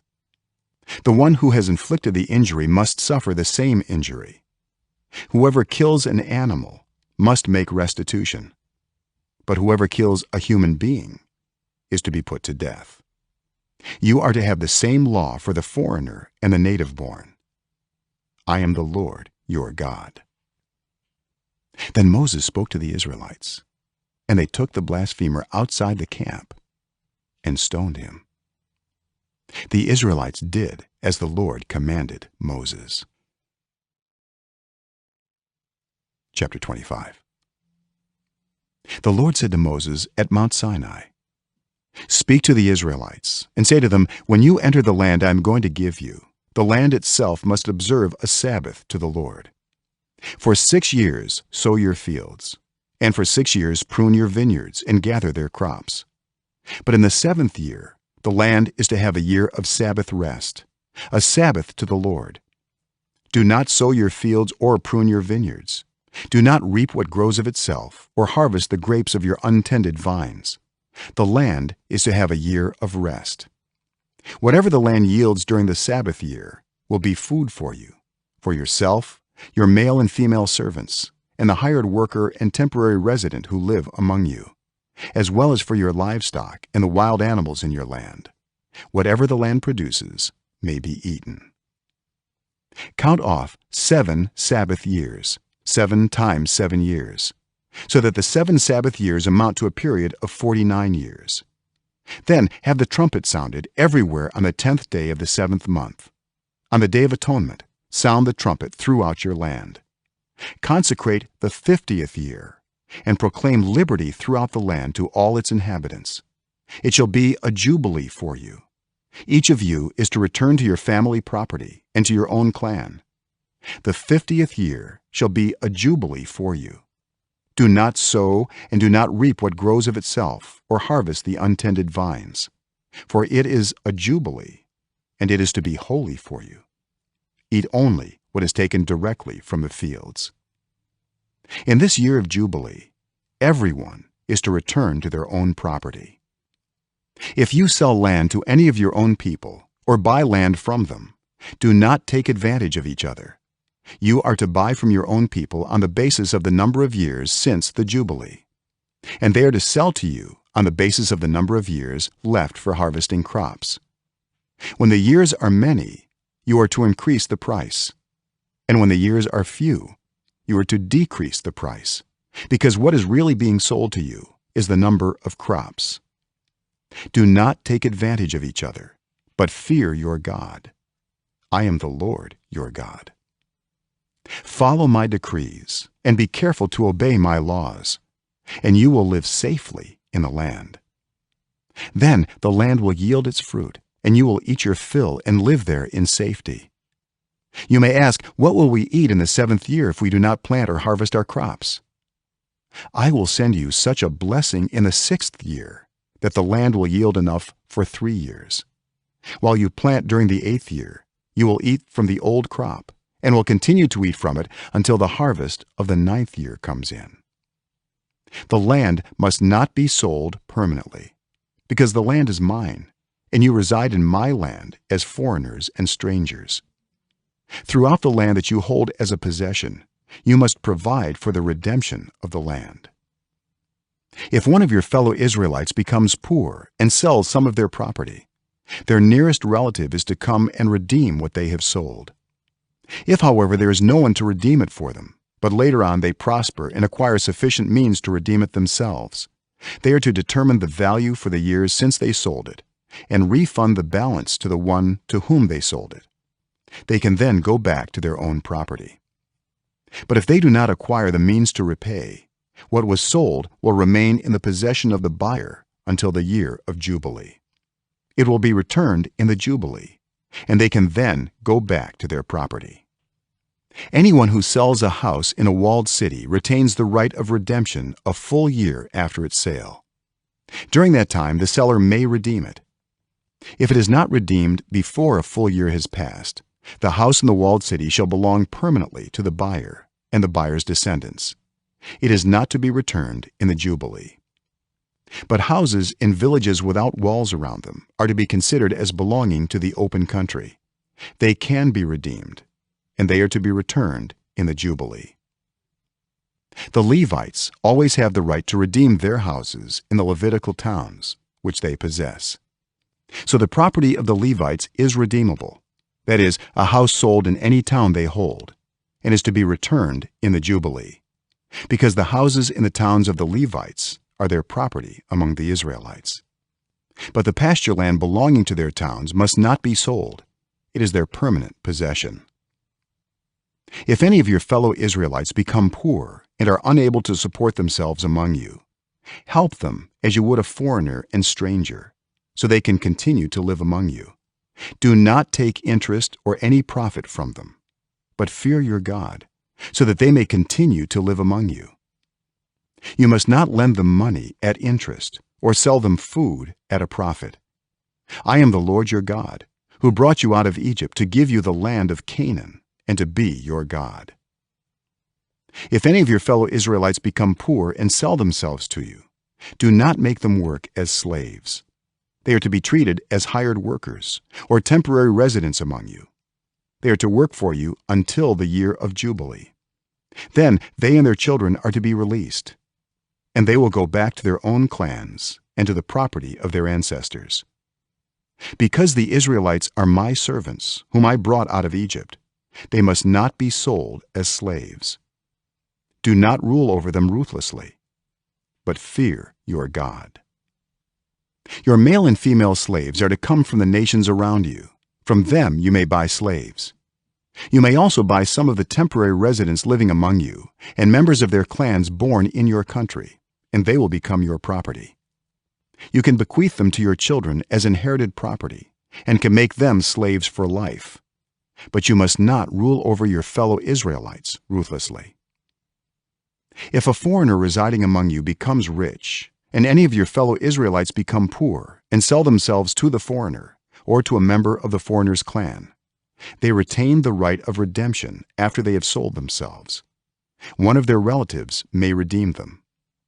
An uncle or a cousin or any blood relative in their clan may redeem them, or if they prosper, they may redeem themselves. They and their buyer are to count the time from the year they sold themselves up to the year of Jubilee. The price for their release is to be based on the rate paid to a hired worker for that number of years. If many years remain, they must pay for their redemption a larger share of the price paid for them. If only a few years remain until the year of Jubilee, they are to compute that and pay for their redemption accordingly. They are to be treated as workers hired from year to year. You must see to it that those to whom they owe service do not rule over them ruthlessly. Even if someone is not redeemed in any of these ways, they and their children are to be released in the year of Jubilee, for the Israelites belong to me as servants. They are my servants, whom I brought out of Egypt. I am the Lord your God. Chapter 26. Do not make idols, or set up an image or a sacred stone for yourselves, and do not place a carved stone in your land to bow down before it. I am the Lord your God. Observe my Sabbaths and have reverence for my sanctuary. I am the Lord. If you follow my decrees and are careful to obey my commands, I will send you rain in its season, and the ground will yield its crops and the trees their fruit. Your threshing will continue until grape harvest, and the grape harvest will continue until planting, and you will eat all the food you want and live in safety in your land. I will grant peace in the land, and you will lie down, and no one will make you afraid. I will remove wild beasts from the land, and the sword will not pass through your country. You will pursue your enemies, and they will fall by the sword before you. 5 of you will chase 100, and 100 of you will chase 10,000, and your enemies will fall by the sword before you. I will look on you with favor and make you fruitful and increase your numbers, and I will keep my covenant with you. You will still be eating last year's harvest when you will have to move it out to make room for the new. I will put my dwelling place among you, and I will not abhor you.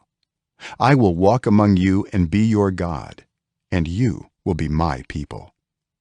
I am the Lord your God, who brought you out of Egypt, so that you would no longer be slaves to the Egyptians. I broke the bars of your yoke and enabled you to walk with heads held high.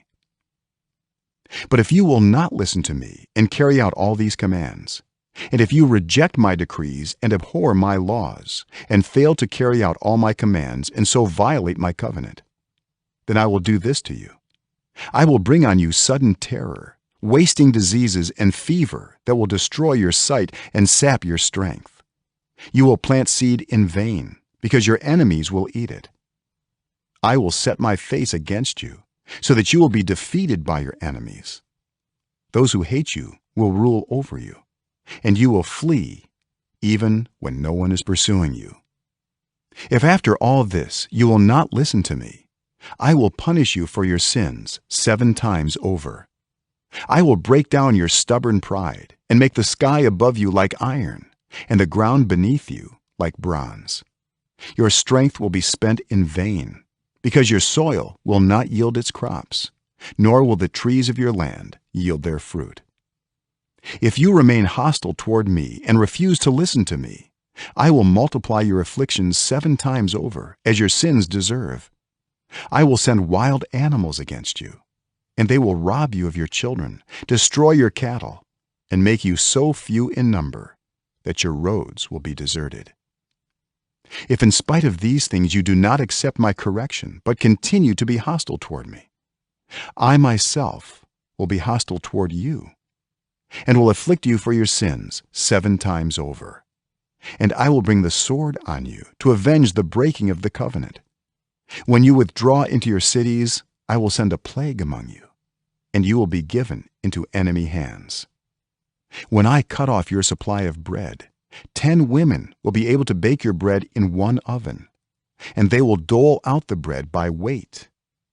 You will eat, but you will not be satisfied. If in spite of this you still do not listen to me, but continue to be hostile toward me, then in my anger I will be hostile toward you, and I myself will punish you for your sins 7 times over. You will eat the flesh of your sons and the flesh of your daughters. I will destroy your high places, cut down your incense altars, and pile your dead bodies on the lifeless forms of your idols. And I will abhor you. I will turn your cities into ruins and lay waste your sanctuaries. And I will take no delight in the pleasing aroma of your offerings. I myself will lay waste the land, so that your enemies who live there will be appalled. I will scatter you among the nations, and will draw out my sword and pursue you. Your land will be laid waste, and your cities will lie in ruins. Then the land will enjoy its Sabbath years, all the time that it lies desolate, and you are in the country of your enemies. Then the land will rest and enjoy its Sabbaths. All the time that it lies desolate, the land will have the rest it did not have during the Sabbaths you lived in it. As for those of you who are left, I will make their hearts so fearful in the lands of their enemies that the sound of a wind-blown leaf will put them to flight. They will run as though fleeing from the sword, and they will fall even though no one is pursuing them. They will stumble over one another as though fleeing from the sword, even though no one is pursuing them. So you will not be able to stand before your enemies. You will perish among the nations. The land of your enemies will devour you. Those of you who are left will waste away in the lands of their enemies because of their sins. Also, because of their ancestors' sins, they will waste away.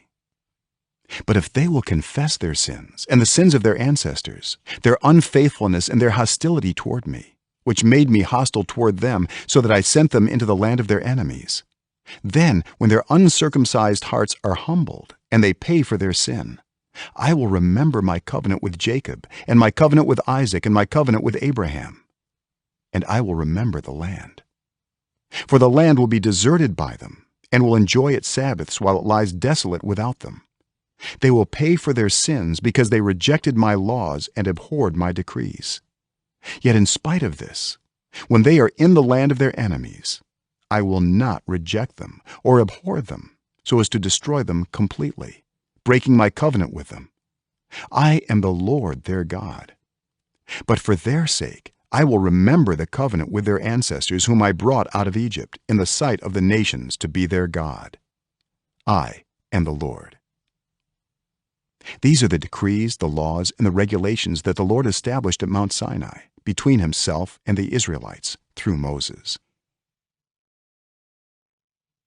Chapter 27. The Lord said to Moses, "Speak to the Israelites and say to them, if anyone makes a special vow to dedicate a person to the Lord by giving the equivalent value, set the value of a male between the ages of 20 and 60 at 50 shekels of silver, according to the sanctuary shekel. For a female, set her value at 30 shekels. For a person between the ages of 5 and 20, set the value of a male at 20 shekels, and of a female at 10 shekels. For a person between 1 month and 5 years, set the value of a male at 5 shekels of silver, and that of a female at 3 shekels of silver. For a person 60 years old or more, set the value of a male at 15 shekels, and of a female at 10 shekels.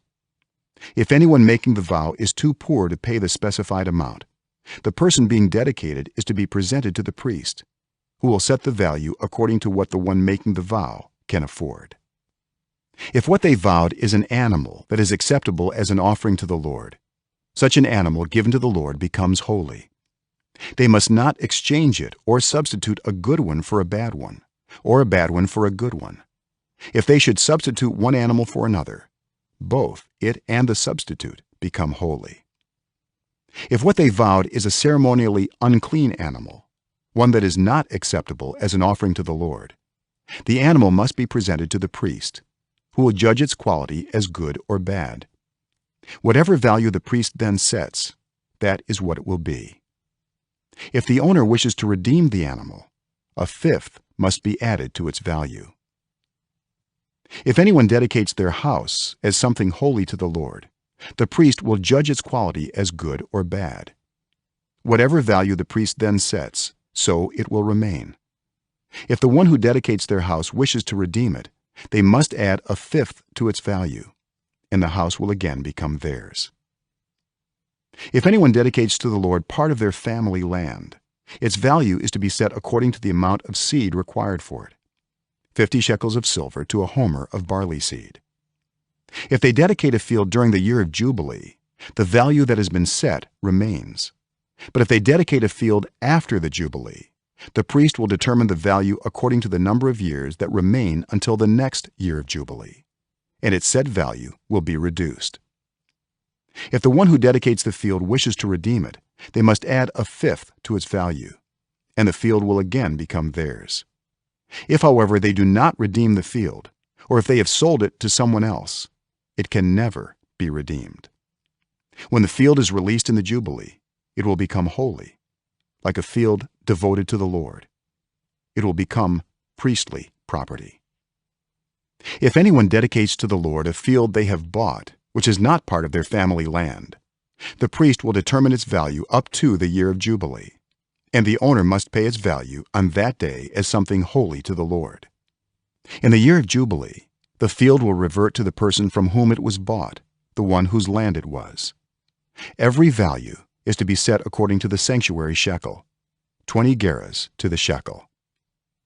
No one, however, may dedicate the firstborn of an animal, since the firstborn already belongs to the Lord.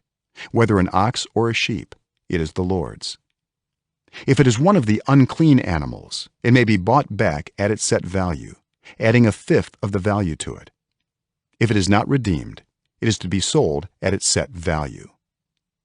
But nothing that a person owns and devotes to the Lord, whether a human being or an animal or family land, may be sold or redeemed.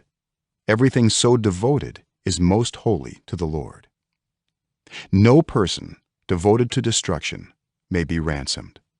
They are to be put to death. A tithe of everything from the land, whether grain from the soil or fruit from the trees, belongs to the Lord. It is holy to the Lord. Whoever would redeem any of their tithe must add a fifth of the value to it.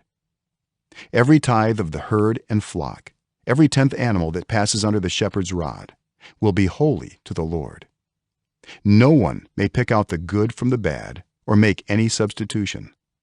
If anyone does make a substitution, both the animal and its substitute become holy and cannot be redeemed. These are the commands the Lord gave Moses at Mount Sinai for the Israelites. Numbers chapter 1. The Lord spoke to Moses in the tent of meeting in the desert of Sinai on the first day of the second month of the second year after the Israelites came out of Egypt. He said, "Take a census of the whole Israelite community by their clans and families, listing every man by name, one by one. You and Aaron are to count according to their divisions all the men in Israel who are 20 years old or more and able to serve in the army. One man from each tribe, each of them the head of his family, is to help you. These are the names of the men who are to assist you. From Reuben, Elizur, son of Shedeur. From Simeon, Shelumiel, son of Zurishaddai. From Judah, Nahshon, son of Amminadab. From Issachar, Nethanel, son of Zuar. From Zebulun, Eliab, son of Helon. From the sons of Joseph, from Ephraim, Elishama, son of Ammihud. From Manasseh, Gamaliel, son of Pedazur. From Benjamin, Abidan, son of Gideoni. From Dan, Ahiezer, son of Ammishaddai. From Asher, Pagiel, son of Okran. From Gad, Eliasaph, son of Deuel. From Naphtali, Ahira, son of Enan. These were the men appointed from the community, the leaders of their ancestral tribes. They were the heads of the clans of Israel. Moses and Aaron took these men whose names had been specified, and they called the whole community together on the first day of the second month. The people registered their ancestry by their clans and families, and the men 20 years old or more were listed by name, one by one, as the Lord commanded Moses. And so he counted them in the desert of Sinai. From the descendants of Reuben, the firstborn son of Israel, all the men 20 years old or more who were able to serve in the army were listed by name, one by one, according to the records of their clans and families. The number from the tribe of Reuben was 46,500. From the descendants of Simeon, all the men 20 years old or more who were able to serve in the army were counted and listed by name, one by one, according to the records of their clans and families. The number from the tribe of Simeon was 59,300. From the descendants of Gad, all the men 20 years old or more who were able to serve in the army were listed by name, according to the records of their clans and families. The number from the tribe of Gad was 45,650. From the descendants of Judah, all the men 20 years old or more who were able to serve in the army were listed by name, according to the records of their clans and families. The number from the tribe of Judah was 74,600. From the descendants of Issachar, all the men 20 years old or more who were able to serve in the army were listed by name, according to the records of their clans and families. The number from the tribe of Issachar was 54,400. From the descendants of Zebulun, all the men 20 years old or more who were able to serve in the army were listed by name, according to the records of their clans and families. The number from the tribe of Zebulun was 57,400. From the sons of Joseph, from the descendants of Ephraim, all the men 20 years old or more who were able to serve in the army were listed by name, according to the records of their clans and families. The number from the tribe of Ephraim was 40,500. From the descendants of Manasseh, all the men 20 years old or more who were able to serve in the army were listed by name, according to the records of their clans and families. The number from the tribe of Manasseh was 32,200.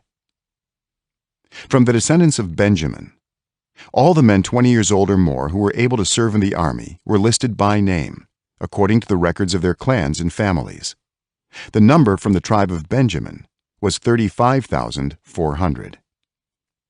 From the descendants of Dan, all the men 20 years old or more who were able to serve in the army were listed by name, according to the records of their clans and families. The number from the tribe of Dan was 62,700. From the descendants of Asher, all the men 20 years old or more who were able to serve in the army were listed by name, according to the records of their clans and families. The number from the tribe of Asher was 41,500. From the descendants of Naphtali, all the men 20 years old or more who were able to serve in the army were listed by name, according to the records of their clans and families. The number from the tribe of Naphtali was 53,400. These were the men counted by Moses and Aaron and the 12 leaders of Israel, each one representing his family. All the Israelites 20 years old or more who were able to serve in Israel's army were counted according to their families. The total number was 603,550. The ancestral tribe of the Levites, however, was not counted along with the others. The Lord had said to Moses, "You must not count the tribe of Levi or include them in the census of the other Israelites. Instead, appoint the Levites to be in charge of the tabernacle of the covenant law, over all its furnishings and everything belonging to it. They are to carry the tabernacle and all its furnishings. They are to take care of it and encamp around it. Whenever the tabernacle is to move, the Levites are to take it down, and whenever the tabernacle is to be set up, the Levites shall do it. Anyone else who approaches it is to be put to death." The Israelites are to set up their tents by divisions, each of them in their own camp under their standard. The Levites, however, are to set up their tents around the tabernacle of the covenant law, so that my wrath will not fall on the Israelite community. The Levites are to be responsible for the care of the tabernacle of the covenant law. The Israelites did all this, just as the Lord commanded Moses. Chapter 2. The Lord said to Moses and Aaron, "The Israelites are to camp around the tent of meeting, some distance from it, each of them under their standard and holding the banners of their family. On the east, toward the sunrise, The divisions of the camp of Judah are to encamp under their standard. The leader of the people of Judah is Nahshon, son of Amminadab. His division numbers 74,600. The tribe of Issachar will camp next to them. The leader of the people of Issachar is Nethanel, son of Zuar. His division numbers 54,400. The tribe of Zebulun will be next. The leader of the people of Zebulun is Eliab, son of Helon. His division numbers 57,400. All the men assigned to the camp of Judah according to their divisions number 186,400. They will set out first. On the south will be the divisions of the camp of Reuben under their standard. The leader of the people of Reuben is Elizur, son of Shedeur. His division numbers 46,500. The tribe of Simeon will camp next to them. The leader of the people of Simeon is Shelumiel, son of Zurishaddai. His division numbers 59,300. The tribe of Gad will be next. The leader of the people of Gad is Eliasaph, son of Deuel. His division numbers 45,650.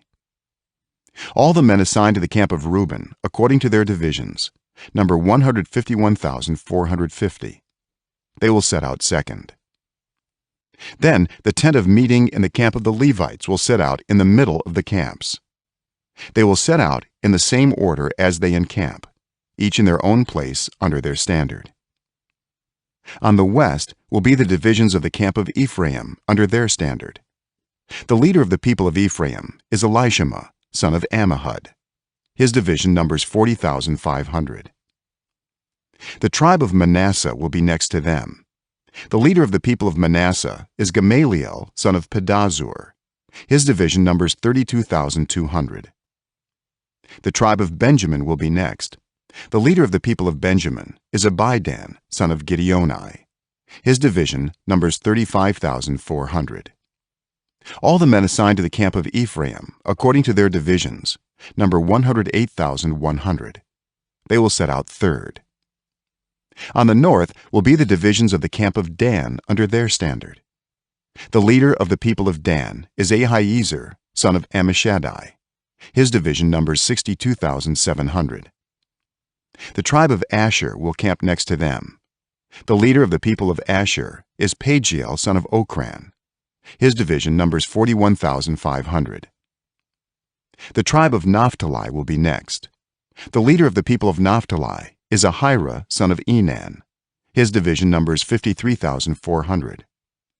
All the men assigned to the camp of Dan number 157,600. They will set out last under their standards. These are the Israelites counted according to their families. All the men in the camps by their divisions number 603,550. The Levites, however, were not counted along with the other Israelites, as the Lord commanded Moses. So the Israelites did everything the Lord commanded Moses. That is the way they encamped under their standards, and that is the way they set out, each of them with their clan and family. Chapter 3. This is the account of the family of Aaron and Moses at the time the Lord spoke to Moses at Mount Sinai. The names of the sons of Aaron were Nadab, the firstborn, and Abihu, Eleazar, and Ithamar. Those were the names of Aaron's sons, the anointed priests, who were ordained to serve as priests. Nadab and Abihu, however, died before the Lord when they made an offering with unauthorized fire before him in the desert of Sinai. They had no sons, so Eleazar and Ithamar served as priests during the lifetime of their father Aaron. The Lord said to Moses, "Bring the tribe of Levi and present them to Aaron the priest to assist him. They are to perform duties for him and for the whole community at the tent of meeting by doing the work of the tabernacle. They are to take care of all the furnishings of the tent of meeting, fulfilling the obligations of the Israelites by doing the work of the tabernacle. Give the Levites to Aaron and his sons. They are the Israelites who are to be given wholly to him. Appoint Aaron and his sons to serve as priests. Anyone else who approaches the sanctuary is to be put to death." The Lord also said to Moses, "I have taken the Levites from among the Israelites in place of the first male offspring of every Israelite woman. the Levites are mine, for all the firstborn are mine. When I struck down all the firstborn in Egypt, I set apart for myself every firstborn in Israel, whether human or animal. They are to be mine. I am the Lord." The Lord said to Moses in the desert of Sinai, "Count the Levites by their families and clans. Count every male a month old or more." So Moses counted them as he was commanded by the word of the Lord. These were the names of the sons of Levi: Gershon, Kohath, and Merari. These were the names of the Gershonite clans: Libni and Shimei. The Kohathite clans: Amram, Izhar, Hebron, and Uziel.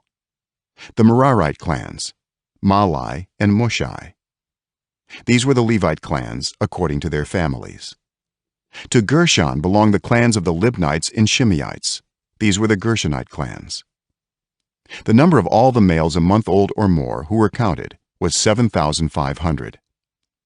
The Gershonite clans were to camp on the west behind the tabernacle. The leader of the families of the Gershonites was Eliasaph, son of Lael.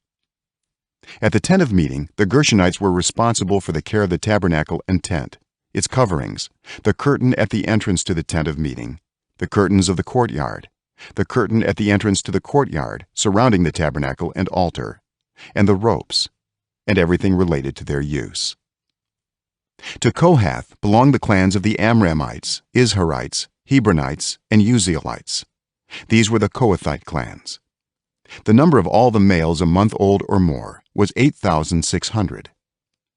The Kohathites were responsible for the care of the sanctuary. The Kohathite clans were to camp on the south side of the tabernacle. The leader of the families of the Kohathite clans was Elizaphan, son of Uziel. They were responsible for the care of the ark, the table, the lampstand, the altars, the articles of the sanctuary used in ministering, the curtain, and everything related to their use. The chief leader of the Levites was Eleazar, son of Aaron, the priest. He was appointed over those who were responsible for the care of the sanctuary. To Merari belonged the clans of the Mahlites and the Mushites. These were the Merarite clans. The number of all the males a month old or more who were counted was 6,200. The leader of the families of the Merarite clans was Zuriel, son of Abihail. They were to camp on the north side of the tabernacle. The Merarites were appointed to take care of the frames of the tabernacle, its crossbars, posts, bases, all its equipment, and everything related to their use, as well as the posts of the surrounding courtyard with their bases, tent pegs, and ropes. Moses and Aaron and his sons were to camp to the east of the tabernacle, toward the sunrise, in front of the tent of meeting. They were responsible for the care of the sanctuary on behalf of the Israelites. Anyone else who approached the sanctuary was to be put to death. The total number of Levites counted at the Lord's command by Moses and Aaron according to their clans, including every male a month old or more, was 22,000. The Lord said to Moses, "Count all the firstborn Israelite males who are a month old or more, and make a list of their names. Take the Levites for me in place of all the firstborn of the Israelites, and the livestock of the Levites in place of all the firstborn of the livestock of the Israelites. I am the Lord." So Moses counted all the firstborn of the Israelites, as the Lord commanded him. The total number of firstborn males a month old or more, listed by name, was 22,273. The Lord also said to Moses, "Take the Levites in place of all the firstborn of Israel, and the livestock of the Levites in place of their livestock. The Levites are to be mine. I am the Lord. To redeem the 273 firstborn Israelites who exceed the number of the Levites, collect 5 shekels for each one, according to the sanctuary shekel, which weighs 20 gerahs. Give the money for the redemption of the additional Israelites to Aaron and his sons." So Moses collected the redemption money from those who exceeded the number redeemed by the Levites. From the firstborn of the Israelites, he collected silver weighing 1,365 shekels, according to the sanctuary shekel. Moses gave the redemption money to Aaron and his sons, as he was commanded by the word of the Lord. Chapter 4. The Lord said to Moses and Aaron, "Take a census of the Kohathite branch of the Levites by their clans and families. Count all the men from 30 to 50 years of age who come to serve in the work at the tent of meeting. This is the work of the Kohathites at the tent of meeting, the care of the most holy things. When the camp is to move, Aaron and his sons are to go in and take down the shielding curtain and put it over the ark of the covenant law. Then they are to cover the curtain with a durable leather, spread a cloth of solid blue over that, and put the poles in place. Over the table of the presence, they are to spread a blue cloth and put on it the plates, dishes, and bowls, and the jars for drink offerings. The bread that is continually there is to remain on it. They are to spread a scarlet cloth over them, cover that with a durable leather, and put the poles in place. They are to take a blue cloth and cover the lampstand that is for light, together with its lamps, its wick trimmers and trays, and all its jars for the olive oil used to supply it. Then they are to wrap it and all its accessories in a covering of the durable leather and put it on a carrying frame. Over the gold altar, they are to spread a blue cloth and cover that with a durable leather and put the poles in place. They are to take all the articles used for ministering in the sanctuary, wrap them in a blue cloth, cover that with a durable leather, and put them on a carrying frame. They are to remove the ashes from the bronze altar and spread a purple cloth over it. Then they are to place on it all the utensils used for ministering at the altar, including the fire pans, meat forks, shovels, and sprinkling bowls. Over it they are to spread a covering of the durable leather and put the poles in place. After Aaron and his sons have finished covering the holy furnishings and all the holy articles, and when the camp is ready to move, only then are the Kohathites to come and do the carrying. But they must not touch the holy things, or they will die. The Kohathites are to carry those things that are in the tent of meeting. Eleazar, son of Aaron the priest, is to have charge of the oil for the light, the fragrant incense, the regular grain offering, and the anointing oil. He is to be in charge of the entire tabernacle and everything in it, including its holy furnishings and articles. The Lord said to Moses and Aaron, "See that the Kohathite tribal clans are not destroyed from among the Levites, so that they may live and not die when they come near the most holy things. Do this for them. Aaron and his sons are to go into the sanctuary and assign to each man his work and what he is to carry. But the Kohathites must not go in to look at the holy things, even for a moment, or they will die." The Lord said to Moses, "Take a census also of the Gershonites by their families and clans. Count all the men from 30 to 50 years of age who come to serve in the work at the tent of meeting. This is the service of the Gershonite clans in their carrying and their other work. They are to carry the curtains of the tabernacle, that is the tent of meeting, its covering and its outer covering of durable leather, the curtains for the entrance to the tent of meeting, the curtains of the courtyard surrounding the tabernacle and altar, the curtain for the entrance to the courtyard, the ropes and all the equipment used in the service of the tent. The Gershonites are to do all that needs to be done with these things.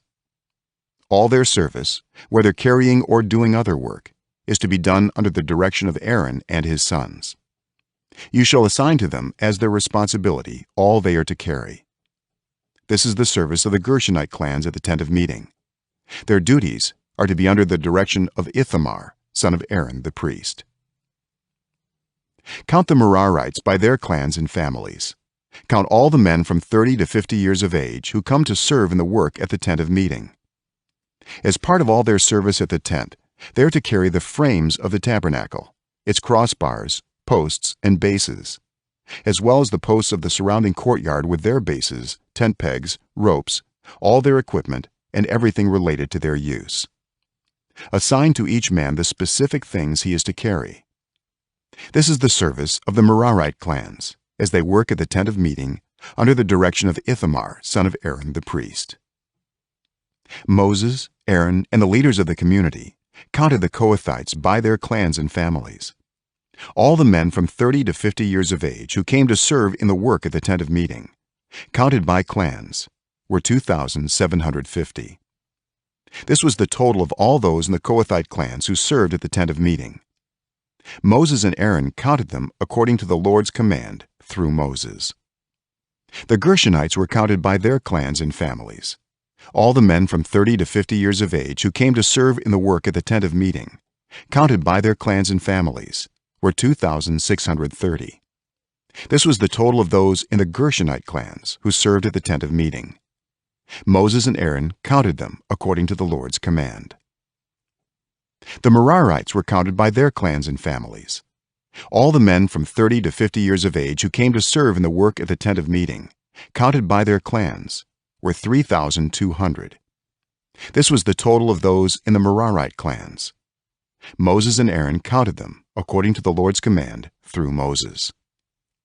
So Moses, Aaron, and the leaders of Israel counted all the Levites by their clans and families. All the men from 30 to 50 years of age who came to do the work of serving and carrying the tent of meeting numbered 8,580. At the Lord's command through Moses, each was assigned his work and told what to carry. Thus they were counted, as the Lord commanded Moses. Chapter 5. The Lord said to Moses, "Command the Israelites to send away from the camp anyone who has a defiling skin disease, or a discharge of any kind, or who is ceremonially unclean because of a dead body. Send away male and female alike. Send them outside the camp, so they will not defile their camp, where I dwell among them." The Israelites did so. They sent them outside the camp. They did just as the Lord had instructed Moses. The Lord said to Moses, "Say to the Israelites, any man or woman who wrongs another in any way, and so is unfaithful to the Lord, is guilty, and must confess the sin they have committed. They must make full restitution for the wrong they have done, add a fifth of the value to it, and give it all to the person they have wronged. But if that person has no close relative to whom restitution can be made for the wrong, the restitution belongs to the Lord and must be given to the priest, along with the ram with which atonement is made for the wrongdoer. All the sacred contributions the Israelites bring to a priest will belong to him.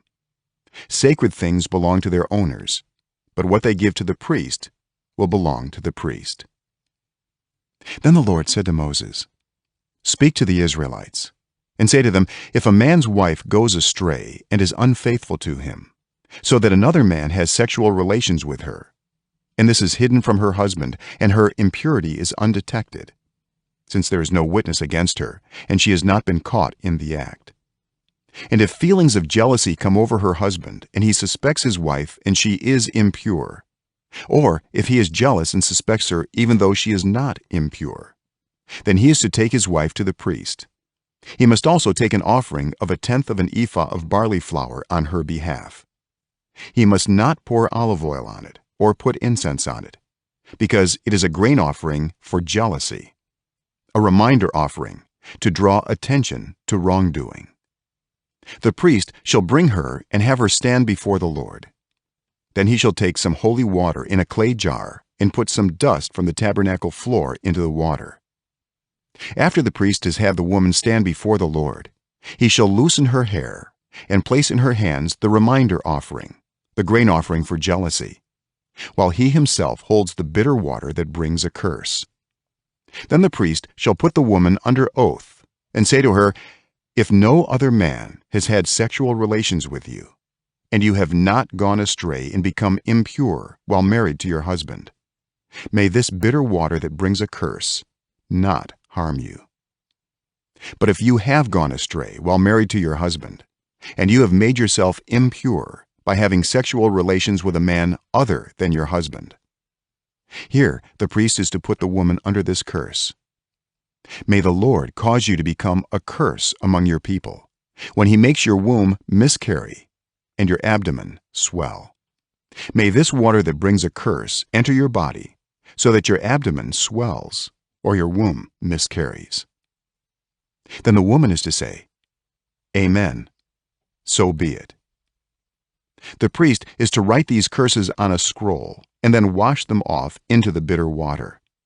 He shall make the woman drink the bitter water that brings a curse, and this water that brings a curse and causes bitter suffering will enter her.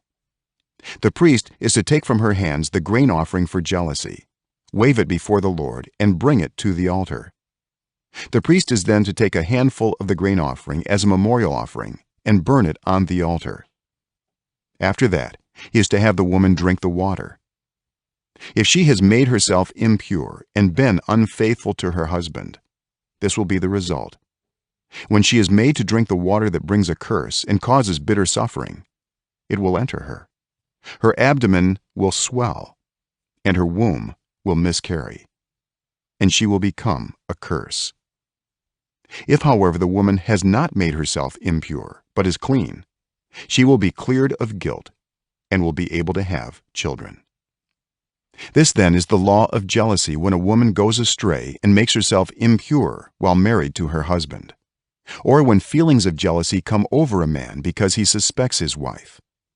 The priest is to have her stand before the Lord and is to apply this entire law to her. The husband will be innocent of any wrongdoing, but the woman will bear the consequences of her sin. Chapter 6. The Lord said to Moses, "Speak to the Israelites and say to them, if a man or woman wants to make a special vow, a vow of dedication to the Lord as a Nazirite, they must abstain from wine and other fermented drink, and must not drink vinegar made from wine or other fermented drink. They must not drink grape juice or eat grapes or raisins. As long as they remain under their Nazirite vow, they must not eat anything that comes from the grapevine, not even the seeds or skins. During the entire period of their Nazirite vow, no razor may be used on their head. They must be holy until the period of their dedication to the Lord is over. They must let their hair grow long. Throughout the period of their dedication to the Lord, the Nazirite must not go near a dead body. Even if their own father or mother or brother or sister dies, they must not make themselves ceremonially unclean on account of them, because the symbol of their dedication to God is on their head. Throughout the period of their dedication, they are consecrated to the Lord. If someone dies suddenly in the Nazirite's presence, thus defiling the hair that symbolizes their dedication, they must shave their head on the 7th day, the day of their cleansing. Then on the 8th day, they must bring 2 doves or 2 young pigeons to the priest at the entrance to the tent of meeting. The priest is to offer one as a sin offering and the other as a burnt offering, to make atonement for the Nazirite because they sinned by being in the presence of the dead body. That same day, they are to consecrate their head again. They must rededicate themselves to the Lord for the same period of dedication, and must bring a year-old male lamb as a guilt offering. The previous days do not count, because they became defiled during their period of dedication. Now this is the law of the Nazirite when the period of their dedication is over. They are to be brought to the entrance to the tent of meeting. There they are to present their offerings to the Lord: a year-old male lamb without defect for a burnt offering, a year-old ewe lamb without defect for a sin offering, a ram without defect for a fellowship offering, together with their grain offerings and drink offerings, and a basket of bread made with the finest flour and without yeast, thick loaves with olive oil mixed in, and thin loaves brushed with olive oil. The priest is to present all these before the Lord and make the sin offering and the burnt offering. He is to present the basket of unleavened bread and is to sacrifice the ram as a fellowship offering to the Lord, together with its grain offering and drink offering. Then, at the entrance to the tent of meeting, the Nazirite must shave off the hair that symbolizes their dedication. They are to take the hair and put it in the fire that is under the sacrifice of the fellowship offering. After the Nazirite has shaved off the hair that symbolizes their dedication, the priest is to place in their hands a boiled shoulder of the ram, and 1 thick loaf and 1 thin loaf from the basket, both made without yeast. The priest shall then wave these before the Lord as a wave offering. They are holy and belong to the priest, together with the breast that was waved and the thigh that was presented. After that, the Nazirite may drink wine. This is the law of the Nazirite who vows offerings to the Lord in accordance with their dedication, in addition to whatever else they can afford. They must fulfill the vows they have made, according to the law of the Nazirite. The Lord said to Moses, "Tell Aaron and his sons, this is how you are to bless the Israelites. Say to them, the Lord bless you and keep you. The Lord make his face shine on you and be gracious to you. The Lord turn his face toward you and give you peace. So they will put my name on the Israelites, and I will bless them." Chapter 7. When Moses finished setting up the tabernacle, he anointed and consecrated it and all its furnishings. He also anointed and consecrated the altar and all its utensils. Then the leaders of Israel, the heads of families who were the tribal leaders in charge of those who were counted, made offerings. They brought as their gifts before the Lord 6 covered carts and 12 oxen, an ox from each leader and a cart from every 2. These they presented before the tabernacle. The Lord said to Moses, "Accept these from them, that they may be used in the work at the tent of meeting. Give them to the Levites as each man's work requires." So Moses took the carts and oxen and gave them to the Levites. He gave 2 carts and 4 oxen to the Gershonites as their work required, and he gave 4 carts and 8 oxen to the Merarites as their work required. They were all under the direction of Ithamar son of Aaron the priest. But Moses did not give any to the Kohathites, because they were to carry on their shoulders the holy things for which they were responsible. When the altar was anointed, the leaders brought their offerings for its dedication and presented them before the altar. For the Lord had said to Moses, "Each day 1 leader is to bring his offering for the dedication of the altar." The one who brought his offering on the first day was Nahshon son of Amminadab of the tribe of Judah. His offering was 1 silver plate weighing 130 shekels, and 1 silver sprinkling bowl weighing 70 shekels, both according to the sanctuary shekel, each filled with the finest flour mixed with olive oil as a grain offering. 1 gold dish weighing 10 shekels filled with incense, 1 young bull, 1 ram and 1 male lamb a year old for a burnt offering, 1 male goat for a sin offering, and 2 oxen, 5 rams, 5 male goats and 5 male lambs a year old, to be sacrificed as a fellowship offering. This was the offering of Nahshon son of Amminadab. On the second day, Nethanel son of Zuar, the leader of Issachar, brought his offering. The offering he brought was 1 silver plate weighing 130 shekels and 1 silver sprinkling bowl weighing 70 shekels, both according to the sanctuary shekel, each filled with the finest flour mixed with olive oil as a grain offering. 1 gold dish weighing 10 shekels filled with incense, 1 young bull, 1 ram and 1 male lamb a year old for a burnt offering, 1 male goat for a sin offering, and 2 oxen, 5 rams, 5 male goats and 5 male lambs a year old, to be sacrificed as a fellowship offering. This was the offering of Nethanel son of Zuar. On the third day, Eliab son of Helon, the leader of the people of Zebulun, brought his offering. His offering was 1 silver plate weighing 130 shekels and 1 silver sprinkling bowl weighing 70 shekels, both according to the sanctuary shekel, each filled with the finest flour mixed with olive oil as a grain offering. 1 gold dish weighing 10 shekels filled with incense, 1 young bull, 1 ram and 1 male lamb a year old for a burnt offering, 1 male goat for a sin offering, and 2 oxen, 5 rams, 5 male goats and 5 male lambs a year old, to be sacrificed as a fellowship offering. This was the offering of Eliab son of Helon. On the fourth day, Elizur son of Shedeur, the leader of the people of Reuben, brought his offering. His offering was 1 silver plate weighing 130 shekels and 1 silver sprinkling bowl weighing 70 shekels, both according to the sanctuary shekel, each filled with the finest flour mixed with olive oil as a grain offering. 1 gold dish weighing 10 shekels filled with incense, 1 young bull, 1 ram and 1 male lamb a year old for a burnt offering, 1 male goat for a sin offering, and 2 oxen, 5 rams, 5 male goats and 5 male lambs a year old, to be sacrificed as a fellowship offering. This was the offering of Elizur son of Shedeur. On the fifth day, Shelumiel son of Zurishaddai, the leader of the people of Simeon, brought his offering.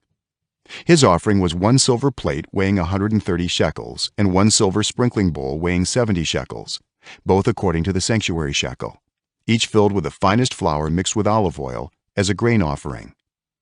1 gold dish weighing 10 shekels filled with incense, 1 young bull, 1 ram, and 1 male lamb a year old for a burnt offering, 1 male goat for a sin offering, and 2 oxen, 5 rams, 5 male goats, and 5 male lambs a year old to be sacrificed as a fellowship offering. This was the offering of Shelumiel, son of Zurishaddai. On the 6th day, Eliasaph, son of Deuel, the leader of the people of Gad, brought his offering. His offering was 1 silver plate weighing 130 shekels and 1 silver sprinkling bowl weighing 70 shekels, both according to the sanctuary shekel, each filled with the finest flour mixed with olive oil as a grain offering. 1 gold dish weighing 10 shekels filled with incense, 1 young bull, 1 ram, and 1 male lamb a year old for a burnt offering, 1 male goat for a sin offering, and 2 oxen, 5 rams, 5 male goats, and 5 male lambs a year old to be sacrificed as a fellowship offering. This was the offering of Eliasaph, son of Deuel. On the 7th day, Elishama, son of Ammihud, the leader of the people of Ephraim, brought his offering. His offering was 1 silver plate weighing 130 shekels and 1 silver sprinkling bowl weighing 70 shekels, both according to the sanctuary shekel, each filled with the finest flour mixed with olive oil as a grain offering. 1 gold dish weighing 10 shekels filled with incense, 1 young bull, 1 ram, and 1 male lamb a year old for a burnt offering, 1 male goat for a sin offering, and 2 oxen, 5 rams, 5 male goats, and 5 male lambs a year old to be sacrificed as a fellowship offering. This was the offering of Elishama, son of Ammihud. On the 8th day, Gamaliel, son of Pedazur, the leader of the people of Manasseh, brought his offering. His offering was 1 silver plate weighing 130 shekels and 1 silver sprinkling bowl weighing 70 shekels, both according to the sanctuary shekel, each filled with the finest flour mixed with olive oil as a grain offering. 1 gold dish weighing 10 shekels filled with incense, 1 young bull, 1 ram, and 1 male lamb a year old for a burnt offering, 1 male goat for a sin offering, and 2 oxen, 5 rams, 5 male goats, and 5 male lambs a year old to be sacrificed as a fellowship offering. This was the offering of Gamaliel, son of Pedazur. On the 9th day, Abidan, son of Gideoni, the leader of the people of Benjamin, brought his offering. His offering was 1 silver plate weighing 130 shekels and 1 silver sprinkling bowl weighing 70 shekels, both according to the sanctuary shekel, each filled with the finest flour mixed with olive oil as a grain offering. 1 gold dish weighing 10 shekels filled with incense, 1 young bull, 1 ram, and 1 male lamb a year old for a burnt offering, 1 male goat for a sin offering, and 2 oxen, 5 rams, 5 male goats, and 5 male lambs a year old to be sacrificed as a fellowship offering. This was the offering of Abidan, son of Gideoni. On the 10th day, Ahiezer, son of Ammishaddai, the leader of the people of Dan, brought his offering. His offering was 1 silver plate weighing 130 shekels and 1 silver sprinkling bowl weighing 70 shekels, both according to the sanctuary shekel, each filled with the finest flour mixed with olive oil as a grain offering.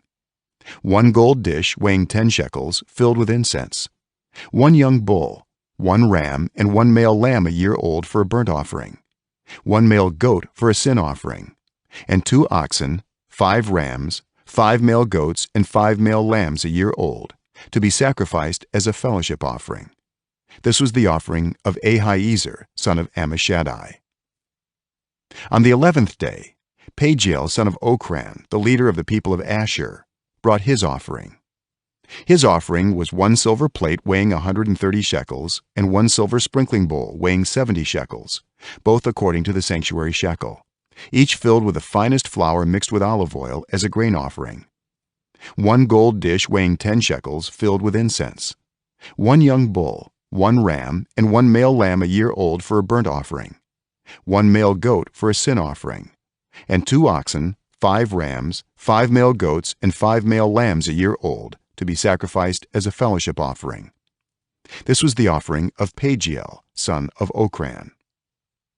On the 12th day, Ahira, son of Enan, the leader of the people of Naphtali, brought his offering. His offering was 1 silver plate weighing 130 shekels and 1 silver sprinkling bowl weighing 70 shekels, both according to the sanctuary shekel, each filled with the finest flour mixed with olive oil as a grain offering.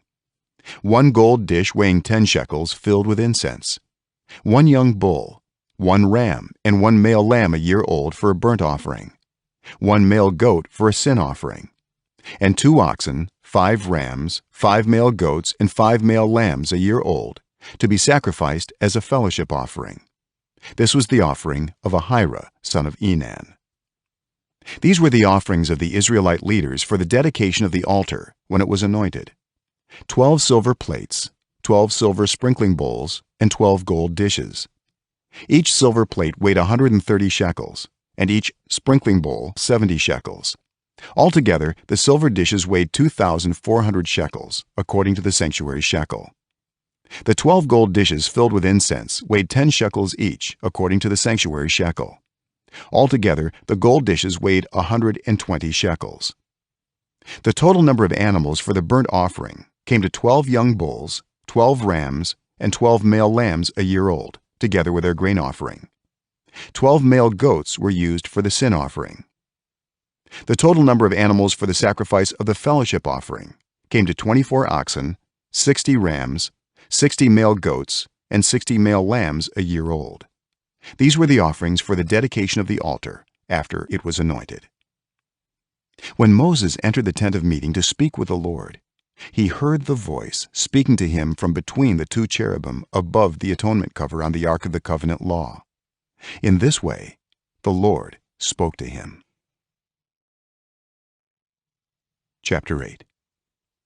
The Lord said to Moses, "Speak to Aaron and say to him, when you set up the lamps, see that all 7 light up the area in front of the lampstand." Aaron did so. He set up the lamps so that they faced forward on the lampstand, just as the Lord commanded Moses. This is how the lampstand was made. It was made of hammered gold from its base to its blossoms. The lampstand was made exactly like the pattern the Lord had shown Moses. The Lord said to Moses, "Take the Levites from among all the Israelites and make them ceremonially clean. To purify them, do this: sprinkle the water of cleansing on them. Then have them shave their whole bodies and wash their clothes, and so they will purify themselves. Have them take a young bull with its grain offering of the finest flour mixed with olive oil. Then you are to take a second young bull for a sin offering. Bring the Levites to the front of the tent of meeting and assemble the whole Israelite community. You are to bring the Levites before the Lord, and the Israelites are to lay their hands on them. Aaron is to present the Levites before the Lord as a wave offering from the Israelites, so that they may be ready to do the work of the Lord. Then the Levites are to lay their hands on the heads of the bulls, using one for a sin offering to the Lord and the other for a burnt offering, to make atonement for the Levites. Have the Levites stand in front of Aaron and his sons, and then present them as a wave offering to the Lord.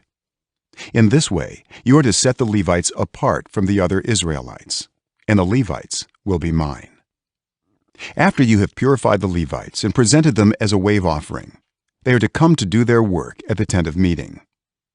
They are the Israelites who are to be given wholly to me. I have taken them as my own in place of the firstborn, the first male offspring from every Israelite woman. Every firstborn male in Israel, whether human or animal, is mine. When I struck down all the firstborn in Egypt, I set them apart for myself. And I have taken the Levites in place of all the firstborn sons in Israel. From among all the Israelites, I have given the Levites as gifts to Aaron and his sons to do the work at the tent of meeting on behalf of the Israelites, and to make atonement for them, so that no plague will strike the Israelites when they go near the sanctuary. Moses, Aaron, and the whole Israelite community did with the Levites just as the Lord commanded Moses. The Levites purified themselves and washed their clothes. Then Aaron presented them as a wave offering before the Lord and made atonement for them to purify them. After that, the Levites came to do their work at the tent of meeting under the supervision of Aaron and his sons. They did with the Levites just as the Lord commanded Moses. The Lord said to Moses, "This applies to the Levites. Men 25 years old or more shall come to take part in the work of the tent of meeting. But at the age of 50, they must retire from their regular service and work no longer. They may assist their brothers in performing their duties at the tent of meeting, but they themselves must not do the work." This, then, is how you are to assign the responsibilities of the Levites. Chapter 9. The Lord spoke to Moses in the desert of Sinai in the first month of the second year after they came out of Egypt. He said, "Have the Israelites celebrate the Passover at the appointed time. Celebrate it at the appointed time, at twilight on the 14th day of this month, in accordance with all its rules and regulations." So Moses told the Israelites to celebrate the Passover, and they did so in the desert of Sinai at twilight on the 14th day of the first month. The Israelites did everything just as the Lord commanded Moses. But some of them could not celebrate the Passover on that day because they were ceremonially unclean on account of a dead body. So they came to Moses and Aaron that same day and said to Moses, "We have become unclean because of a dead body.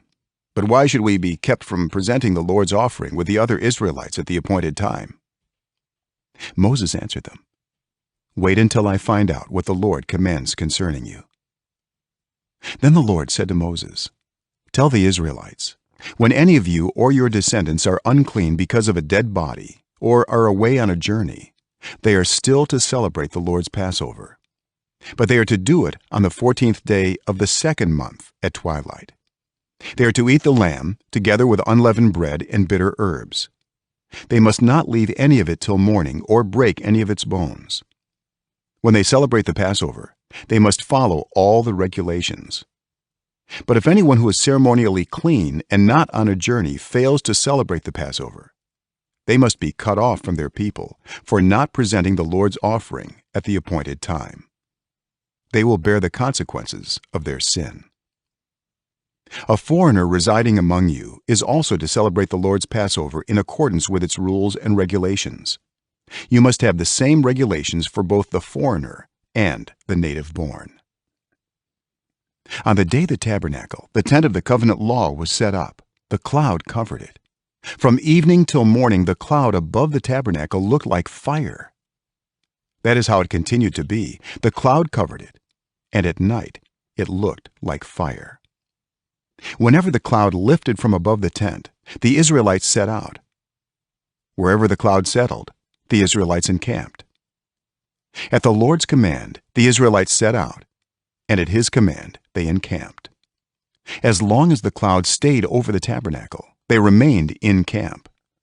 When the cloud remained over the tabernacle a long time, the Israelites obeyed the Lord's order and did not set out. Sometimes the cloud was over the tabernacle only a few days. At the Lord's command, they would encamp, and then at his command they would set out. Sometimes the cloud stayed only from evening till morning, and when it lifted in the morning, they set out. Whether by day or by night, whenever the cloud lifted, they set out. Whether the cloud stayed over the tabernacle for 2 days or a month or a year, the Israelites would remain in camp and not set out. But when it lifted, they would set out. At the Lord's command they encamped, and at the Lord's command they set out. They obeyed the Lord's order in accordance with his command through Moses. Chapter 10. The Lord said to Moses, "Make 2 trumpets of hammered silver and use them for calling the community together and for having the camp set out. When both are sounded, the whole community is to assemble before you at the entrance to the tent of meeting. If only one is sounded, the leaders, the heads of the clans of Israel, are to assemble before you. When a trumpet blast is sounded, the tribes camping on the east are to set out. At the sounding of a second blast, the camps on the south are to set out. The blast will be the signal for setting out. To gather the assembly, blow the trumpets, but not with the signal for setting out. The sons of Aaron the priests are to blow the trumpets. This is to be a lasting ordinance for you and the generations to come. When you go into battle in your own land against an enemy who is oppressing you, sound a blast on the trumpets. Then you will be remembered by the Lord your God and rescued from your enemies. Also, at your times of rejoicing, your appointed festivals and new moon feasts, you are to sound the trumpets over your burnt offerings and fellowship offerings, and they will be a memorial for you before your God. I am the Lord your God. On the 20th day of the second month of the second year, the cloud lifted from above the tabernacle of the covenant law. Then the Israelites set out from the desert of Sinai and traveled from place to place until the cloud came to rest in the desert of Paran. They set out this first time at the Lord's command through Moses. The divisions of the camp of Judah went first under their standard. Nahshon son of Amminadab was in command. Nethanel son of Zuar was over the division of the tribe of Issachar, and Eliab son of Helon was over the division of the tribe of Zebulun. Then the tabernacle was taken down, and the Gershonites and Merarites who carried it set out. The divisions of the camp of Reuben went next under their standard. Elizur son of Shedeur was in command. Shelumiel son of Zurishaddai was over the division of the tribe of Simeon, and Eliasaph son of Deuel was over the division of the tribe of Gad. Then the Kohathites set out, carrying the holy things. The tabernacle was to be set up before they arrived. The divisions of the camp of Ephraim went next under their standard. Elishama son of Ammihud was in command. Gamaliel son of Pedazur was over the division of the tribe of Manasseh, and Abidan son of Gideoni was over the division of the tribe of Benjamin. Finally, as the rear guard for all the units, the divisions of the camp of Dan set out under their standard. Ahiezer son of Ammishaddai was in command. Pagiel son of Okran was over the division of the tribe of Asher, and Ahira son of Enan was over the division of the tribe of Naphtali. This was the order of march for the Israelite divisions as they set out. Now Moses said to Hobab son of Reuel the Midianite, Moses' father-in-law, "We are setting out for the place about which the Lord said, 'I will give it to you.' Come with us, and we will treat you well, for the Lord has promised good things to Israel." He answered, "No, I will not go. I am going back to my own land and my own people." But Moses said, "Please do not leave us. You know where we should camp in the wilderness, and you can be our eyes. If you come with us, we will share with you whatever good things the Lord gives us." So they set out from the mountain of the Lord and traveled for 3 days. The ark of the covenant of the Lord went before them during those 3 days to find them a place to rest. The cloud of the Lord was over them by day when they set out from the camp. Whenever the ark set out, Moses said, "Rise up, Lord. May your enemies be scattered. May your foes flee before you." Whenever it came to rest, he said, "Return, Lord, to the countless thousands of Israel." Chapter 11. Now the people complained about their hardships in the hearing of the Lord, and when he heard them, his anger was aroused. Then fire from the Lord burned among them and consumed some of the outskirts of the camp. When the people cried out to Moses, he prayed to the Lord, and the fire died down. So that place was called Taberah, because fire from the Lord had burned among them. The rabble with them began to crave other food, and again the Israelites started wailing and said, "If only we had meat to eat. We remember the fish we ate in Egypt at no cost, also the cucumbers, melons, leeks, onions, and garlic. But now we have lost our appetite. We never see anything but this manna." The manna was like coriander seed and looked like resin. The people went around gathering it, and then ground it in a hand mill or crushed it in a mortar. They cooked it in a pot or made it into loaves, and it tasted like something made with olive oil. When the dew settled on the camp at night, the manna also came down. Moses heard the people of every family wailing at the entrance to their tents. The Lord became exceedingly angry, and Moses was troubled. He asked the Lord, "Why have you brought this trouble on your servant? What have I done to displease you that you put the burden of all these people on me? Did I conceive all these people? Did I give them birth? Why do you tell me to carry them in my arms as a nurse carries an infant to the land you promised on oath to their ancestors? Where can I get meat for all these people? They keep wailing to me, 'Give us meat to eat.' I cannot carry all these people by myself. The burden is too heavy for me. If this is how you're going to treat me, please go ahead and kill me, if I have found favor in your eyes, and do not let me face my own ruin." The Lord said to Moses, "Bring me 70 of Israel's elders who are known to you as leaders and officials among the people. Have them come to the tent of meeting, that they may stand there with you. I will come down and speak with you there, and I will take some of the power of the Spirit that is on you and put it on them. They will share the burden of the people with you, so that you will not have to carry it alone. Tell the people, 'Consecrate yourselves in preparation for tomorrow, when you will eat meat. The Lord heard you when you wailed, "If only we had meat to eat. We were better off in Egypt." Now the Lord will give you meat, and you will eat it. You will not eat it for just 1 day, or 2 days, or 5, 10, or 20 days, but for a whole month, until it comes out of your nostrils and you loathe it, because you have rejected the Lord who is among you, and have wailed before him, saying, 'Why did we ever leave Egypt?'" But Moses said, "Here I am among 600,000 men on foot, and you say, 'I will give them meat to eat for a whole month'? Would they have enough if flocks and herds were slaughtered for them? Would they have enough if all the fish in the sea were caught for them?"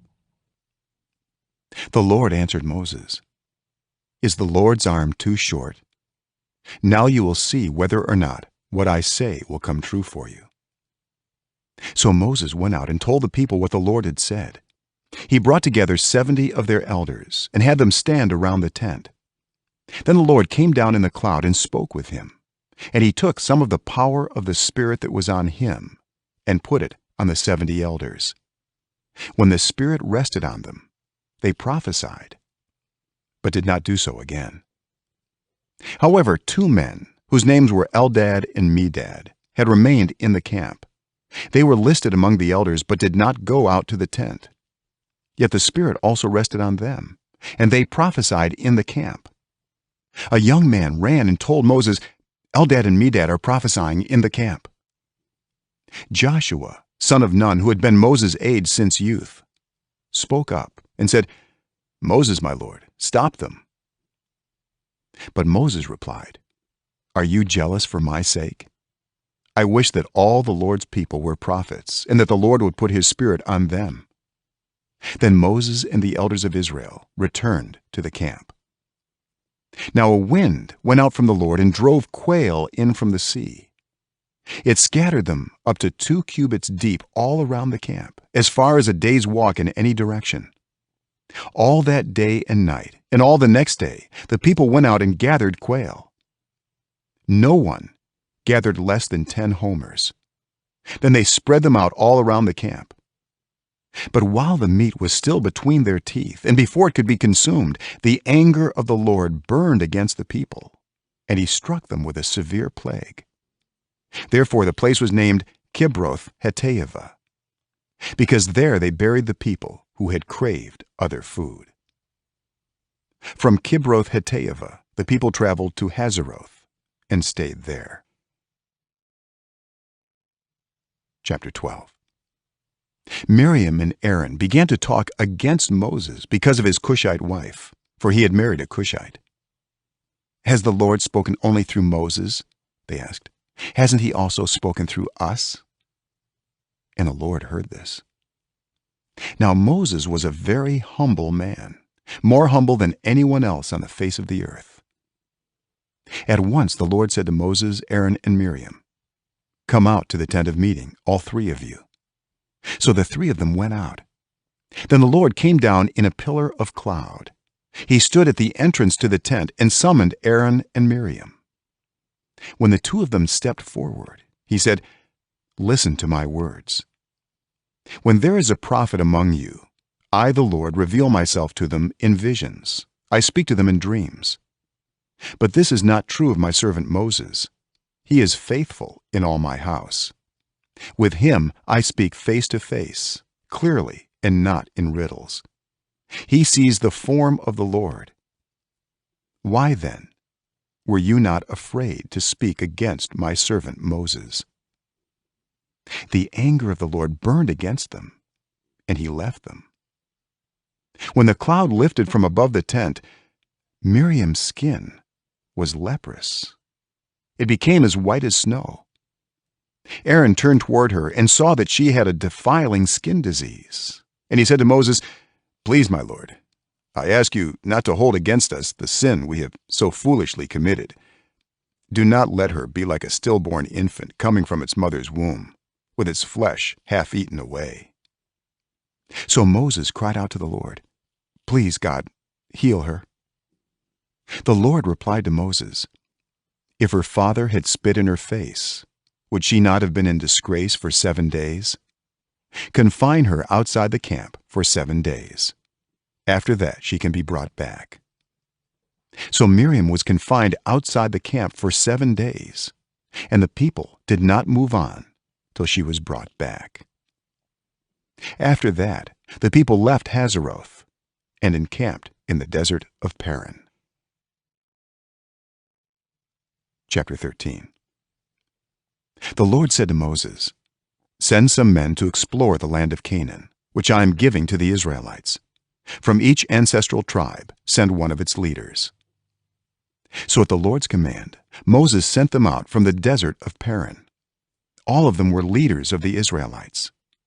These are their names: from the tribe of Reuben, Shammua son of Zaccur; from the tribe of Simeon, Shaphat son of Hori; from the tribe of Judah, Caleb son of Jephunneh; from the tribe of Issachar, Igal son of Joseph; from the tribe of Ephraim, Hoshea son of Nun; from the tribe of Benjamin, Paltai son of Raphu; from the tribe of Zebulun, Gadiel son of Sodai; from the tribe of Manasseh, a tribe of Joseph, Gadai son of Susai; from the tribe of Dan, Amiel son of Gemalli; from the tribe of Asher, Sethur son of Michael; from the tribe of Naphtali, Nabi son of Vophsi; from the tribe of Gad, Geuel son of Machi. These are the names of the men Moses sent to explore the land. Moses gave Hoshea son of Nun the name Joshua. When Moses sent them to explore Canaan, he said, "Go up through the Negev and on into the hill country. See what the land is like, and whether the people who live there are strong or weak, few or many. What kind of land do they live in? Is it good or bad? What kind of towns do they live in? Are they unwalled or fortified? How is the soil? Is it fertile or poor? Are there trees in it or not? Do your best to bring back some of the fruit of the land." It was the season for the first ripe grapes. So they went up and explored the land from the desert of Zin as far as Rehob, toward Lebo-Hamath. They went up through the Negev and came to Hebron, where Ahiman, Sheshai, and Talmai, the descendants of Anak, lived. Hebron had been built 7 years before Zoan in Egypt. When they reached the valley of Eshcol, they cut off a branch bearing a single cluster of grapes. 2 of them carried it on a pole between them, along with some pomegranates and figs. That place was called the Valley of Eshcol because of the cluster of grapes the Israelites cut off there. At the end of 40 days, they returned from exploring the land. They came back to Moses and Aaron and the whole Israelite community at Kadesh in the desert of Paran. There they reported to them and to the whole assembly and showed them the fruit of the land. They gave Moses this account: "We went into the land to which you sent us, and it does flow with milk and honey. Here is its fruit. But the people who live there are powerful, and the cities are fortified and very large. We even saw descendants of Anak there. The Amalekites live in the Negev, the Hittites, Jebusites, and Amorites live in the hill country, and the Canaanites live near the sea and along the Jordan." Then Caleb silenced the people before Moses and said, "We should go up and take possession of the land, for we can certainly do it." But the men who had gone up with him said, "We can't attack those people. They are stronger than we are." And they spread among the Israelites a bad report about the land they had explored. They said, "The land we explored devours those living in it. All the people we saw there are of great size. We saw the Nephilim there." The descendants of Anak come from the Nephilim. "We seemed like grasshoppers in our own eyes, and we looked the same to them." Chapter 14. That night all the members of the community raised their voices and wept aloud. All the Israelites grumbled against Moses and Aaron, and the whole assembly said to them, "If only we had died in Egypt or in this wilderness. Why is the Lord bringing us to this land only to let us fall by the sword? Our wives and children will be taken as plunder. Wouldn't it be better for us to go back to Egypt?" And they said to each other, "We should choose a leader and go back to Egypt." Then Moses and Aaron fell face down in front of the whole Israelite assembly gathered there.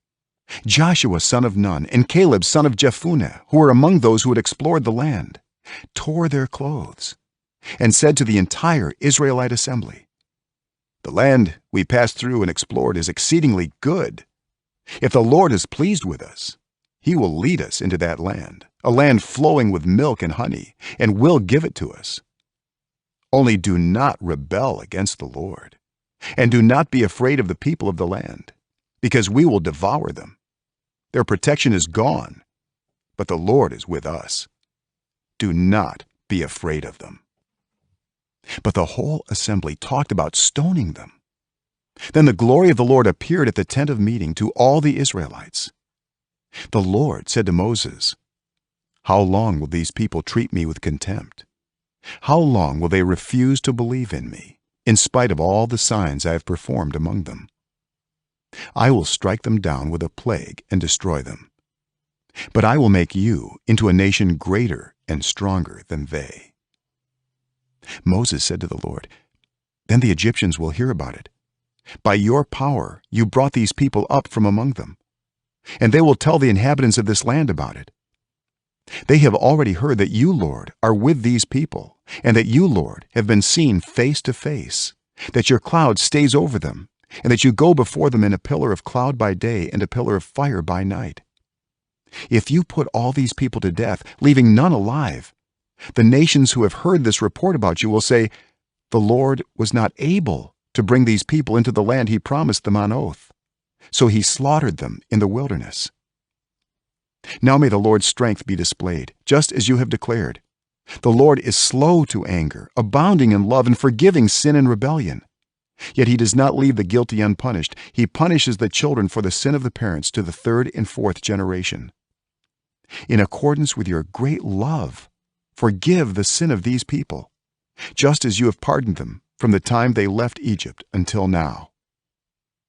The Lord replied, "I have forgiven them as you asked. Nevertheless, as surely as I live, and as surely as the glory of the Lord fills the whole earth, not one of those who saw my glory and the signs I performed in Egypt and in the wilderness, but who disobeyed me and tested me 10 times, not one of them will ever see the land I promised on oath to their ancestors. No one who has treated me with contempt will ever see it. But because my servant Caleb has a different spirit and follows me wholeheartedly, I will bring him into the land he went to, and his descendants will inherit it. Since the Amalekites and the Canaanites are living in the valleys, turn back tomorrow and set out toward the desert along the route to the Red Sea." The Lord said to Moses and Aaron, "How long will this wicked community grumble against me? I have heard the complaints of these grumbling Israelites. So tell them, as surely as I live, declares the Lord, I will do to you the very thing I heard you say. In this wilderness your bodies will fall, every one of you 20 years old or more, who was counted in the census and who has grumbled against me. Not one of you will enter the land I swore with uplifted hand to make your home, except Caleb son of Jephunneh and Joshua son of Nun. As for your children that you said would be taken as plunder, I will bring them in to enjoy the land you have rejected. But as for you, your bodies will fall in this wilderness. Your children will be shepherds here for 40 years, suffering for your unfaithfulness, until the last of your bodies lies in the wilderness. For 40 years, 1 year for each of the 40 days you explored the land, you will suffer for your sins and know what it is like to have me against you. I, the Lord, have spoken, and I will surely do these things to this whole wicked community, which has banded together against me. They will meet their end in this wilderness. Here they will die." So the men Moses had sent to explore the land, who returned and made the whole community grumble against him by spreading a bad report about it. These men, who were responsible for spreading the bad report about the land, were struck down and died of a plague before the Lord. Of the men who went to explore the land, only Joshua son of Nun and Caleb son of Jephunneh survived. When Moses reported this to all the Israelites, they mourned bitterly. Early the next morning they set out for the highest point in the hill country, saying, "Now we are ready to go up to the land the Lord promised. Surely we have sinned." But Moses said, "Why are you disobeying the Lord's command? This will not succeed. Do not go up, because the Lord is not with you. You will be defeated by your enemies, for the Amalekites and the Canaanites will face you there. Because you have turned away from the Lord, he will not be with you, and you will fall by the sword." Nevertheless, in their presumption they went up toward the highest point in the hill country, though neither Moses nor the ark of the Lord's covenant moved from the camp. Then the Amalekites and the Canaanites who lived in that hill country came down and attacked them and beat them down all the way to Hormah. Chapter 15. The Lord said to Moses, "Speak to the Israelites and say to them, after you enter the land I am giving you as a home, and you present to the Lord food offerings from the herd or the flock, as an aroma pleasing to the Lord, whether burnt offerings or sacrifices, for special vows or freewill offerings or festival offerings. Then the person who brings an offering shall present to the Lord a grain offering of 1/10 of an ephah of the finest flour, mixed with 1/4 of a hin of olive oil. With each lamb for the burnt offering or the sacrifice, prepare 1/4 of a hin of wine as a drink offering. With a ram, prepare a grain offering of 2/10 of an ephah of the finest flour mixed with 1/3 of a hin of olive oil, and 1/3 of a hin of wine as a drink offering. Offer it as an aroma pleasing to the Lord.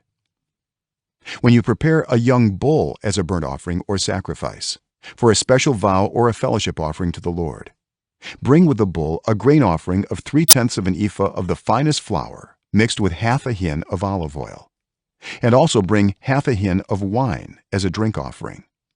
This will be a food offering, an aroma pleasing to the Lord.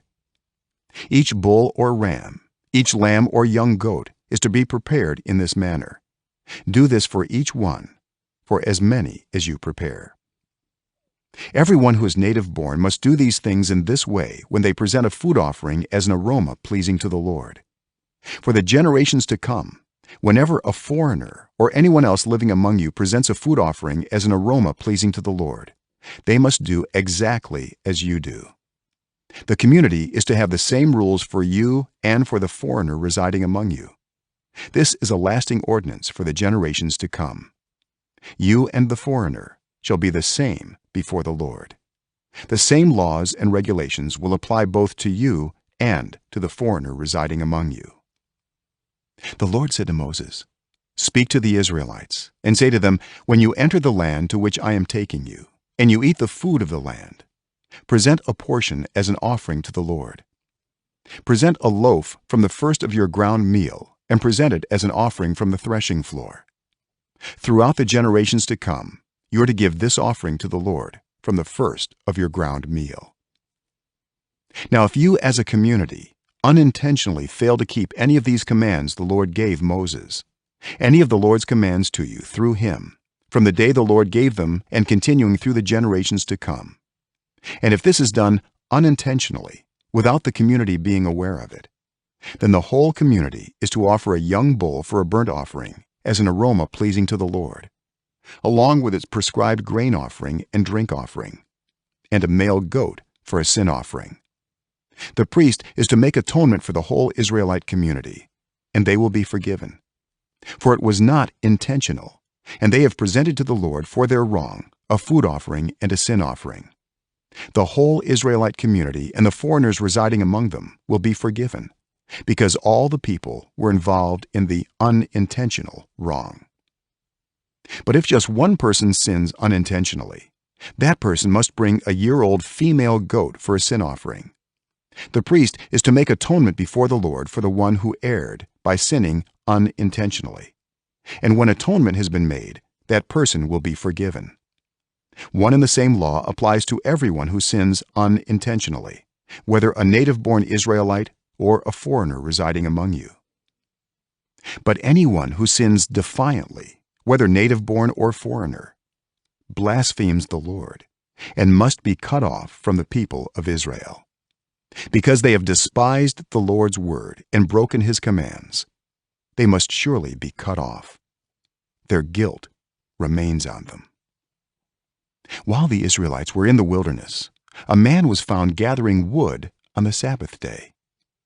Those who found him gathering wood brought him to Moses and Aaron and the whole assembly, and they kept him in custody because it was not clear what should be done to him.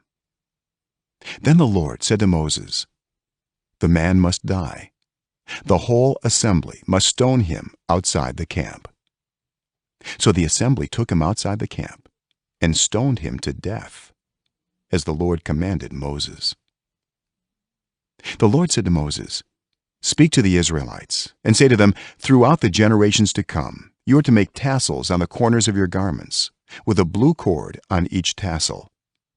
You will have these tassels to look at, and so you will remember all the commands of the Lord, that you may obey them, and not prostitute yourselves by chasing after the lusts of your own hearts and eyes. Then you will remember to obey all my commands, and will be consecrated to your God. I am the Lord your God, who brought you out of Egypt to be your God. I am the Lord your God." Chapter 16. Korah, son of Izhar, the son of Kohath, the son of Levi, and certain Reubenites, Dathan and Abiram, sons of Eliab, and On, son of Peleth, became insolent and rose up against Moses. With them were 250 Israelite men, well-known community leaders, who had been appointed members of the council. They came as a group to oppose Moses and Aaron, and said to them, "You have gone too far. The whole community is holy, every one of them, and the Lord is with them. Why then do you set yourselves above the Lord's assembly?" When Moses heard this, he fell face down. Then he said to Korah and all his followers, "In the morning the Lord will show who belongs to him and who is holy, and he will have that person come near him. The man he chooses he will cause to come near him.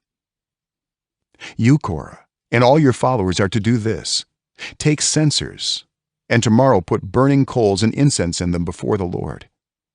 The man the Lord chooses will be the one who is holy. You Levites have gone too far."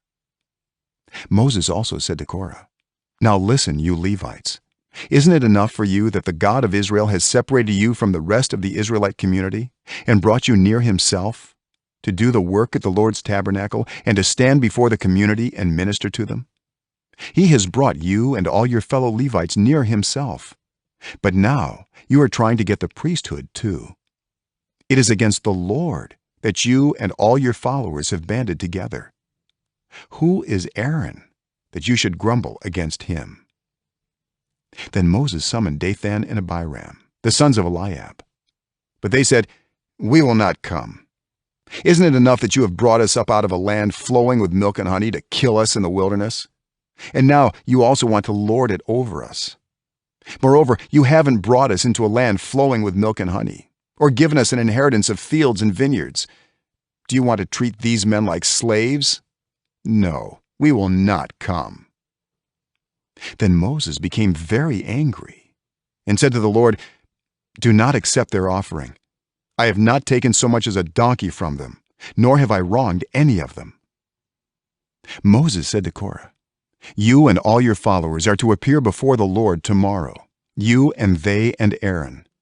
Each man is to take his censer and put incense in it, 250 censers in all, and present it before the Lord. You and Aaron are to present your censers also." So each of them took his censer, put burning coals and incense in it, and stood with Moses and Aaron at the entrance to the tent of meeting. When Korah had gathered all his followers in opposition to them at the entrance to the tent of meeting, the glory of the Lord appeared to the entire assembly. The Lord said to Moses and Aaron, "Separate yourselves from this assembly, so I can put an end to them at once." But Moses and Aaron fell face down and cried out, "O God, the God who gives breath to all living things, will you be angry with the entire assembly when only one man sins?"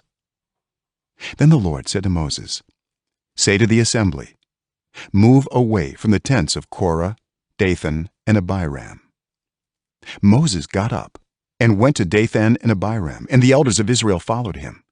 He warned the assembly, "Move back from the tents of these wicked men. Do not touch anything belonging to them, or you will be swept away because of all their sins." So they moved away from the tents of Korah, Dathan, and Abiram.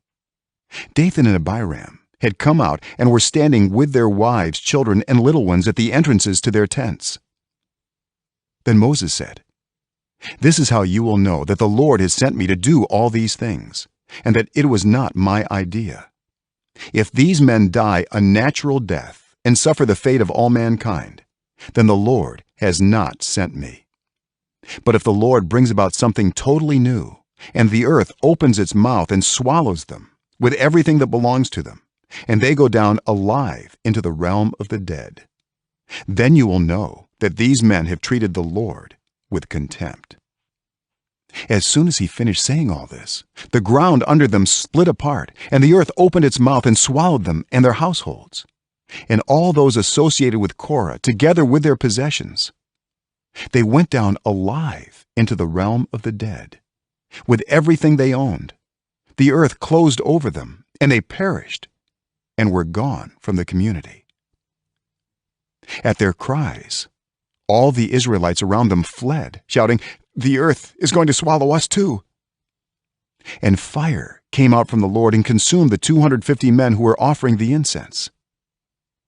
The Lord said to Moses, "Tell Eleazar, son of Aaron the priest, to remove the censers from the charred remains and scatter the coals some distance away, for the censers are holy, the censers of the men who sinned at the cost of their lives. Hammer the censers into sheets to overlay the altar, for they were presented before the Lord and have become holy. Let them be a sign to the Israelites." So Eleazar the priest collected the bronze censers brought by those who had been burned to death, and he had them hammered out to overlay the altar, as the Lord directed him through Moses. This was to remind the Israelites that no one, except a descendant of Aaron, should come to burn incense before the Lord, or he would become like Korah and his followers. The next day, the whole Israelite community grumbled against Moses and Aaron. "You have killed the Lord's people," they said. But when the assembly gathered in opposition to Moses and Aaron and turned toward the tent of meeting, suddenly the cloud covered it, and the glory of the Lord appeared. Then Moses and Aaron went to the front of the tent of meeting, and the Lord said to Moses, "Get away from this assembly, so I can put an end to them at once." And they fell face down. Then Moses said to Aaron, "Take your censer and put incense in it, along with burning coals from the altar, and hurry to the assembly to make atonement for them. Wrath has come out from the Lord, the plague has started." So Aaron did as Moses said, and ran into the midst of the assembly. The plague had already started among the people, but Aaron offered the incense and made atonement for them.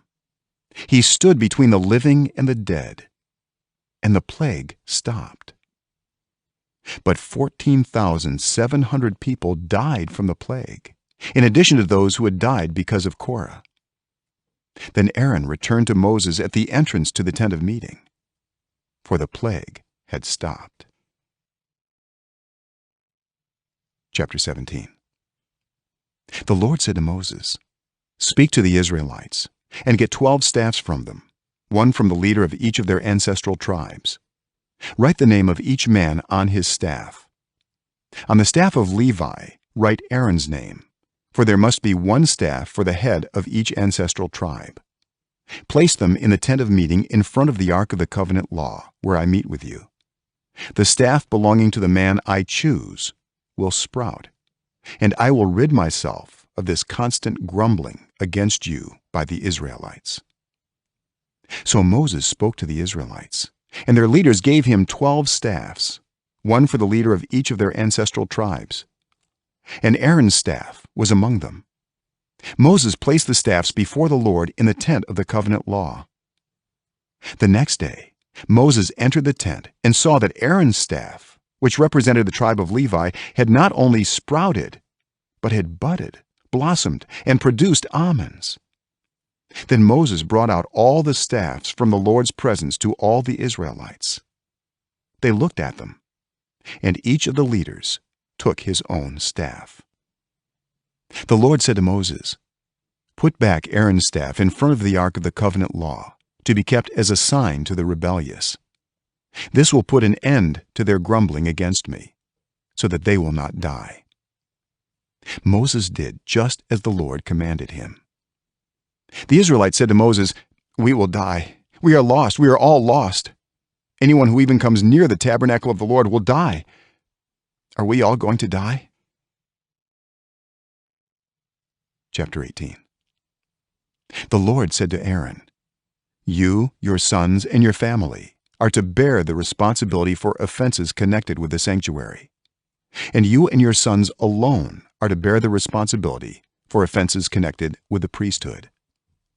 Bring your fellow Levites from your ancestral tribe to join you and assist you when you and your sons minister before the tent of the covenant law. They are to be responsible to you and are to perform all the duties of the tent, but they must not go near the furnishings of the sanctuary or the altar. Otherwise, both they and you will die. They are to join you and be responsible for the care of the tent of meeting, all the work at the tent, and no one else may come near where you are. You are to be responsible for the care of the sanctuary and the altar, so that my wrath will not fall on the Israelites again.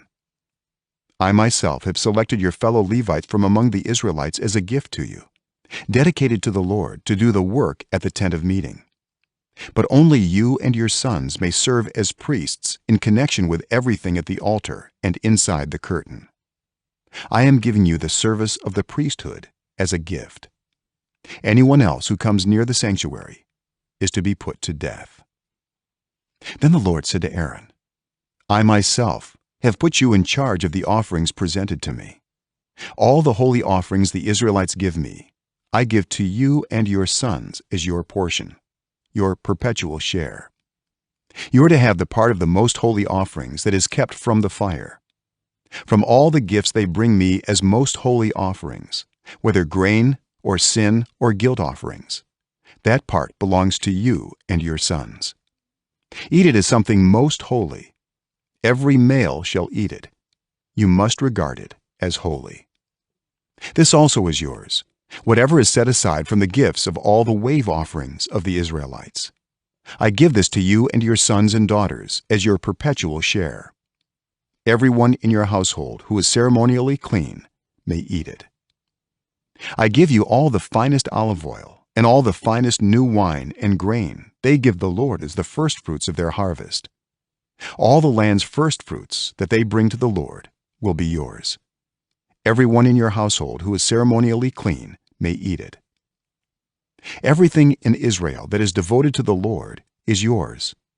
The first offspring of every womb, both human and animal, that is offered to the Lord is yours. But you must redeem every firstborn son and every firstborn male of unclean animals. When they are a month old, you must redeem them at the redemption price set at 5 shekels of silver, according to the sanctuary shekel, which weighs 20 gerahs. but you must not redeem the firstborn of a cow, a sheep, or a goat. They are holy. Splash their blood against the altar and burn their fat as a food offering, an aroma pleasing to the Lord. Their meat is to be yours, just as the breast of the wave offering and the right thigh are yours. Whatever is set aside from the holy offerings the Israelites present to the Lord, I give to you and your sons and daughters as your perpetual share. It is an everlasting covenant of salt before the Lord for both you and your offspring." The Lord said to Aaron, "You will have no inheritance in their land, nor will you have any share among them. I am your share in your inheritance among the Israelites. I give to the Levites all the tithes in Israel as their inheritance in return for the work they do while serving at the tent of meeting. From now on, the Israelites must not go near the tent of meeting, or they will bear the consequences of their sin and will die. It is the Levites who are to do the work at the tent of meeting and bear the responsibility for any offenses they commit against it. This is a lasting ordinance for the generations to come. They will receive no inheritance among the Israelites. Instead, I give to the Levites as their inheritance the tithes that the Israelites present as an offering to the Lord. This is why I said concerning them, they will have no inheritance among the Israelites." The Lord said to Moses, "Speak to the Levites and say to them, when you receive from the Israelites the tithe I give you as your inheritance, you must present a tenth of that tithe as the Lord's offering. Your offering will be reckoned to you as grain from the threshing floor or juice from the winepress. In this way, you also will present an offering to the Lord from all the tithes you receive from the Israelites. From these tithes, you must give the Lord's portion to Aaron the priest. You must present as the Lord's portion the best and holiest part of everything given to you. Say to the Levites, when you present the best part, it will be reckoned to you as the product of the threshing floor or the winepress. You and your households may eat the rest of it anywhere, for it is your wages for your work at the tent of meeting. By presenting the best part of it, you will not be guilty in this matter. Then you will not defile the holy offerings of the Israelites, and you will not die." Chapter 19. The Lord said to Moses and Aaron, "This is a requirement of the law that the Lord has commanded. Tell the Israelites to bring you a red heifer without defect or blemish, and that has never been under a yoke. Give it to Eleazar the priest. It is to be taken outside the camp and slaughtered in his presence. Then Eleazar the priest is to take some of its blood on his finger and sprinkle it 7 times toward the front of the tent of meeting. While he watches, the heifer is to be burned, its hide, flesh, blood, and intestines. The priest is to take some cedar wood, hyssop, and scarlet wool and throw them onto the burning heifer. After that, the priest must wash his clothes and bathe himself with water. He may then come into the camp, but he will be ceremonially unclean till evening. The man who burns it must also wash his clothes and bathe with water, and he too will be unclean till evening. A man who is clean shall gather up the ashes of the heifer and put them in a ceremonially clean place outside the camp. They are to be kept by the Israelite community for use in the water of cleansing. It is for purification from sin.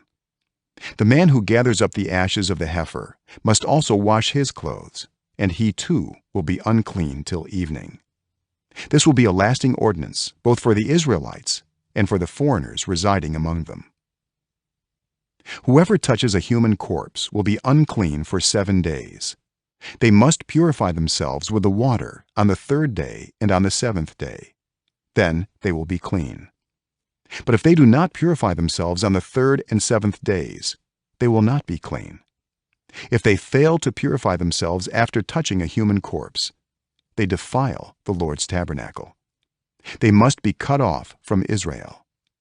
Because the water of cleansing has not been sprinkled on them, they are unclean. Their uncleanness remains on them. This is the law that applies when a person dies in a tent. Anyone who enters the tent and anyone who is in it will be unclean for 7 days, and every open container without a lid fastened on it will be unclean. anyone out in the open who touches someone who has been killed with a sword, or someone who has died a natural death, or anyone who touches a human bone or a grave will be unclean for 7 days. For the unclean person, put some ashes from the burnt purification offering into a jar and pour fresh water over them. Then a man who is ceremonially clean is to take some hyssop, dip it in the water, and sprinkle the tent and all the furnishings and the people who were there. He must also sprinkle anyone who has touched a human bone or a grave, or anyone who has been killed, or anyone who has died a natural death. The man who is clean is to sprinkle those who are unclean on the 3rd and 7th days, and on the 7th day he is to purify them. Those who are being cleansed must wash their clothes and bathe with water, and that evening they will be clean. But if those who are unclean do not purify themselves, they must be cut off from the community, because they have defiled the sanctuary of the Lord. The water of cleansing has not been sprinkled on them, and they are unclean. This is a lasting ordinance for them. The man who sprinkles the water of cleansing must also wash his clothes, and anyone who touches the water of cleansing will be unclean till evening. Anything that an unclean person touches becomes unclean, and anyone who touches it becomes unclean till evening. Chapter 20. In the 1st month, the whole Israelite community arrived at the desert of Zin, and they stayed at Kadesh. There Miriam died and was buried. Now there was no water for the community, and the people gathered in opposition to Moses and Aaron. They quarreled with Moses and said, "If only we had died when our brothers fell dead before the Lord. Why did you bring the Lord's community into this wilderness, that we and our livestock should die here? Why did you bring us up out of Egypt to this terrible place? It has no grain or figs, grapevines or pomegranates, and there's no water to drink." Moses and Aaron went from the assembly to the entrance to the tent of meeting and fell face down, and the glory of the Lord appeared to them. The Lord said to Moses, "Take the staff, and you and your brother Aaron gather the assembly together. Speak to that rock before their eyes, and it will pour out its water. You will bring water out of the rock for the community, so they and their livestock can drink." So Moses took the staff from the Lord's presence, just as he commanded him. He and Aaron gathered the assembly together in front of the rock. And Moses said to them, "Listen, you rebels, must we bring you water out of this rock?" Then Moses raised his arm and struck the rock twice with his staff. Water gushed out, and the community and their livestock drank. But the Lord said to Moses and Aaron, "Because you did not trust in me enough to honor me as holy in the sight of the Israelites, you will not bring this community into the land I give them." These were the waters of Meribah, where the Israelites quarreled with the Lord, and where he was proved holy among them. Moses sent messengers from Kadesh to the king of Edom, saying, "This is what your brother Israel says. You know about all the hardships that have come on us. Our ancestors went down into Egypt, and we lived there many years. The Egyptians mistreated us and our ancestors. But when we cried out to the Lord, he heard our cry and sent an angel and brought us out of Egypt. Now we are here at Kadesh, a town on the edge of your territory. Please let us pass through your country. We will not go through any field or vineyard, or drink water from any well. We will travel along the king's highway and not turn to the right or to the left until we have passed through your territory." But Edom answered, "You may not pass through here. If you try, we will march out and attack you with a sword." The Israelites replied, "We will go along the main road, and if we or our livestock drink any of your water, we will pay for it. We only want to pass through on foot, nothing else." Again they answered, "You may not pass through." Then Edom came out against them with a large and powerful army. Since Edom refused to let them go through their territory, Israel turned away from them. The whole Israelite community set out from Kadesh and came to Mount Hor. At Mount Hor, near the border of Edom, the Lord said to Moses and Aaron will be gathered to his people. He will not enter the land I give the Israelites, because both of you rebelled against my command at the waters of Meribah. Get Aaron and his son Eleazar and take them up Mount Hor. Remove Aaron's garments and put them on his son Eleazar, for Aaron will be gathered to his people. He will die there." Moses did as the Lord commanded. They went up Mount Hor in the sight of the whole community. Moses removed Aaron's garments and put them on his son Eleazar, and Aaron died there on top of the mountain. Then Moses and Eleazar came down from the mountain, and when the whole community learned that Aaron had died, all the Israelites mourned for him 30 days. Chapter 21. When the Canaanite king of Arad, who lived in the Negev, heard that Israel was coming along the road to Atharim, he attacked the Israelites and captured some of them. Then Israel made this vow to the Lord: "If you will deliver these people into our hands, we will totally destroy their cities." The Lord listened to Israel's plea and gave the Canaanites over to them. They completely destroyed them and their towns, so the place was named Hormah. They traveled from Mount Hor along the route to the Red Sea to go around Edom, but the people grew impatient on the way. They spoke against God and against Moses and said, "Why have you brought us up out of Egypt to die in the wilderness? There's no bread, there's no water, and we detest this miserable food." Then the Lord sent venomous snakes among them. They bit the people, and many Israelites died. The people came to Moses and said, "We sinned when we spoke against the Lord and against you. Pray that the Lord will take the snakes away from us." So Moses prayed for the people. The Lord said to Moses, "Make a snake and put it up on a pole. Anyone who is bitten can look at it and live." So Moses made a bronze snake and put it up on a pole.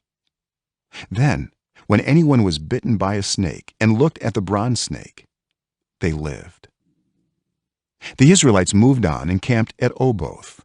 Then they set out from Oboth and camped in Abarim, in the wilderness that faces Moab toward the sunrise. From there they moved on and camped in the Zered Valley. They set out from there and camped alongside the Arnon, which is in the wilderness extending into Amorite territory. The Arnon is the border of Moab, between Moab and the Amorites. That is why the book of the Wars of the Lord says, "Zahab and Suphah and the ravines, the Arnon and the slopes of the ravines, that lead to the settlement of Ar and lie along the border of Moab." From there they continued on to Beer, the well where the Lord said to Moses, "Gather the people together, and I will give them water." Then Israel sang this song: "Spring up, O well, sing about the well that the princes dug, that the nobles of the people sank, the nobles with scepters and staffs." Then they went from the wilderness to Mattanah, from Mattanah to Nahaliel, from Nahaliel to Bamoth, and from Bamoth to the valley in Moab where the top of Pisgah overlooks the wasteland. Israel sent messengers to say to Sihon, king of the Amorites, "Let us pass through your country. We will not turn aside into any field or vineyard, or drink water from any well. We will travel along the king's highway until we have passed through your territory." But Sihon would not let Israel pass through his territory. He mustered his entire army and marched out into the wilderness against Israel. When he reached Jahaz, he fought with Israel. Israel, however, put him to the sword and took over his land from the Arnon to the Jabbok, but only as far as the Ammonites, because their border was fortified. Israel captured all the cities of the Amorites and occupied them, including Heshbon and all its surrounding settlements.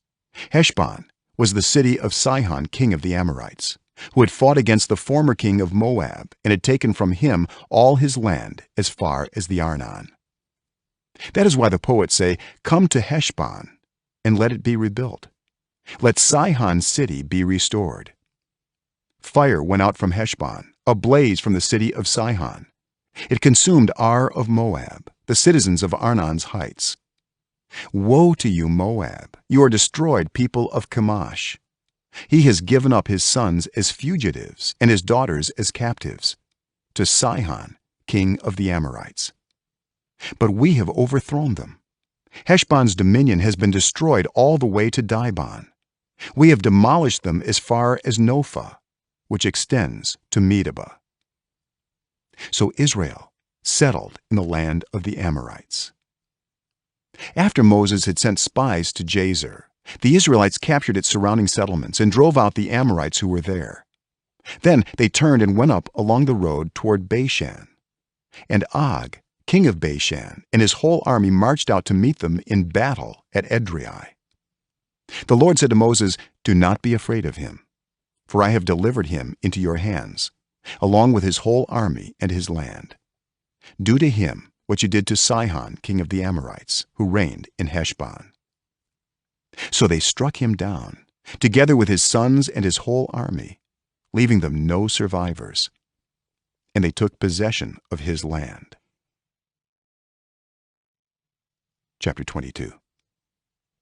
Then the Israelites traveled to the plains of Moab and camped along the Jordan across from Jericho.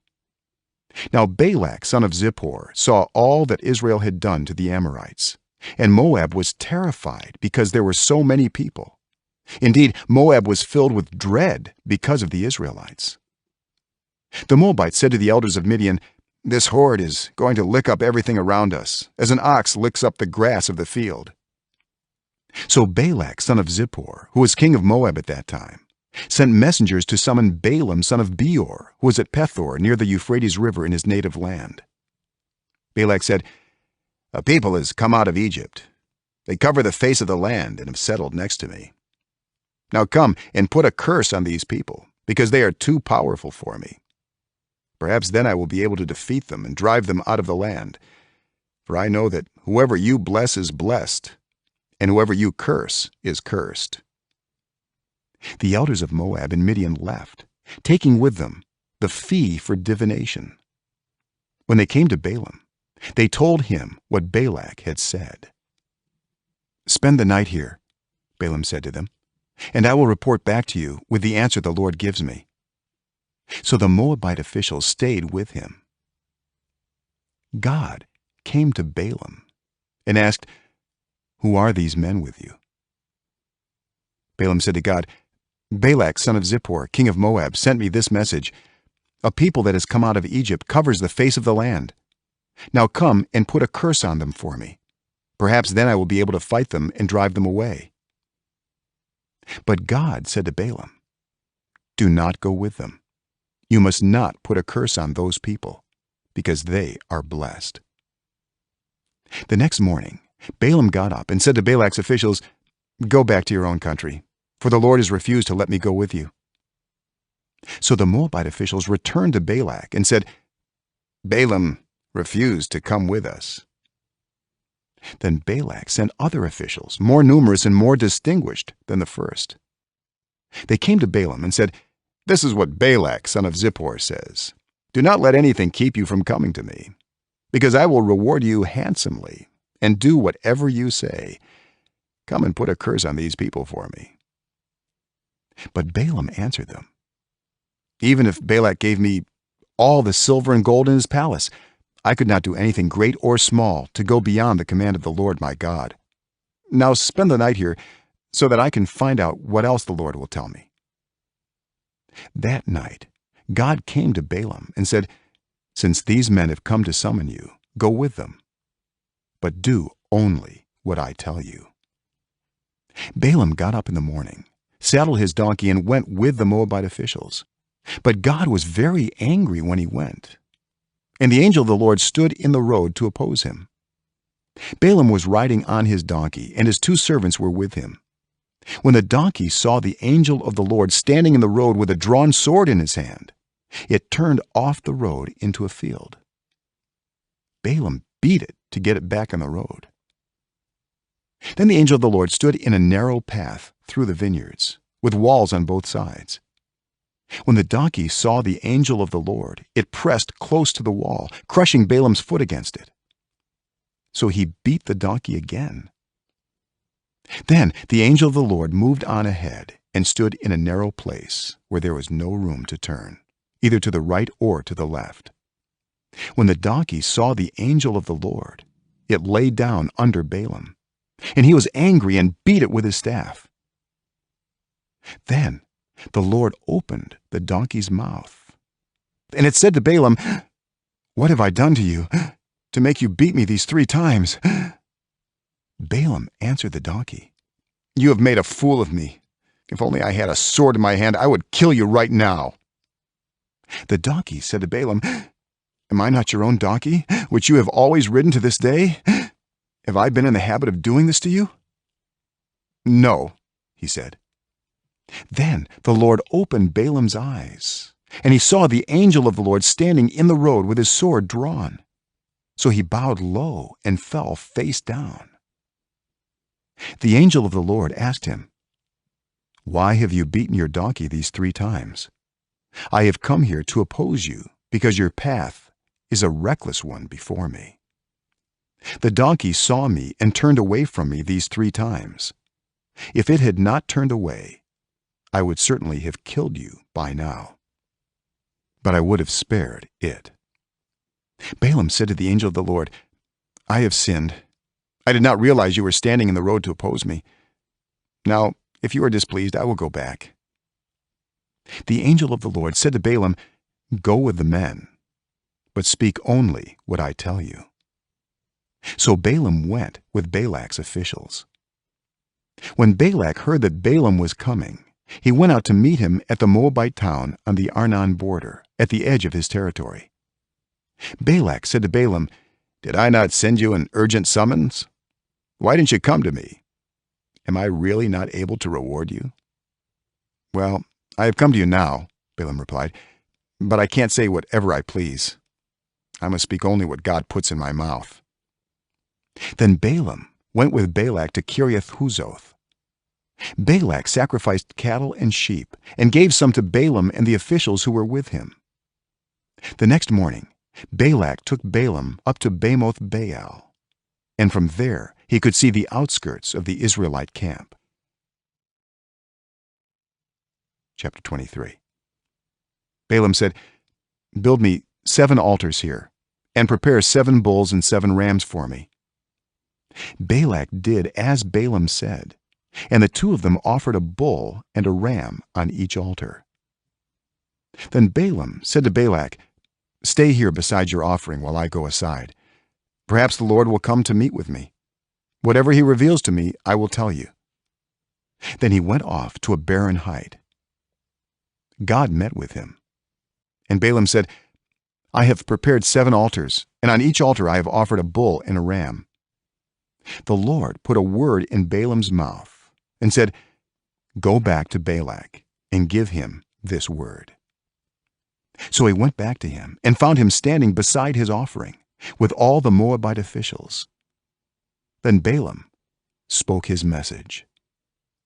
"Balak brought me from Aram, the king of Moab from the eastern mountains. Come," he said, "curse Jacob for me. Come, denounce Israel." How can I curse those whom God has not cursed? How can I denounce those whom the Lord has not denounced? From the rocky peaks I see them, from the heights I view them.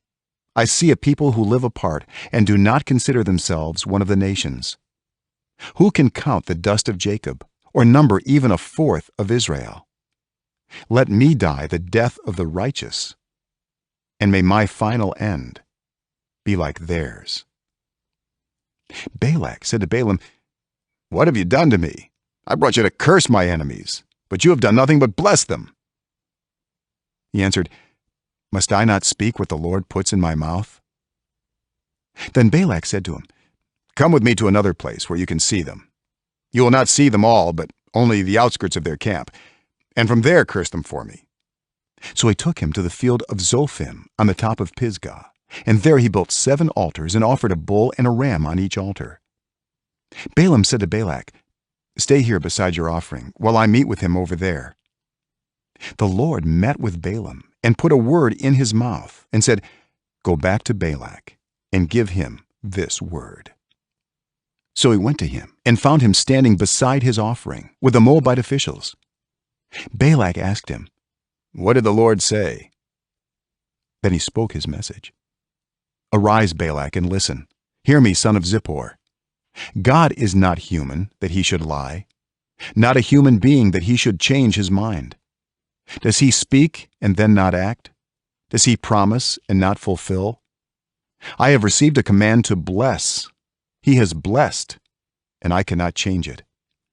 No misfortune is seen in Jacob, no misery observed in Israel. The Lord their God is with them. The shout of the king is among them. God brought them out of Egypt. They have the strength of a wild ox. There is no divination against Jacob, no evil omens against Israel. It will now be said of Jacob and of Israel, see what God has done. The people rise like a lioness. They rouse themselves like a lion that does not rest till it devours its prey and drinks the blood of its victims." Then Balak said to Balaam, "Neither curse them at all, nor bless them at all." Balaam answered, "Did I not tell you I must do whatever the Lord says?"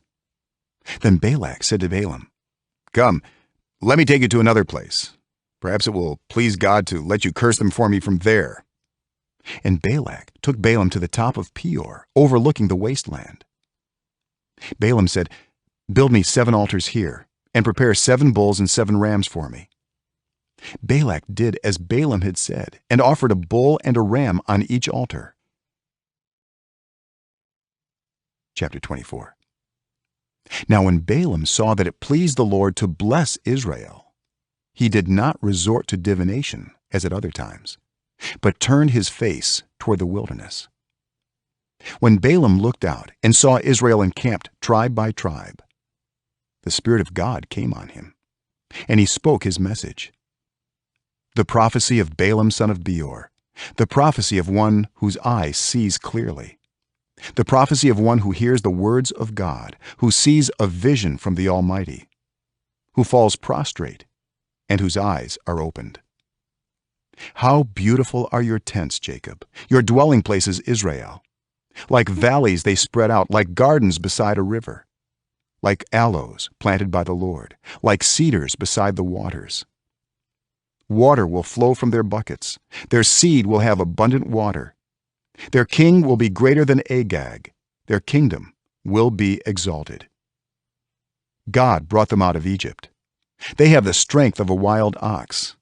They devour hostile nations and break their bones in pieces. With their arrows they pierce them.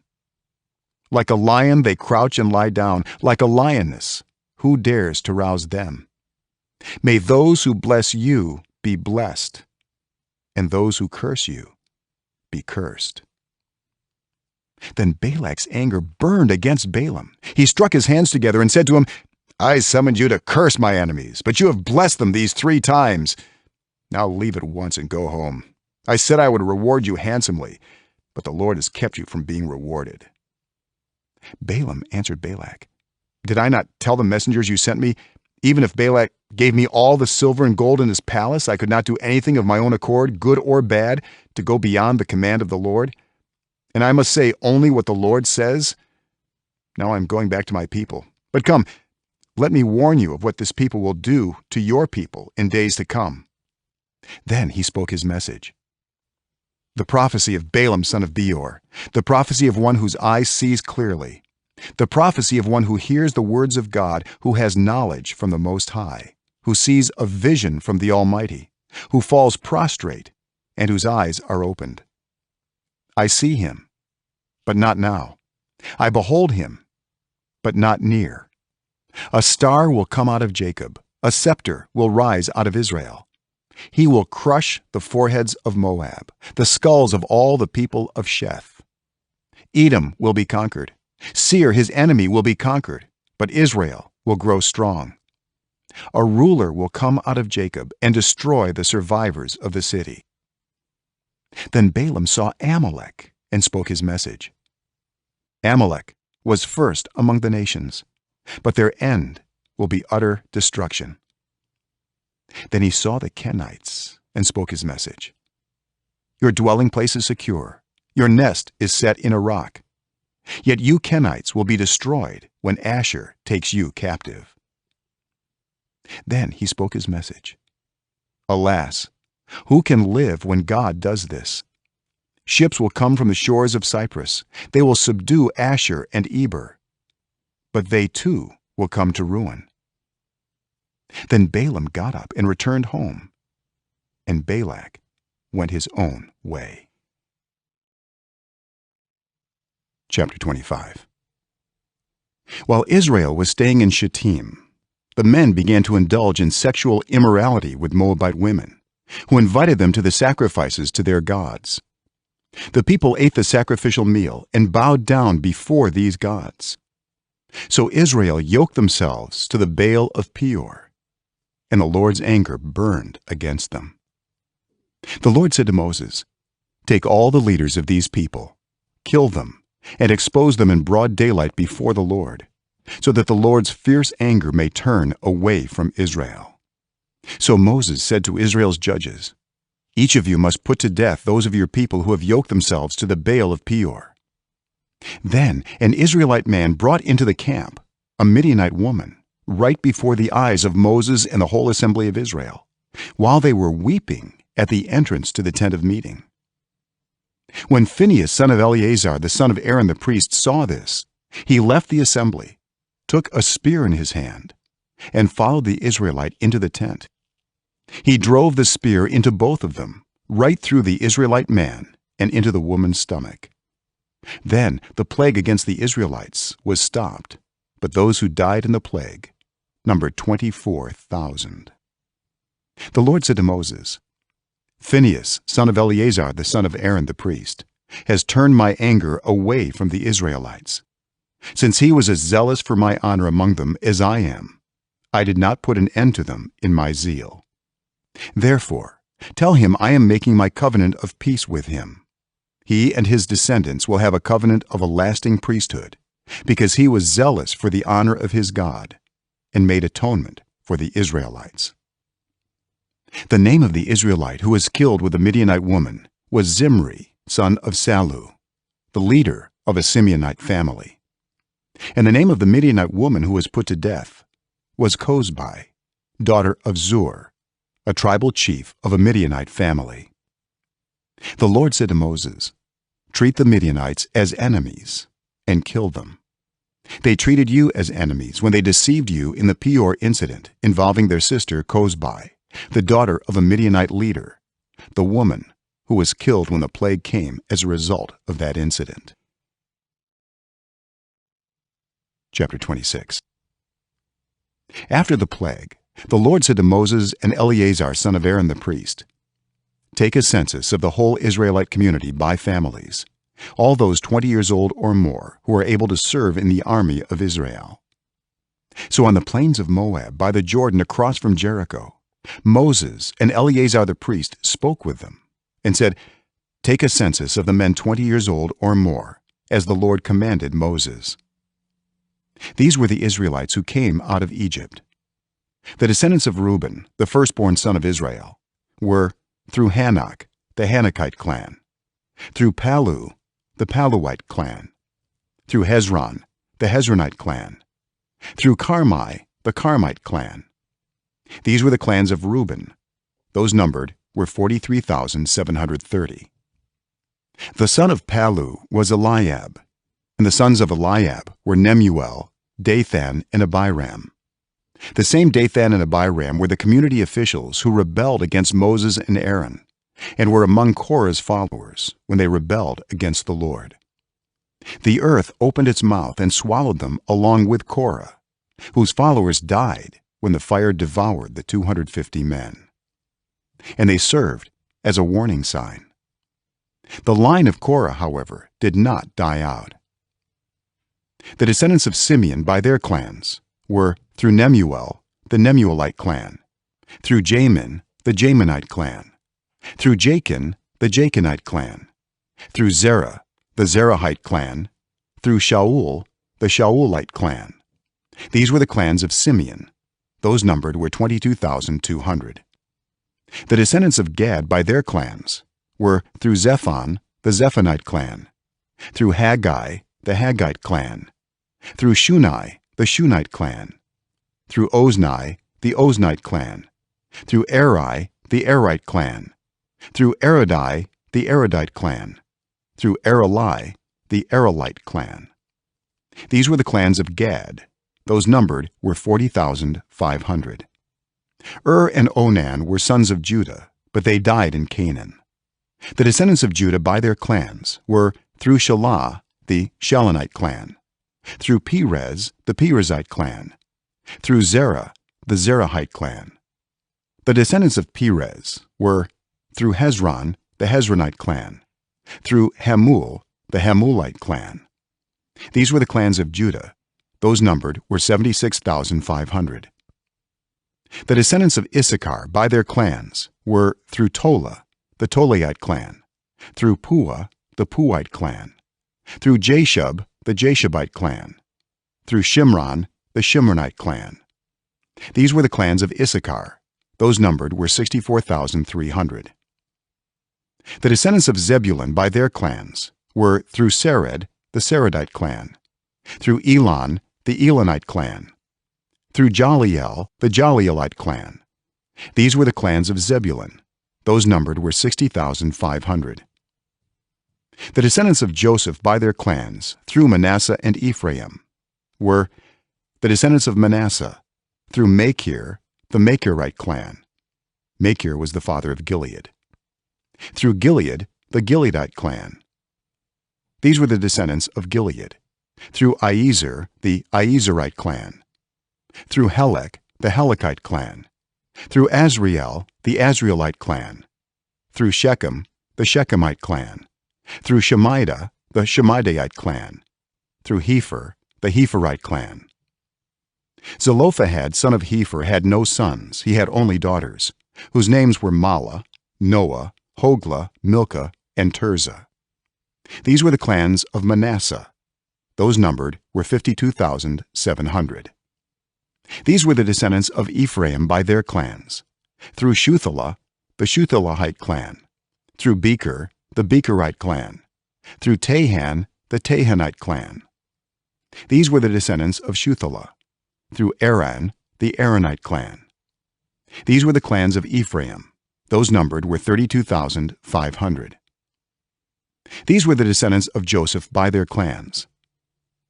The descendants of Benjamin by their clans were through Bela, the Belaite clan; through Ashbel, the Ashbelite clan; through Ahiram, the Ahiramite clan; through Shupham, the Shuphamite clan; through Hupham, the Huphamite clan. The descendants of Bela through Ard and Naaman were through Ard, the Ardite clan; through Naaman, the Naamite clan. These were the clans of Benjamin; those numbered were 45,600. These were the descendants of Dan by their clans through Shuham, the Shuhamite clan. These were the clans of Dan; all of them were Shuhamite clans, and those numbered were 64,400. The descendants of Asher by their clans were through Imnah, the Imnite clan; through Ishvi, the Ishvite clan; through Beriah, the Beriite clan; and through the descendants of Beriah through Heber, the Heberite clan; through Malchiel, the Malchielite clan. Asher had a daughter named Sarah. These were the clans of Asher; those numbered were 53,400. The descendants of Naphtali by their clans were through Jaziel, the Jazielite clan; through Gunai, the Gunite clan; through Jezer, the Jezerite clan; through Shalem, the Shalemite clan. These were the clans of Naphtali; those numbered were 45,400. The total number of the men of Israel was 601,730.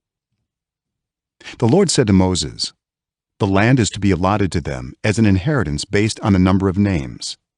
To a larger group give a larger inheritance, and to a smaller group a smaller one. Each is to receive its inheritance according to the number of those listed. Be sure that the land is distributed by lot. What each group inherits will be according to the names for its ancestral tribe. Each inheritance is to be distributed by lot among the larger and smaller groups." These were the Levites who were counted by their clans: through Gershon, the Gershonite clan; through Kohath, the Kohathite clan; through Merari, the Merarite clan. These also were Levite clans: the Libnite clan, the Hebronite clan, the Malite clan, the Mushite clan, the Korahite clan. Kohath was the forefather of Amram. The name of Amram's wife was Jochebed, a descendant of Levi, who was born to the Levites in Egypt. To Amram she bore Aaron, Moses, and their sister Miriam. Aaron was the father of Nadab and Abihu, Eleazar and Ithamar. But Nadab and Abihu died when they made an offering before the Lord with unauthorized fire. All the male Levites a month old or more numbered 23,000. They were not counted along with the other Israelites because they received no inheritance among them.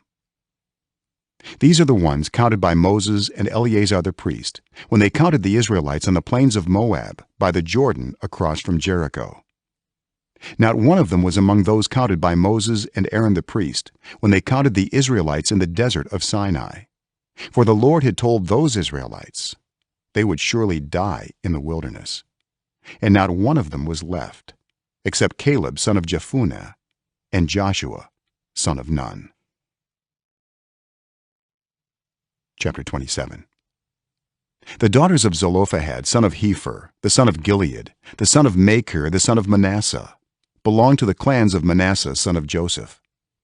The names of the daughters were Mahlah, Noah, Hoglah, Milcah, and Tirzah. They came forward and stood before Moses, Eleazar the priest, the leaders and the whole assembly at the entrance to the tent of meeting, and said, "Our father died in the wilderness. He was not among Korah's followers who banded together against the Lord, but he died for his own sin and left no sons. Why should our father's name disappear from his clan because he had no son? Give us property among our father's relatives." So Moses brought their case before the Lord. And the Lord said to him, "What Zelophehad's daughters are saying is right. You must certainly give them property as an inheritance among their father's relatives, and give their father's inheritance to them. Say to the Israelites, if a man dies and leaves no son, give his inheritance to his daughter. If he has no daughter, give his inheritance to his brothers. If he has no brothers, give his inheritance to his father's brothers. If his father had no brothers, give his inheritance to the nearest relative in his clan, that he may possess it. This is to have the force of law for the Israelites, as the Lord commanded Moses."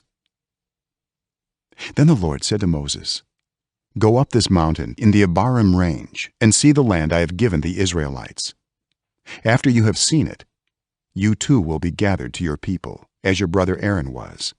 For when the community rebelled at the waters in the desert of Zin, both of you disobeyed my command to honor me as holy before their eyes." These were the waters of Meribah Kadesh in the desert of Zin. Moses said to the Lord, "May the Lord, the God who gives breath to all living things, appoint someone over this community to go out and come in before them, one who will lead them out and bring them in, so the Lord's people will not be like sheep without a shepherd." So the Lord said to Moses, "Take Joshua son of Nun, a man in whom is the spirit of leadership, and lay your hand on him. Have him stand before Eleazar the priest and the entire assembly, and commission him in their presence. Give him some of your authority, so the whole Israelite community will obey him. He is to stand before Eleazar the priest, who will obtain decisions for him by inquiring of the Urim before the Lord. At his command, he and the entire community of the Israelites will go out, and at his command they will come in." Moses did as the Lord commanded him. He took Joshua and had him stand before Eleazar the priest and the whole assembly. Then he laid his hands on him and commissioned him, as the Lord instructed through Moses. Chapter 28. The Lord said to Moses, "Give this command to the Israelites, and say to them, make sure that you present to me at the appointed time my food offerings, as an aroma pleasing to me. Say to them, this is the food offering you are to present to the Lord: 2 lambs a year old without defect, as a regular burnt offering each day. Offer 1 lamb in the morning and the other at twilight, together with a grain offering of 1/10 of an ephah of the finest flour, mixed with 1/4 of a hin of oil from pressed olives. This is the regular burnt offering instituted at Mount Sinai as a pleasing aroma, a food offering presented to the Lord. The accompanying drink offering is to be 1/4 of a hin of fermented drink with each lamb. Pour out the drink offering to the Lord at the sanctuary. Offer the second lamb at twilight, along with the same kind of grain offering and drink offering that you offer in the morning. This is a food offering, an aroma pleasing to the Lord. On the Sabbath day, make an offering of 2 lambs a year old without defect, together with its drink offering and a grain offering of 2/10 of an ephah of the finest flour mixed with olive oil. This is the burnt offering for every Sabbath, in addition to the regular burnt offering and its drink offering. On the first of every month, present to the Lord a burnt offering of 2 young bulls, 1 ram, and 7 male lambs a year old, all without defect. With each bull there is to be a grain offering of 3/10 of an ephah of the finest flour mixed with oil. With the ram, a grain offering of 2/10 of an ephah of the finest flour mixed with oil. And with each lamb, a grain offering of 1/10 of an ephah of the finest flour mixed with oil. This is for a burnt offering, a pleasing aroma, a food offering presented to the Lord. With each bull there is to be a drink offering of 1/2 a hin of wine. With the ram, 1/3 of a hin, and with each lamb, 1/4 of a hin. This is the monthly burnt offering to be made at each new moon during the year. Besides the regular burnt offering with its drink offering, 1 male goat is to be presented to the Lord as a sin offering. On the 14th day of the first month, the Lord's Passover is to be held. On the 15th day of this month, there is to be a festival. For 7 days eat bread made without yeast. On the first day, hold a sacred assembly and do no regular work. Present to the Lord a food offering consisting of a burnt offering of 2 young bulls, 1 ram, and 7 male lambs a year old, all without defect. With each bull, offer a grain offering of 3/10 of an ephah of the finest flour mixed with oil. With the ram, 2/10, and with each of the 7 lambs, 1/10. Include 1 male goat as a sin offering to make atonement for you. Offer these in addition to the regular morning burnt offering. In this way, present the food offering every day for 7 days as an aroma pleasing to the Lord. It is to be offered in addition to the regular burnt offering and its drink offering. On the 7th day, hold a sacred assembly and do no regular work. On the day of first fruits, when you present to the Lord an offering of new grain during the festival of weeks, hold a sacred assembly and do no regular work. Present a burnt offering of 2 young bulls, 1 ram, and 7 male lambs a year old as an aroma pleasing to the Lord. With each bull there is to be a grain offering of 3/10 of an ephah of the finest flour mixed with oil. With the ram, 2/10, and with each of the 7 lambs, 1/10. Include 1 male goat to make atonement for you. Offer these together with their drink offerings, in addition to the regular burnt offering and its grain offering. Be sure the animals are without defect. Chapter 29. On the first day of the 7th month, hold a sacred assembly and do no regular work. It is a day for you to sound the trumpets. As an aroma pleasing to the Lord, offer a burnt offering of 1 young bull, 1 ram, and 7 male lambs a year old, all without defect. With the bull, offer a grain offering of 3/10 of an ephah of the finest flour mixed with olive oil. With the ram, 2/10, and with each of the 7 lambs, 1/10. Include 1 male goat as a sin offering to make atonement for you.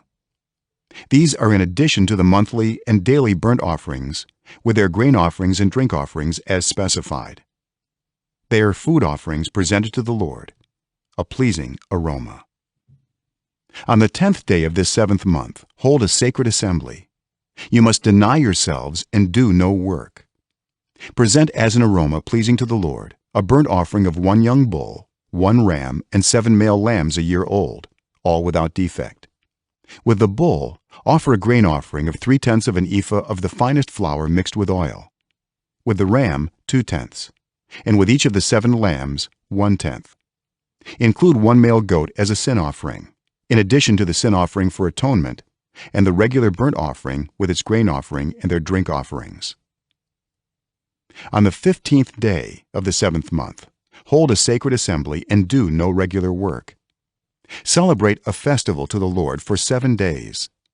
Present as an aroma pleasing to the Lord a food offering consisting of a burnt offering of 13 young bulls, 2 rams, and 14 male lambs a year old, all without defect. With each of the 13 bulls, offer a grain offering of 3/10 of an ephah of the finest flour mixed with oil. With each of the 2 rams, 2/10, and with each of the 14 lambs, 1/10. Include 1 male goat as a sin offering, in addition to the regular burnt offering with its grain offering and drink offering. On the 2nd day, offer 12 young bulls, 2 rams, and 14 male lambs a year old, all without defect. With the bulls, rams, and lambs, offer their grain offerings and drink offerings according to the number specified. Include 1 male goat as a sin offering, in addition to the regular burnt offering with its grain offering and their drink offerings. On the 3rd day, offer 11 bulls, 2 rams, and 14 male lambs a year old, all without defect. With the bulls, rams, and lambs, offer their grain offerings and drink offerings according to the number specified. Include 1 male goat as a sin offering, in addition to the regular burnt offering with its grain offering and drink offering. On the 4th day, offer 10 bulls, 2 rams, and 14 male lambs a year old, all without defect. With the bulls, rams, and lambs, offer their grain offerings and drink offerings according to the number specified. Include 1 male goat as a sin offering, in addition to the regular burnt offering with its grain offering and drink offering. On the 5th day, offer 9 bulls, 2 rams, and 14 male lambs a year old, all without defect. With the bulls, rams, and lambs, offer their grain offerings and drink offerings according to the number specified. Include 1 male goat as a sin offering, in addition to the regular burnt offering with its grain offering and drink offering. On the 6th day, offer 8 bulls, 2 rams, and 14 male lambs a year old, all without defect. With the bulls, rams, and lambs, offer their grain offerings and drink offerings according to the number specified. Include 1 male goat as a sin offering, in addition to the regular burnt offering with its grain offering and drink offering. On the 7th day, offer 7 bulls, 2 rams, and 14 male lambs a year old, all without defect. With the bulls, rams, and lambs, offer their grain offerings and drink offerings according to the number specified. Include 1 male goat as a sin offering, in addition to the regular burnt offering with its grain offering and drink offering. On the 8th day, hold a closing special assembly and do no regular work. Present as an aroma pleasing to the Lord a food offering consisting of a burnt offering of 1 bull, 1 ram, and 7 male lambs a year old, all without defect. With the bull, the ram, and the lambs, offer their grain offerings and drink offerings according to the number specified. Include 1 male goat as a sin offering, in addition to the regular burnt offering with its grain offering and drink offering. In addition to what you vow and your freewill offerings, offer these to the Lord at your appointed festivals: your burnt offerings, grain offerings, drink offerings, and fellowship offerings. Moses told the Israelites all that the Lord commanded him. Chapter 30. Moses said to the heads of the tribes of Israel, "This is what the Lord commands. When a man makes a vow to the Lord or takes an oath to obligate himself by a pledge, he must not break his word, but must do everything he said. When a young woman still living in her father's household makes a vow to the Lord or obligates herself by a pledge, and her father hears about her vow or pledge, but says nothing to her, then all her vows and every pledge by which she obligated herself will stand. But if her father forbids her when he hears about it, none of her vows or the pledges by which she obligated herself will stand. The Lord will release her, because her father has forbidden her. If she marries after she makes a vow, or after her lips utter a rash promise by which she obligates herself, and her husband hears about it, but says nothing to her, then her vows or the pledges by which she obligated herself will stand. But if her husband forbids her when he hears about it, he nullifies the vow that obligates her or the rash promise by which she obligates herself, and the Lord will release her. Any vow or obligation taken by a widow or divorced woman will be binding on her.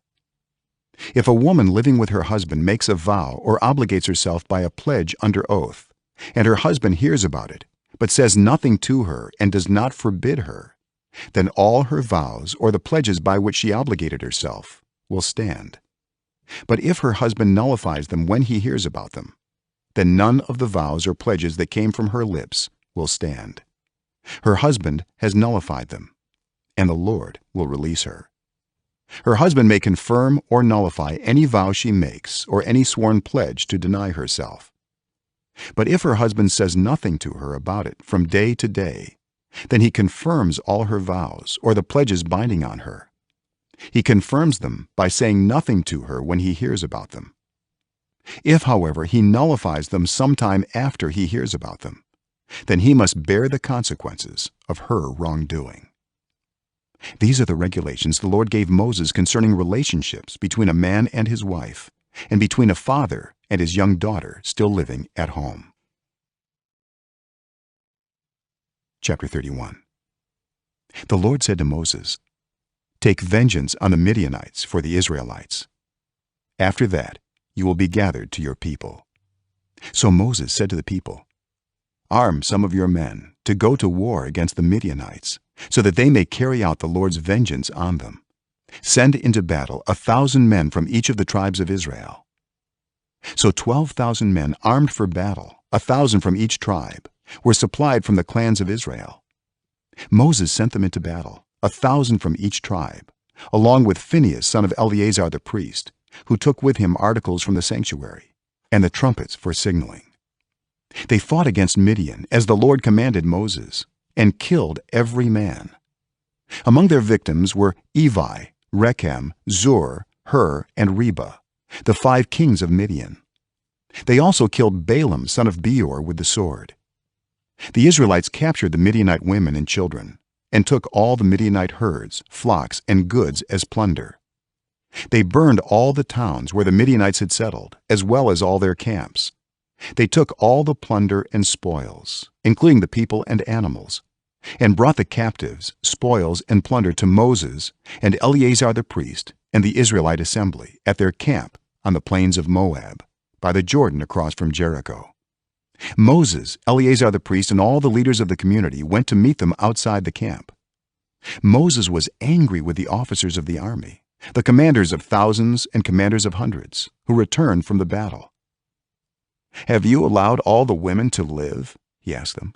"They were the ones who followed Balaam's advice and enticed the Israelites to be unfaithful to the Lord in the Peor incident, so that a plague struck the Lord's people. Now kill all the boys, and kill every woman who has slept with a man, but save for yourselves every girl who has never slept with a man. Anyone who has killed someone or touched someone who was killed must stay outside the camp 7 days. On the 3rd and 7th days you must purify yourselves and your captives.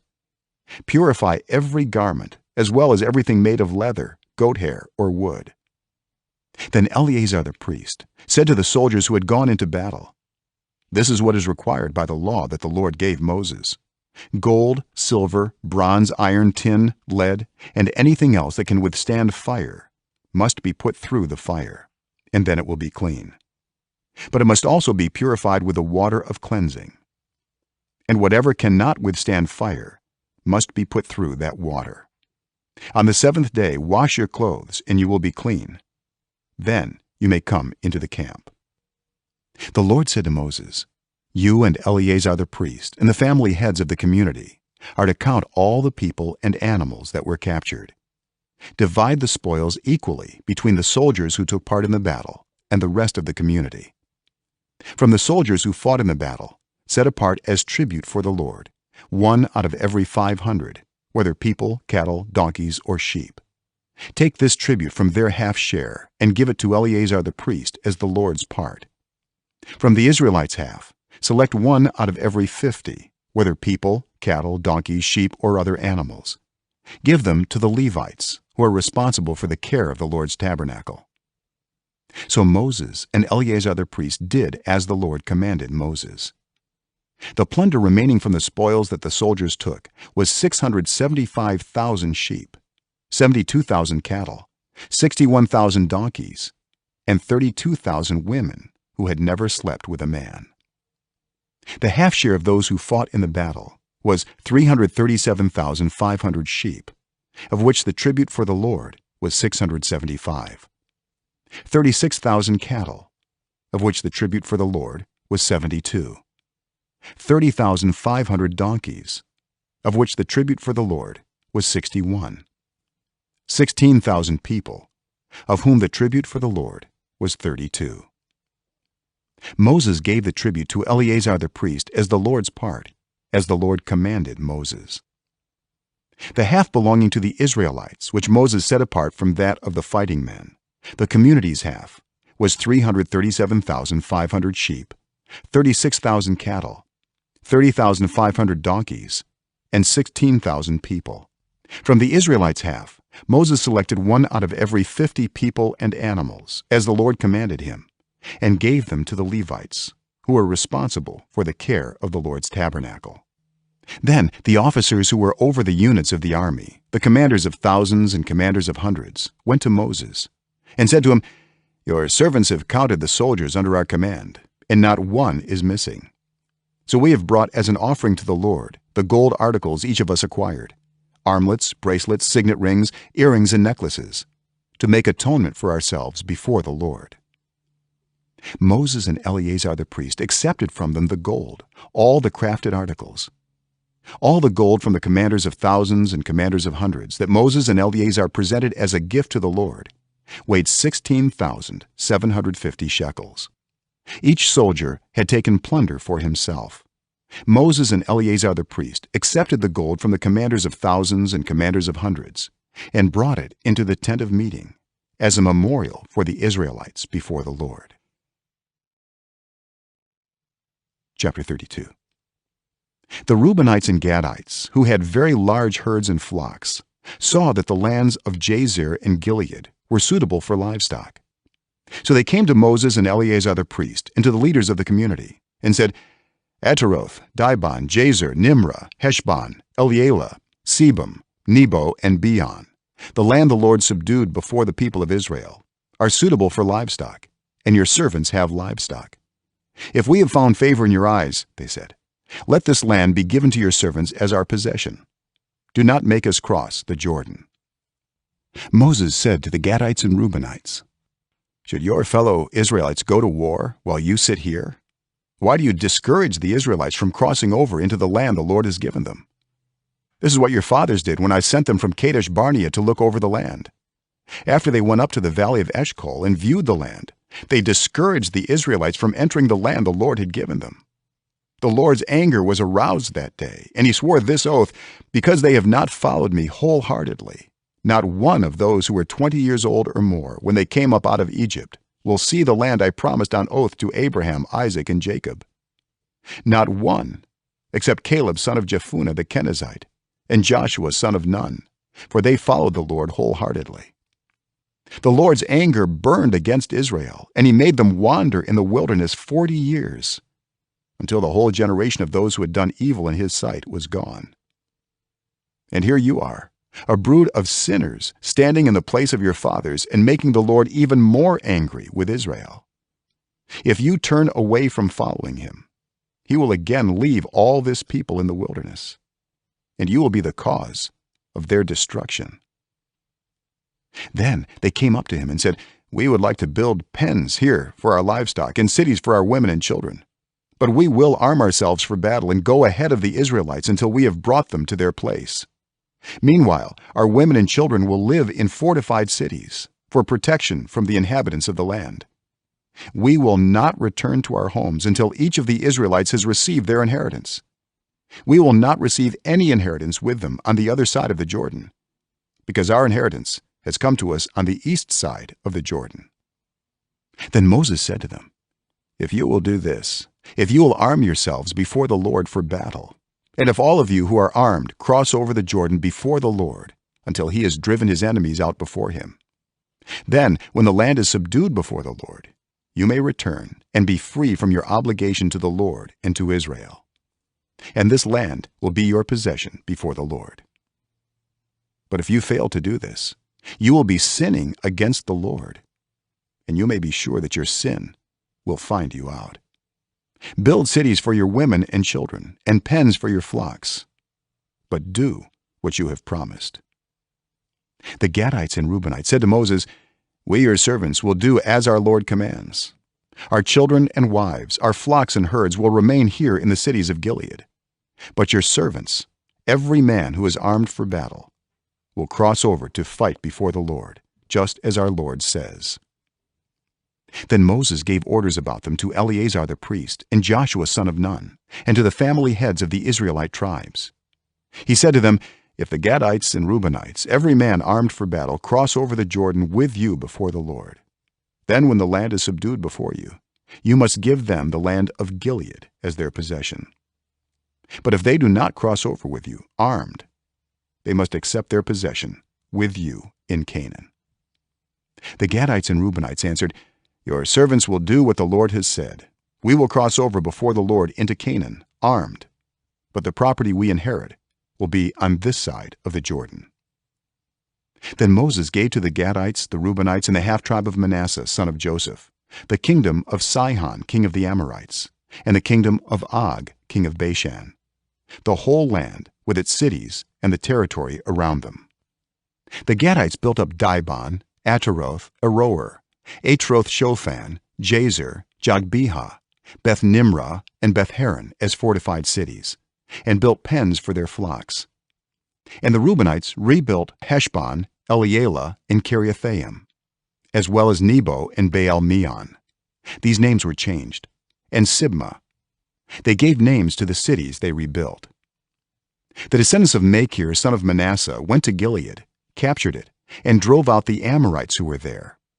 So Moses gave Gilead to the Machirites, the descendants of Manasseh, and they settled there. Jair, a descendant of Manasseh, captured their settlements and called them Havoth Jair. And Nobah captured Kenath and its surrounding settlements and called it Nobah after himself. Chapter 33. Here are the stages in the journey of the Israelites when they came out of Egypt by divisions under the leadership of Moses and Aaron. At the Lord's command, Moses recorded the stages in their journey. This is their journey by stages. The Israelites set out from Ramesses on the 15th day of the first month, the day after the Passover. They marched out defiantly in full view of all the Egyptians, who were burying all their firstborn, whom the Lord had struck down among them. For the Lord had brought judgment on their gods. The Israelites left Ramesses and camped at Succoth. They left Succoth and camped at Etham on the edge of the desert. They left Etham, turned back to Pi-hahiroth, to the east of Baal-Zephon, and camped near Migdal. They left Pi-hahiroth and passed through the sea into the desert. And when they had traveled for 3 days in the desert of Etham, they camped at Marah. They left Marah and went to Elim, where there were 12 springs and 70 palm trees, and they camped there. They left Elim and camped by the Red Sea. They left the Red Sea and camped in the desert of Sin. They left the desert of Sin and camped at Dophkah. They left Dophkah and camped at Alush.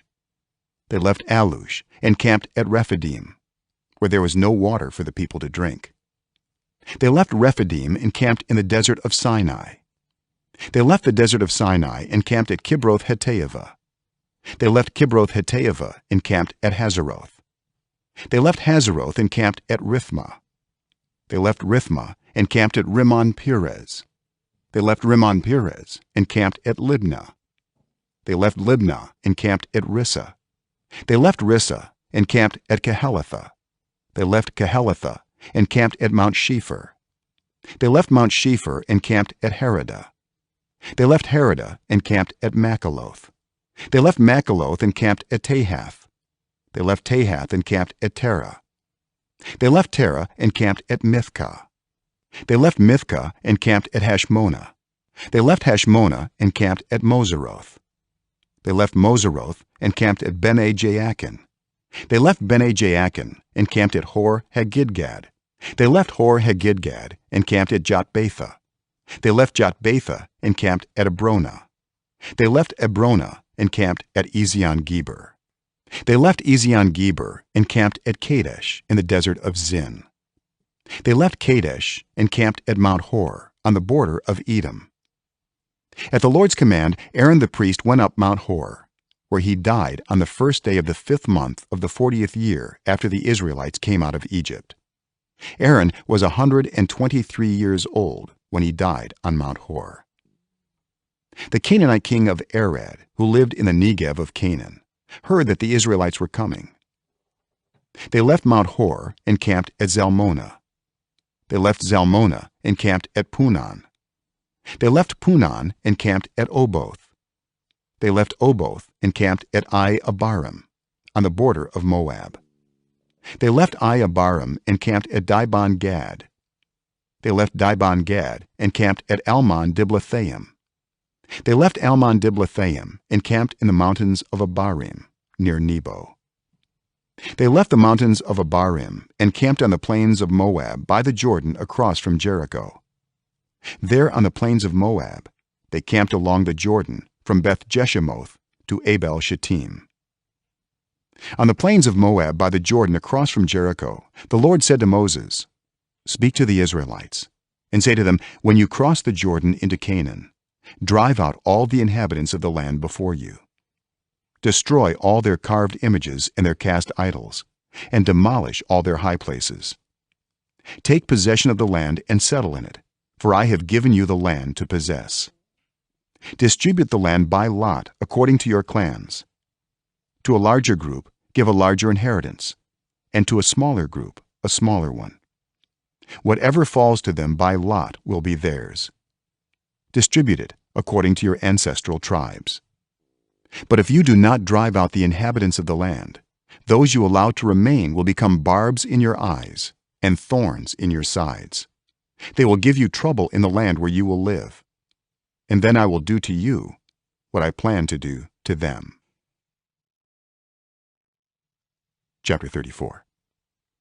The Lord said to Moses, "Command the Israelites, and say to them, when you enter Canaan, the land that will be allotted to you as an inheritance is to have these boundaries. Your southern side will include some of the desert of Zin along the border of Edom. Your southern boundary will start in the east from the southern end of the Dead Sea, cross south of Scorpion Pass, continue on to Zin, and go south of Kadesh Barnea. Then it will go to Hazar Adar and over to Asmon, where it will turn, join the Wadi of Egypt, and end at the Mediterranean Sea. Your western boundary will be the coast of the Mediterranean Sea. This will be your boundary on the west. For your northern boundary, run a line from the Mediterranean Sea to Mount Hor, and from Mount Hor to Lebo-Hamath. Then the boundary will go to Zedad, continue to Ziphron, and end at Hazar-Enan. This will be your boundary on the north. For your eastern boundary, run a line from Hazar-Enan to Shepham. The boundary will go down from Shepham to Riblah on the east side of Ayin, and continue along the slopes east of the Sea of Galilee. Then the boundary will go down along the Jordan and end at the Dead Sea. This will be your land, with its boundaries on every side." Moses commanded the Israelites, "Assign this land by lot as an inheritance. The Lord has ordered that it be given to the 9.5 tribes, because the families of the tribe of Reuben, the tribe of Gad, and the half-tribe of Manasseh have received their inheritance. These 2.5 tribes have received their inheritance east of the Jordan, across from Jericho toward the sunrise." The Lord said to Moses, "These are the names of the men who are to assign the land for you as an inheritance: Eleazar the priest, and Joshua son of Nun. And appoint one leader from each tribe to help assign the land. These are their names: Caleb son of Jephunneh from the tribe of Judah, Shemuel son of Ammihud from the tribe of Simeon, Elidad son of Kislon from the tribe of Benjamin, Bukki son of Joglai, the leader from the tribe of Dan, Haniel son of Ephod, the leader from the tribe of Manasseh son of Joseph, Kemuel son of Shiftan, the leader from the tribe of Ephraim son of Joseph, Elizaphan son of Parnak, the leader from the tribe of Zebulun, Paltiel son of Azan, the leader from the tribe of Issachar, Ahihud son of Shalomai, the leader from the tribe of Asher, Pedahel son of Ammihud, the leader from the tribe of Naphtali. These are the men the Lord commanded to assign the inheritance to the Israelites in the land of Canaan. Chapter 35. On the plains of Moab, by the Jordan across from Jericho, the Lord said to Moses, "Command the Israelites to give the Levites towns to live in from the inheritance the Israelites will possess, and give them pasture lands around the towns. Then they will have towns to live in and pasture lands for the cattle they own and all their other animals. The pasture lands around the towns that you give the Levites will extend 1,000 cubits from the town wall. Outside the town, measure 2,000 cubits on the east side, 2,000 on the south side, 2,000 on the west, and 2,000 on the north, with the town in the center. They will have this area as pasture land for the towns. 6 of the towns you give the Levites will be cities of refuge, to which a person who has killed someone may flee. In addition, give them 42 other towns. In all, you must give the Levites 48 towns, together with their pasture lands. The towns you give the Levites from the land the Israelites possess are to be given in proportion to the inheritance of each tribe. Take many towns from a tribe that has many, but few from one that has few."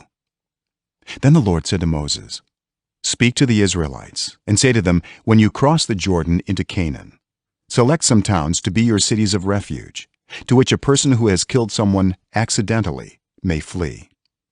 They will be places of refuge from the avenger, so that anyone accused of murder may not die before they stand trial before the assembly. These 6 towns you give will be your cities of refuge. Give 3 on this side of the Jordan and 3 in Canaan as cities of refuge. These 6 towns will be a place of refuge for Israelites and for foreigners residing among them, so that anyone who has killed another accidentally can flee there. If anyone strikes someone a fatal blow with an iron object, that person is a murderer. The murderer is to be put to death.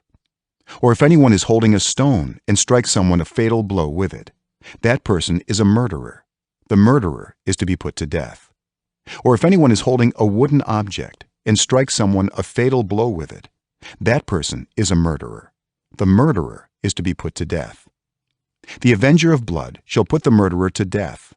When the avenger comes upon the murderer, the avenger shall put the murderer to death. If anyone with malice aforethought shoves another or throws something at them intentionally so that they die, or if out of enmity one person hits another with their fist so that the other dies, that person is to be put to death. That person is a murderer. The avenger of blood shall put the murderer to death when they meet. But if without enmity someone suddenly pushes another or throws something at them unintentionally, or without seeing them drops on them a stone heavy enough to kill them, and they die, then since that other person was not an enemy and no harm was intended, the assembly must judge between the accused and the avenger of blood according to these regulations. The assembly must protect the one accused of murder from the avenger of blood and send the accused back to the city of refuge to which they fled. The accused must stay there until the death of the high priest, who was anointed with the holy oil. But if the accused ever goes outside the limits of the city of refuge to which they fled, and the avenger of blood finds them outside the city, the avenger of blood may kill the accused without being guilty of murder. The accused must stay in the city of refuge until the death of the high priest. Only after the death of the high priest may they return to their own property. This is to have the force of law for you throughout the generations to come, wherever you live. Anyone who kills a person is to be put to death as a murderer only on the testimony of witnesses, but no one is to be put to death on the testimony of only one witness. Do not accept a ransom for the life of a murderer who deserves to die. They are to be put to death.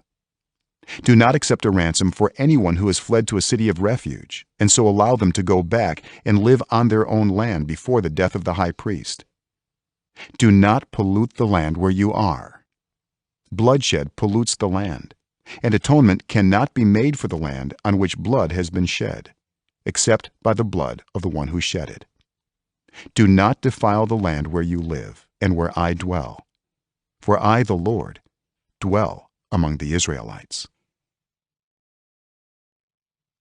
Chapter 36.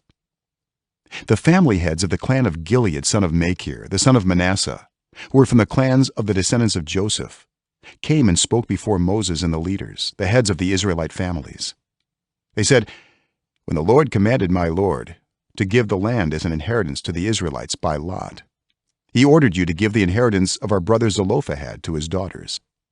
Now suppose they marry men from other Israelite tribes, then their inheritance will be taken from our ancestral inheritance and added to that of the tribe they marry into, and so part of the inheritance allotted to us will be taken away. When the year of jubilee for the Israelites comes, their inheritance will be added to that of the tribe into which they marry, and their property will be taken from the tribal inheritance of our ancestors." Then, at the Lord's command, Moses gave this order to the Israelites: "What the tribe of the descendants of Joseph is saying is right. This is what the Lord commands for Zelophehad's daughters. They may marry anyone they please, as long as they marry within their father's tribal clan. No inheritance in Israel is to pass from one tribe to another, for every Israelite shall keep the tribal inheritance of their ancestors. Every daughter who inherits land in any Israelite tribe must marry someone in her father's tribal clan, so that every Israelite will possess the inheritance of their ancestors. No inheritance may pass from one tribe to another, for each Israelite tribe is to keep the land it inherits." So Zelophehad's daughters did as the Lord commanded Moses.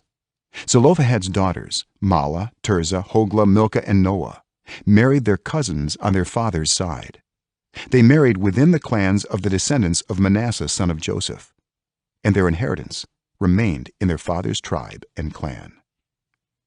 These are the commands and regulations the Lord gave through Moses to the Israelites on the plains of Moab, by the Jordan, across from Jericho.